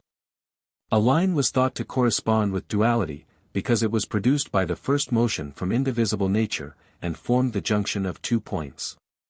A superfice was compared to the number 3 because it is the first of all causes that are found in figures, for a circle, which is the principle of all round figures, comprises a triad, in center, space, circumference. But a triangle, which is the first of all rectilineal figures, is included in a ternary, and receives its form according to that number, and was considered by the Pythagoreans to be the author of all sublunary things.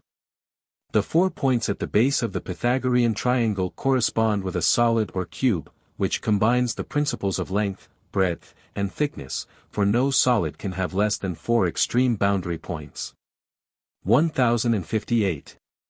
It is argued that the human mind cannot conceive an indivisible unit short of the annihilation of the idea with its subject. This is an error, as the Pythagoreans have proved, and a number of seers before them, although there is a special training needed for the conception, and although the profane mind can hardly grasp it. But there are such things as metamathematics and metageometry. Even mathematics pure and simple proceed from the universal to the particular, from the mathematical indivisible point to solid figures.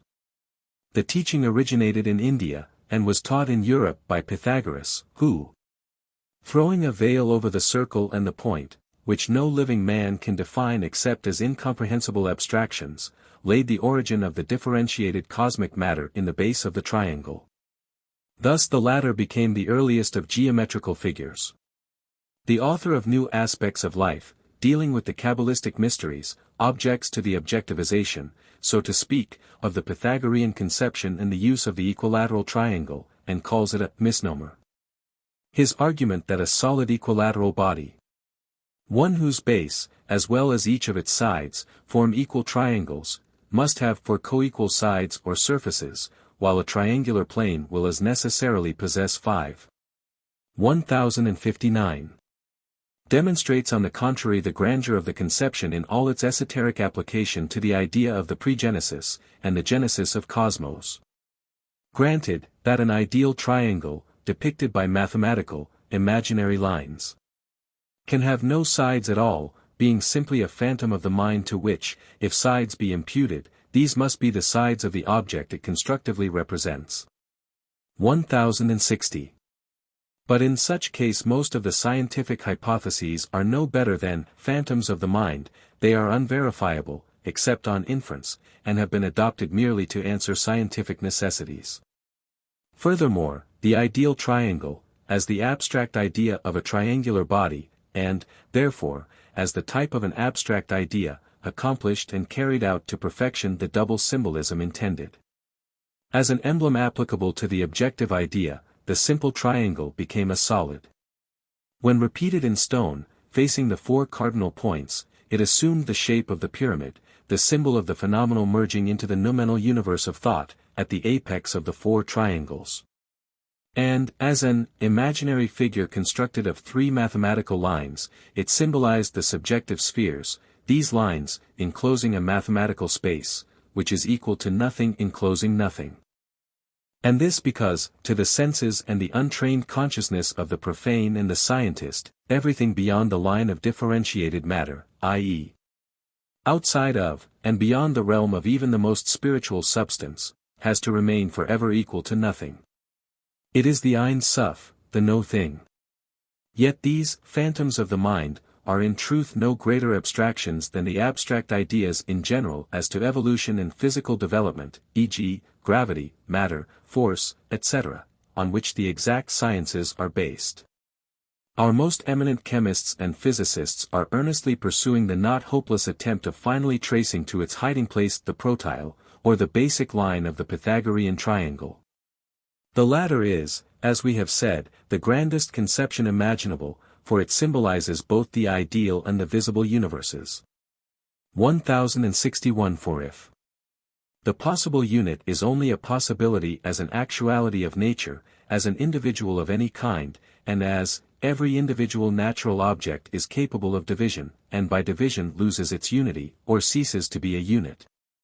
1062. This is true only of the realm of exact science in a world as deceptive as it is elusive. In the realm of esoteric science the unit divided ad infinitum, instead of losing its unity, approaches with every division the planes of the only eternal reality. The eye of the seer can follow it and behold it in all its pregenetic glory. This same idea of the reality of the subjective, and the unreality of the objective universe, is found at the bottom of the Pythagorean and Platonic teachings, limited to the elect alone. For Porphyry, speaking of the monad and the duad, says that the former only was considered substantial and real, that most simple being, the cause of all unity and the measure of all things. But the duad, although the origin of evil, or matter, hence unreal in philosophy, is still substance during manvantara, and is often called the third monad, in occultism, and the connecting line as between 2 points, or numbers, which proceeded from that, which was before all numbers, as expressed by Rabbi Barahiel.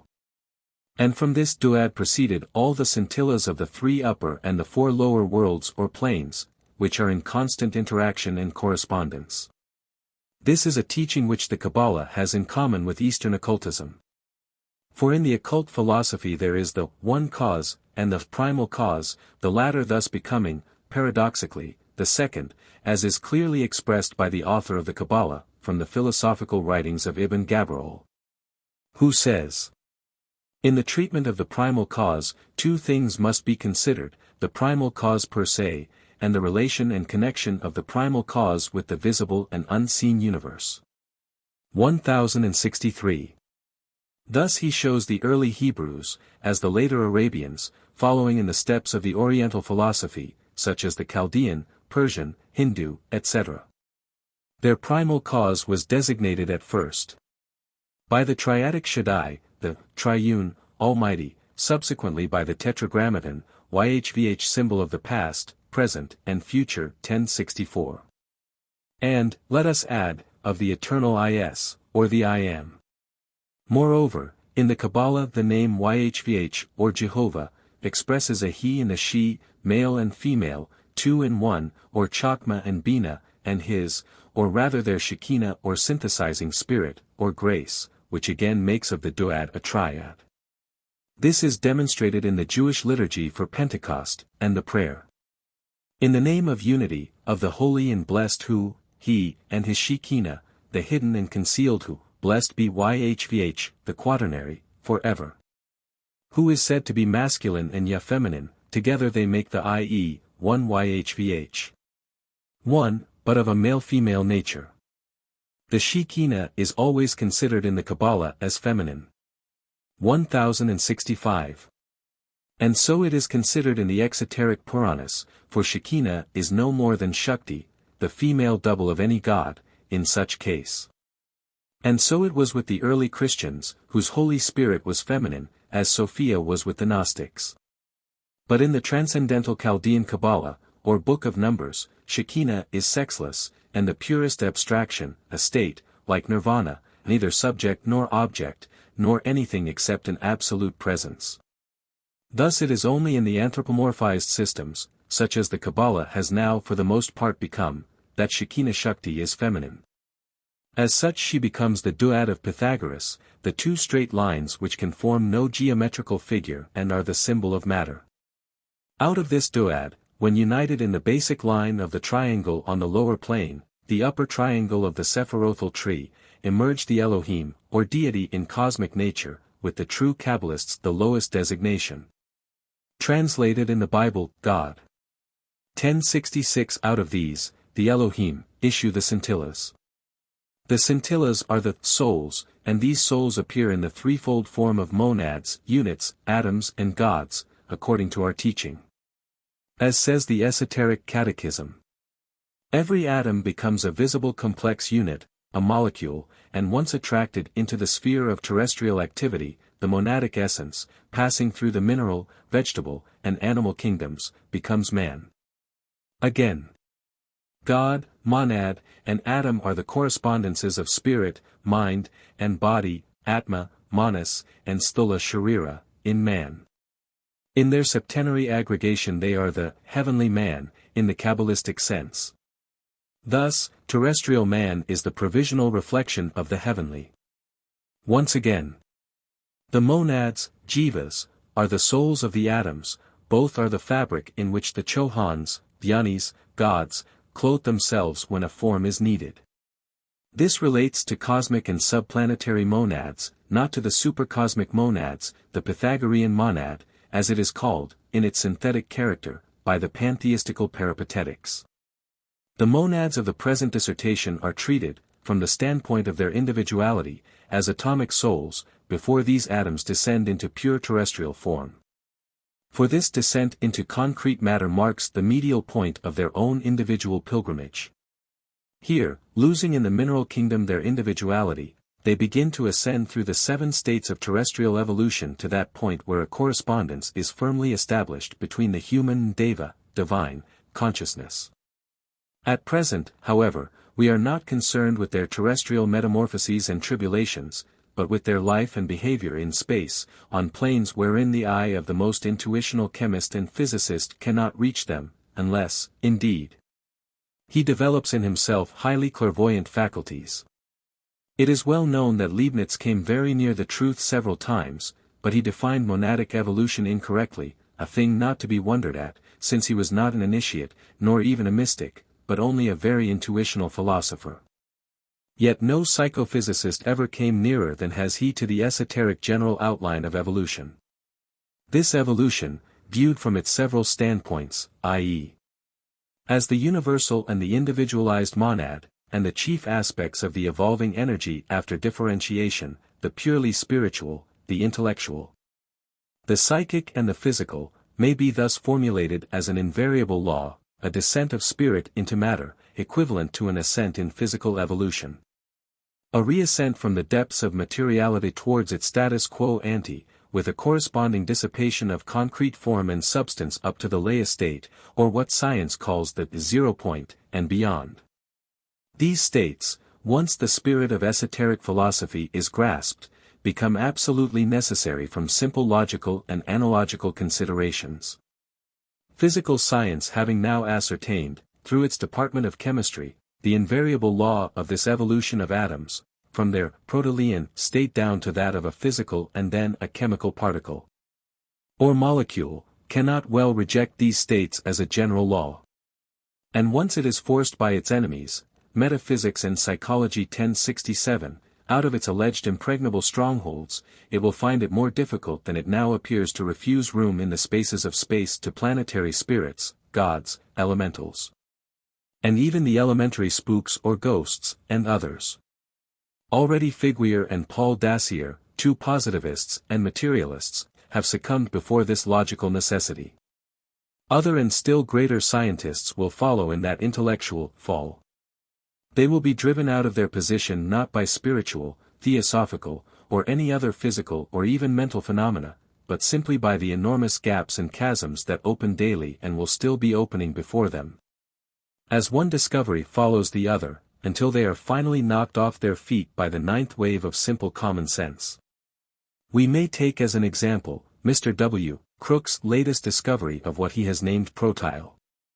In the notes on the Bhagavad Gita, by one of the best metaphysicians and Vedantic scholars in India, the lecturer, referring cautiously to things occult in that great Indian esoteric work, makes a remark as suggestive as it is strictly correct. He says, "Into the details of the evolution of the solar system itself, it is not necessary for me to enter. You may gather some idea as to the way in which the various elements start into existence from these three principles into which Mula Prakriti, the Pythagorean triangle, is differentiated, by examining the lecture delivered by Professor Crookes a short time ago upon the so-called elements of modern chemistry. This lecture will give you some idea of the way in which these so-called elements spring from Vishvanara 1068, the most objective of these three principles, which seems to stand in the place of the protyle mentioned in that lecture.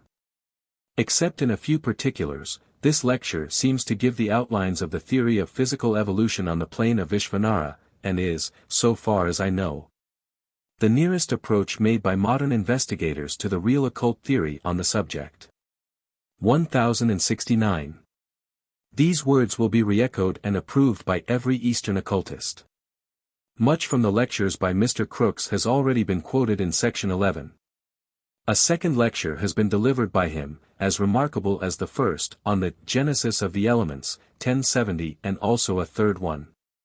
Here we have almost a corroboration of the teachings of esoteric philosophy concerning the mode of primeval evolution. It is, indeed, as near an approach, made by a great scholar and specialist in chemistry 1071 to the Secret Doctrine, as could be made apart from the application of the monads and atoms to the dogmas of pure transcendental metaphysics, and their connection and correlation with gods and intelligent conscious monads. But chemistry is now on its ascending plane, thanks to one of its highest European representatives. It is impossible for it to go back to that day when materialism regarded its sub-elements as absolutely simple and homogeneous bodies, which it had raised, in its blindness, to the rank of elements. The mask has been snatched off by too clever a hand for there to be any fear of a new disguise. And after years of pseudology, of bastard molecules parading under the name of elements, behind and beyond which there could be naught but void, a great professor of chemistry asks once more. What are these elements, whence do they come? What is their signification? These elements perplex us in our researches, baffle us in our speculations, and haunt us in our very dreams. They stretch like an unknown sea before us, mocking, mystifying, and murmuring strange revelations and possibilities. 1072. Those who are heirs to primeval revelations have taught these possibilities in every century, but have never found a fair hearing. The truths inspired into Kepler, Leibniz, Gassendi, Swedenborg, etc. were ever alloyed with their own speculations in one or another predetermined direction, hence were distorted. But now one of the great truths has dawned upon an eminent professor of exact modern science, and he fearlessly proclaims as a fundamental axiom that science has not made itself acquainted, so far, with real simple elements. For Mr. Crookes tells his audience, if I venture to say that our commonly received elements are not simple and primordial, that they have not arisen by chance or have not been created in a desultory and mechanical manner, but have been evolved from simpler matters, or perhaps, indeed, from one sole kind of matter, I do but give formal utterance to an idea which has been, so to speak, for some time, in the air of science. Chemists, physicists, philosophers of the highest merit, declare explicitly their belief that the 70, or thereabouts, elements of our textbooks are not the pillars of Hercules which we must never hope to pass. Philosophers in the present as in the past, men who certainly have not worked in the laboratory, have reached the same view from another side. Thus Mr. Herbert Spencer records his conviction that the chemical atoms are produced from the true or physical atoms by processes of evolution under conditions which chemistry has not yet been able to produce. And the poet has forestalled the philosopher. Milton, Paradise Lost, Book V, makes the archangel Raphael say to Adam instinct with the evolutionary idea, that the Almighty had created one first matter, all endued with various forms, various degrees of substance. Nevertheless, the idea would have remained crystallized, in the air of science, and would not have descended into the thick atmosphere of materialism and profane mortals for years to come, perhaps, had not Mr. Crookes bravely and fearlessly reduced it to its simple constituents, and thus publicly forced it on scientific notice. Says Plutarch, an idea is a being incorporeal, which has no subsistence by itself, but gives figure and form unto shapeless matter, and becomes the cause of the manifestation. 1073. The revolution produced in old chemistry by Avogadro was the first page in the volume of New Chemistry. Mr. Crookes has now turned the second page, and is boldly pointing to what may be the last. For protyle once accepted and recognized, as invisible ether was, both being logical and scientific necessities, chemistry will have virtually ceased to live, it will reappear in its reincarnation as new alchemy, or metachemistry. The discoverer of radiant matter will have vindicated in time the archaic Aryan works on occultism, and even the Vedas and Puranas. For what are the manifested mother, the father-son-husband, Aditi and Daksha, a form of Brahma, as creators, and the son, the three firstborn, but simply hydrogen, oxygen, and that which in its terrestrial manifestation is called nitrogen. Even the exoteric descriptions of the firstborn triad give all the characteristics of these three gases. Priestley, the discoverer of oxygen, or of that which was known in the highest antiquity. Yet all the ancient, medieval, and modern poets and philosophers have been anticipated even in the exoteric Hindu books as to the elemental vortices inaugurated by the universal mind, Descartes' plenum of matter differentiated into particles. Leibniz's ethereal fluid, and Kant's primitive fluid dissolved into its elements, Kepler's solar vortex and systemic vortices.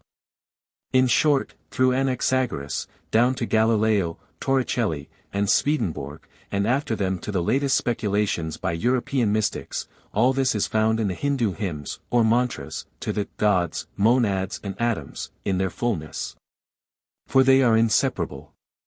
In esoteric teachings, the most transcendental conceptions of the universe and its mysteries, as also the most seemingly materialistic speculations, are found reconciled. Because these sciences embrace the whole scope of evolution from spirit to matter.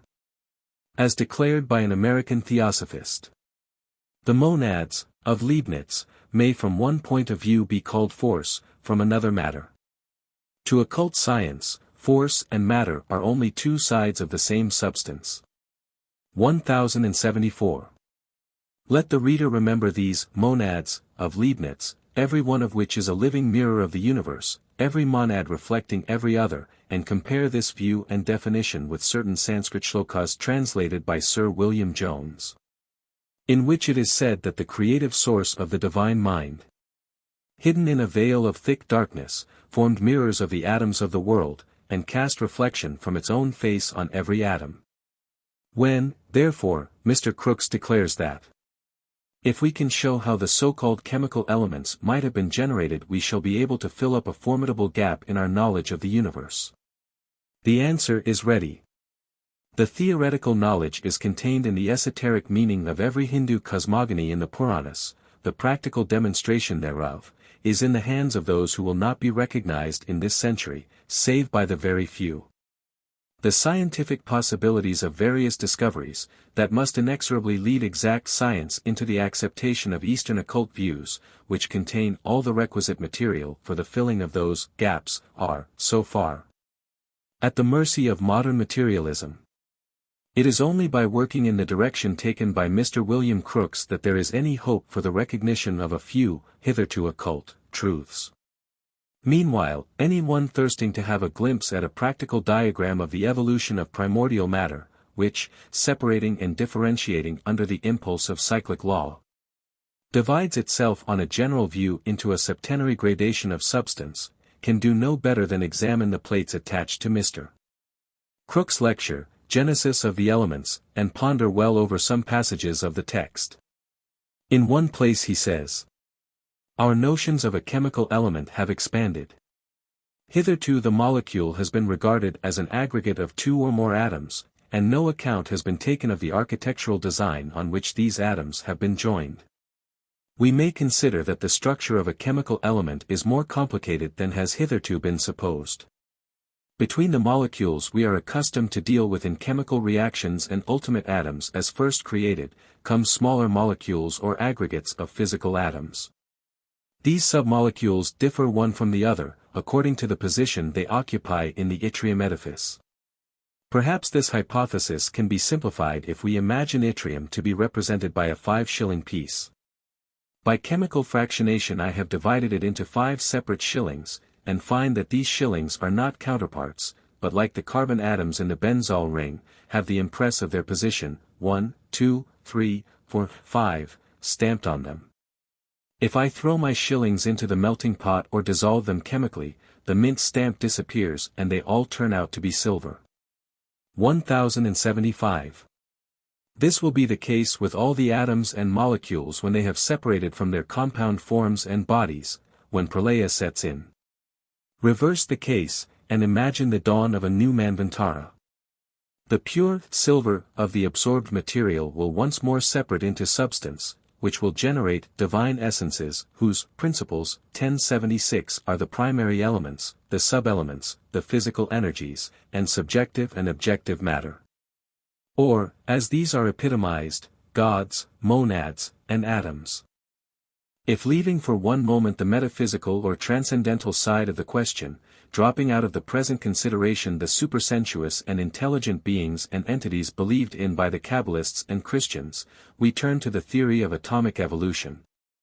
The occult teachings are still found corroborated by exact science and its confessions, so far, at least, as regards the supposed simple elements, now suddenly degraded into poor and distant relatives, not even second cousins to the latter.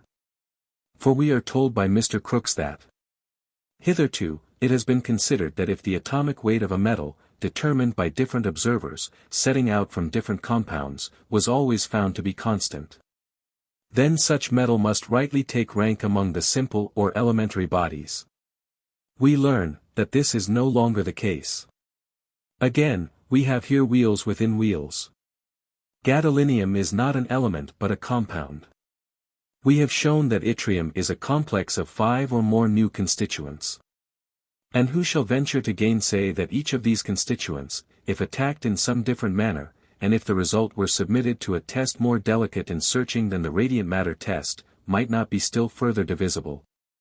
Where, then, is the actual ultimate element? As we advance it recedes like the tantalizing mirage lakes and groves seen by the tired and thirsty traveler in the desert. Are we in our quest for truth to be thus deluded and balked? The very idea of an element, as something absolutely primary and ultimate, seems to be growing less and less distinct. 1077. In Isis Unveiled, we said. This mystery of first creation, which was ever the despair of science, is unfathomable unless we accept the doctrine of Hermes. Could he, Darwin, remove his quest from the visible universe into the invisible, he might find himself on the right path.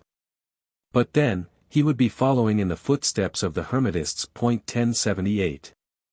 Our prophecy begins to assert itself.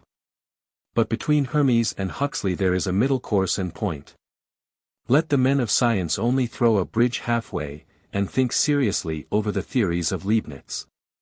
We have shown our theories with regard to the evolution of atoms, their last formation into compound chemical molecules being produced within our terrestrial workshops in the Earth's atmosphere and not elsewhere, as strangely agreeing with the evolution of atoms shown on Mr. Crookes' plates.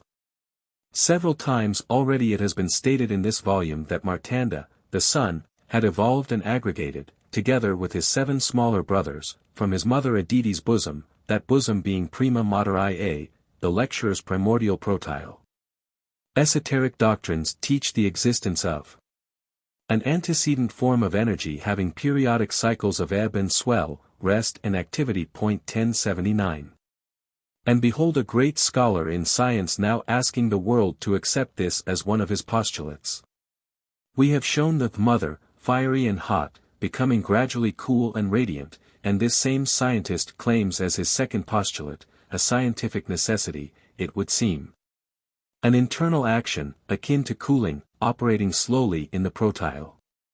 Occult science teaches that the mother lies stretched in infinity, during pralaya, as the great deep, the dry waters of space, according to the quaint expression in the Catechism.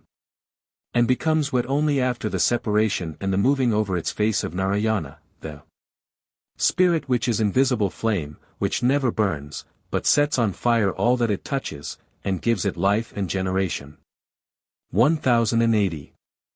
And now science tells us that, the firstborn element, most nearly allied to protyle, would be hydrogen, which for some time would be the only existing form of matter in the universe. What says old science? It answers, just so. But we would call hydrogen, and oxygen, which, in the pre-geological and even pre-genetic ages, instills the fire of life into the mother, by incubation, the spirit, the noumenon. Of that which becomes in its grossest form oxygen, hydrogen and nitrogen on earth, nitrogen being of no divine origin, but merely an earthborn cement for uniting other gases and fluids. And serving as a sponge to carry in itself the breath of life, pure air. 1081. Before these gases and fluids become what they are in our atmosphere, they are interstellar ether, still earlier and on a deeper plane, something else, and so on in infinitum. The eminent and learned gentleman must pardon an occultist for quoting him at such length. But such is the penalty of a fellow of the Royal Society who approaches so near the precincts of the sacred addendum of occult mysteries as virtually to overstep the forbidden boundaries. But it is time to leave modern physical science and turn to the psychological and metaphysical side of the question. We would only remark that to the 2 very reasonable postulates required by the eminent lecturer, to get a glimpse of some few of the secrets so darkly hidden behind the door of the unknown. A third should be added. 1082, lest no battering at it should avail. The postulate that Leibniz stood on a firm groundwork of fact and truth in his speculations. The admirable and thoughtful synopsis of these speculations, as given by John Theodore Mertz in his Leibniz, shows how nearly he has brushed the hidden secrets of esoteric theogony in his monadology. And yet this philosopher has hardly risen in his speculations above the first planes, the lower principles of the cosmic great body. His theory soars to no loftier heights than those of the manifested life, self-consciousness and intelligence, leaving the regions of the earlier post-genetic mysteries untouched, as his ethereal fluid is post-planetary.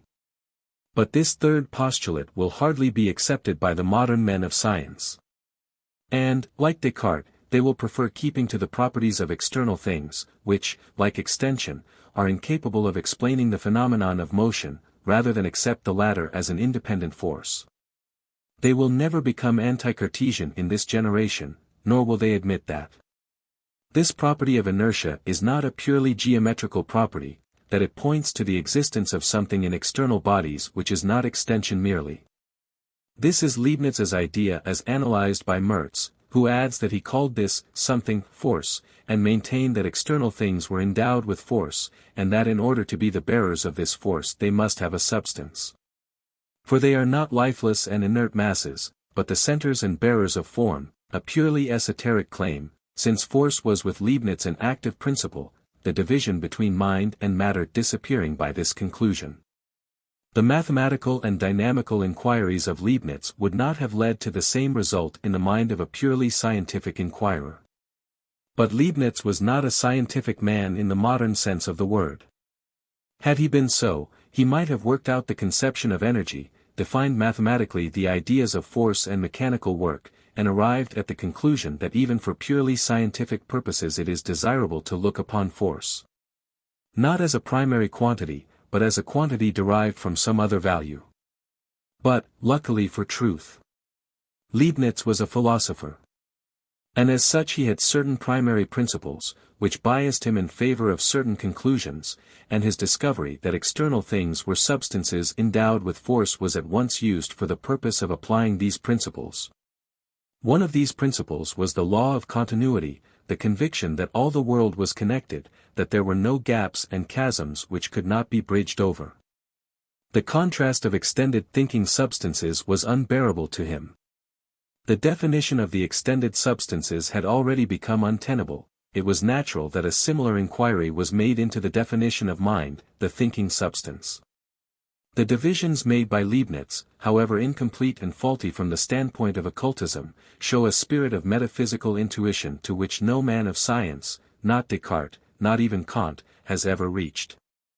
With him there existed ever an infinite gradation of thought. Only a small portion of the contents of our thoughts, he said, rises into the clearness of apperception, into the light of perfect consciousness. Many remain in a confused or obscure state, in the state of perceptions, but they are there. Descartes denied soul to the animal.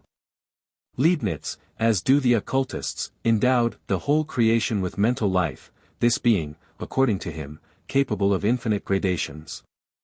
And this, as Mertz justly observes, at once widened the realm of mental life, destroying the contrast of animate and inanimate matter. It did yet more, it reacted on the conception of matter, of the extended substance. For it became evident that external or material things presented the property of extension to our senses only, not to our thinking faculties. The mathematician, in order to calculate geometrical figures, had been obliged to divide them into an infinite number of infinitely small parts, and the physicist saw no limit to the divisibility of matter into atoms. The bulk through which external things seem to fill space was a property which they acquired only through the coarseness of our senses. Leibniz followed these arguments to some extent, but he could not rest content in assuming that matter was composed of a finite number of very small parts. His mathematical mind forced him to carry out the argument in infinitum. And what became of the atoms then? They lost their extension and they retained only their property of resistance. They were the centers of force. They were reduced to mathematical points. But if their extension in space was nothing, so much fuller was their inner life. Assuming that inner existence, such as that of the human mind, is a new dimension, not a geometrical but a metaphysical dimension. Having reduced the geometrical extension of the atoms to nothing, Leibniz endowed them with an infinite extension in the direction of their metaphysical dimension.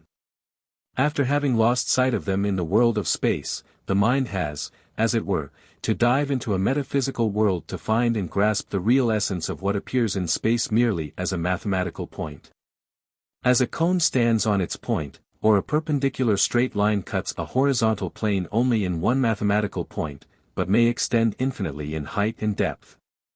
So the essences of things real have only a punctual existence in this physical world of space, but have an infinite depth of inner life in the metaphysical world of thought. 1083. This is the spirit, the very root of occult doctrine and thought. The spirit-matter and matter-spirit extend infinitely in depth, and like the essence of things of Leibniz, our essence of things real is at the seventh depth. While the unreal and gross matter of science and the external world is at the lowest extreme of our perceptive senses.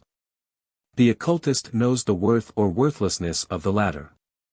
The student must now be shown the fundamental distinction between the system of Leibniz 1084 and that of occult philosophy, on the question of the monads, and this may be done with his monadology before us. It may be correctly stated that were Leibniz and Spinoza's systems reconciled, the essence and spirit of esoteric philosophy would be made to appear. From the shock of the two, as opposed to the Cartesian system, emerged the truths of the archaic doctrine. Both oppose the metaphysics of Descartes. His idea of the contrast of two substances, extension and thought, radically differing from each other and mutually irreducible, is too arbitrary and too unphilosophical for them. Thus Leibniz made of the two Cartesian substances two attributes of one universal unity, in which he saw God. Spinoza recognized but one universal indivisible substance, an absolute all, like Parabrahman. Leibniz, on the contrary, perceived the existence of a plurality of substances. There was but one for Spinoza, for Leibniz an infinitude of beings, from, and in, the one. Hence, though both admitted but one real entity, while Spinoza made it impersonal and indivisible, Leibniz divided his personal deity into a number of divine and semi-divine beings. Spinoza was a subjective, Leibniz an objective pantheist, yet both were great philosophers in their intuitive perceptions. Now, if these two teachings were blended together and each corrected by the other, and foremost of all the one reality weeded of its personality, there would remain as sum total a true spirit of esoteric philosophy in them. The impersonal, attributeless, absolute divine essence, which is no being, but the root of all being. Draw a deep line in your thought between that ever-incognizable essence, and the as invisible, yet comprehensible presence, Mula-Prakriti or Shekinah, from beyond and through which vibrates the sound of the verbum. And from which evolve the numberless hierarchies of intelligent egos, of conscious as of semi-conscious, apperceptive, and perceptive beings, whose essence is spiritual force, whose substance is the elements. And whose bodies, when needed, are the atoms, and our doctrine is there. For, says Leibniz, the primitive element of every material body being force, which has none of the characteristics of objective matter, it can be conceived but can never be the object of any imaginative representation. That which was for him the primordial and ultimate element in everybody an object was thus not the material atoms, or molecules, necessarily more or less extended, as those of Epicurus and Gassendi, but, as Mertz shows, immaterial and metaphysical atoms, mathematical points, or real souls, as explained by Henri Lachelier, Professeur agrégé de philosophie, his French biographer. That which exists outside of us in an absolute manner, are souls whose essence is force. 1085. Thus, reality in the manifested world is composed of a unity of units, so to say, immaterial, from our standpoint, and infinite. These Leibniz calls monads, Eastern philosophy jivas, while occultism, with the Kabbalists and all the Christians, gives them a variety of names. With us, as with Leibniz, they are the expression of the universe, 1086, and every physical point is but the phenomenal expression of the noumenal, metaphysical point. His distinction between perception and apperception is the philosophical though dim expression of the esoteric teachings. His reduced universes, of which there are as many as there are monads, is the chaotic representation of our septenary system with its divisions and subdivisions.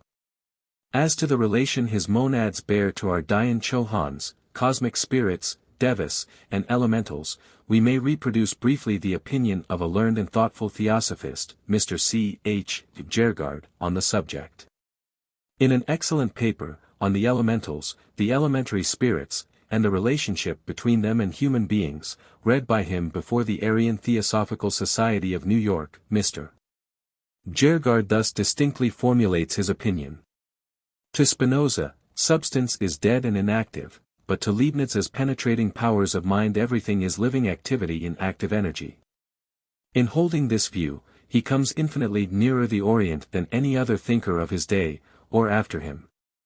His discovery that an active energy forms the essence of substance is a principle that places him in direct relationship to the seers of the East.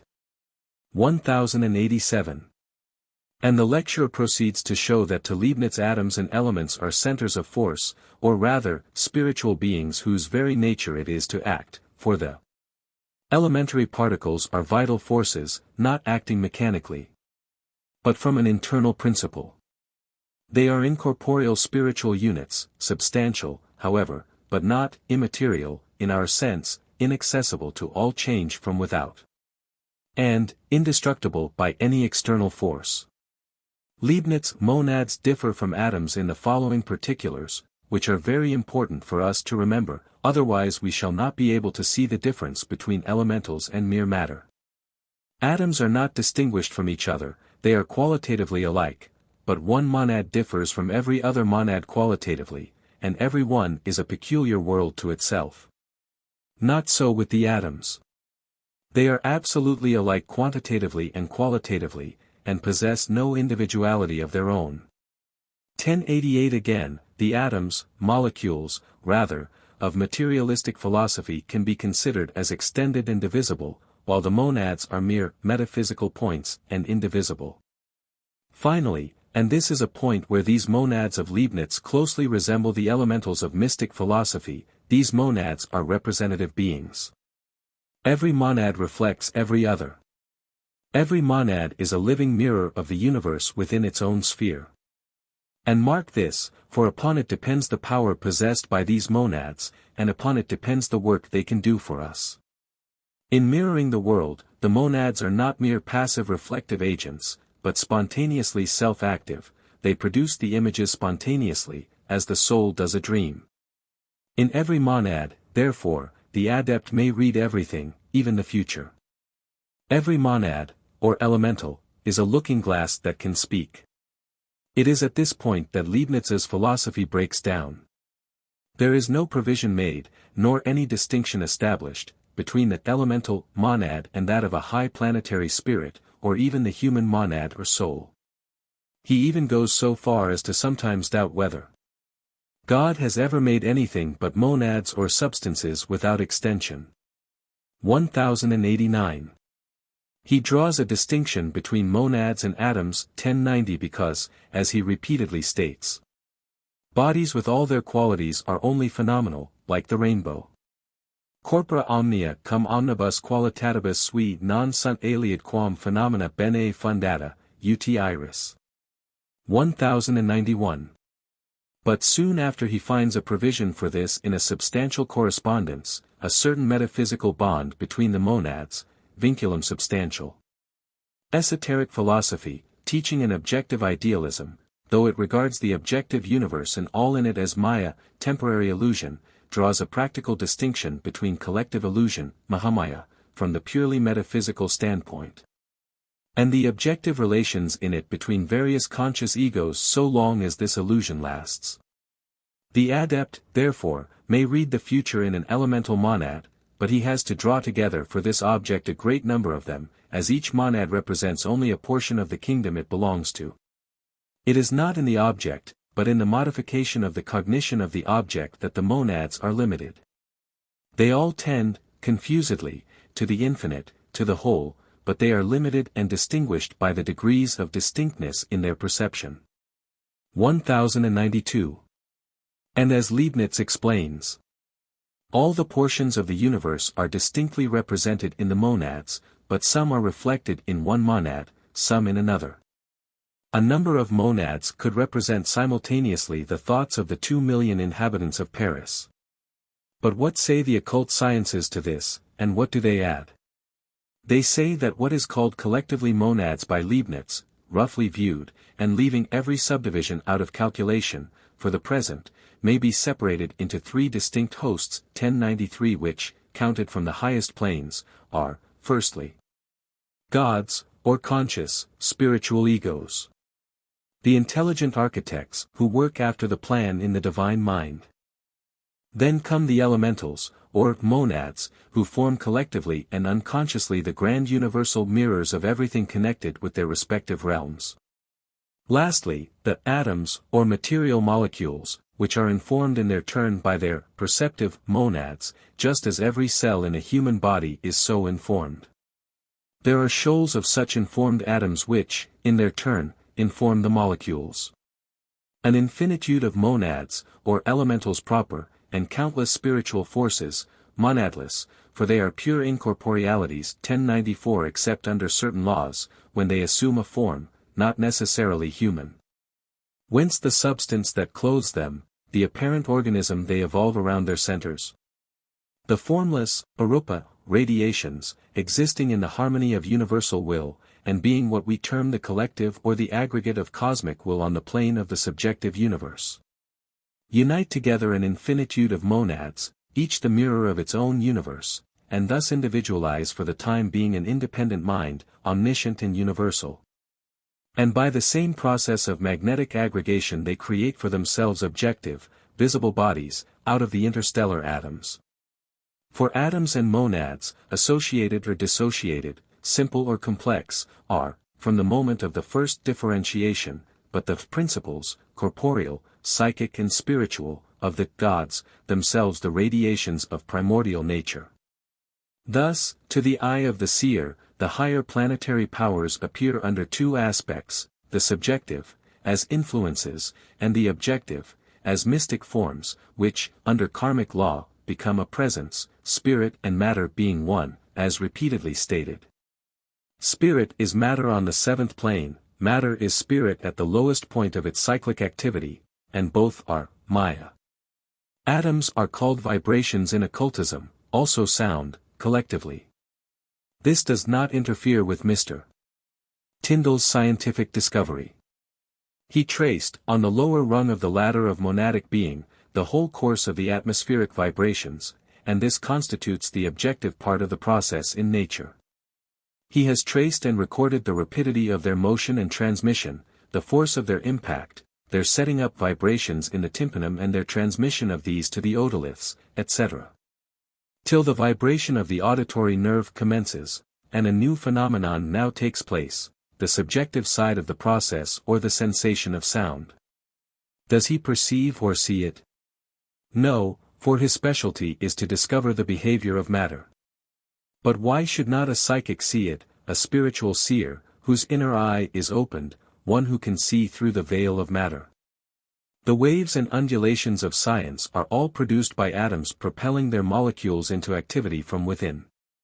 Atoms fill the immensity of space, and by their continuous vibration are that motion which keeps the wheels of life perpetually going. It is that inner work that produces the natural phenomenon called the correlation of forces. Only, at the origin of every such force, there stands the conscious guiding noumenon thereof, angel or god, spirit or demon, ruling powers, yet the same. As described by seers, those who can see the motion of the interstellar shoals, and follow them clairvoyantly in their evolution, they are dazzling, like specks of virgin snow in radiant sunlight. Their velocity is swifter than thought, quicker than any mortal physical eye can follow, and, as well as can be judged from the tremendous rapidity of their course, the motion is circular. Standing on an open plain, on a mountain summit especially, and gazing into the vast vault above and the spatial infinitudes around, the whole atmosphere seems ablaze with them, the air soaked through with these dazzling coruscations. At times, the intensity of their motion produces flashes like the northern lights in the aurora borealis. The sight is so marvelous, that, as the seer gazes into this inner world, and feels the scintillating points shoot past him, he is filled with awe at the thought of other, still greater mysteries, that lie beyond, and within, this radiant ocean.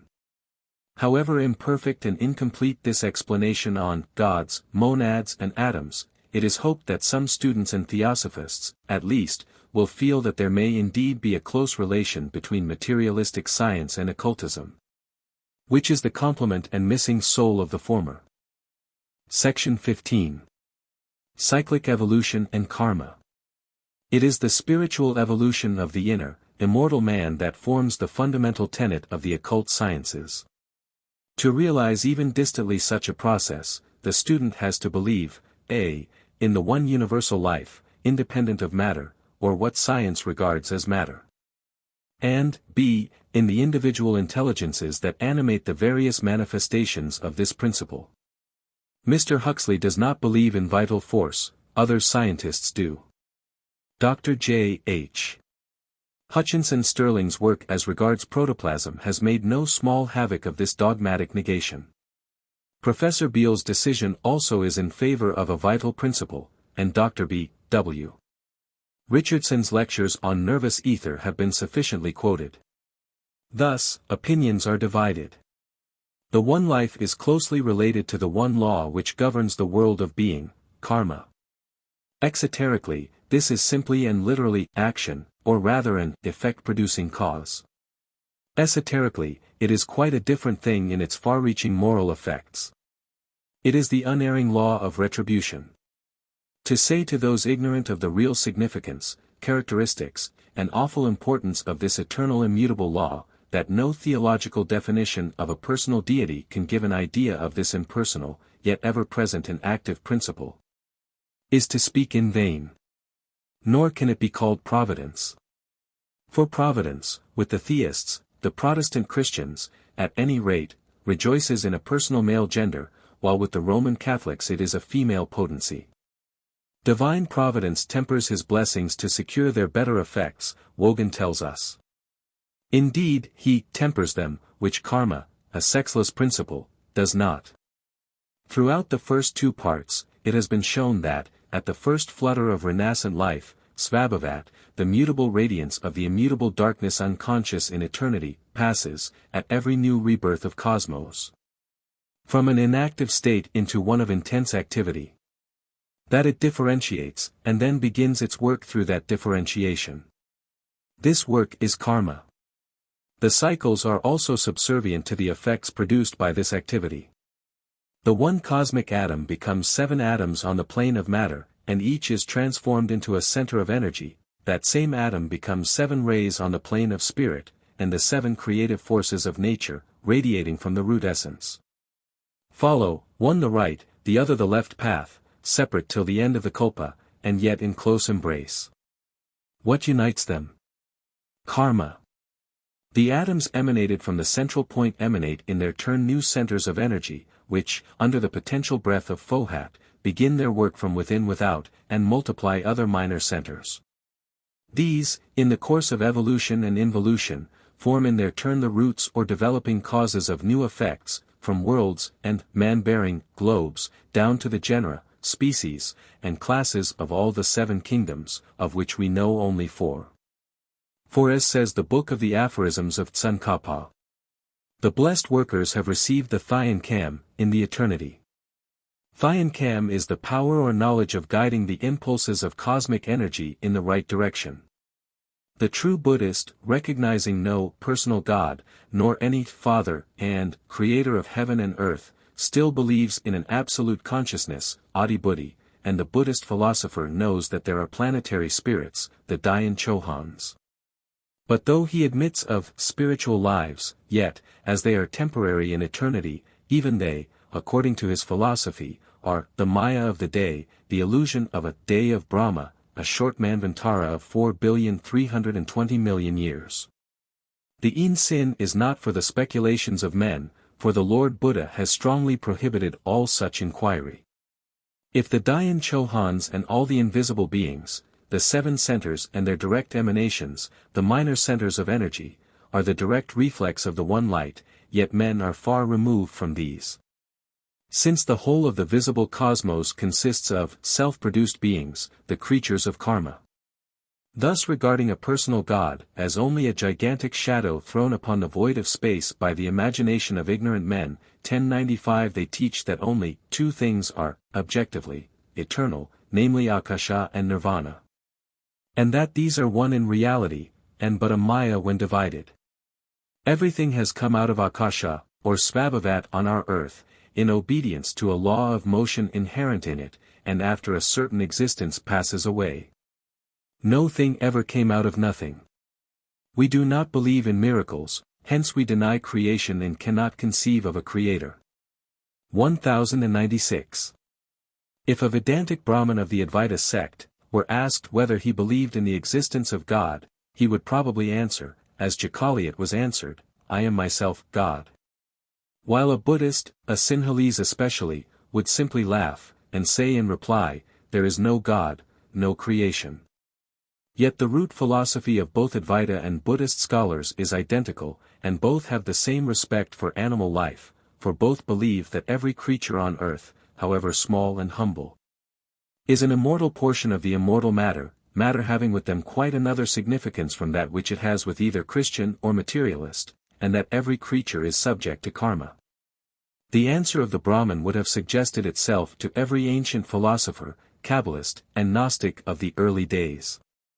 It contains the very spirit of the Delphic and Kabbalistic commandments, for esoteric philosophy solved, ages ago, the problem of what man was, is, and will be. His origin, life cycle, interminable in its duration of successive incarnations or rebirths, and his final absorption into the source from which he started. But it is not physical science that we can ever ask to read man for us, as the riddle of the past, or of the future, since no philosopher can tell us even what man is, as known to both physiology and psychology. In doubt whether man was a god or a beast, science has now connected him with the latter and derives him from an animal. Certainly the task of analyzing and classifying the human being as a terrestrial animal may be left to science, which occultists, of all men, regard with veneration and respect. They recognize its ground and the wonderful work it has done, the progress achieved in physiology, and even, to a degree, in biology. But man's inner, spiritual, psychic, or even moral, nature cannot be left to the tender mercies of an ingrained materialism. For not even the higher psychological philosophy of the West is able, in its present incompleteness and tendency towards a decided agnosticism, to do justice to the inner man. Especially to his higher capacities and perceptions, and to those states of consciousness, across the road to which such authorities as Mill draw a strong line, saying, so far, and no farther shalt thou go. No occultist would deny that man, together with the elephant and the microbe, the crocodile and the lizard, the blade of grass and the crystal, is, in his physical formation, the simple product of the evolutionary forces of nature through a numberless series of transformations. But he puts the case differently. It is not against zoological and anthropological discoveries, based on the fossils of man and animal, that every mystic and believer in a divine soul inwardly revolts. But only against the uncalled-for conclusions built on preconceived theories and made to fit in with certain prejudices. The premises of scientists may or may not be always true, and as some of these theories live but a short life, the deductions therefrom must ever be one-sided with materialistic evolutionists. Yet it is on the strength of such very ephemeral authority, that most of the men of science frequently receive honors where they deserve them the least. 1097. To make the working of karma, in the periodical renovations of the universe, more evident and intelligible to the student when he arrives at the origin and evolution of man, he has now to examine with us the esoteric bearing of the karmic cycles upon universal ethics. The question is, do those mysterious divisions of time, called Yugas and Kalpas by the Hindus, and so very graphically, Kappa Kappa Lambda Omicron Iota, cycles, rings or circles, by the Greeks, have any bearing upon, or any direct connection with, human life? Even exoteric philosophy explains that these perpetual circles of time are ever returning on themselves, periodically and intelligently, in space and eternity. There are cycles of matter, 1098, and there are cycles of spiritual evolution, and racial, national, and individual cycles. May not esoteric speculation allow us a still deeper insight into their workings? This idea is beautifully expressed in a very clever scientific work. The possibility of rising to a comprehension of a system of coordination so far outreaching in time and space all range of human observations is a circumstance which signalizes the power of man to transcend the limitations of changing and inconsistent matter, and assert his superiority over all insentient and perishable forms of being. There is a method in the succession of events, and in the relation of coexistent things, which the mind of man seizes hold of.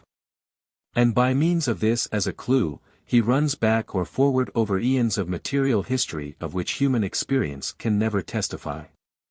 Events germinate and unfold.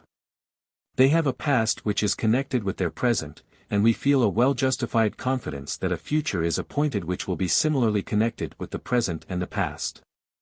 This continuity and unity of history repeat themselves before our eyes in all conceivable stages of progress. The phenomena furnish us the grounds for the generalization of two laws which are truly principles of scientific divination, by which alone the human mind penetrates the sealed records of the past and the unopened pages of the future. The first of these is the law of evolution, or, to phrase it for our purpose, the law of correlated successiveness or organized history in the individual, illustrated in the changing phases of every single maturing system of results. These thoughts summon into our immediate presence the measureless past and the measureless future of material history. They seem almost to open vistas through infinity, and to endow the human intellect with an existence and a vision exempt from the limitations of time and space and finite causation, and lift it up towards a sublime apprehension of the supreme intelligence whose dwelling place is eternity. 1099. According to the teachings, Maya, the elusive appearance of the marshalling of events and actions on this earth, changes, varying with nations and places. But the chief features of one's life are always in accordance with the constellation under which one is born, or, we should say, with the characteristics of its animating principle or the deity that presides over it. Whether we call it a Dayan Chohan, as in Asia, or an archangel, as with the Greek and Latin churches. In ancient symbolism it was always the sun, though the spiritual, not the visible, sun was meant, that was supposed to send forth the chief saviors and avatars. Hence the connecting link between the Buddhas, the avatars, and so many other incarnations of the highest seven. The closer the approach to one's prototype, in heaven, the better for the mortal whose personality was chosen, by his own personal deity, the seventh principle, as its terrestrial abode.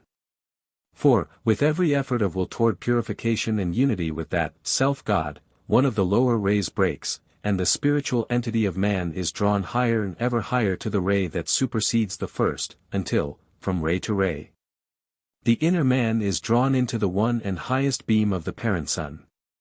Thus, the events of humanity do run coordinately with the number forms, since the single units of that humanity proceed one and all from the same source, the central sun and its shadow, the visible.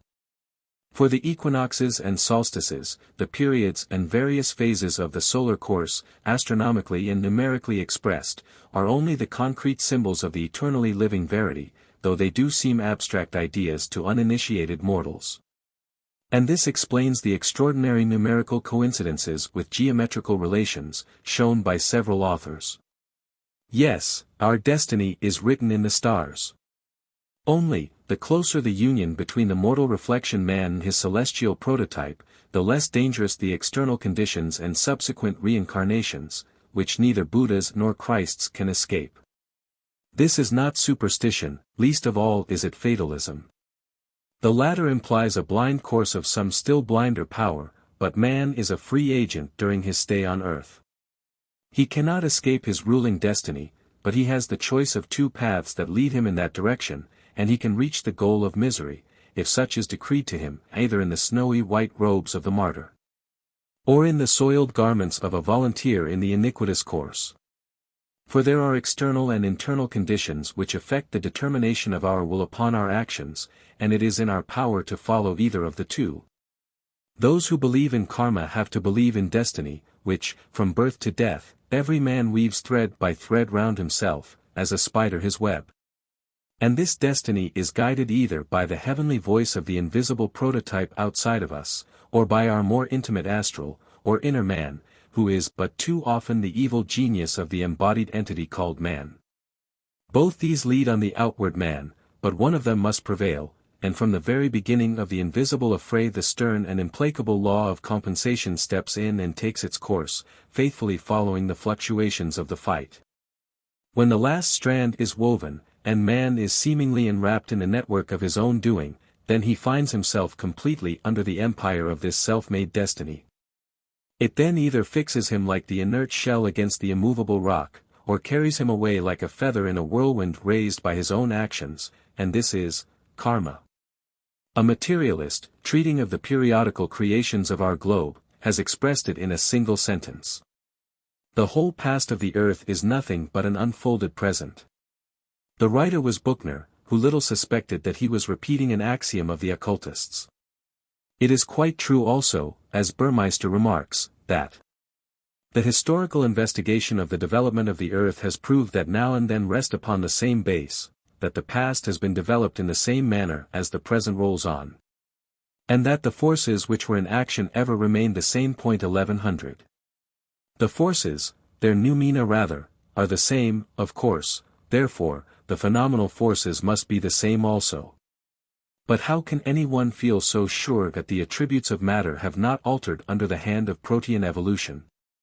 How can any materialist assert with such confidence, as is done by Rossmassler, that this eternal conformity in the essence of phenomena renders it certain that fire and water possessed at all times the same powers and ever will possess them?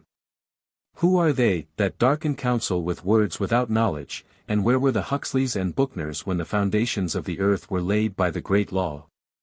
This same homogeneity of matter and immutability of natural laws, which are so much insisted upon by materialism, are a fundamental principle of the occult philosophy. But this unity rests upon the inseparability of spirit from matter, and, if the two were once divorced, the whole cosmos would fall back into chaos and non-being. Therefore, it is absolutely false, and but an additional demonstration of the great conceit of our age, to assert, as men of science do, that all the great geological changes and terrible convulsions of the past have been produced by ordinary and known physical forces.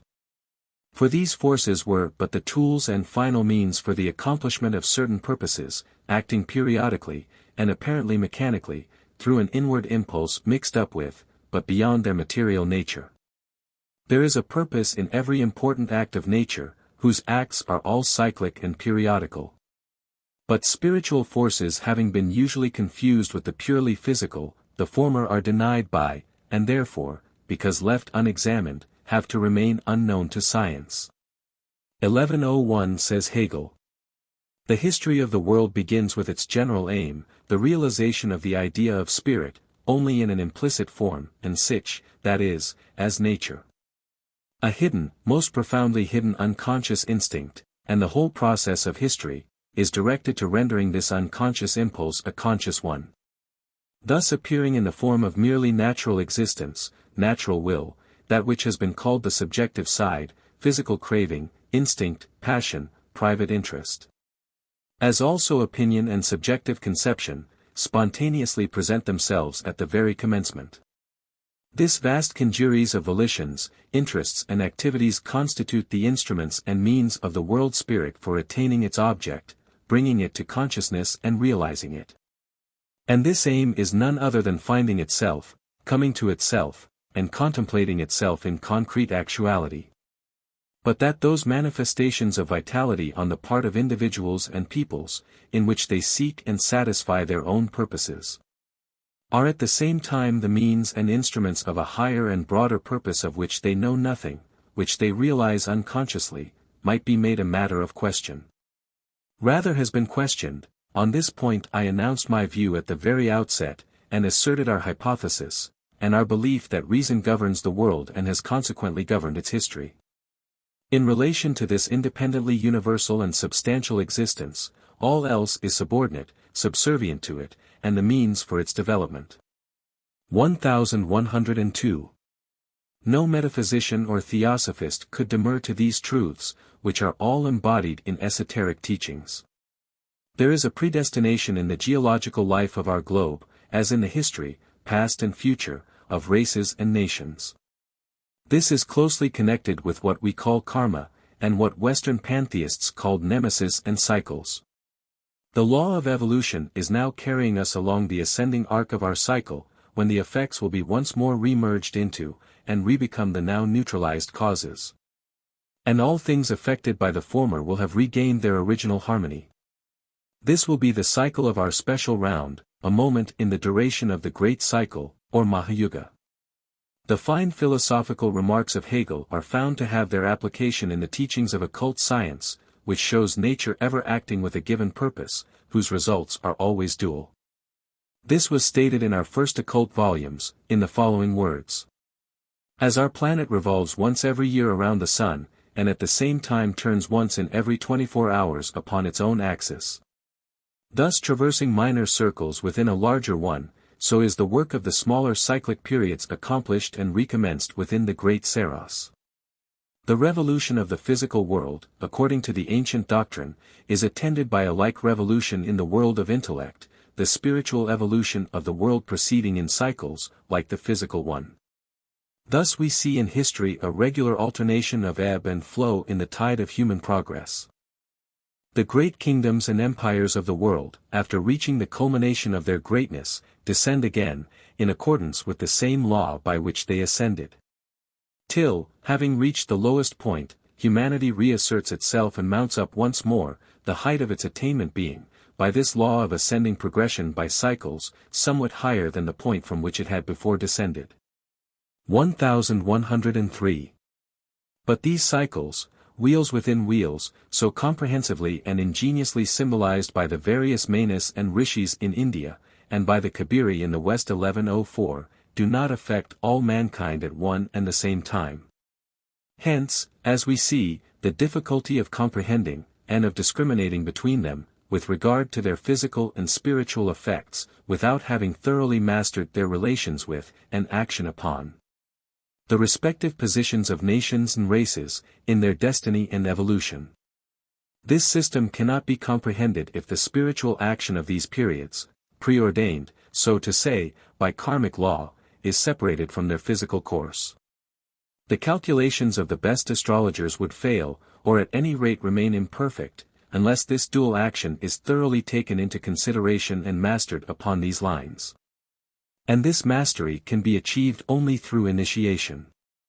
The grand cycle includes the progress of mankind from the appearance of primordial man of ethereal form. It runs through the inner cycles of man's progressive evolution from the ethereal down to the semi-ethereal and purely physical. Down to the redemption of man from his coat of skin and matter, after which it continues running its course downward and then upward again, to meet at the culmination of a round, when the manvantaric serpent swallows its tail and 7 minor cycles are passed. These are the great racial cycles which affect equally all the nations and tribes included in that special race, but there are minor and national, as well as tribal, cycles within these, which run their course independently of each other. They are called in Eastern esotericism the karmic cycles. In the West, since pagan wisdom has been repudiated as having grown from and been developed by the dark powers, supposed to be at constant war with and in opposition to the little tribal Jehovah, the full and awful significance of the Greek nemesis, or karma, has been entirely forgotten. Otherwise Christians would have better realized the profound truth that nemesis is without attributes. That while the dreaded goddess is absolute and immutable as a principle, it is we ourselves, nations and individuals, who propel it to action and give the impulse to its direction. Karma nemesis is the creator of nations and mortals, but once created, it is they who make of her either a fury or a rewarding angel. Yeah. Wise are they who worship Nemesis 1105. As the chorus tells Prometheus. And as unwise they, who believe that the goddess may be propitiated by any sacrifices and prayers, or have her will diverted from the path it has once taken. The triform fates and ever-mindful furies, are her attributes only on earth, and begotten by ourselves. There is no return from the paths she cycles over. Yet those paths are of our own making, for it is we, collectively or individually, who prepare them. Karma nemesis is the synonym of providence, minus design, goodness, and every other finite attribute and qualification, so unphilosophically attributed to the latter. An occultist or a philosopher will not speak of the goodness or cruelty of providence, but, identifying it with karma nemesis, he will nevertheless teach that it guards the good and watches over them in this, as in future lives. And that it punishes the evildoer, even to his seventh rebirth, so long, indeed, as the effect of his having thrown into perturbation even the smallest atom in the infinite world of harmony has not been finally readjusted. For the only decree of karma, an eternal and immutable decree, is absolute harmony in the world of matter as it is in the world of spirit. It is not, therefore, karma that rewards or punishes, but it is we who reward or punish ourselves, according as we work with, through, and along with nature, abiding by the laws on which that harmony depends, or, breaking them. Nor would the ways of karma be inscrutable were men to work in union and harmony, instead of disunion and strife.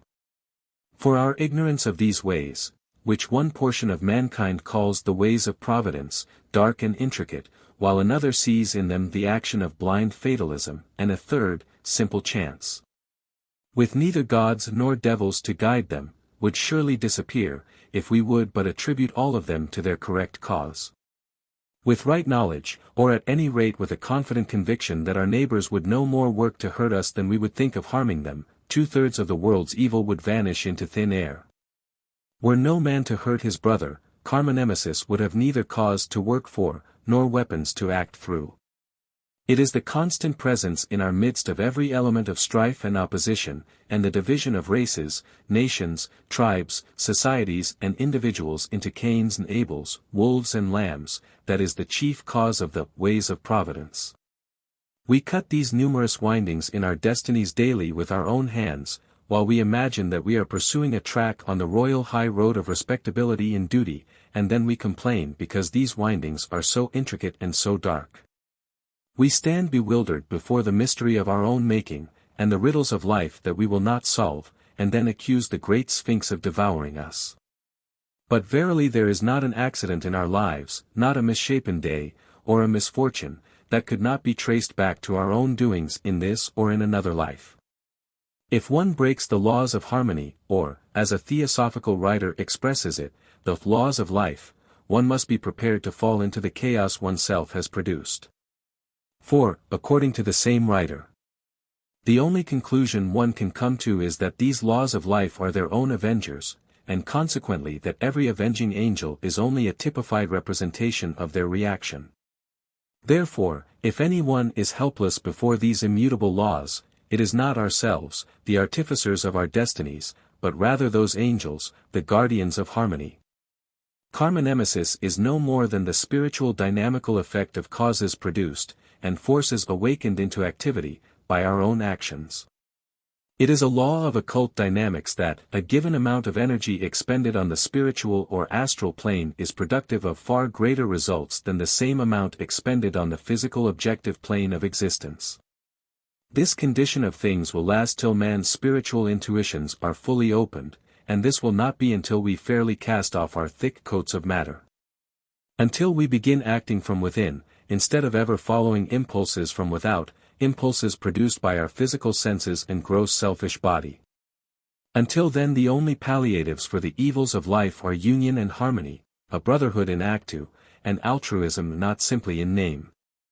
The suppression of one single bad cause will suppress not one, but many bad effects. And if a brotherhood, or even a number of brotherhoods, may not be able to prevent nations from occasionally cutting each other's throats, still unity in thought and action, and philosophical research into the mysteries of being, will always prevent some persons, who are trying to comprehend that which has hitherto remained to them a riddle, from creating additional causes of mischief in a world already so full of woe and evil. Knowledge of karma gives the conviction that if virtue in distress, and vice in triumph, make atheists of mankind. 1106. It is only because mankind has ever shut its eyes to the great truth that man is himself his own savior and his own destroyer. He need not accuse heaven and the gods, fates and providence, of the apparent injustice that reigns in the midst of humanity. But let him rather remember and repeat this fragment of Grecian wisdom, which warns man to forbear accusing that which, just, though mysterious, leads us on unerring, through ways unmarked from guilt to punishment. And such are now the ways on which the great European nations move onward. Every nation and tribe of the Western Aryans, like their Eastern brethren of the fifth race, has had its golden and its iron age, its period of comparative irresponsibility, or its Satya age of purity, and now several of them have reached their iron age, the Kali Yuga, an age black with horrors. On the other hand, it is true that the exoteric cycles of every nation have been rightly derived from, and shown to depend on, sidereal motions. The latter are inseparably blended with the destinies of nations and men. But, in the purely physical sense, Europe knows of no cycles other than the astronomical, and it makes its computations accordingly. Nor will it hear of any other than imaginary circles or circuits in the starry heavens that gird them, with centric and eccentric scribbled o'er. Cycle and epicycle, orb in orb. But with the pagans, of whom Coleridge rightly says, time, cyclical time, was their abstraction of the deity, that deity manifesting coordinately with, and only through, karma. And being that karma nemesis itself, the cycles meant something more than a mere succession of events, or a periodical space of time of more or less prolonged duration. For they were generally marked with recurrences of a more varied and intellectual character than are exhibited in the periodical return of seasons or of certain constellations. Modern wisdom is satisfied with astronomical computations and prophecies, based on unerring mathematical laws. Ancient wisdom added to the cold shell of astronomy the vivifying elements of its soul and spirit, astrology. And, as the sidereal motions do regulate and determine other events on earth besides potatoes and the periodical diseases of that useful vegetable, a statement which, not being amenable to scientific explanation, is merely derided. While none the less accepted, these events have to submit to predetermination, by simple astronomical computations. Believers in astrology will understand our meaning, skeptics will laugh at the belief and mock the idea. Thus they shut their eyes, ostrich-like, to their own fate. 1107. This because their little historical period, so called, allows them no margin for comparison. Sidereal heaven is before them. And though their spiritual vision is still unopened, and the atmospheric dust of terrestrial origin seals their sight and chains it within the limits of physical systems, still they do not fail to perceive the movements and note the behavior of meteors and comets. They record the periodical advents of those wanderers and flaming messengers, and prophesy, in consequence, earthquakes, meteoric showers, the apparition of certain stars, comets, etc. Are they, then, soothsayers after all? No. They are learned astronomers. Why, then, should occultists and astrologers, as learned as these astronomers, be disbelieved when they prophesy the return of some cyclic event on the same mathematical principles? Why should the claim that they know this return be ridiculed?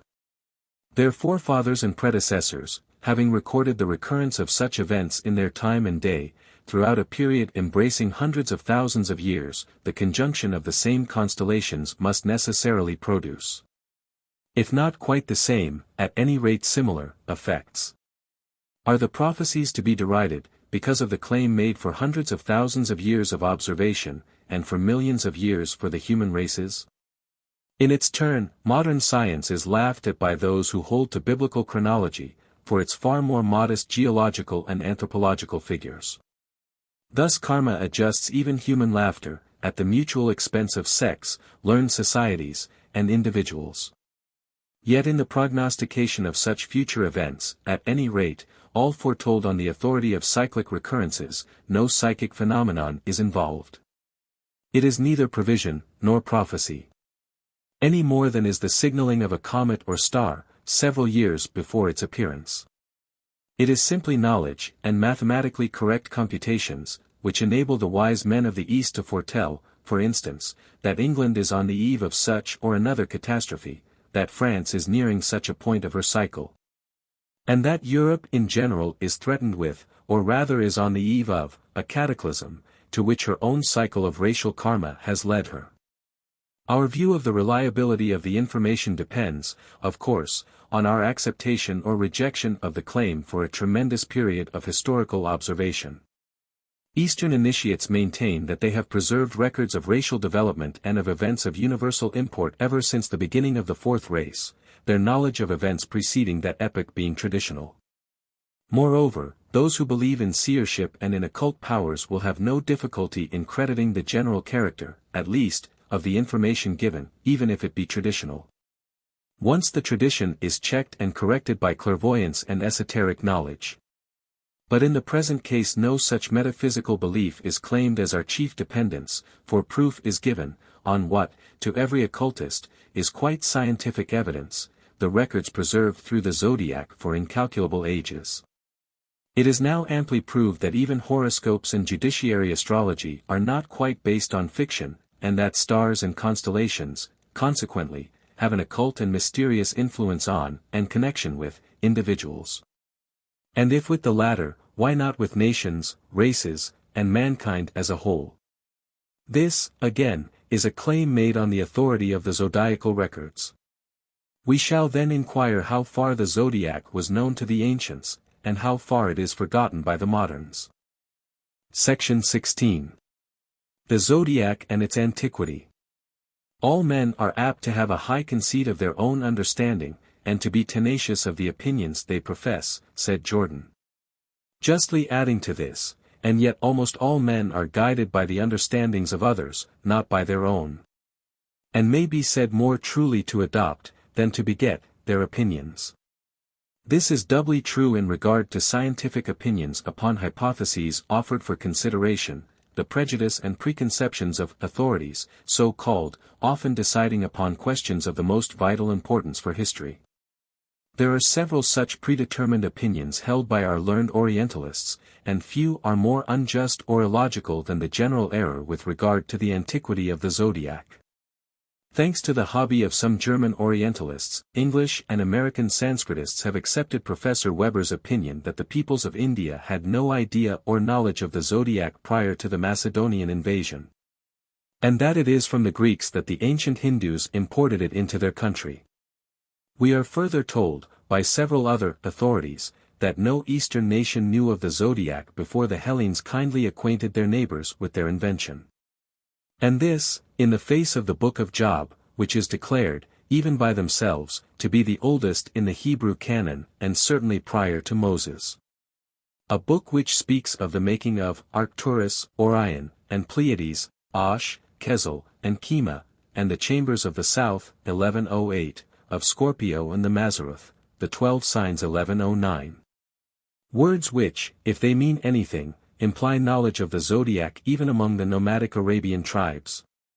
The Book of Job is alleged to have preceded Homer and Hesiod by at least 1,000 years, the two Greek poets having themselves flourished some 8 centuries before the Christian era. Though, by the by, one who prefers to believe Plato, who shows Homer flourishing far earlier, could point to a number of zodiacal signs mentioned in the Iliad and Odyssey, in the Orphic poems, and elsewhere. But since the cock-and-bull hypothesis of some modern critics that, so far from Orpheus, not even Homer or Hesiod has ever existed, it would seem time lost to mention these archaic authors at all. The Arabian Job will suffice, unless. Indeed, his volume of Lamentations, along with the poems of the two Greeks, to which we may add those of Linus, should now also be declared to be the patriotic forgery of the Jew Aristobulus. But if the zodiac was known in the days of Job, how could the civilized and philosophical Hindus have remained ignorant of it? Risking the arrows of modern criticism, rather blunted by misuse, the reader may make himself acquainted with Bailey's learned opinion upon the subject. Inferred speculations may be shown to be erroneous. mathematical calculations stand on more secure grounds. Taking as a starting point several astronomical references in Job, Bailey devised a very ingenious means of proving that the earliest founders of the science of the zodiac belonged to an antediluvian, primitive people. The fact that he seems willing to see some of the biblical patriarchs in Thoth, Seth, and in the Chinese Fohi, does not interfere with the validity of his proof as to the antiquity of the zodiac. 1110 even accepting, for argument's sake, his cautious 3,700 years BC. As the correct age of the zodiacal science, this date proves in the most irrefutable way that it was not the Greeks who invented the zodiac, for the simple reason that they did not exist as a nation 37 centuries BC. At any rate not as a historical race admitted by the critics. Bailey then calculated the period at which the constellations manifested the atmospheric influence called by Job the sweet influences of the Pleiades, 1111 in Hebrew Kema. That of Orion, Kesel, and that of the desert rains with reference to Scorpio, the eighth constellation. And found that in presence of the eternal conformity of these divisions of the zodiac, and of the names of the planets applied in the same order everywhere and always, and in presence of the impossibility of attributing it all to chance and coincidence, which never creates such similarities, a very great antiquity indeed must be allowed for the zodiac. 1112. Again, if the Bible is supposed to be an authority on any matter, and there are some who still regard it as such, whether from Christian or Kabbalistical considerations, then the zodiac is clearly mentioned in 2 Kings 23. 5. Before the Book of the Law was found by Hilkiah, the high priest, the signs of the zodiac were known and worshipped. These were held in the same adoration as the sun and moon, since the priests, whom the kings of Judah had ordained to burn incense unto Baal, to the sun, and to the moon, and to the planets, and to all the host of heaven, or to the 12 signs or constellations, as the marginal note in the English Bible explains, had followed the injunction for centuries. They were stopped in their idolatry only by King Josiah, 624 BC. The Old Testament is full of allusions to the 12 zodiacal signs, and the whole scheme is built upon it, heroes, personages, and events. Thus in the dream of Joseph, who saw 11 stars bowing to the 12th, which was his star, the zodiac is referred to. The Roman Catholics have discovered in it, moreover, a prophecy of Christ, who is that 12th star, they say, and the others the 11 apostles, the absence of the 12th being also regarded as a prophetic allusion to the treachery of Judas. The 12 sons of Jacob, again, are a reference to the same, as is justly pointed out by Vilipandus. 1113. Sir James Malcolm, in his History of Persia, 1114 shows the Dabistan echoing all such traditions about the zodiac. He traces the invention of it to the palmy days of the Golden Age of Iran, remarking that one of the said traditions maintains that the genii of the planets are represented under the same shapes and figures they had assumed when they showed themselves to several holy prophets, and thus led to the establishment of the rites based on the zodiac. Pythagoras, and after him Philo Judaeus, held the number 12 as very sacred. This duodenary number is perfect. It is that of the signs of the zodiac, which the sun visits in 12 months, and it is to honor that number that Moses divided his nation into 12 tribes, established the 12 cakes of the shewbread, and placed 12 precious stones upon the breastplate of the pontiffs.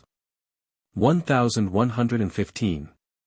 According to Seneca, Berosus taught prophecy of every future event and cataclysm by the zodiac, and the times fixed by him for the conflagration of the world, pralaya, and for a deluge, are found to answer to the times given in an ancient Egyptian papyrus. Such a catastrophe comes at every renewal of the cycle of the sidereal year of 25,868 years. The names of the Akkadian months were called by, and derived from, the names of the signs of the zodiac, and the Akkadians are far earlier than the Chaldeans. Mr. Proctor shows, in his Myths and Marvels of Astronomy, that the ancient astronomers had acquired a system of the most accurate astronomy 2,400 years BC. The Hindus date their Kali Yuga from a great periodical conjunction of the planets 31 centuries BC. But, withal, it was the Greeks, belonging to the expedition of Alexander the Great, who were the instructors of the Aryan Hindus in astronomy. Whether the origin of the zodiac is Aryan or Egyptian, it is still of an immense antiquity. Simplicius, in the 6th century AD, writes that he had always heard that the Egyptians had kept astronomical observations and records for a period of 630,000 years. This statement appears to frighten Mr. Gerald Massey, who remarks on it that, if we read this number of years by the month which Euclides said the Egyptians termed a year, i.e., a course of time, that would still yield the length of 2 cycles of precession, 51,736 years. 1116. Diogenes Laertius carried back the astronomical calculations of the Egyptians to 48,863 years before Alexander the Great. 1117 Martianus Capella corroborates this by telling posterity that the Egyptians had secretly studied astronomy for over 40,000 years, before they imparted their knowledge to the world. 1118. Several valuable quotations are made in Natural Genesis with the view of supporting the author's theories, but they justify the teaching of the Secret Doctrine far more. For instance, Plutarch is quoted from his Life of Sulla, saying, "One day when the sky was serene and clear, there was heard in it the sound of a trumpet, so loud, shrill, and mournful, that it affrighted and astonished the world. The Tuscan sages said that it portended a new race of men, and a renovation of the world, for they affirmed that there were 8 several kinds of men, all being different in life and manners. And that heaven had allotted each its time, which was limited by the circuit of the great year, 25,868 years, point 1119. This reminds one strongly of our 7 races of men, and of the 8th, the animal man, descended from the later 3rd race. As also of the successive submersions and destruction of the continents which finally disposed of almost all that race. Says Iamblichus. The Assyrians have not only preserved the memorials of 27 myriads of years, 270,000 years, as Hipparchus says they have, but likewise of the whole apocatastases and periods of the 7 rulers of the world. 1120. This is as nearly as possible the calculation of the Esoteric Doctrine. For 1,000,000 years are allowed for our present root race, the 5th, and about 850,000 years have passed since the submersion of the last large island, part of the continent of Atlantis, the Ruta of the 4th race, the Atlanteans. While Daitya, a small island inhabited by a mixed race, was destroyed about 270,000 years ago, during the glacial period or thereabouts. But the 7 rulers, or the 7 great dynasties of the divine kings, belong to the traditions of every great people of antiquity. Wherever 12 are mentioned, they are invariably the 12 signs of the zodiac. So patent is this fact, that the Roman Catholic writers, especially among the French ultramontanes, have tacitly agreed to connect the 12 Jewish patriarchs with the signs of the zodiac. This is done in a kind of prophetico-mystic way, which sounds to pious and ignorant ears like a portentous token, a tacit divine recognition of the chosen people of God, whose finger has purposely traced in heaven, from the beginning of creation, the numbers of these patriarchs. For instance, curiously enough, these writers, de Mireville among others, recognize all the characteristics of the 12 signs of the zodiac, in the words addressed by the dying Jacob to his sons, and in his definitions of the future of each tribe. 1121 Moreover, the respective banners of the same tribes are said to have exhibited the same symbols and the same names as the signs, repeated in the 12 stones of the Urim and Thummim, and on the 12 wings of the 2 cherubs.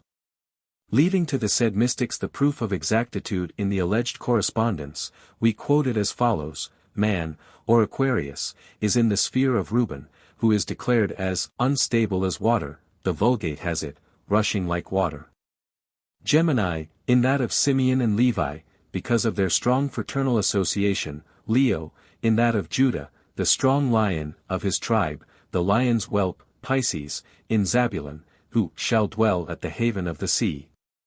Taurus, in Issachar, because he is a strong ass couching down, etc., and therefore associated with the stables. Virgo, Scorpio, in Dan, who is described as a serpent, an adder in the path that biteth, etc. Capricornus in Naphtali, who is a hind, a deer, let loose, Cancer, in Benjamin, for he is ravenous, Libra, the balance, in Asher, whose bread shall be fat, Sagittarius in Joseph, because his bow abode in strength. To make up for the 12th sign, Virgo, made independent of Scorpio, we have Dinah, the only daughter of Jacob. Tradition shows the alleged tribes carrying the 12 signs on their banners. But indeed the Bible, in addition to the above, is filled with theocosmological and astronomical symbols and personifications. It remains to wonder, and to query, if the actual, living patriarch's destiny was so indissolubly wound up with the zodiac, how it is that, after the loss of the 10 tribes, the 10 signs also out of the 12 have not miraculously disappeared from the sidereal fields. But this is of no great concern. Let us rather busy ourselves with the history of the zodiac itself. The reader may be reminded of some opinions expressed as to the zodiac by several of the highest authorities in science. Newton believed that the invention of the zodiac could be traced as far back as the expedition of the Argonauts, and Delors fixed its origin at 6,500 years BC, just 2,496 years before the creation of the world, according to the Bible chronology. Kreutzer thought that it was very easy to show that most of the theogonies were intimately connected with religious calendars, and were related to the zodiac as to their prime origin. If not to the zodiac known to us now, then to something very analogous with it. He felt certain that the zodiac and its mystic relations are at the bottom of all the mythologies, under one form or another, and that it had existed in the old form for ages, before it was brought out in the present defined astronomical garb, owing to some singular coordination of events. 1122. Whether the genii of the planets, our Dayan Chohans of supermundane spheres, showed themselves to holy prophets or not, as claimed in the Dabistan. It would seem that great laymen and warriors were favored in the same way in days of old in Chaldea, when astrological magic and theophania went hand in hand. Xenophon, no ordinary man, narrates of Cyrus, that at the moment of his death he thanked the gods and heroes, for having so often instructed him themselves about the signs in heaven, nu omicron rho alpha nu omicron iota sigma eta mu epsilon omicron iota. 1123. Unless the science of the zodiac is admitted to be of the highest antiquity and universality, how can we account for its signs being traced in the oldest theogonies? Laplace is said to have felt struck with amazement at the idea of the days of Mercury, Wednesday, Venus, Friday, Jupiter, Thursday, Saturn, Saturday, and others, being related to the days of the week in the same order and with the same names in India as in Northern Europe. Try, if you can, with the present system of autochthonous civilizations, so much in fashion in our day, to explain how nations with no ancestry, no traditions, or birthplace in common, could have succeeded in inventing a kind of celestial phantasmagoria, a veritable imbroglio of sidereal denominations, without sequence or object, having no figurative relation with the constellations they represent, and still less, apparently, with the phases of our terrestrial life they are made to signify. Had there not been a general intention and a universal cause and belief, at the root of all this? 1124 Most truly has Dupuy asserted the same. Il est impossible de découvrir le moindre trait de ressemblance entre les parties du ciel et les figures que les astronomes ont arbitrairement traces, et de l'autre côté, le hasard est impossible. 1125. Most certainly chance is impossible. There is no chance in nature, wherein everything is mathematically coordinate, and interrelated in its units.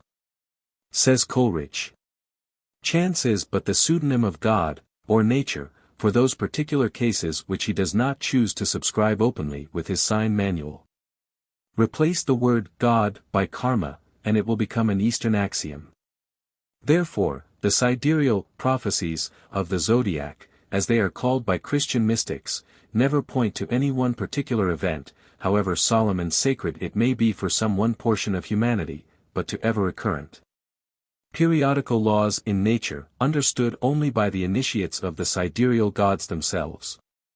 No occultist, no astrologer of Eastern birth, will ever agree with Christian mystics, or even with Kepler's mystical astronomy, his great science and erudition notwithstanding. And this because, if his premises are quite correct, his deductions therefrom are one-sided and biased by Christian preconceptions. Where Kepler finds a prophecy directly pointing to the Savior, other nations see a symbol of an eternal law, decreed for the actual manvantara. Why see in Pisces a direct reference to Christ, one of the several world reformers, a Savior for his direct followers, but only a great and glorious initiate for all the rest, when that constellation shines as a symbol of all the past, present, and future spiritual saviors, who dispense light and dispel mental darkness? Christian symbologists have tried to prove that this sign belonged to Ephraim, Joseph's son, the elect of Jacob, and that therefore, it was at the moment of the sun's entering into the sign of Pisces, the fish, that the elect Messiah, the Chi Theta of the first Christians, had to be born. But if Jesus of Nazareth was that Messiah, was he really born at that moment, or was his birth hour thus fixed by the adaptation of theologians, who sought only to make their preconceived ideas fit in with sidereal facts and popular belief? Everyone is aware that the real time and year of the birth of Jesus are totally unknown. And it is the Jews, whose forefathers made the word dag signify both fish and Messiah, during the forced development of their rabbinical language, who are the first to deny this Christian claim. And what of the further facts that Brahmins connect their Messiah, the eternal avatar of Vishnu, with a fish and the deluge, and that the Babylonians also made a fish and a Messiah of their Dagon, the man-fish and prophet? There are learned iconoclasts among Egyptologists, who say that when the Pharisees sought a sign from heaven, Jesus said, "There shall no sign be given but the sign of the prophet Jonas." Matt. 16:4. The sign of Jonas is that of the On or fishman of Nineveh. Assuredly there was no other sign than that of the sun reborn in Pisces. The voice of the secret wisdom says those who are looking for signs can have no other than that of the returning fishman Ichthys, Oans, or Jonas, who could not be made flesh. It would appear that Kepler maintained it as a positive fact that, at the moment of the incarnation, all the planets were in conjunction in the sign Pisces, called by the Jewish Kabbalists the constellation of the Messiah. Kepler averred, "It is in this constellation that the star of the Magi is to be found." This statement, quoted from Dr. Sep 1126 by de Mireville, emboldened the latter to remark that all the Jewish traditions, while announcing that star that many nations have seen, 1127 further added that it would absorb the 70 planets that preside over the destinies of various nations on this globe. 1128, in virtue of those natural prophecies, says Dr. Sep, it was written in the stars of the firmament that the Messiah would be born in the lunar year of the world 4320, in that memorable year when the entire choir of the planets would be celebrating its jubilee. 1129. There was indeed a rage, at the beginning of the present century, for claiming restoration from the Hindus for an alleged robbery from the Jews of their gods, patriarchs, and chronology. It was Wilford who recognized Noah in Prithi and in Satyavrat, Enos in Dhruva, and even Asur in Ishvara. After being residents for so many years in India, some Orientalists, at least, ought to have known that it was not the Brahmins alone who had these figures, or who had divided their great age into 4 minor ages.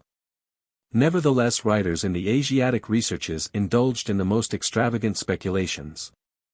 S.A. Mackey, the Norwich philosopher, astronomer, and shoemaker, argues very pertinently. Christian theologians think it their duty to write against the long periods of Hindu chronology. And in them it may be pardonable, but when a man of learning crucifies the names and the numbers of the ancients, and wrings and twists them into a form, which means something quite foreign to the intention of the ancient authors, but which, so mutilated, fits in with the birth of some maggot pre-existing in his own brain with so much exactness that he pretends to be amazed at the discovery, I cannot think him quite so pardonable. 1130. This is intended to apply to Captain, later Colonel, Wilford, but the words may fit more than one of our modern Orientalists. Colonel Wilford was the first to crown his unlucky speculations on Hindu chronology and the Puranas by connecting the 4,320,000 years with biblical chronology, by simply dwarfing the figures to 4,320 years, the supposed lunar year of the Nativity, NDR. Sepp has simply plagiarized the idea from this gallant officer. Moreover, he persisted in seeing in them Jewish property, as well as Christian prophecy, thus accusing the Arians of having helped themselves to Semitic revelation, whereas the reverse was the case. The Jews, moreover, need not be accused of directly despoiling the Hindus, of whose figures Ezra probably knew nothing. They had evidently and undeniably borrowed them from the Chaldeans, along with the Chaldean gods. They turned the 432,000 years of the Chaldean divine dynasties 1131 into 4,320 lunar years from the world's creation to the Christian era. As to the Babylonian and Egyptian gods, they quietly and modestly transformed them into patriarchs. Every nation was more or less guilty of such refashioning and adaptation of a pantheon, once common to all, of universal into national and tribal gods and heroes. It was Jewish property in its new Pentateuchal garb, and no one of the Israelites has ever forced it upon any other nation, least of all upon the European. Without stopping to notice this very unscientific chronology more than is necessary, we may yet make a few remarks that may be found to the point. The 4,320 lunar years of the world, in the Bible the solar years are used, are not fanciful, as such, even if their application is quite erroneous. For they are only the distorted echo of the primitive esoteric, and later of the Brahmanical doctrine concerning the Yugas. A day of Brahma equals 4,320,000,000 years, as also does a night of Brahma, or the duration of pralaya, after which a new sun rises triumphantly over a new manvantara, for the septenary chain it illuminates. The teaching had penetrated into Palestine and Europe centuries before the Christian era 1132 and was present in the minds of the Mosaic Jews, who based upon it their small cycle. Though it received full expression only through the Christian chronologers of the Bible, who adopted it, as also the 25th of December, the day on which all the solar gods were said to have been incarnated. What wonder, then, that the Messiah was made to be born in the lunar year of the world 4,320. The Sun of Righteousness and Salvation had once more arisen and had dispelled the pralaic darkness of chaos and non-being on the plane of our objective little globe and chain.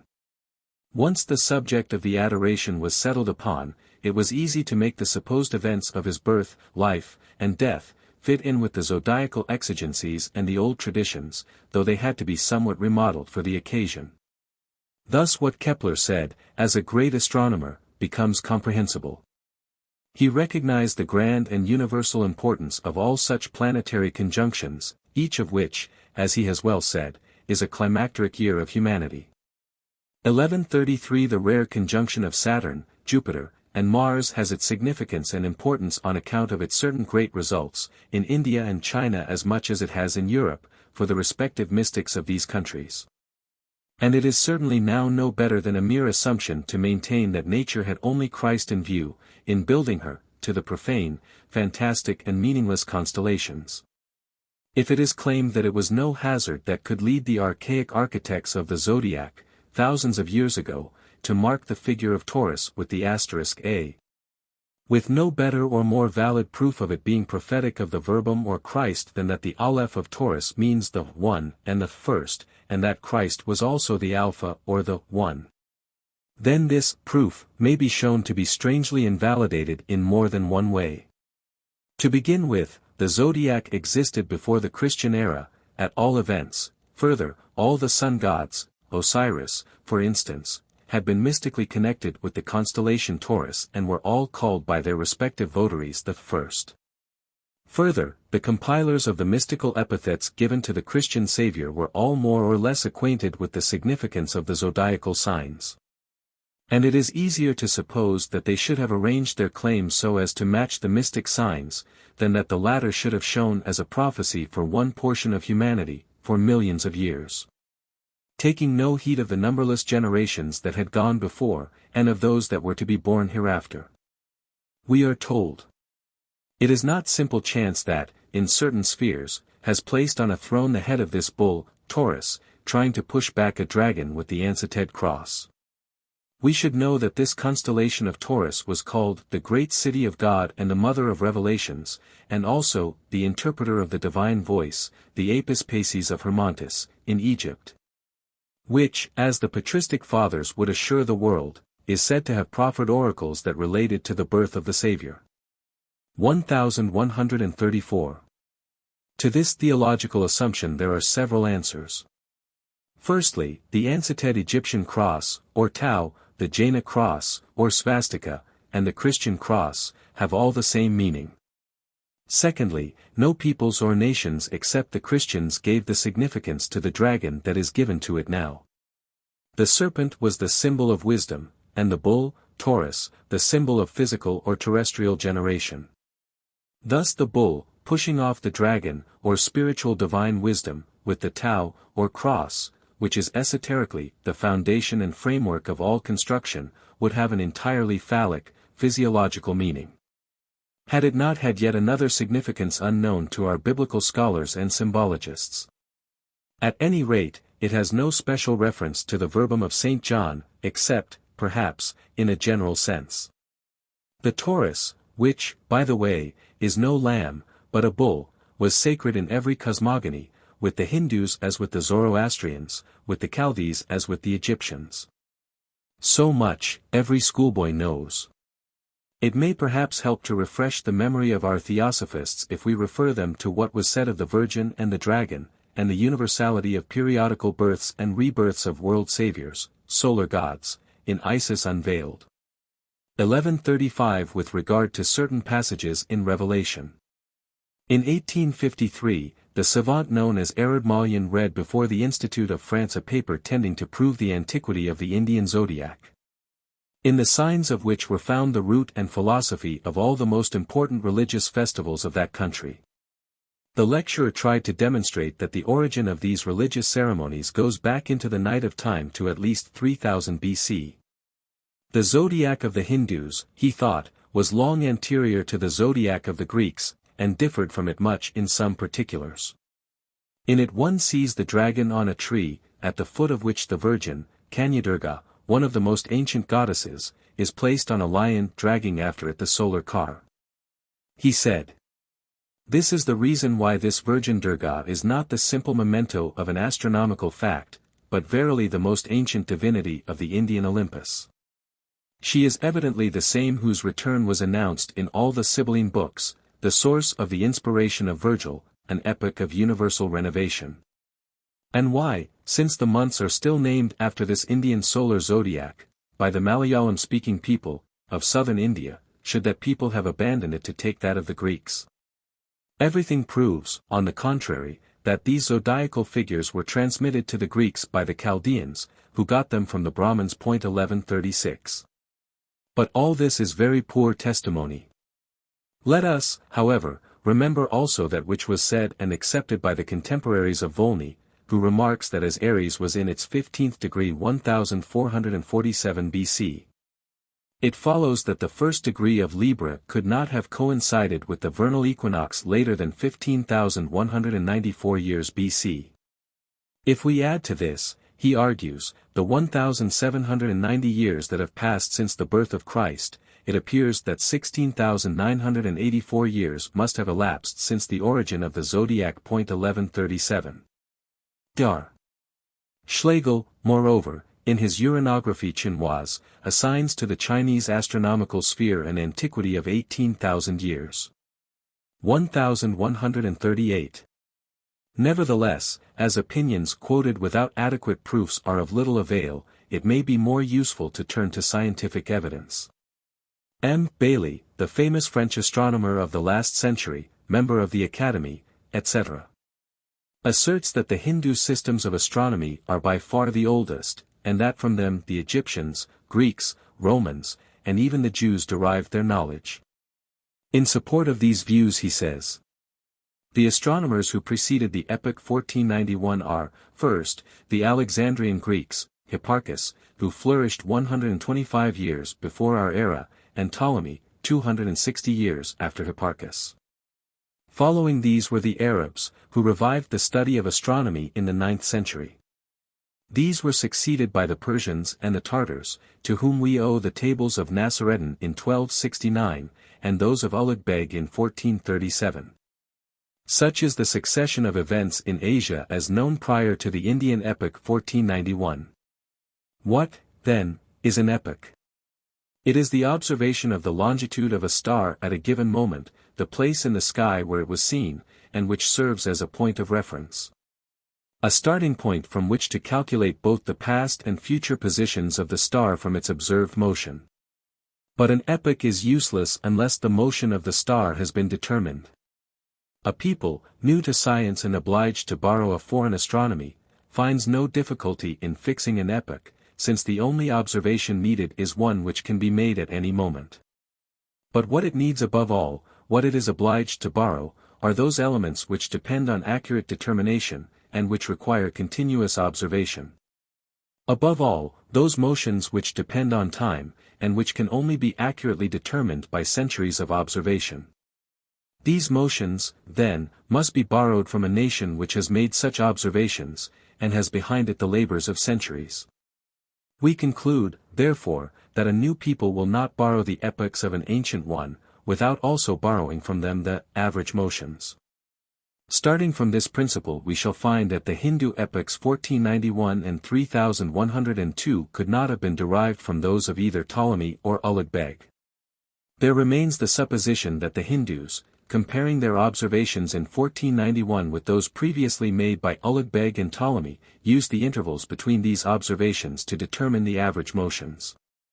The date of Ulugh Beg is too recent for such a determination, while those of Ptolemy and Hipparchus were barely remote enough. But if the Hindu motions had been determined from these comparisons, the epochs would be connected together. Starting from the epochs of Ulugh Beg and Ptolemy we should arrive at all those of the Hindus. Hence foreign epochs were either unknown or useless to the Hindus. 1139. We may add to this another important consideration. When a nation is obliged to borrow from its neighbors the methods or the average motions of its astronomical tables, it has even greater need to borrow, besides these, the knowledge of the inequalities of the motions of the heavenly bodies. The motions of the apogee, of the nodes, and of the inclination of the ecliptic. In short, all those elements the determination of which requires the art of observing, some instrumental appliances, and great industry. All these astronomical elements, differing more or less with the Greeks of Alexandria, the Arabs, the Persians, and the Tartars, exhibit no resemblance whatever with those of the Hindus. The latter, therefore, borrowed nothing from their neighbors. If the Hindus did not borrow their epoch, they must have possessed a real one of their own, based on their own observations. And this must be either the epoch of the year 1491 after, or that of the year 3102 before our era, the latter preceding by 4592 years the epoch 1491. We have to choose between these two epochs and to decide which of them is based on observation. But before stating the arguments which can and must decide the question, we may be permitted to make a few remarks to those who may be inclined to believe that it is modern observations and calculations which have enabled the Hindus to determine the past positions of the heavenly bodies. It is far from easy to determine the celestial movements with sufficient accuracy to ascend the stream of time for 4592 years, and to describe the phenomena which must have occurred at that period. We possess today excellent instruments. Exact observations have been made for some 2 or 3 centuries, which already permit us to calculate with considerable accuracy the average motions of the planets. We have the observations of the Chaldeans, of Hipparchus and of Ptolemy, which, owing to their remoteness from the present time, permit us to fix these motions with greater certainty. Still we cannot undertake to represent with invariable accuracy the observations throughout the long period intervening between the Chaldeans and ourselves. And still less can we undertake to determine with exactitude events occurring 4592 years before our day. Cassini and Meyer have each determined the secular motion of the moon, and they differ by 3 m. 43s. This difference would give rise in 46 centuries to an uncertainty of nearly 3 degrees in the moon's place. Doubtless one of these determinations is more accurate than the other. And it is for observations of very great antiquity to decide between them. But in very remote periods, where observations are lacking, it follows that we are uncertain as to the phenomena. How, then, could the Hindus have calculated back from the year 1491 AD to the year 3102 before our era, if they were only recent students of astronomy? The Orientals have never been what we are. However high an opinion of their knowledge we may form from the examination of their astronomy, we cannot suppose them ever to have possessed that great array of instruments which distinguishes our modern observatories, and which is the product of simultaneous progress in various arts, nor could they have possessed that genius for discovery, which has hitherto seemed to belong exclusively to Europe and which, supplying the place of time, causes the rapid progress of science and of human intelligence. If the Asiatics have been powerful, learned and wise, it is power and time which have produced their merit and success of all kinds. Power has founded or destroyed their empires. Now it has erected edifices imposing by their bulk, now it has reduced them to venerable ruins, and while these vicissitudes alternated with each other, patience accumulated knowledge, and prolonged experience produced wisdom. It is the antiquity of the nations of the East which has erected their scientific fame. If the Hindus possessed in 1491 a knowledge of the heavenly motions sufficiently accurate to enable them to calculate backwards for 4,592 years, it follows that they could only have obtained this knowledge from very ancient observations. To grant them such knowledge, while refusing them the observations from which it is derived, is to suppose an impossibility. It would be equivalent to assuming that at the outset of their career they had already reaped the harvest of time and experience. While on the other hand, if their epoch of 3102 is assumed to be real, it would follow that the Hindus had simply kept pace with successive centuries down to the year 1491 of our era. Thus, time itself was their teacher. They knew the motions of the heavenly bodies during these periods, because they had seen them, and the duration of the Hindu people on earth is the cause of the fidelity of its records and the accuracy of its calculations. It would seem that the problem as to which of the two epochs of 3102 and 1491 is the real one ought to be solved by one consideration, viz. that the ancients in general, and particularly the Hindus, as we may see by the arrangement of their tables, calculated, and therefore observed, eclipses only. Now, there was no eclipse of the sun at the moment of the epoch 1491. And no eclipse of the moon either 14 days before or after that moment.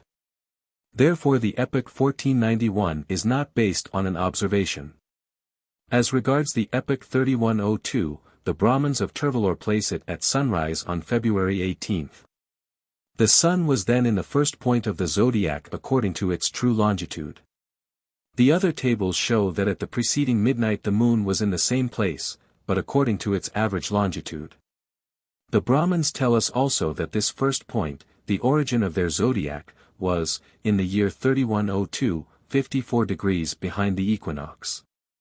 It follows that the origin, the first point of their zodiac, was therefore in the 6th degree of Aquarius. There occurred, therefore, about this time and place an average conjunction, and indeed this conjunction is given in our best tables, Lacaille's for the sun and Meyer's for the moon. There was no eclipse of the sun, the moon being too distant from her node, but 14 days later, the moon having approached the node, must have been eclipsed. Meyer's tables, used without correction for acceleration, give this eclipse. But they place it during the day when it could not have been observed in India. Cassini's tables give it as occurring at night, which shows that Meyer's motions are too rapid for distant centuries, when the acceleration is not allowed for. And which also proves that in spite of the improvement of our knowledge we can still be uncertain as to the actual aspect of the heavens in past times. Therefore we believe that, as between the two Hindu epochs, the real one is the year 3102, because it was accompanied by an eclipse which could be observed, and which must have served to determine it. This is a first proof of the truth of the longitude assigned by the Hindus to the sun and the moon at this instant. And this proof would perhaps be sufficient, were it not that this ancient determination becomes of the greatest importance for the verification of the motions of these bodies, and must therefore be borne out by every possible proof of its authenticity. We notice, first, that the Hindus seem to have combined two epochs together into the year 3102. The Turvalur Brahmins reckon primarily from the first moment of the Kali Yuga. But they have a second epoch placed 2d. 3h, 32m. 30s, later. The latter is the true astronomical epoch, while the former seems to be a civil era. But if this epoch of the Kali Yuga had no reality, and was the mere result of a calculation, why should it be thus divided? Their calculated astronomical epoch would have become that of the Kali Yuga, which would have been placed at the conjunction of the sun and the moon, as is the case with the epochs of the three other tables. They must have had some reason for distinguishing between the two, and this reason can only be due to the circumstances and the time of the epoch, which therefore could not be the result of calculation. This is not all. Starting from the solar epoch determined by the rising of the sun on February 18, 3102, and tracing back events 2d. 3h, 32m. 30s, we come to 2h. 27m, 30s. am of February 16, which is the instant of the beginning of Kali Yuga. It is curious that this age has not been made to commence at one of the four great divisions of the day. It might be suspected that the epoch should be midnight, and that the 2h. 27m 30s are a meridian correction. But whatever may have been the reason for fixing on this moment, it is plain that were this epoch the result of calculation, it would have been just as easy to carry it back to midnight, so as to make the epoch correspond to one of the chief divisions of the day, instead of placing it at a moment fixed by the fraction of a day. Second, the Hindus assert that at the first moment of Kali Yuga there was a conjunction of all the planets, and their tables show this conjunction while ours indicate that it might actually have occurred. Jupiter and Mercury were in exactly the same degree of the ecliptic, Mars being 8 degrees and Saturn 17 degrees distant from it. It follows that about this time, or some 15 days after the commencement of Kali Yuga, and as the sun advanced in the Zodiac, the Hindus saw 4 planets emerge successively from the sun's rays. First Saturn, then Mars, then Jupiter and Mercury, and these planets appeared united in a somewhat small space. Although Venus was not among them, the taste for the marvelous caused it to be called a general conjunction of all the planets. The testimony of the Brahmins here coincides with that of our tables, and this evidence, the result of a tradition, must be founded on actual observation. Third, we may remark that this phenomenon was visible about a fortnight after the epoch, and exactly at the time when the eclipse of the moon must have been observed, which served to fix the epoch. The two observations mutually confirm each other. And whoever made the one must have made the other also. Fourth, we may believe also that the Hindus made at the same time a determination of the place of the moon's node. This seems indicated by their calculation. They give the longitude of this point of the lunar orbit for the time of their epoch, and to this they add as a constant 40m, which is the node's motion in 12d. 14h. It is as if they stated that this determination was made 13 days after their epoch, and that to make it correspond to that epoch, we must add the 40m, through which the node has retrograded in the interval. This observation is, therefore, of the same date as that of the lunar eclipse, thus giving 3 observations, which are mutually confirmatory. Fifth, it appears from the description of the Hindu zodiac given by M.C. Janti, that on it the places of the stars named the Eye of Taurus and the wheat ear of Virgo, can be determined for the commencement of the Kali Yuga. Now, comparing these places with the actual positions, reduced by our precession of the equinoxes to the moment in question, we see that the point of origin of the Hindu zodiac must lie between the 5th and 6th degree of Aquarius. The Brahmins, therefore, were right in placing it in the 6th degree of that sign, the more so since this small difference may be due to the proper motion of the stars, which is unknown. Thus it was yet another observation which guided the Hindus in this fairly accurate determination of the first point of their movable zodiac. It does not seem possible to doubt the existence in antiquity of observations of this date. The Persians say that 4 beautiful stars were placed as guardians at the 4 corners of the world. Now it so happens that at the commencement of Kali Yuga, 3000 or 3100 years before our era, the eye of the bull and the heart of the scorpion were exactly at the equinoctial points, while the heart of the lion and the southern fish were pretty near the solstitial points. An observation of the rising of the Pleiades in the evening, 7 days before the autumnal equinox, also belongs to the year 3000 before our era. This and similar observations are collected in Ptolemy's calendars, though he does not give their authors, and these, which are older than those of the Chaldeans, may well be the work of the Hindus.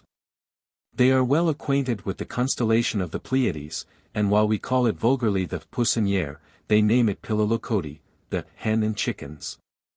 This name has, therefore, passed from people to people, and comes to us from the most ancient nations of Asia.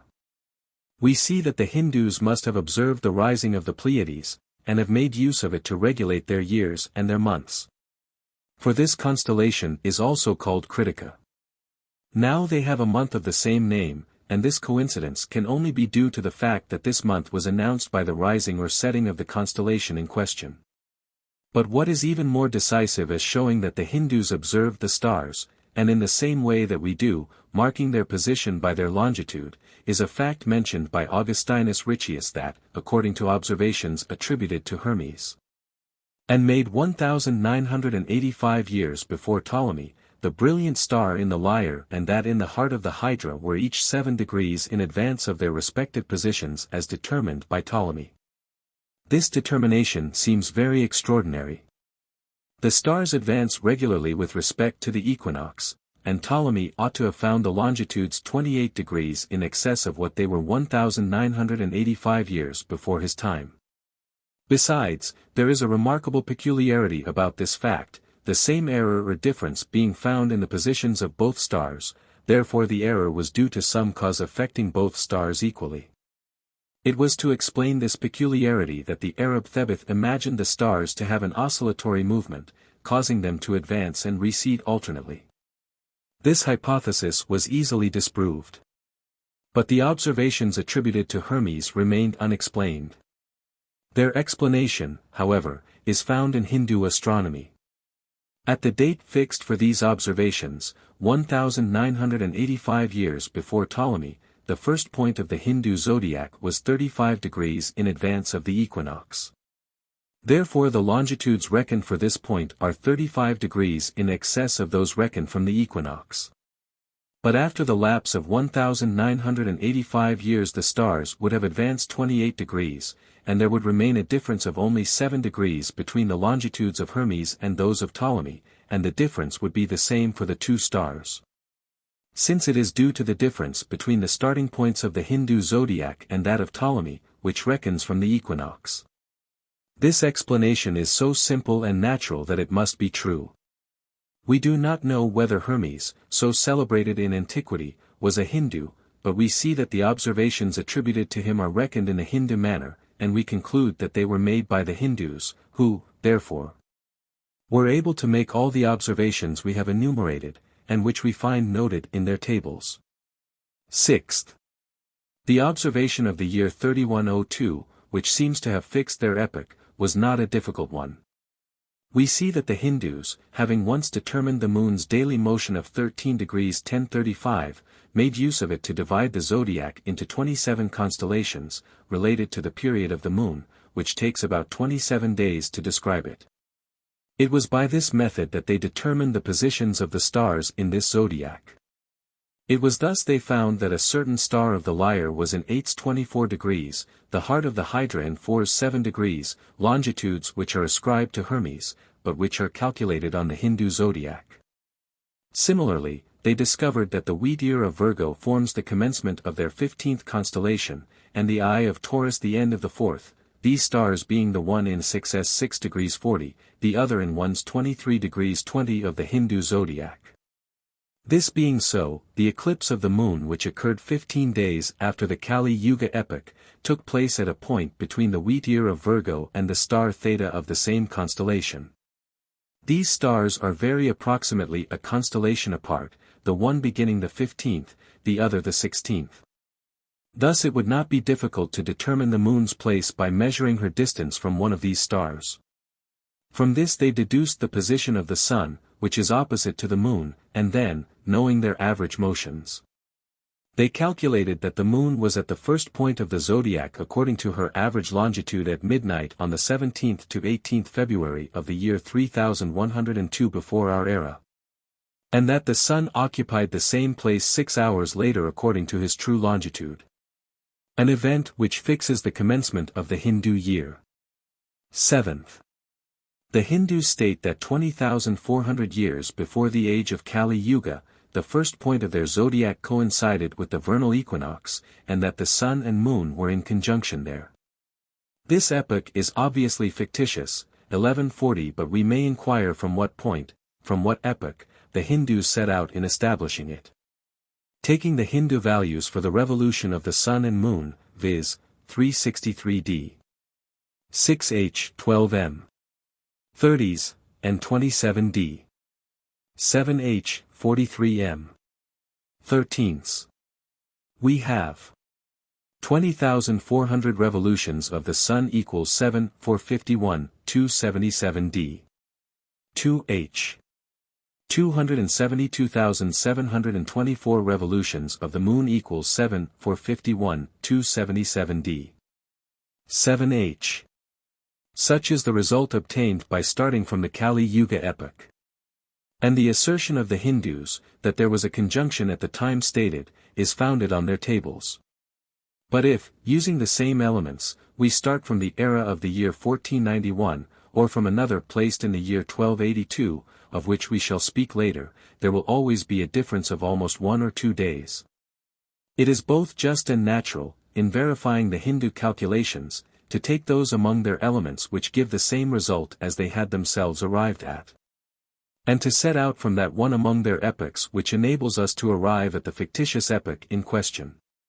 Hence, since to make this calculation they must have set out from their real epoch, the one which was founded on an observation and not from any of those which were derived by this very calculation from the former, it follows that their real epoch was that of the year 3102 before our era.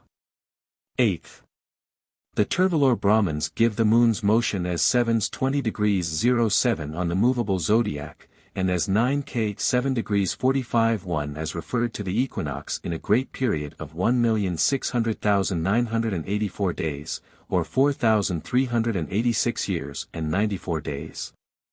We believe this motion to have been determined by observation, and we must state at the outset that this period is of an extent which renders it but ill-suited to the calculation of the mean motions. In their astronomical calculations the Hindus make use of periods of 248, 3,031, and 12,372 days. But, apart from the fact that these periods, though much too short, do not present the inconvenience of the former, they contain an exact number of revolutions of the moon referred to its apogee. They are in reality mean motions. The great period of 1,600,984 days is not a sum of accumulated revolutions. There is no reason why it should contain 1,600,984 rather than 1,600,985 days. It would seem that observation alone must have fixed the number of days and marked the beginning and end of the period. This period ends on the 21st of May, 1282 of our era, at 5h. 15m 30s. At Benares. The moon was then in apogee, according to the Hindus, and her longitude was 7b 13 degrees 45 1. Meyer gives the longitude as 713 53 48, and places the apogee at 714 654. The determination of the moon's place by the Brahmins thus differs only by 9 minutes from ours, and that of the apogee by 22 minutes. And it is very evident that they could only have obtained this agreement with our best tables and this exactitude in the celestial positions by observation. If then, observation fixed the end of this period, there is every reason to believe that it determined its commencement. But then this motion, determined directly, and from nature, would of necessity be in close agreement with the true motions of the heavenly bodies. And in fact the Hindu motion during this long period of 4,883 years, does not differ by a minute from that of Cassini, and agrees equally with that of Meyer. Thus two peoples, the Hindus and the Europeans, placed at the two extremities of the world, and perhaps as distant by their institutions, have obtained precisely the same results as regards the moon's motions. And an agreement which would be inconceivable, if it were not based on the observation and mutual imitation of nature. We must remark that the four tables of the Hindus are all copies of the same astronomy. It cannot be denied that the Siamese tables existed in 1687, when they were brought from India by M. de Laulibert. At that time the tables of Cassini and Meyer were not in existence, and thus the Hindus were already in possession of the exact motion contained in these tables, while we did not yet possess it. It must, therefore, be admitted that the accuracy of this Hindu motion is the point of observation. It is exact throughout this period of 4,383 years, because it was taken from the sky itself. And if observation determined its close, it fixed its commencement also. It is the longest period which has been observed and of which the recollection is preserved in the annals of astronomy. It has its origin in the epoch of the year 3102 BC. And it is a demonstrative proof of the reality of that epoch. 1141. Bailey is referred to at such length, as he is one of the few scientific men who have tried to do full justice to the astronomy of the Aryans.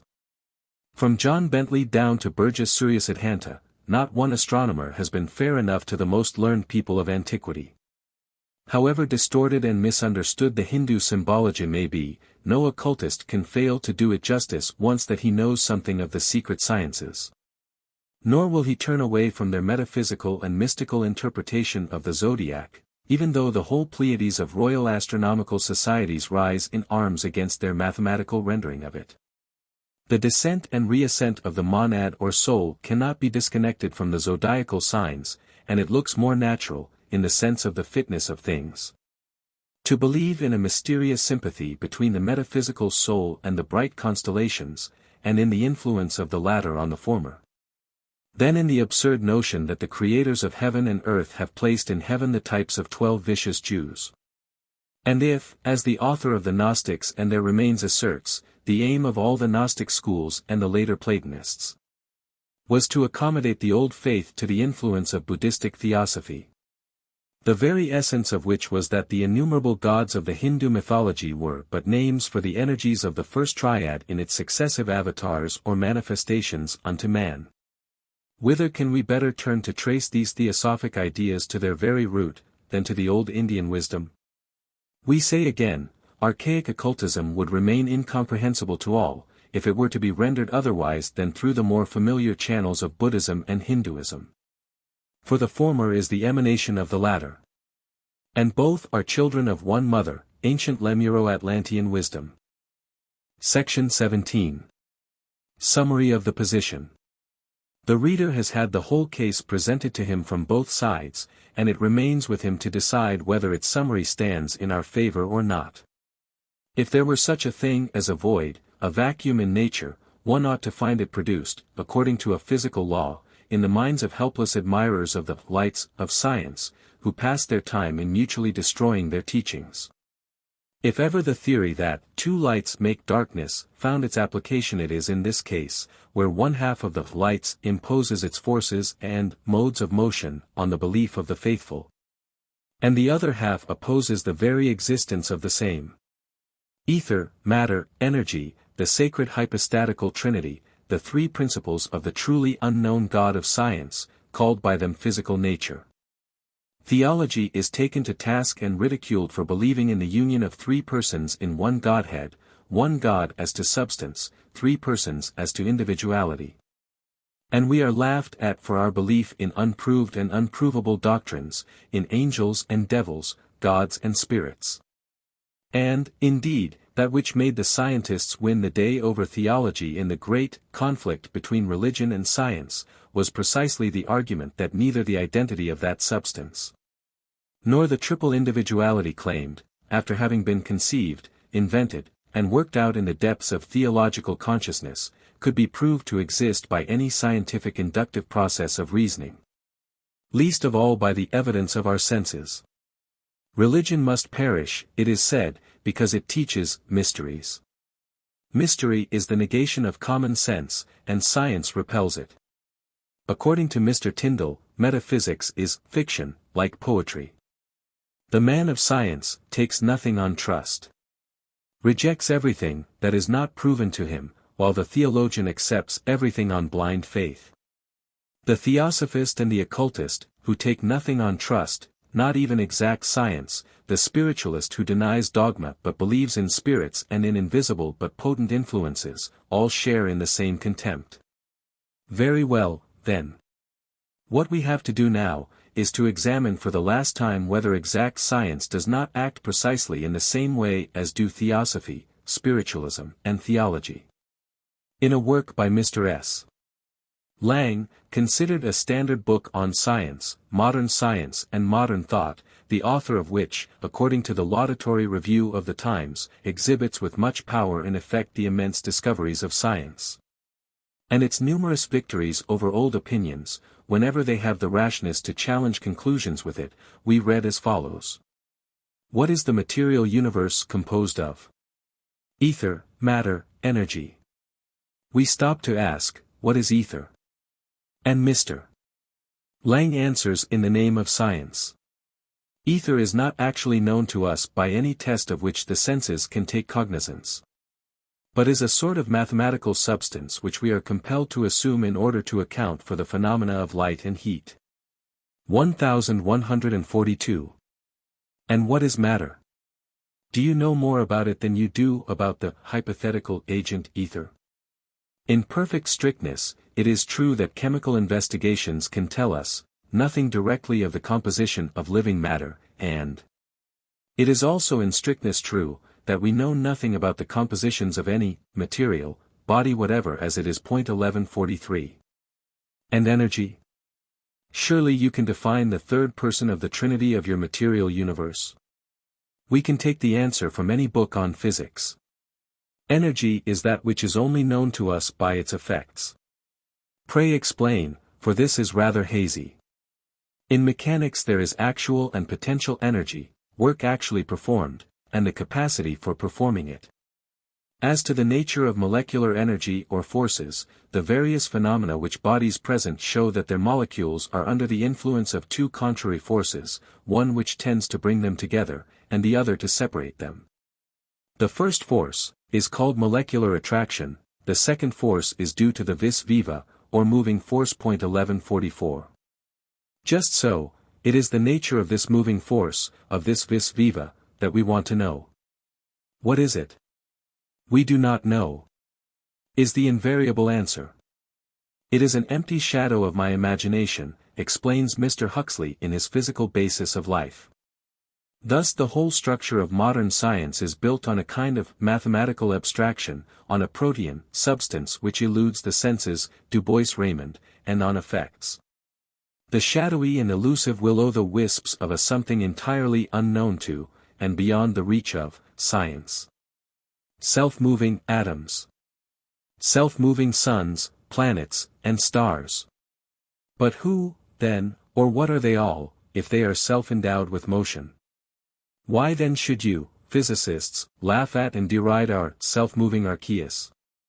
Mystery is rejected and scorned by science, and as Father Felix has truly said, she cannot escape it. Mystery is the fatality of science. The language of the French preacher is ours, and we quote it in Isis Unveiled. Who, he asks, who of you, men of science, has been able to penetrate the secret of the formation of a body, the generation of a single atom? What is there, I will not say at the center of a sun, but at the center of an atom? Who has sounded to the bottom the abyss in a grain of sand? The grain of sand, gentlemen, has been studied 4,000 years by science, she has turned and returned it, she divides it and subdivides it, she torments it with her experiments. She vexes it with her questions to snatch from it the final word as to its secret constitution, she asks it, with an insatiable curiosity, shall I divide the infinitesimally? Then suspended over this abyss, science hesitates, she stumbles, she feels dazzled, she becomes dizzy, and in despair says, I do not know. But if you are so fatally ignorant of the genesis and hidden nature of a grain of sand, how should you have an intuition as to the generation of a single living being? Whence in the living being does life come? Where does it commence? What is the life principle? 1145. Do the men of science deny all these charges? By no means, for here is a confession of Tyndall, which shows how powerless is science, even over the world of matter. The first marshalling of the atoms, on which all subsequent action depends, baffles a keener power than that of the microscope. Through pure excess of complexity, and long before observation can have any voice in the matter, the most highly trained intellect, the most refined and disciplined imagination, retires in bewilderment from the contemplation of the problem. We are struck dumb by an astonishment which no microscope can relieve, doubting not only the power of our instrument, but even whether we ourselves possess the intellectual elements which will ever enable us to grapple with the ultimate structural energies of nature. How little is known of the material universe, indeed, has now been suspected for years, on the very admissions of these men of science themselves. And now there are some materialists who would even make away with ether, or whatever science calls the infinite substance, the noumenon of which the Buddhists call svabhavat, as well as with atoms. Too dangerous both on account of their ancient philosophical, and their present Christian and theological, associations. From the earliest philosophers, whose records pass to posterity, down to our present age, which, if it denies invisible beings in space, can never be so insane as to deny a plenum of some sort, the fullness of the universe has been an accepted belief. And what it was said to contain, one learns from Hermes Trismegistus, in Dr. Anna Kingsford's able rendering, who is made to say, concerning the void, my judgment is that it does not exist, that it never has existed, and that it never will exist, for all the various parts of the universe are filled, as the earth also is complete and full of bodies, differing in quality and in form, having their species and their magnitude, one larger, one smaller, one solid, one tenuous. The larger are easily perceived, the smaller are difficult to apprehend, or altogether invisible. We know only of their existence by the sensation of feeling, wherefore many persons deny such entities to be bodies, and regard them as simply spaces. 1146. But it is impossible there should be such spaces. For if indeed there should be anything outside the universe, then it would be a space occupied by intelligible beings analogous to its, the universe's, divinity. I speak of the genii, for I hold they dwell with us, and of the heroes who dwell above us, between the earth and the higher airs, wherein are neither clouds nor any tempest. 1147. And we hold it too. Only, as already remarked, no Eastern initiate would speak of spheres, above us, between the earth and the airs, even the highest, as there is no such division or measurement in occult speech, no above, as no below, but an eternal within. Within two other withins, or the planes of subjectivity merging gradually into that of terrestrial objectivity, this being for man the last one, his own plane. This necessary explanation may be closed here by giving, in the words of Hermes, the belief on this particular point of the whole world of mystics. There are many orders of the gods, and in all there is an intelligible part. It is not to be supposed they do not come within the range of our senses, on the contrary, we perceive them, better even than those which are called visible. There are then gods, superior to all appearances. After them come the gods whose principle is spiritual, these gods being sensible, in conformity with their double origin, manifest all things by a sensible nature, each of them illuminating his works one by another. 1148. The supreme being of heaven, or of all that is comprehended under this name, is Zeus, for it is by heaven that Zeus gives life to all things. The supreme being of the sun is light, for it is by the disk of the sun that we receive the benefit of the light. The 36 horoscopes of the fixed stars have for supreme being, or prince, him whose name is Pantamorphos, or having all forms, because he gives divine forms to divers types. The 7 planets, or wandering spheres, have for supreme spirits fortune and destiny, who uphold the eternal stability of the laws of nature throughout incessant transformation and perpetual agitation. The ether is the instrument or medium by which all is produced. 1149.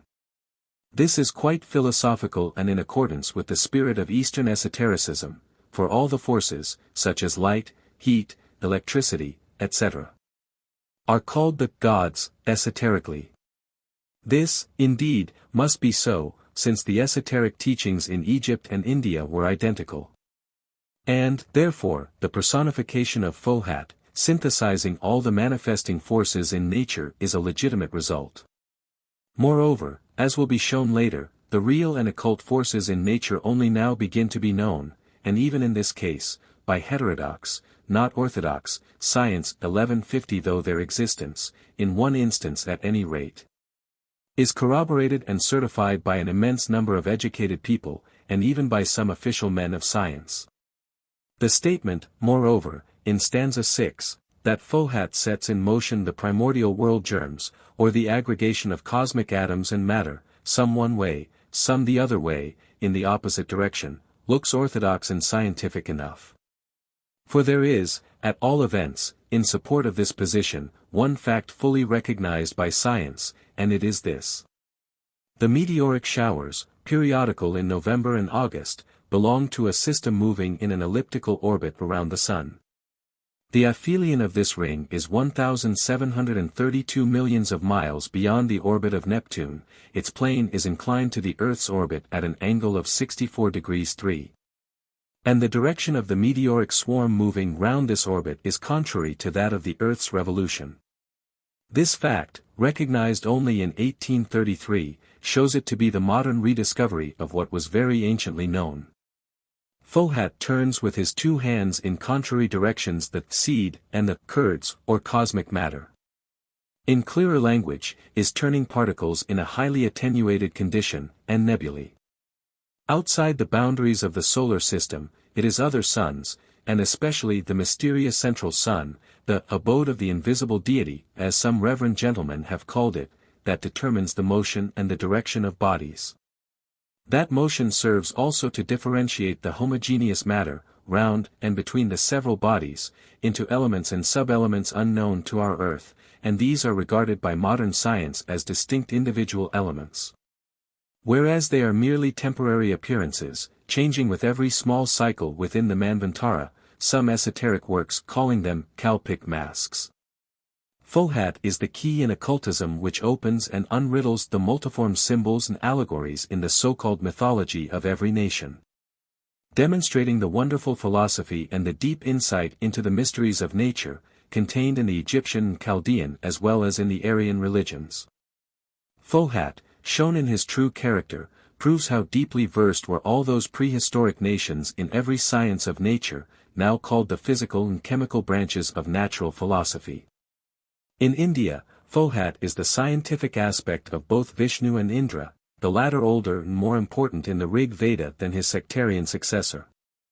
While in Egypt, Fohat was known as Tum issued of Nut 1151 or Osiris in his character of a primordial god, creator of heaven and of beings. 1152 For Tum is spoken of as the protean god who generates other gods and gives himself the form he likes. The master of life, giving their vigor to the gods. 1153 He is the overseer of the gods, and he, who creates spirits and gives them shape and life, he is, the north wind and the spirit of the west. And finally the, setting sun of life, or the vital electric force that leaves the body at death, wherefore the defunct begs that Tum should give him the breath from his right nostril, positive electricity, that he might live in his second form. Both the hieroglyph, and the text of chapter 42 in the Book of the Dead, show the identity of Tum and Fohat. The former represents a man standing erect with the hieroglyph of the breaths in his hands. The latter says, I open to the chief of an, Heliopolis. I am Tum. I cross the water spilt by thought happy, the lord of the horizon, and am the divider of the earth. Fohat divides space and, with his sons, the earth into 7 zones. I cross the heavens, I am the 2 lions. I am Ra, I am Aam, I eat my air. 1154. I glide on the soil of the field of Anru 1155 given me by the Master of limitless eternity. I am a germ of eternity. I am tomb, to whom eternity is accorded. The very words used by Fohat in the XIII book, and the very titles given him. In the Egyptian papyri the whole cosmogony of the Secret Doctrine is found scattered about in isolated sentences, even in the Book of the Dead. Number 7 is quite as much insisted upon and emphasized therein as in the Book of XIII. The great water, the deep or chaos, is said to be 7 cubits deep, cubits standing here of course for divisions, zones, and principles. Therein, in the Great Mother, all the gods, and the 7 great ones are born. Both Fohat and Tomb are addressed as the great ones of the 7 magic forces, who conquer the serpent Apap or matter. 1156. No student of occultism, however, ought to be betrayed, by the usual phraseology used in the translations of Hermetic works, into believing that the ancient Egyptians or Greeks spoke of, and referred, monk-like. At every moment in conversation, to a supreme being, God, the one Father and Creator of all, etc. In the way found on every page of such translations. No such thing indeed, and those texts are not the original Egyptian texts. They are Greek compilations, the earliest of which does not go beyond the early period of Neoplatonism. No Hermetic work written by Egyptians, as we may see by the Book of the Dead, would speak of the one universal God of the monotheistic systems. The one absolute cause of all, was as unnameable and unpronounceable in the mind of the ancient philosopher of Egypt, as it is forever unknowable in the conception of Mr. Herbert Spencer. As for the Egyptian in general, as M. Maspero well remarks, whenever he arrived at the notion of divine unity, the God one was never God simply. M. Le Patronneuf very justly observed that the word neuter, nuti, God, had never ceased to be a generic name to become a personal one. Every God was the one living and unique God with them. Their monotheism was purely geographical. If the Egyptian of Memphis proclaimed the unity of Ptah to the exclusion of Ammon, the Theban Egyptian proclaimed the unity of Ammon to the exclusion of Ptah, as we now see done in India in the case of the Shaivas and the Vaishnavas. Ra, the one God at Heliopolis is not the same as Osiris, the one God at Abydos, and can be worshipped side by side with him, without being absorbed by him. The one God is but the God of the nome or the city, neuter nuti, and does not exclude the existence of the one God of the neighboring town or nome. In short, whenever we are speaking of Egyptian monotheism, we ought to speak of the gods one of Egypt, and not of the one God. 1157. It is by this feature, preeminently Egyptian, that the authenticity of the various so-called Hermetic books ought to be tested, and it is totally absent from the Greek fragments known under this name. This proves that a Greek Neoplatonic, or perhaps a Christian hand, had no small share in the editing of such works. Of course the fundamental philosophy is there, and in many a place, intact. But the style has been altered and smoothed in a monotheistic direction, as much, if not more than that of the Hebrew Genesis in its Greek and Latin translations. They may be Hermetic works, but not works written by either of the two Hermes, or rather, by thought Hermes, the directing intelligence of the universe 1158, or by thought his terrestrial incarnation called Trismegistus, of the Rosetta Stone. But all is doubt, negation, iconoclasm and brutal indifference, in our age of 100 isms, and no religion. Every idol is broken save the golden calf. Unfortunately, no nation or nations can escape their karmic fate, any more than can units and individuals. History itself is dealt with by the so-called historians as unscrupulously as legendary lore. For this, Augustin Thierry has made the amende honorable, if one may believe his biographers. He deplored the erroneous principle that made all the would-be historiographers lose their way, and each presumed to correct tradition, that vox populi which 9 times out of 10 is vox Dei. And he finally admitted that in legend alone rests real history, for he adds, legend is living tradition, and 3 times out of 4 it is truer than what we call history. 1159. While materialists deny everything in the universe, save matter, archaeologists are trying to dwarf antiquity, and seek to destroy every claim of ancient wisdom by tampering with chronology. Our present-day Orientalists and historical writers are to ancient history that which the white ants are to the buildings in India. More dangerous even than those termites, the modern archaeologists, the authorities of the future in the matter of universal history, are preparing for the history of past nations, the fate of certain edifices in tropical countries. As said Michelet, history will tumble down and break into atoms in the lap of the 20th century, devoured to its foundations by her analysts. Very soon, indeed, under their combined efforts, it will share the fate of those ruined cities in both Americas, which lie deeply buried under impassable virgin forests. Historical facts will remain concealed from view by the inextricable jungles of modern hypotheses, denials and skepticism. But very happily actual history repeats herself, for she proceeds, like everything else, in cycles. And dead facts, and events deliberately drowned in the sea of modern skepticism, will ascend once more and reappear on the surface. In Volume 2, the very fact that a work with pretensions to philosophy, which is also an exposition of the most abstruse problems, has to be commenced by tracing the evolution of mankind from what are regarded as supernatural beings, spirits, will arouse the most malevolent criticism. Believers in, and the defenders of, the secret doctrine, however, will have to bear the accusation of madness and worse, as philosophically as for long years already the writer has done. Whenever a theosophist is taxed with insanity, he ought to reply by quoting from Montesquieu's Lettres Persanes. By opening so freely their lunatic asylums to their supposed madmen, men only seek to assure each other that they are not themselves mad. The end.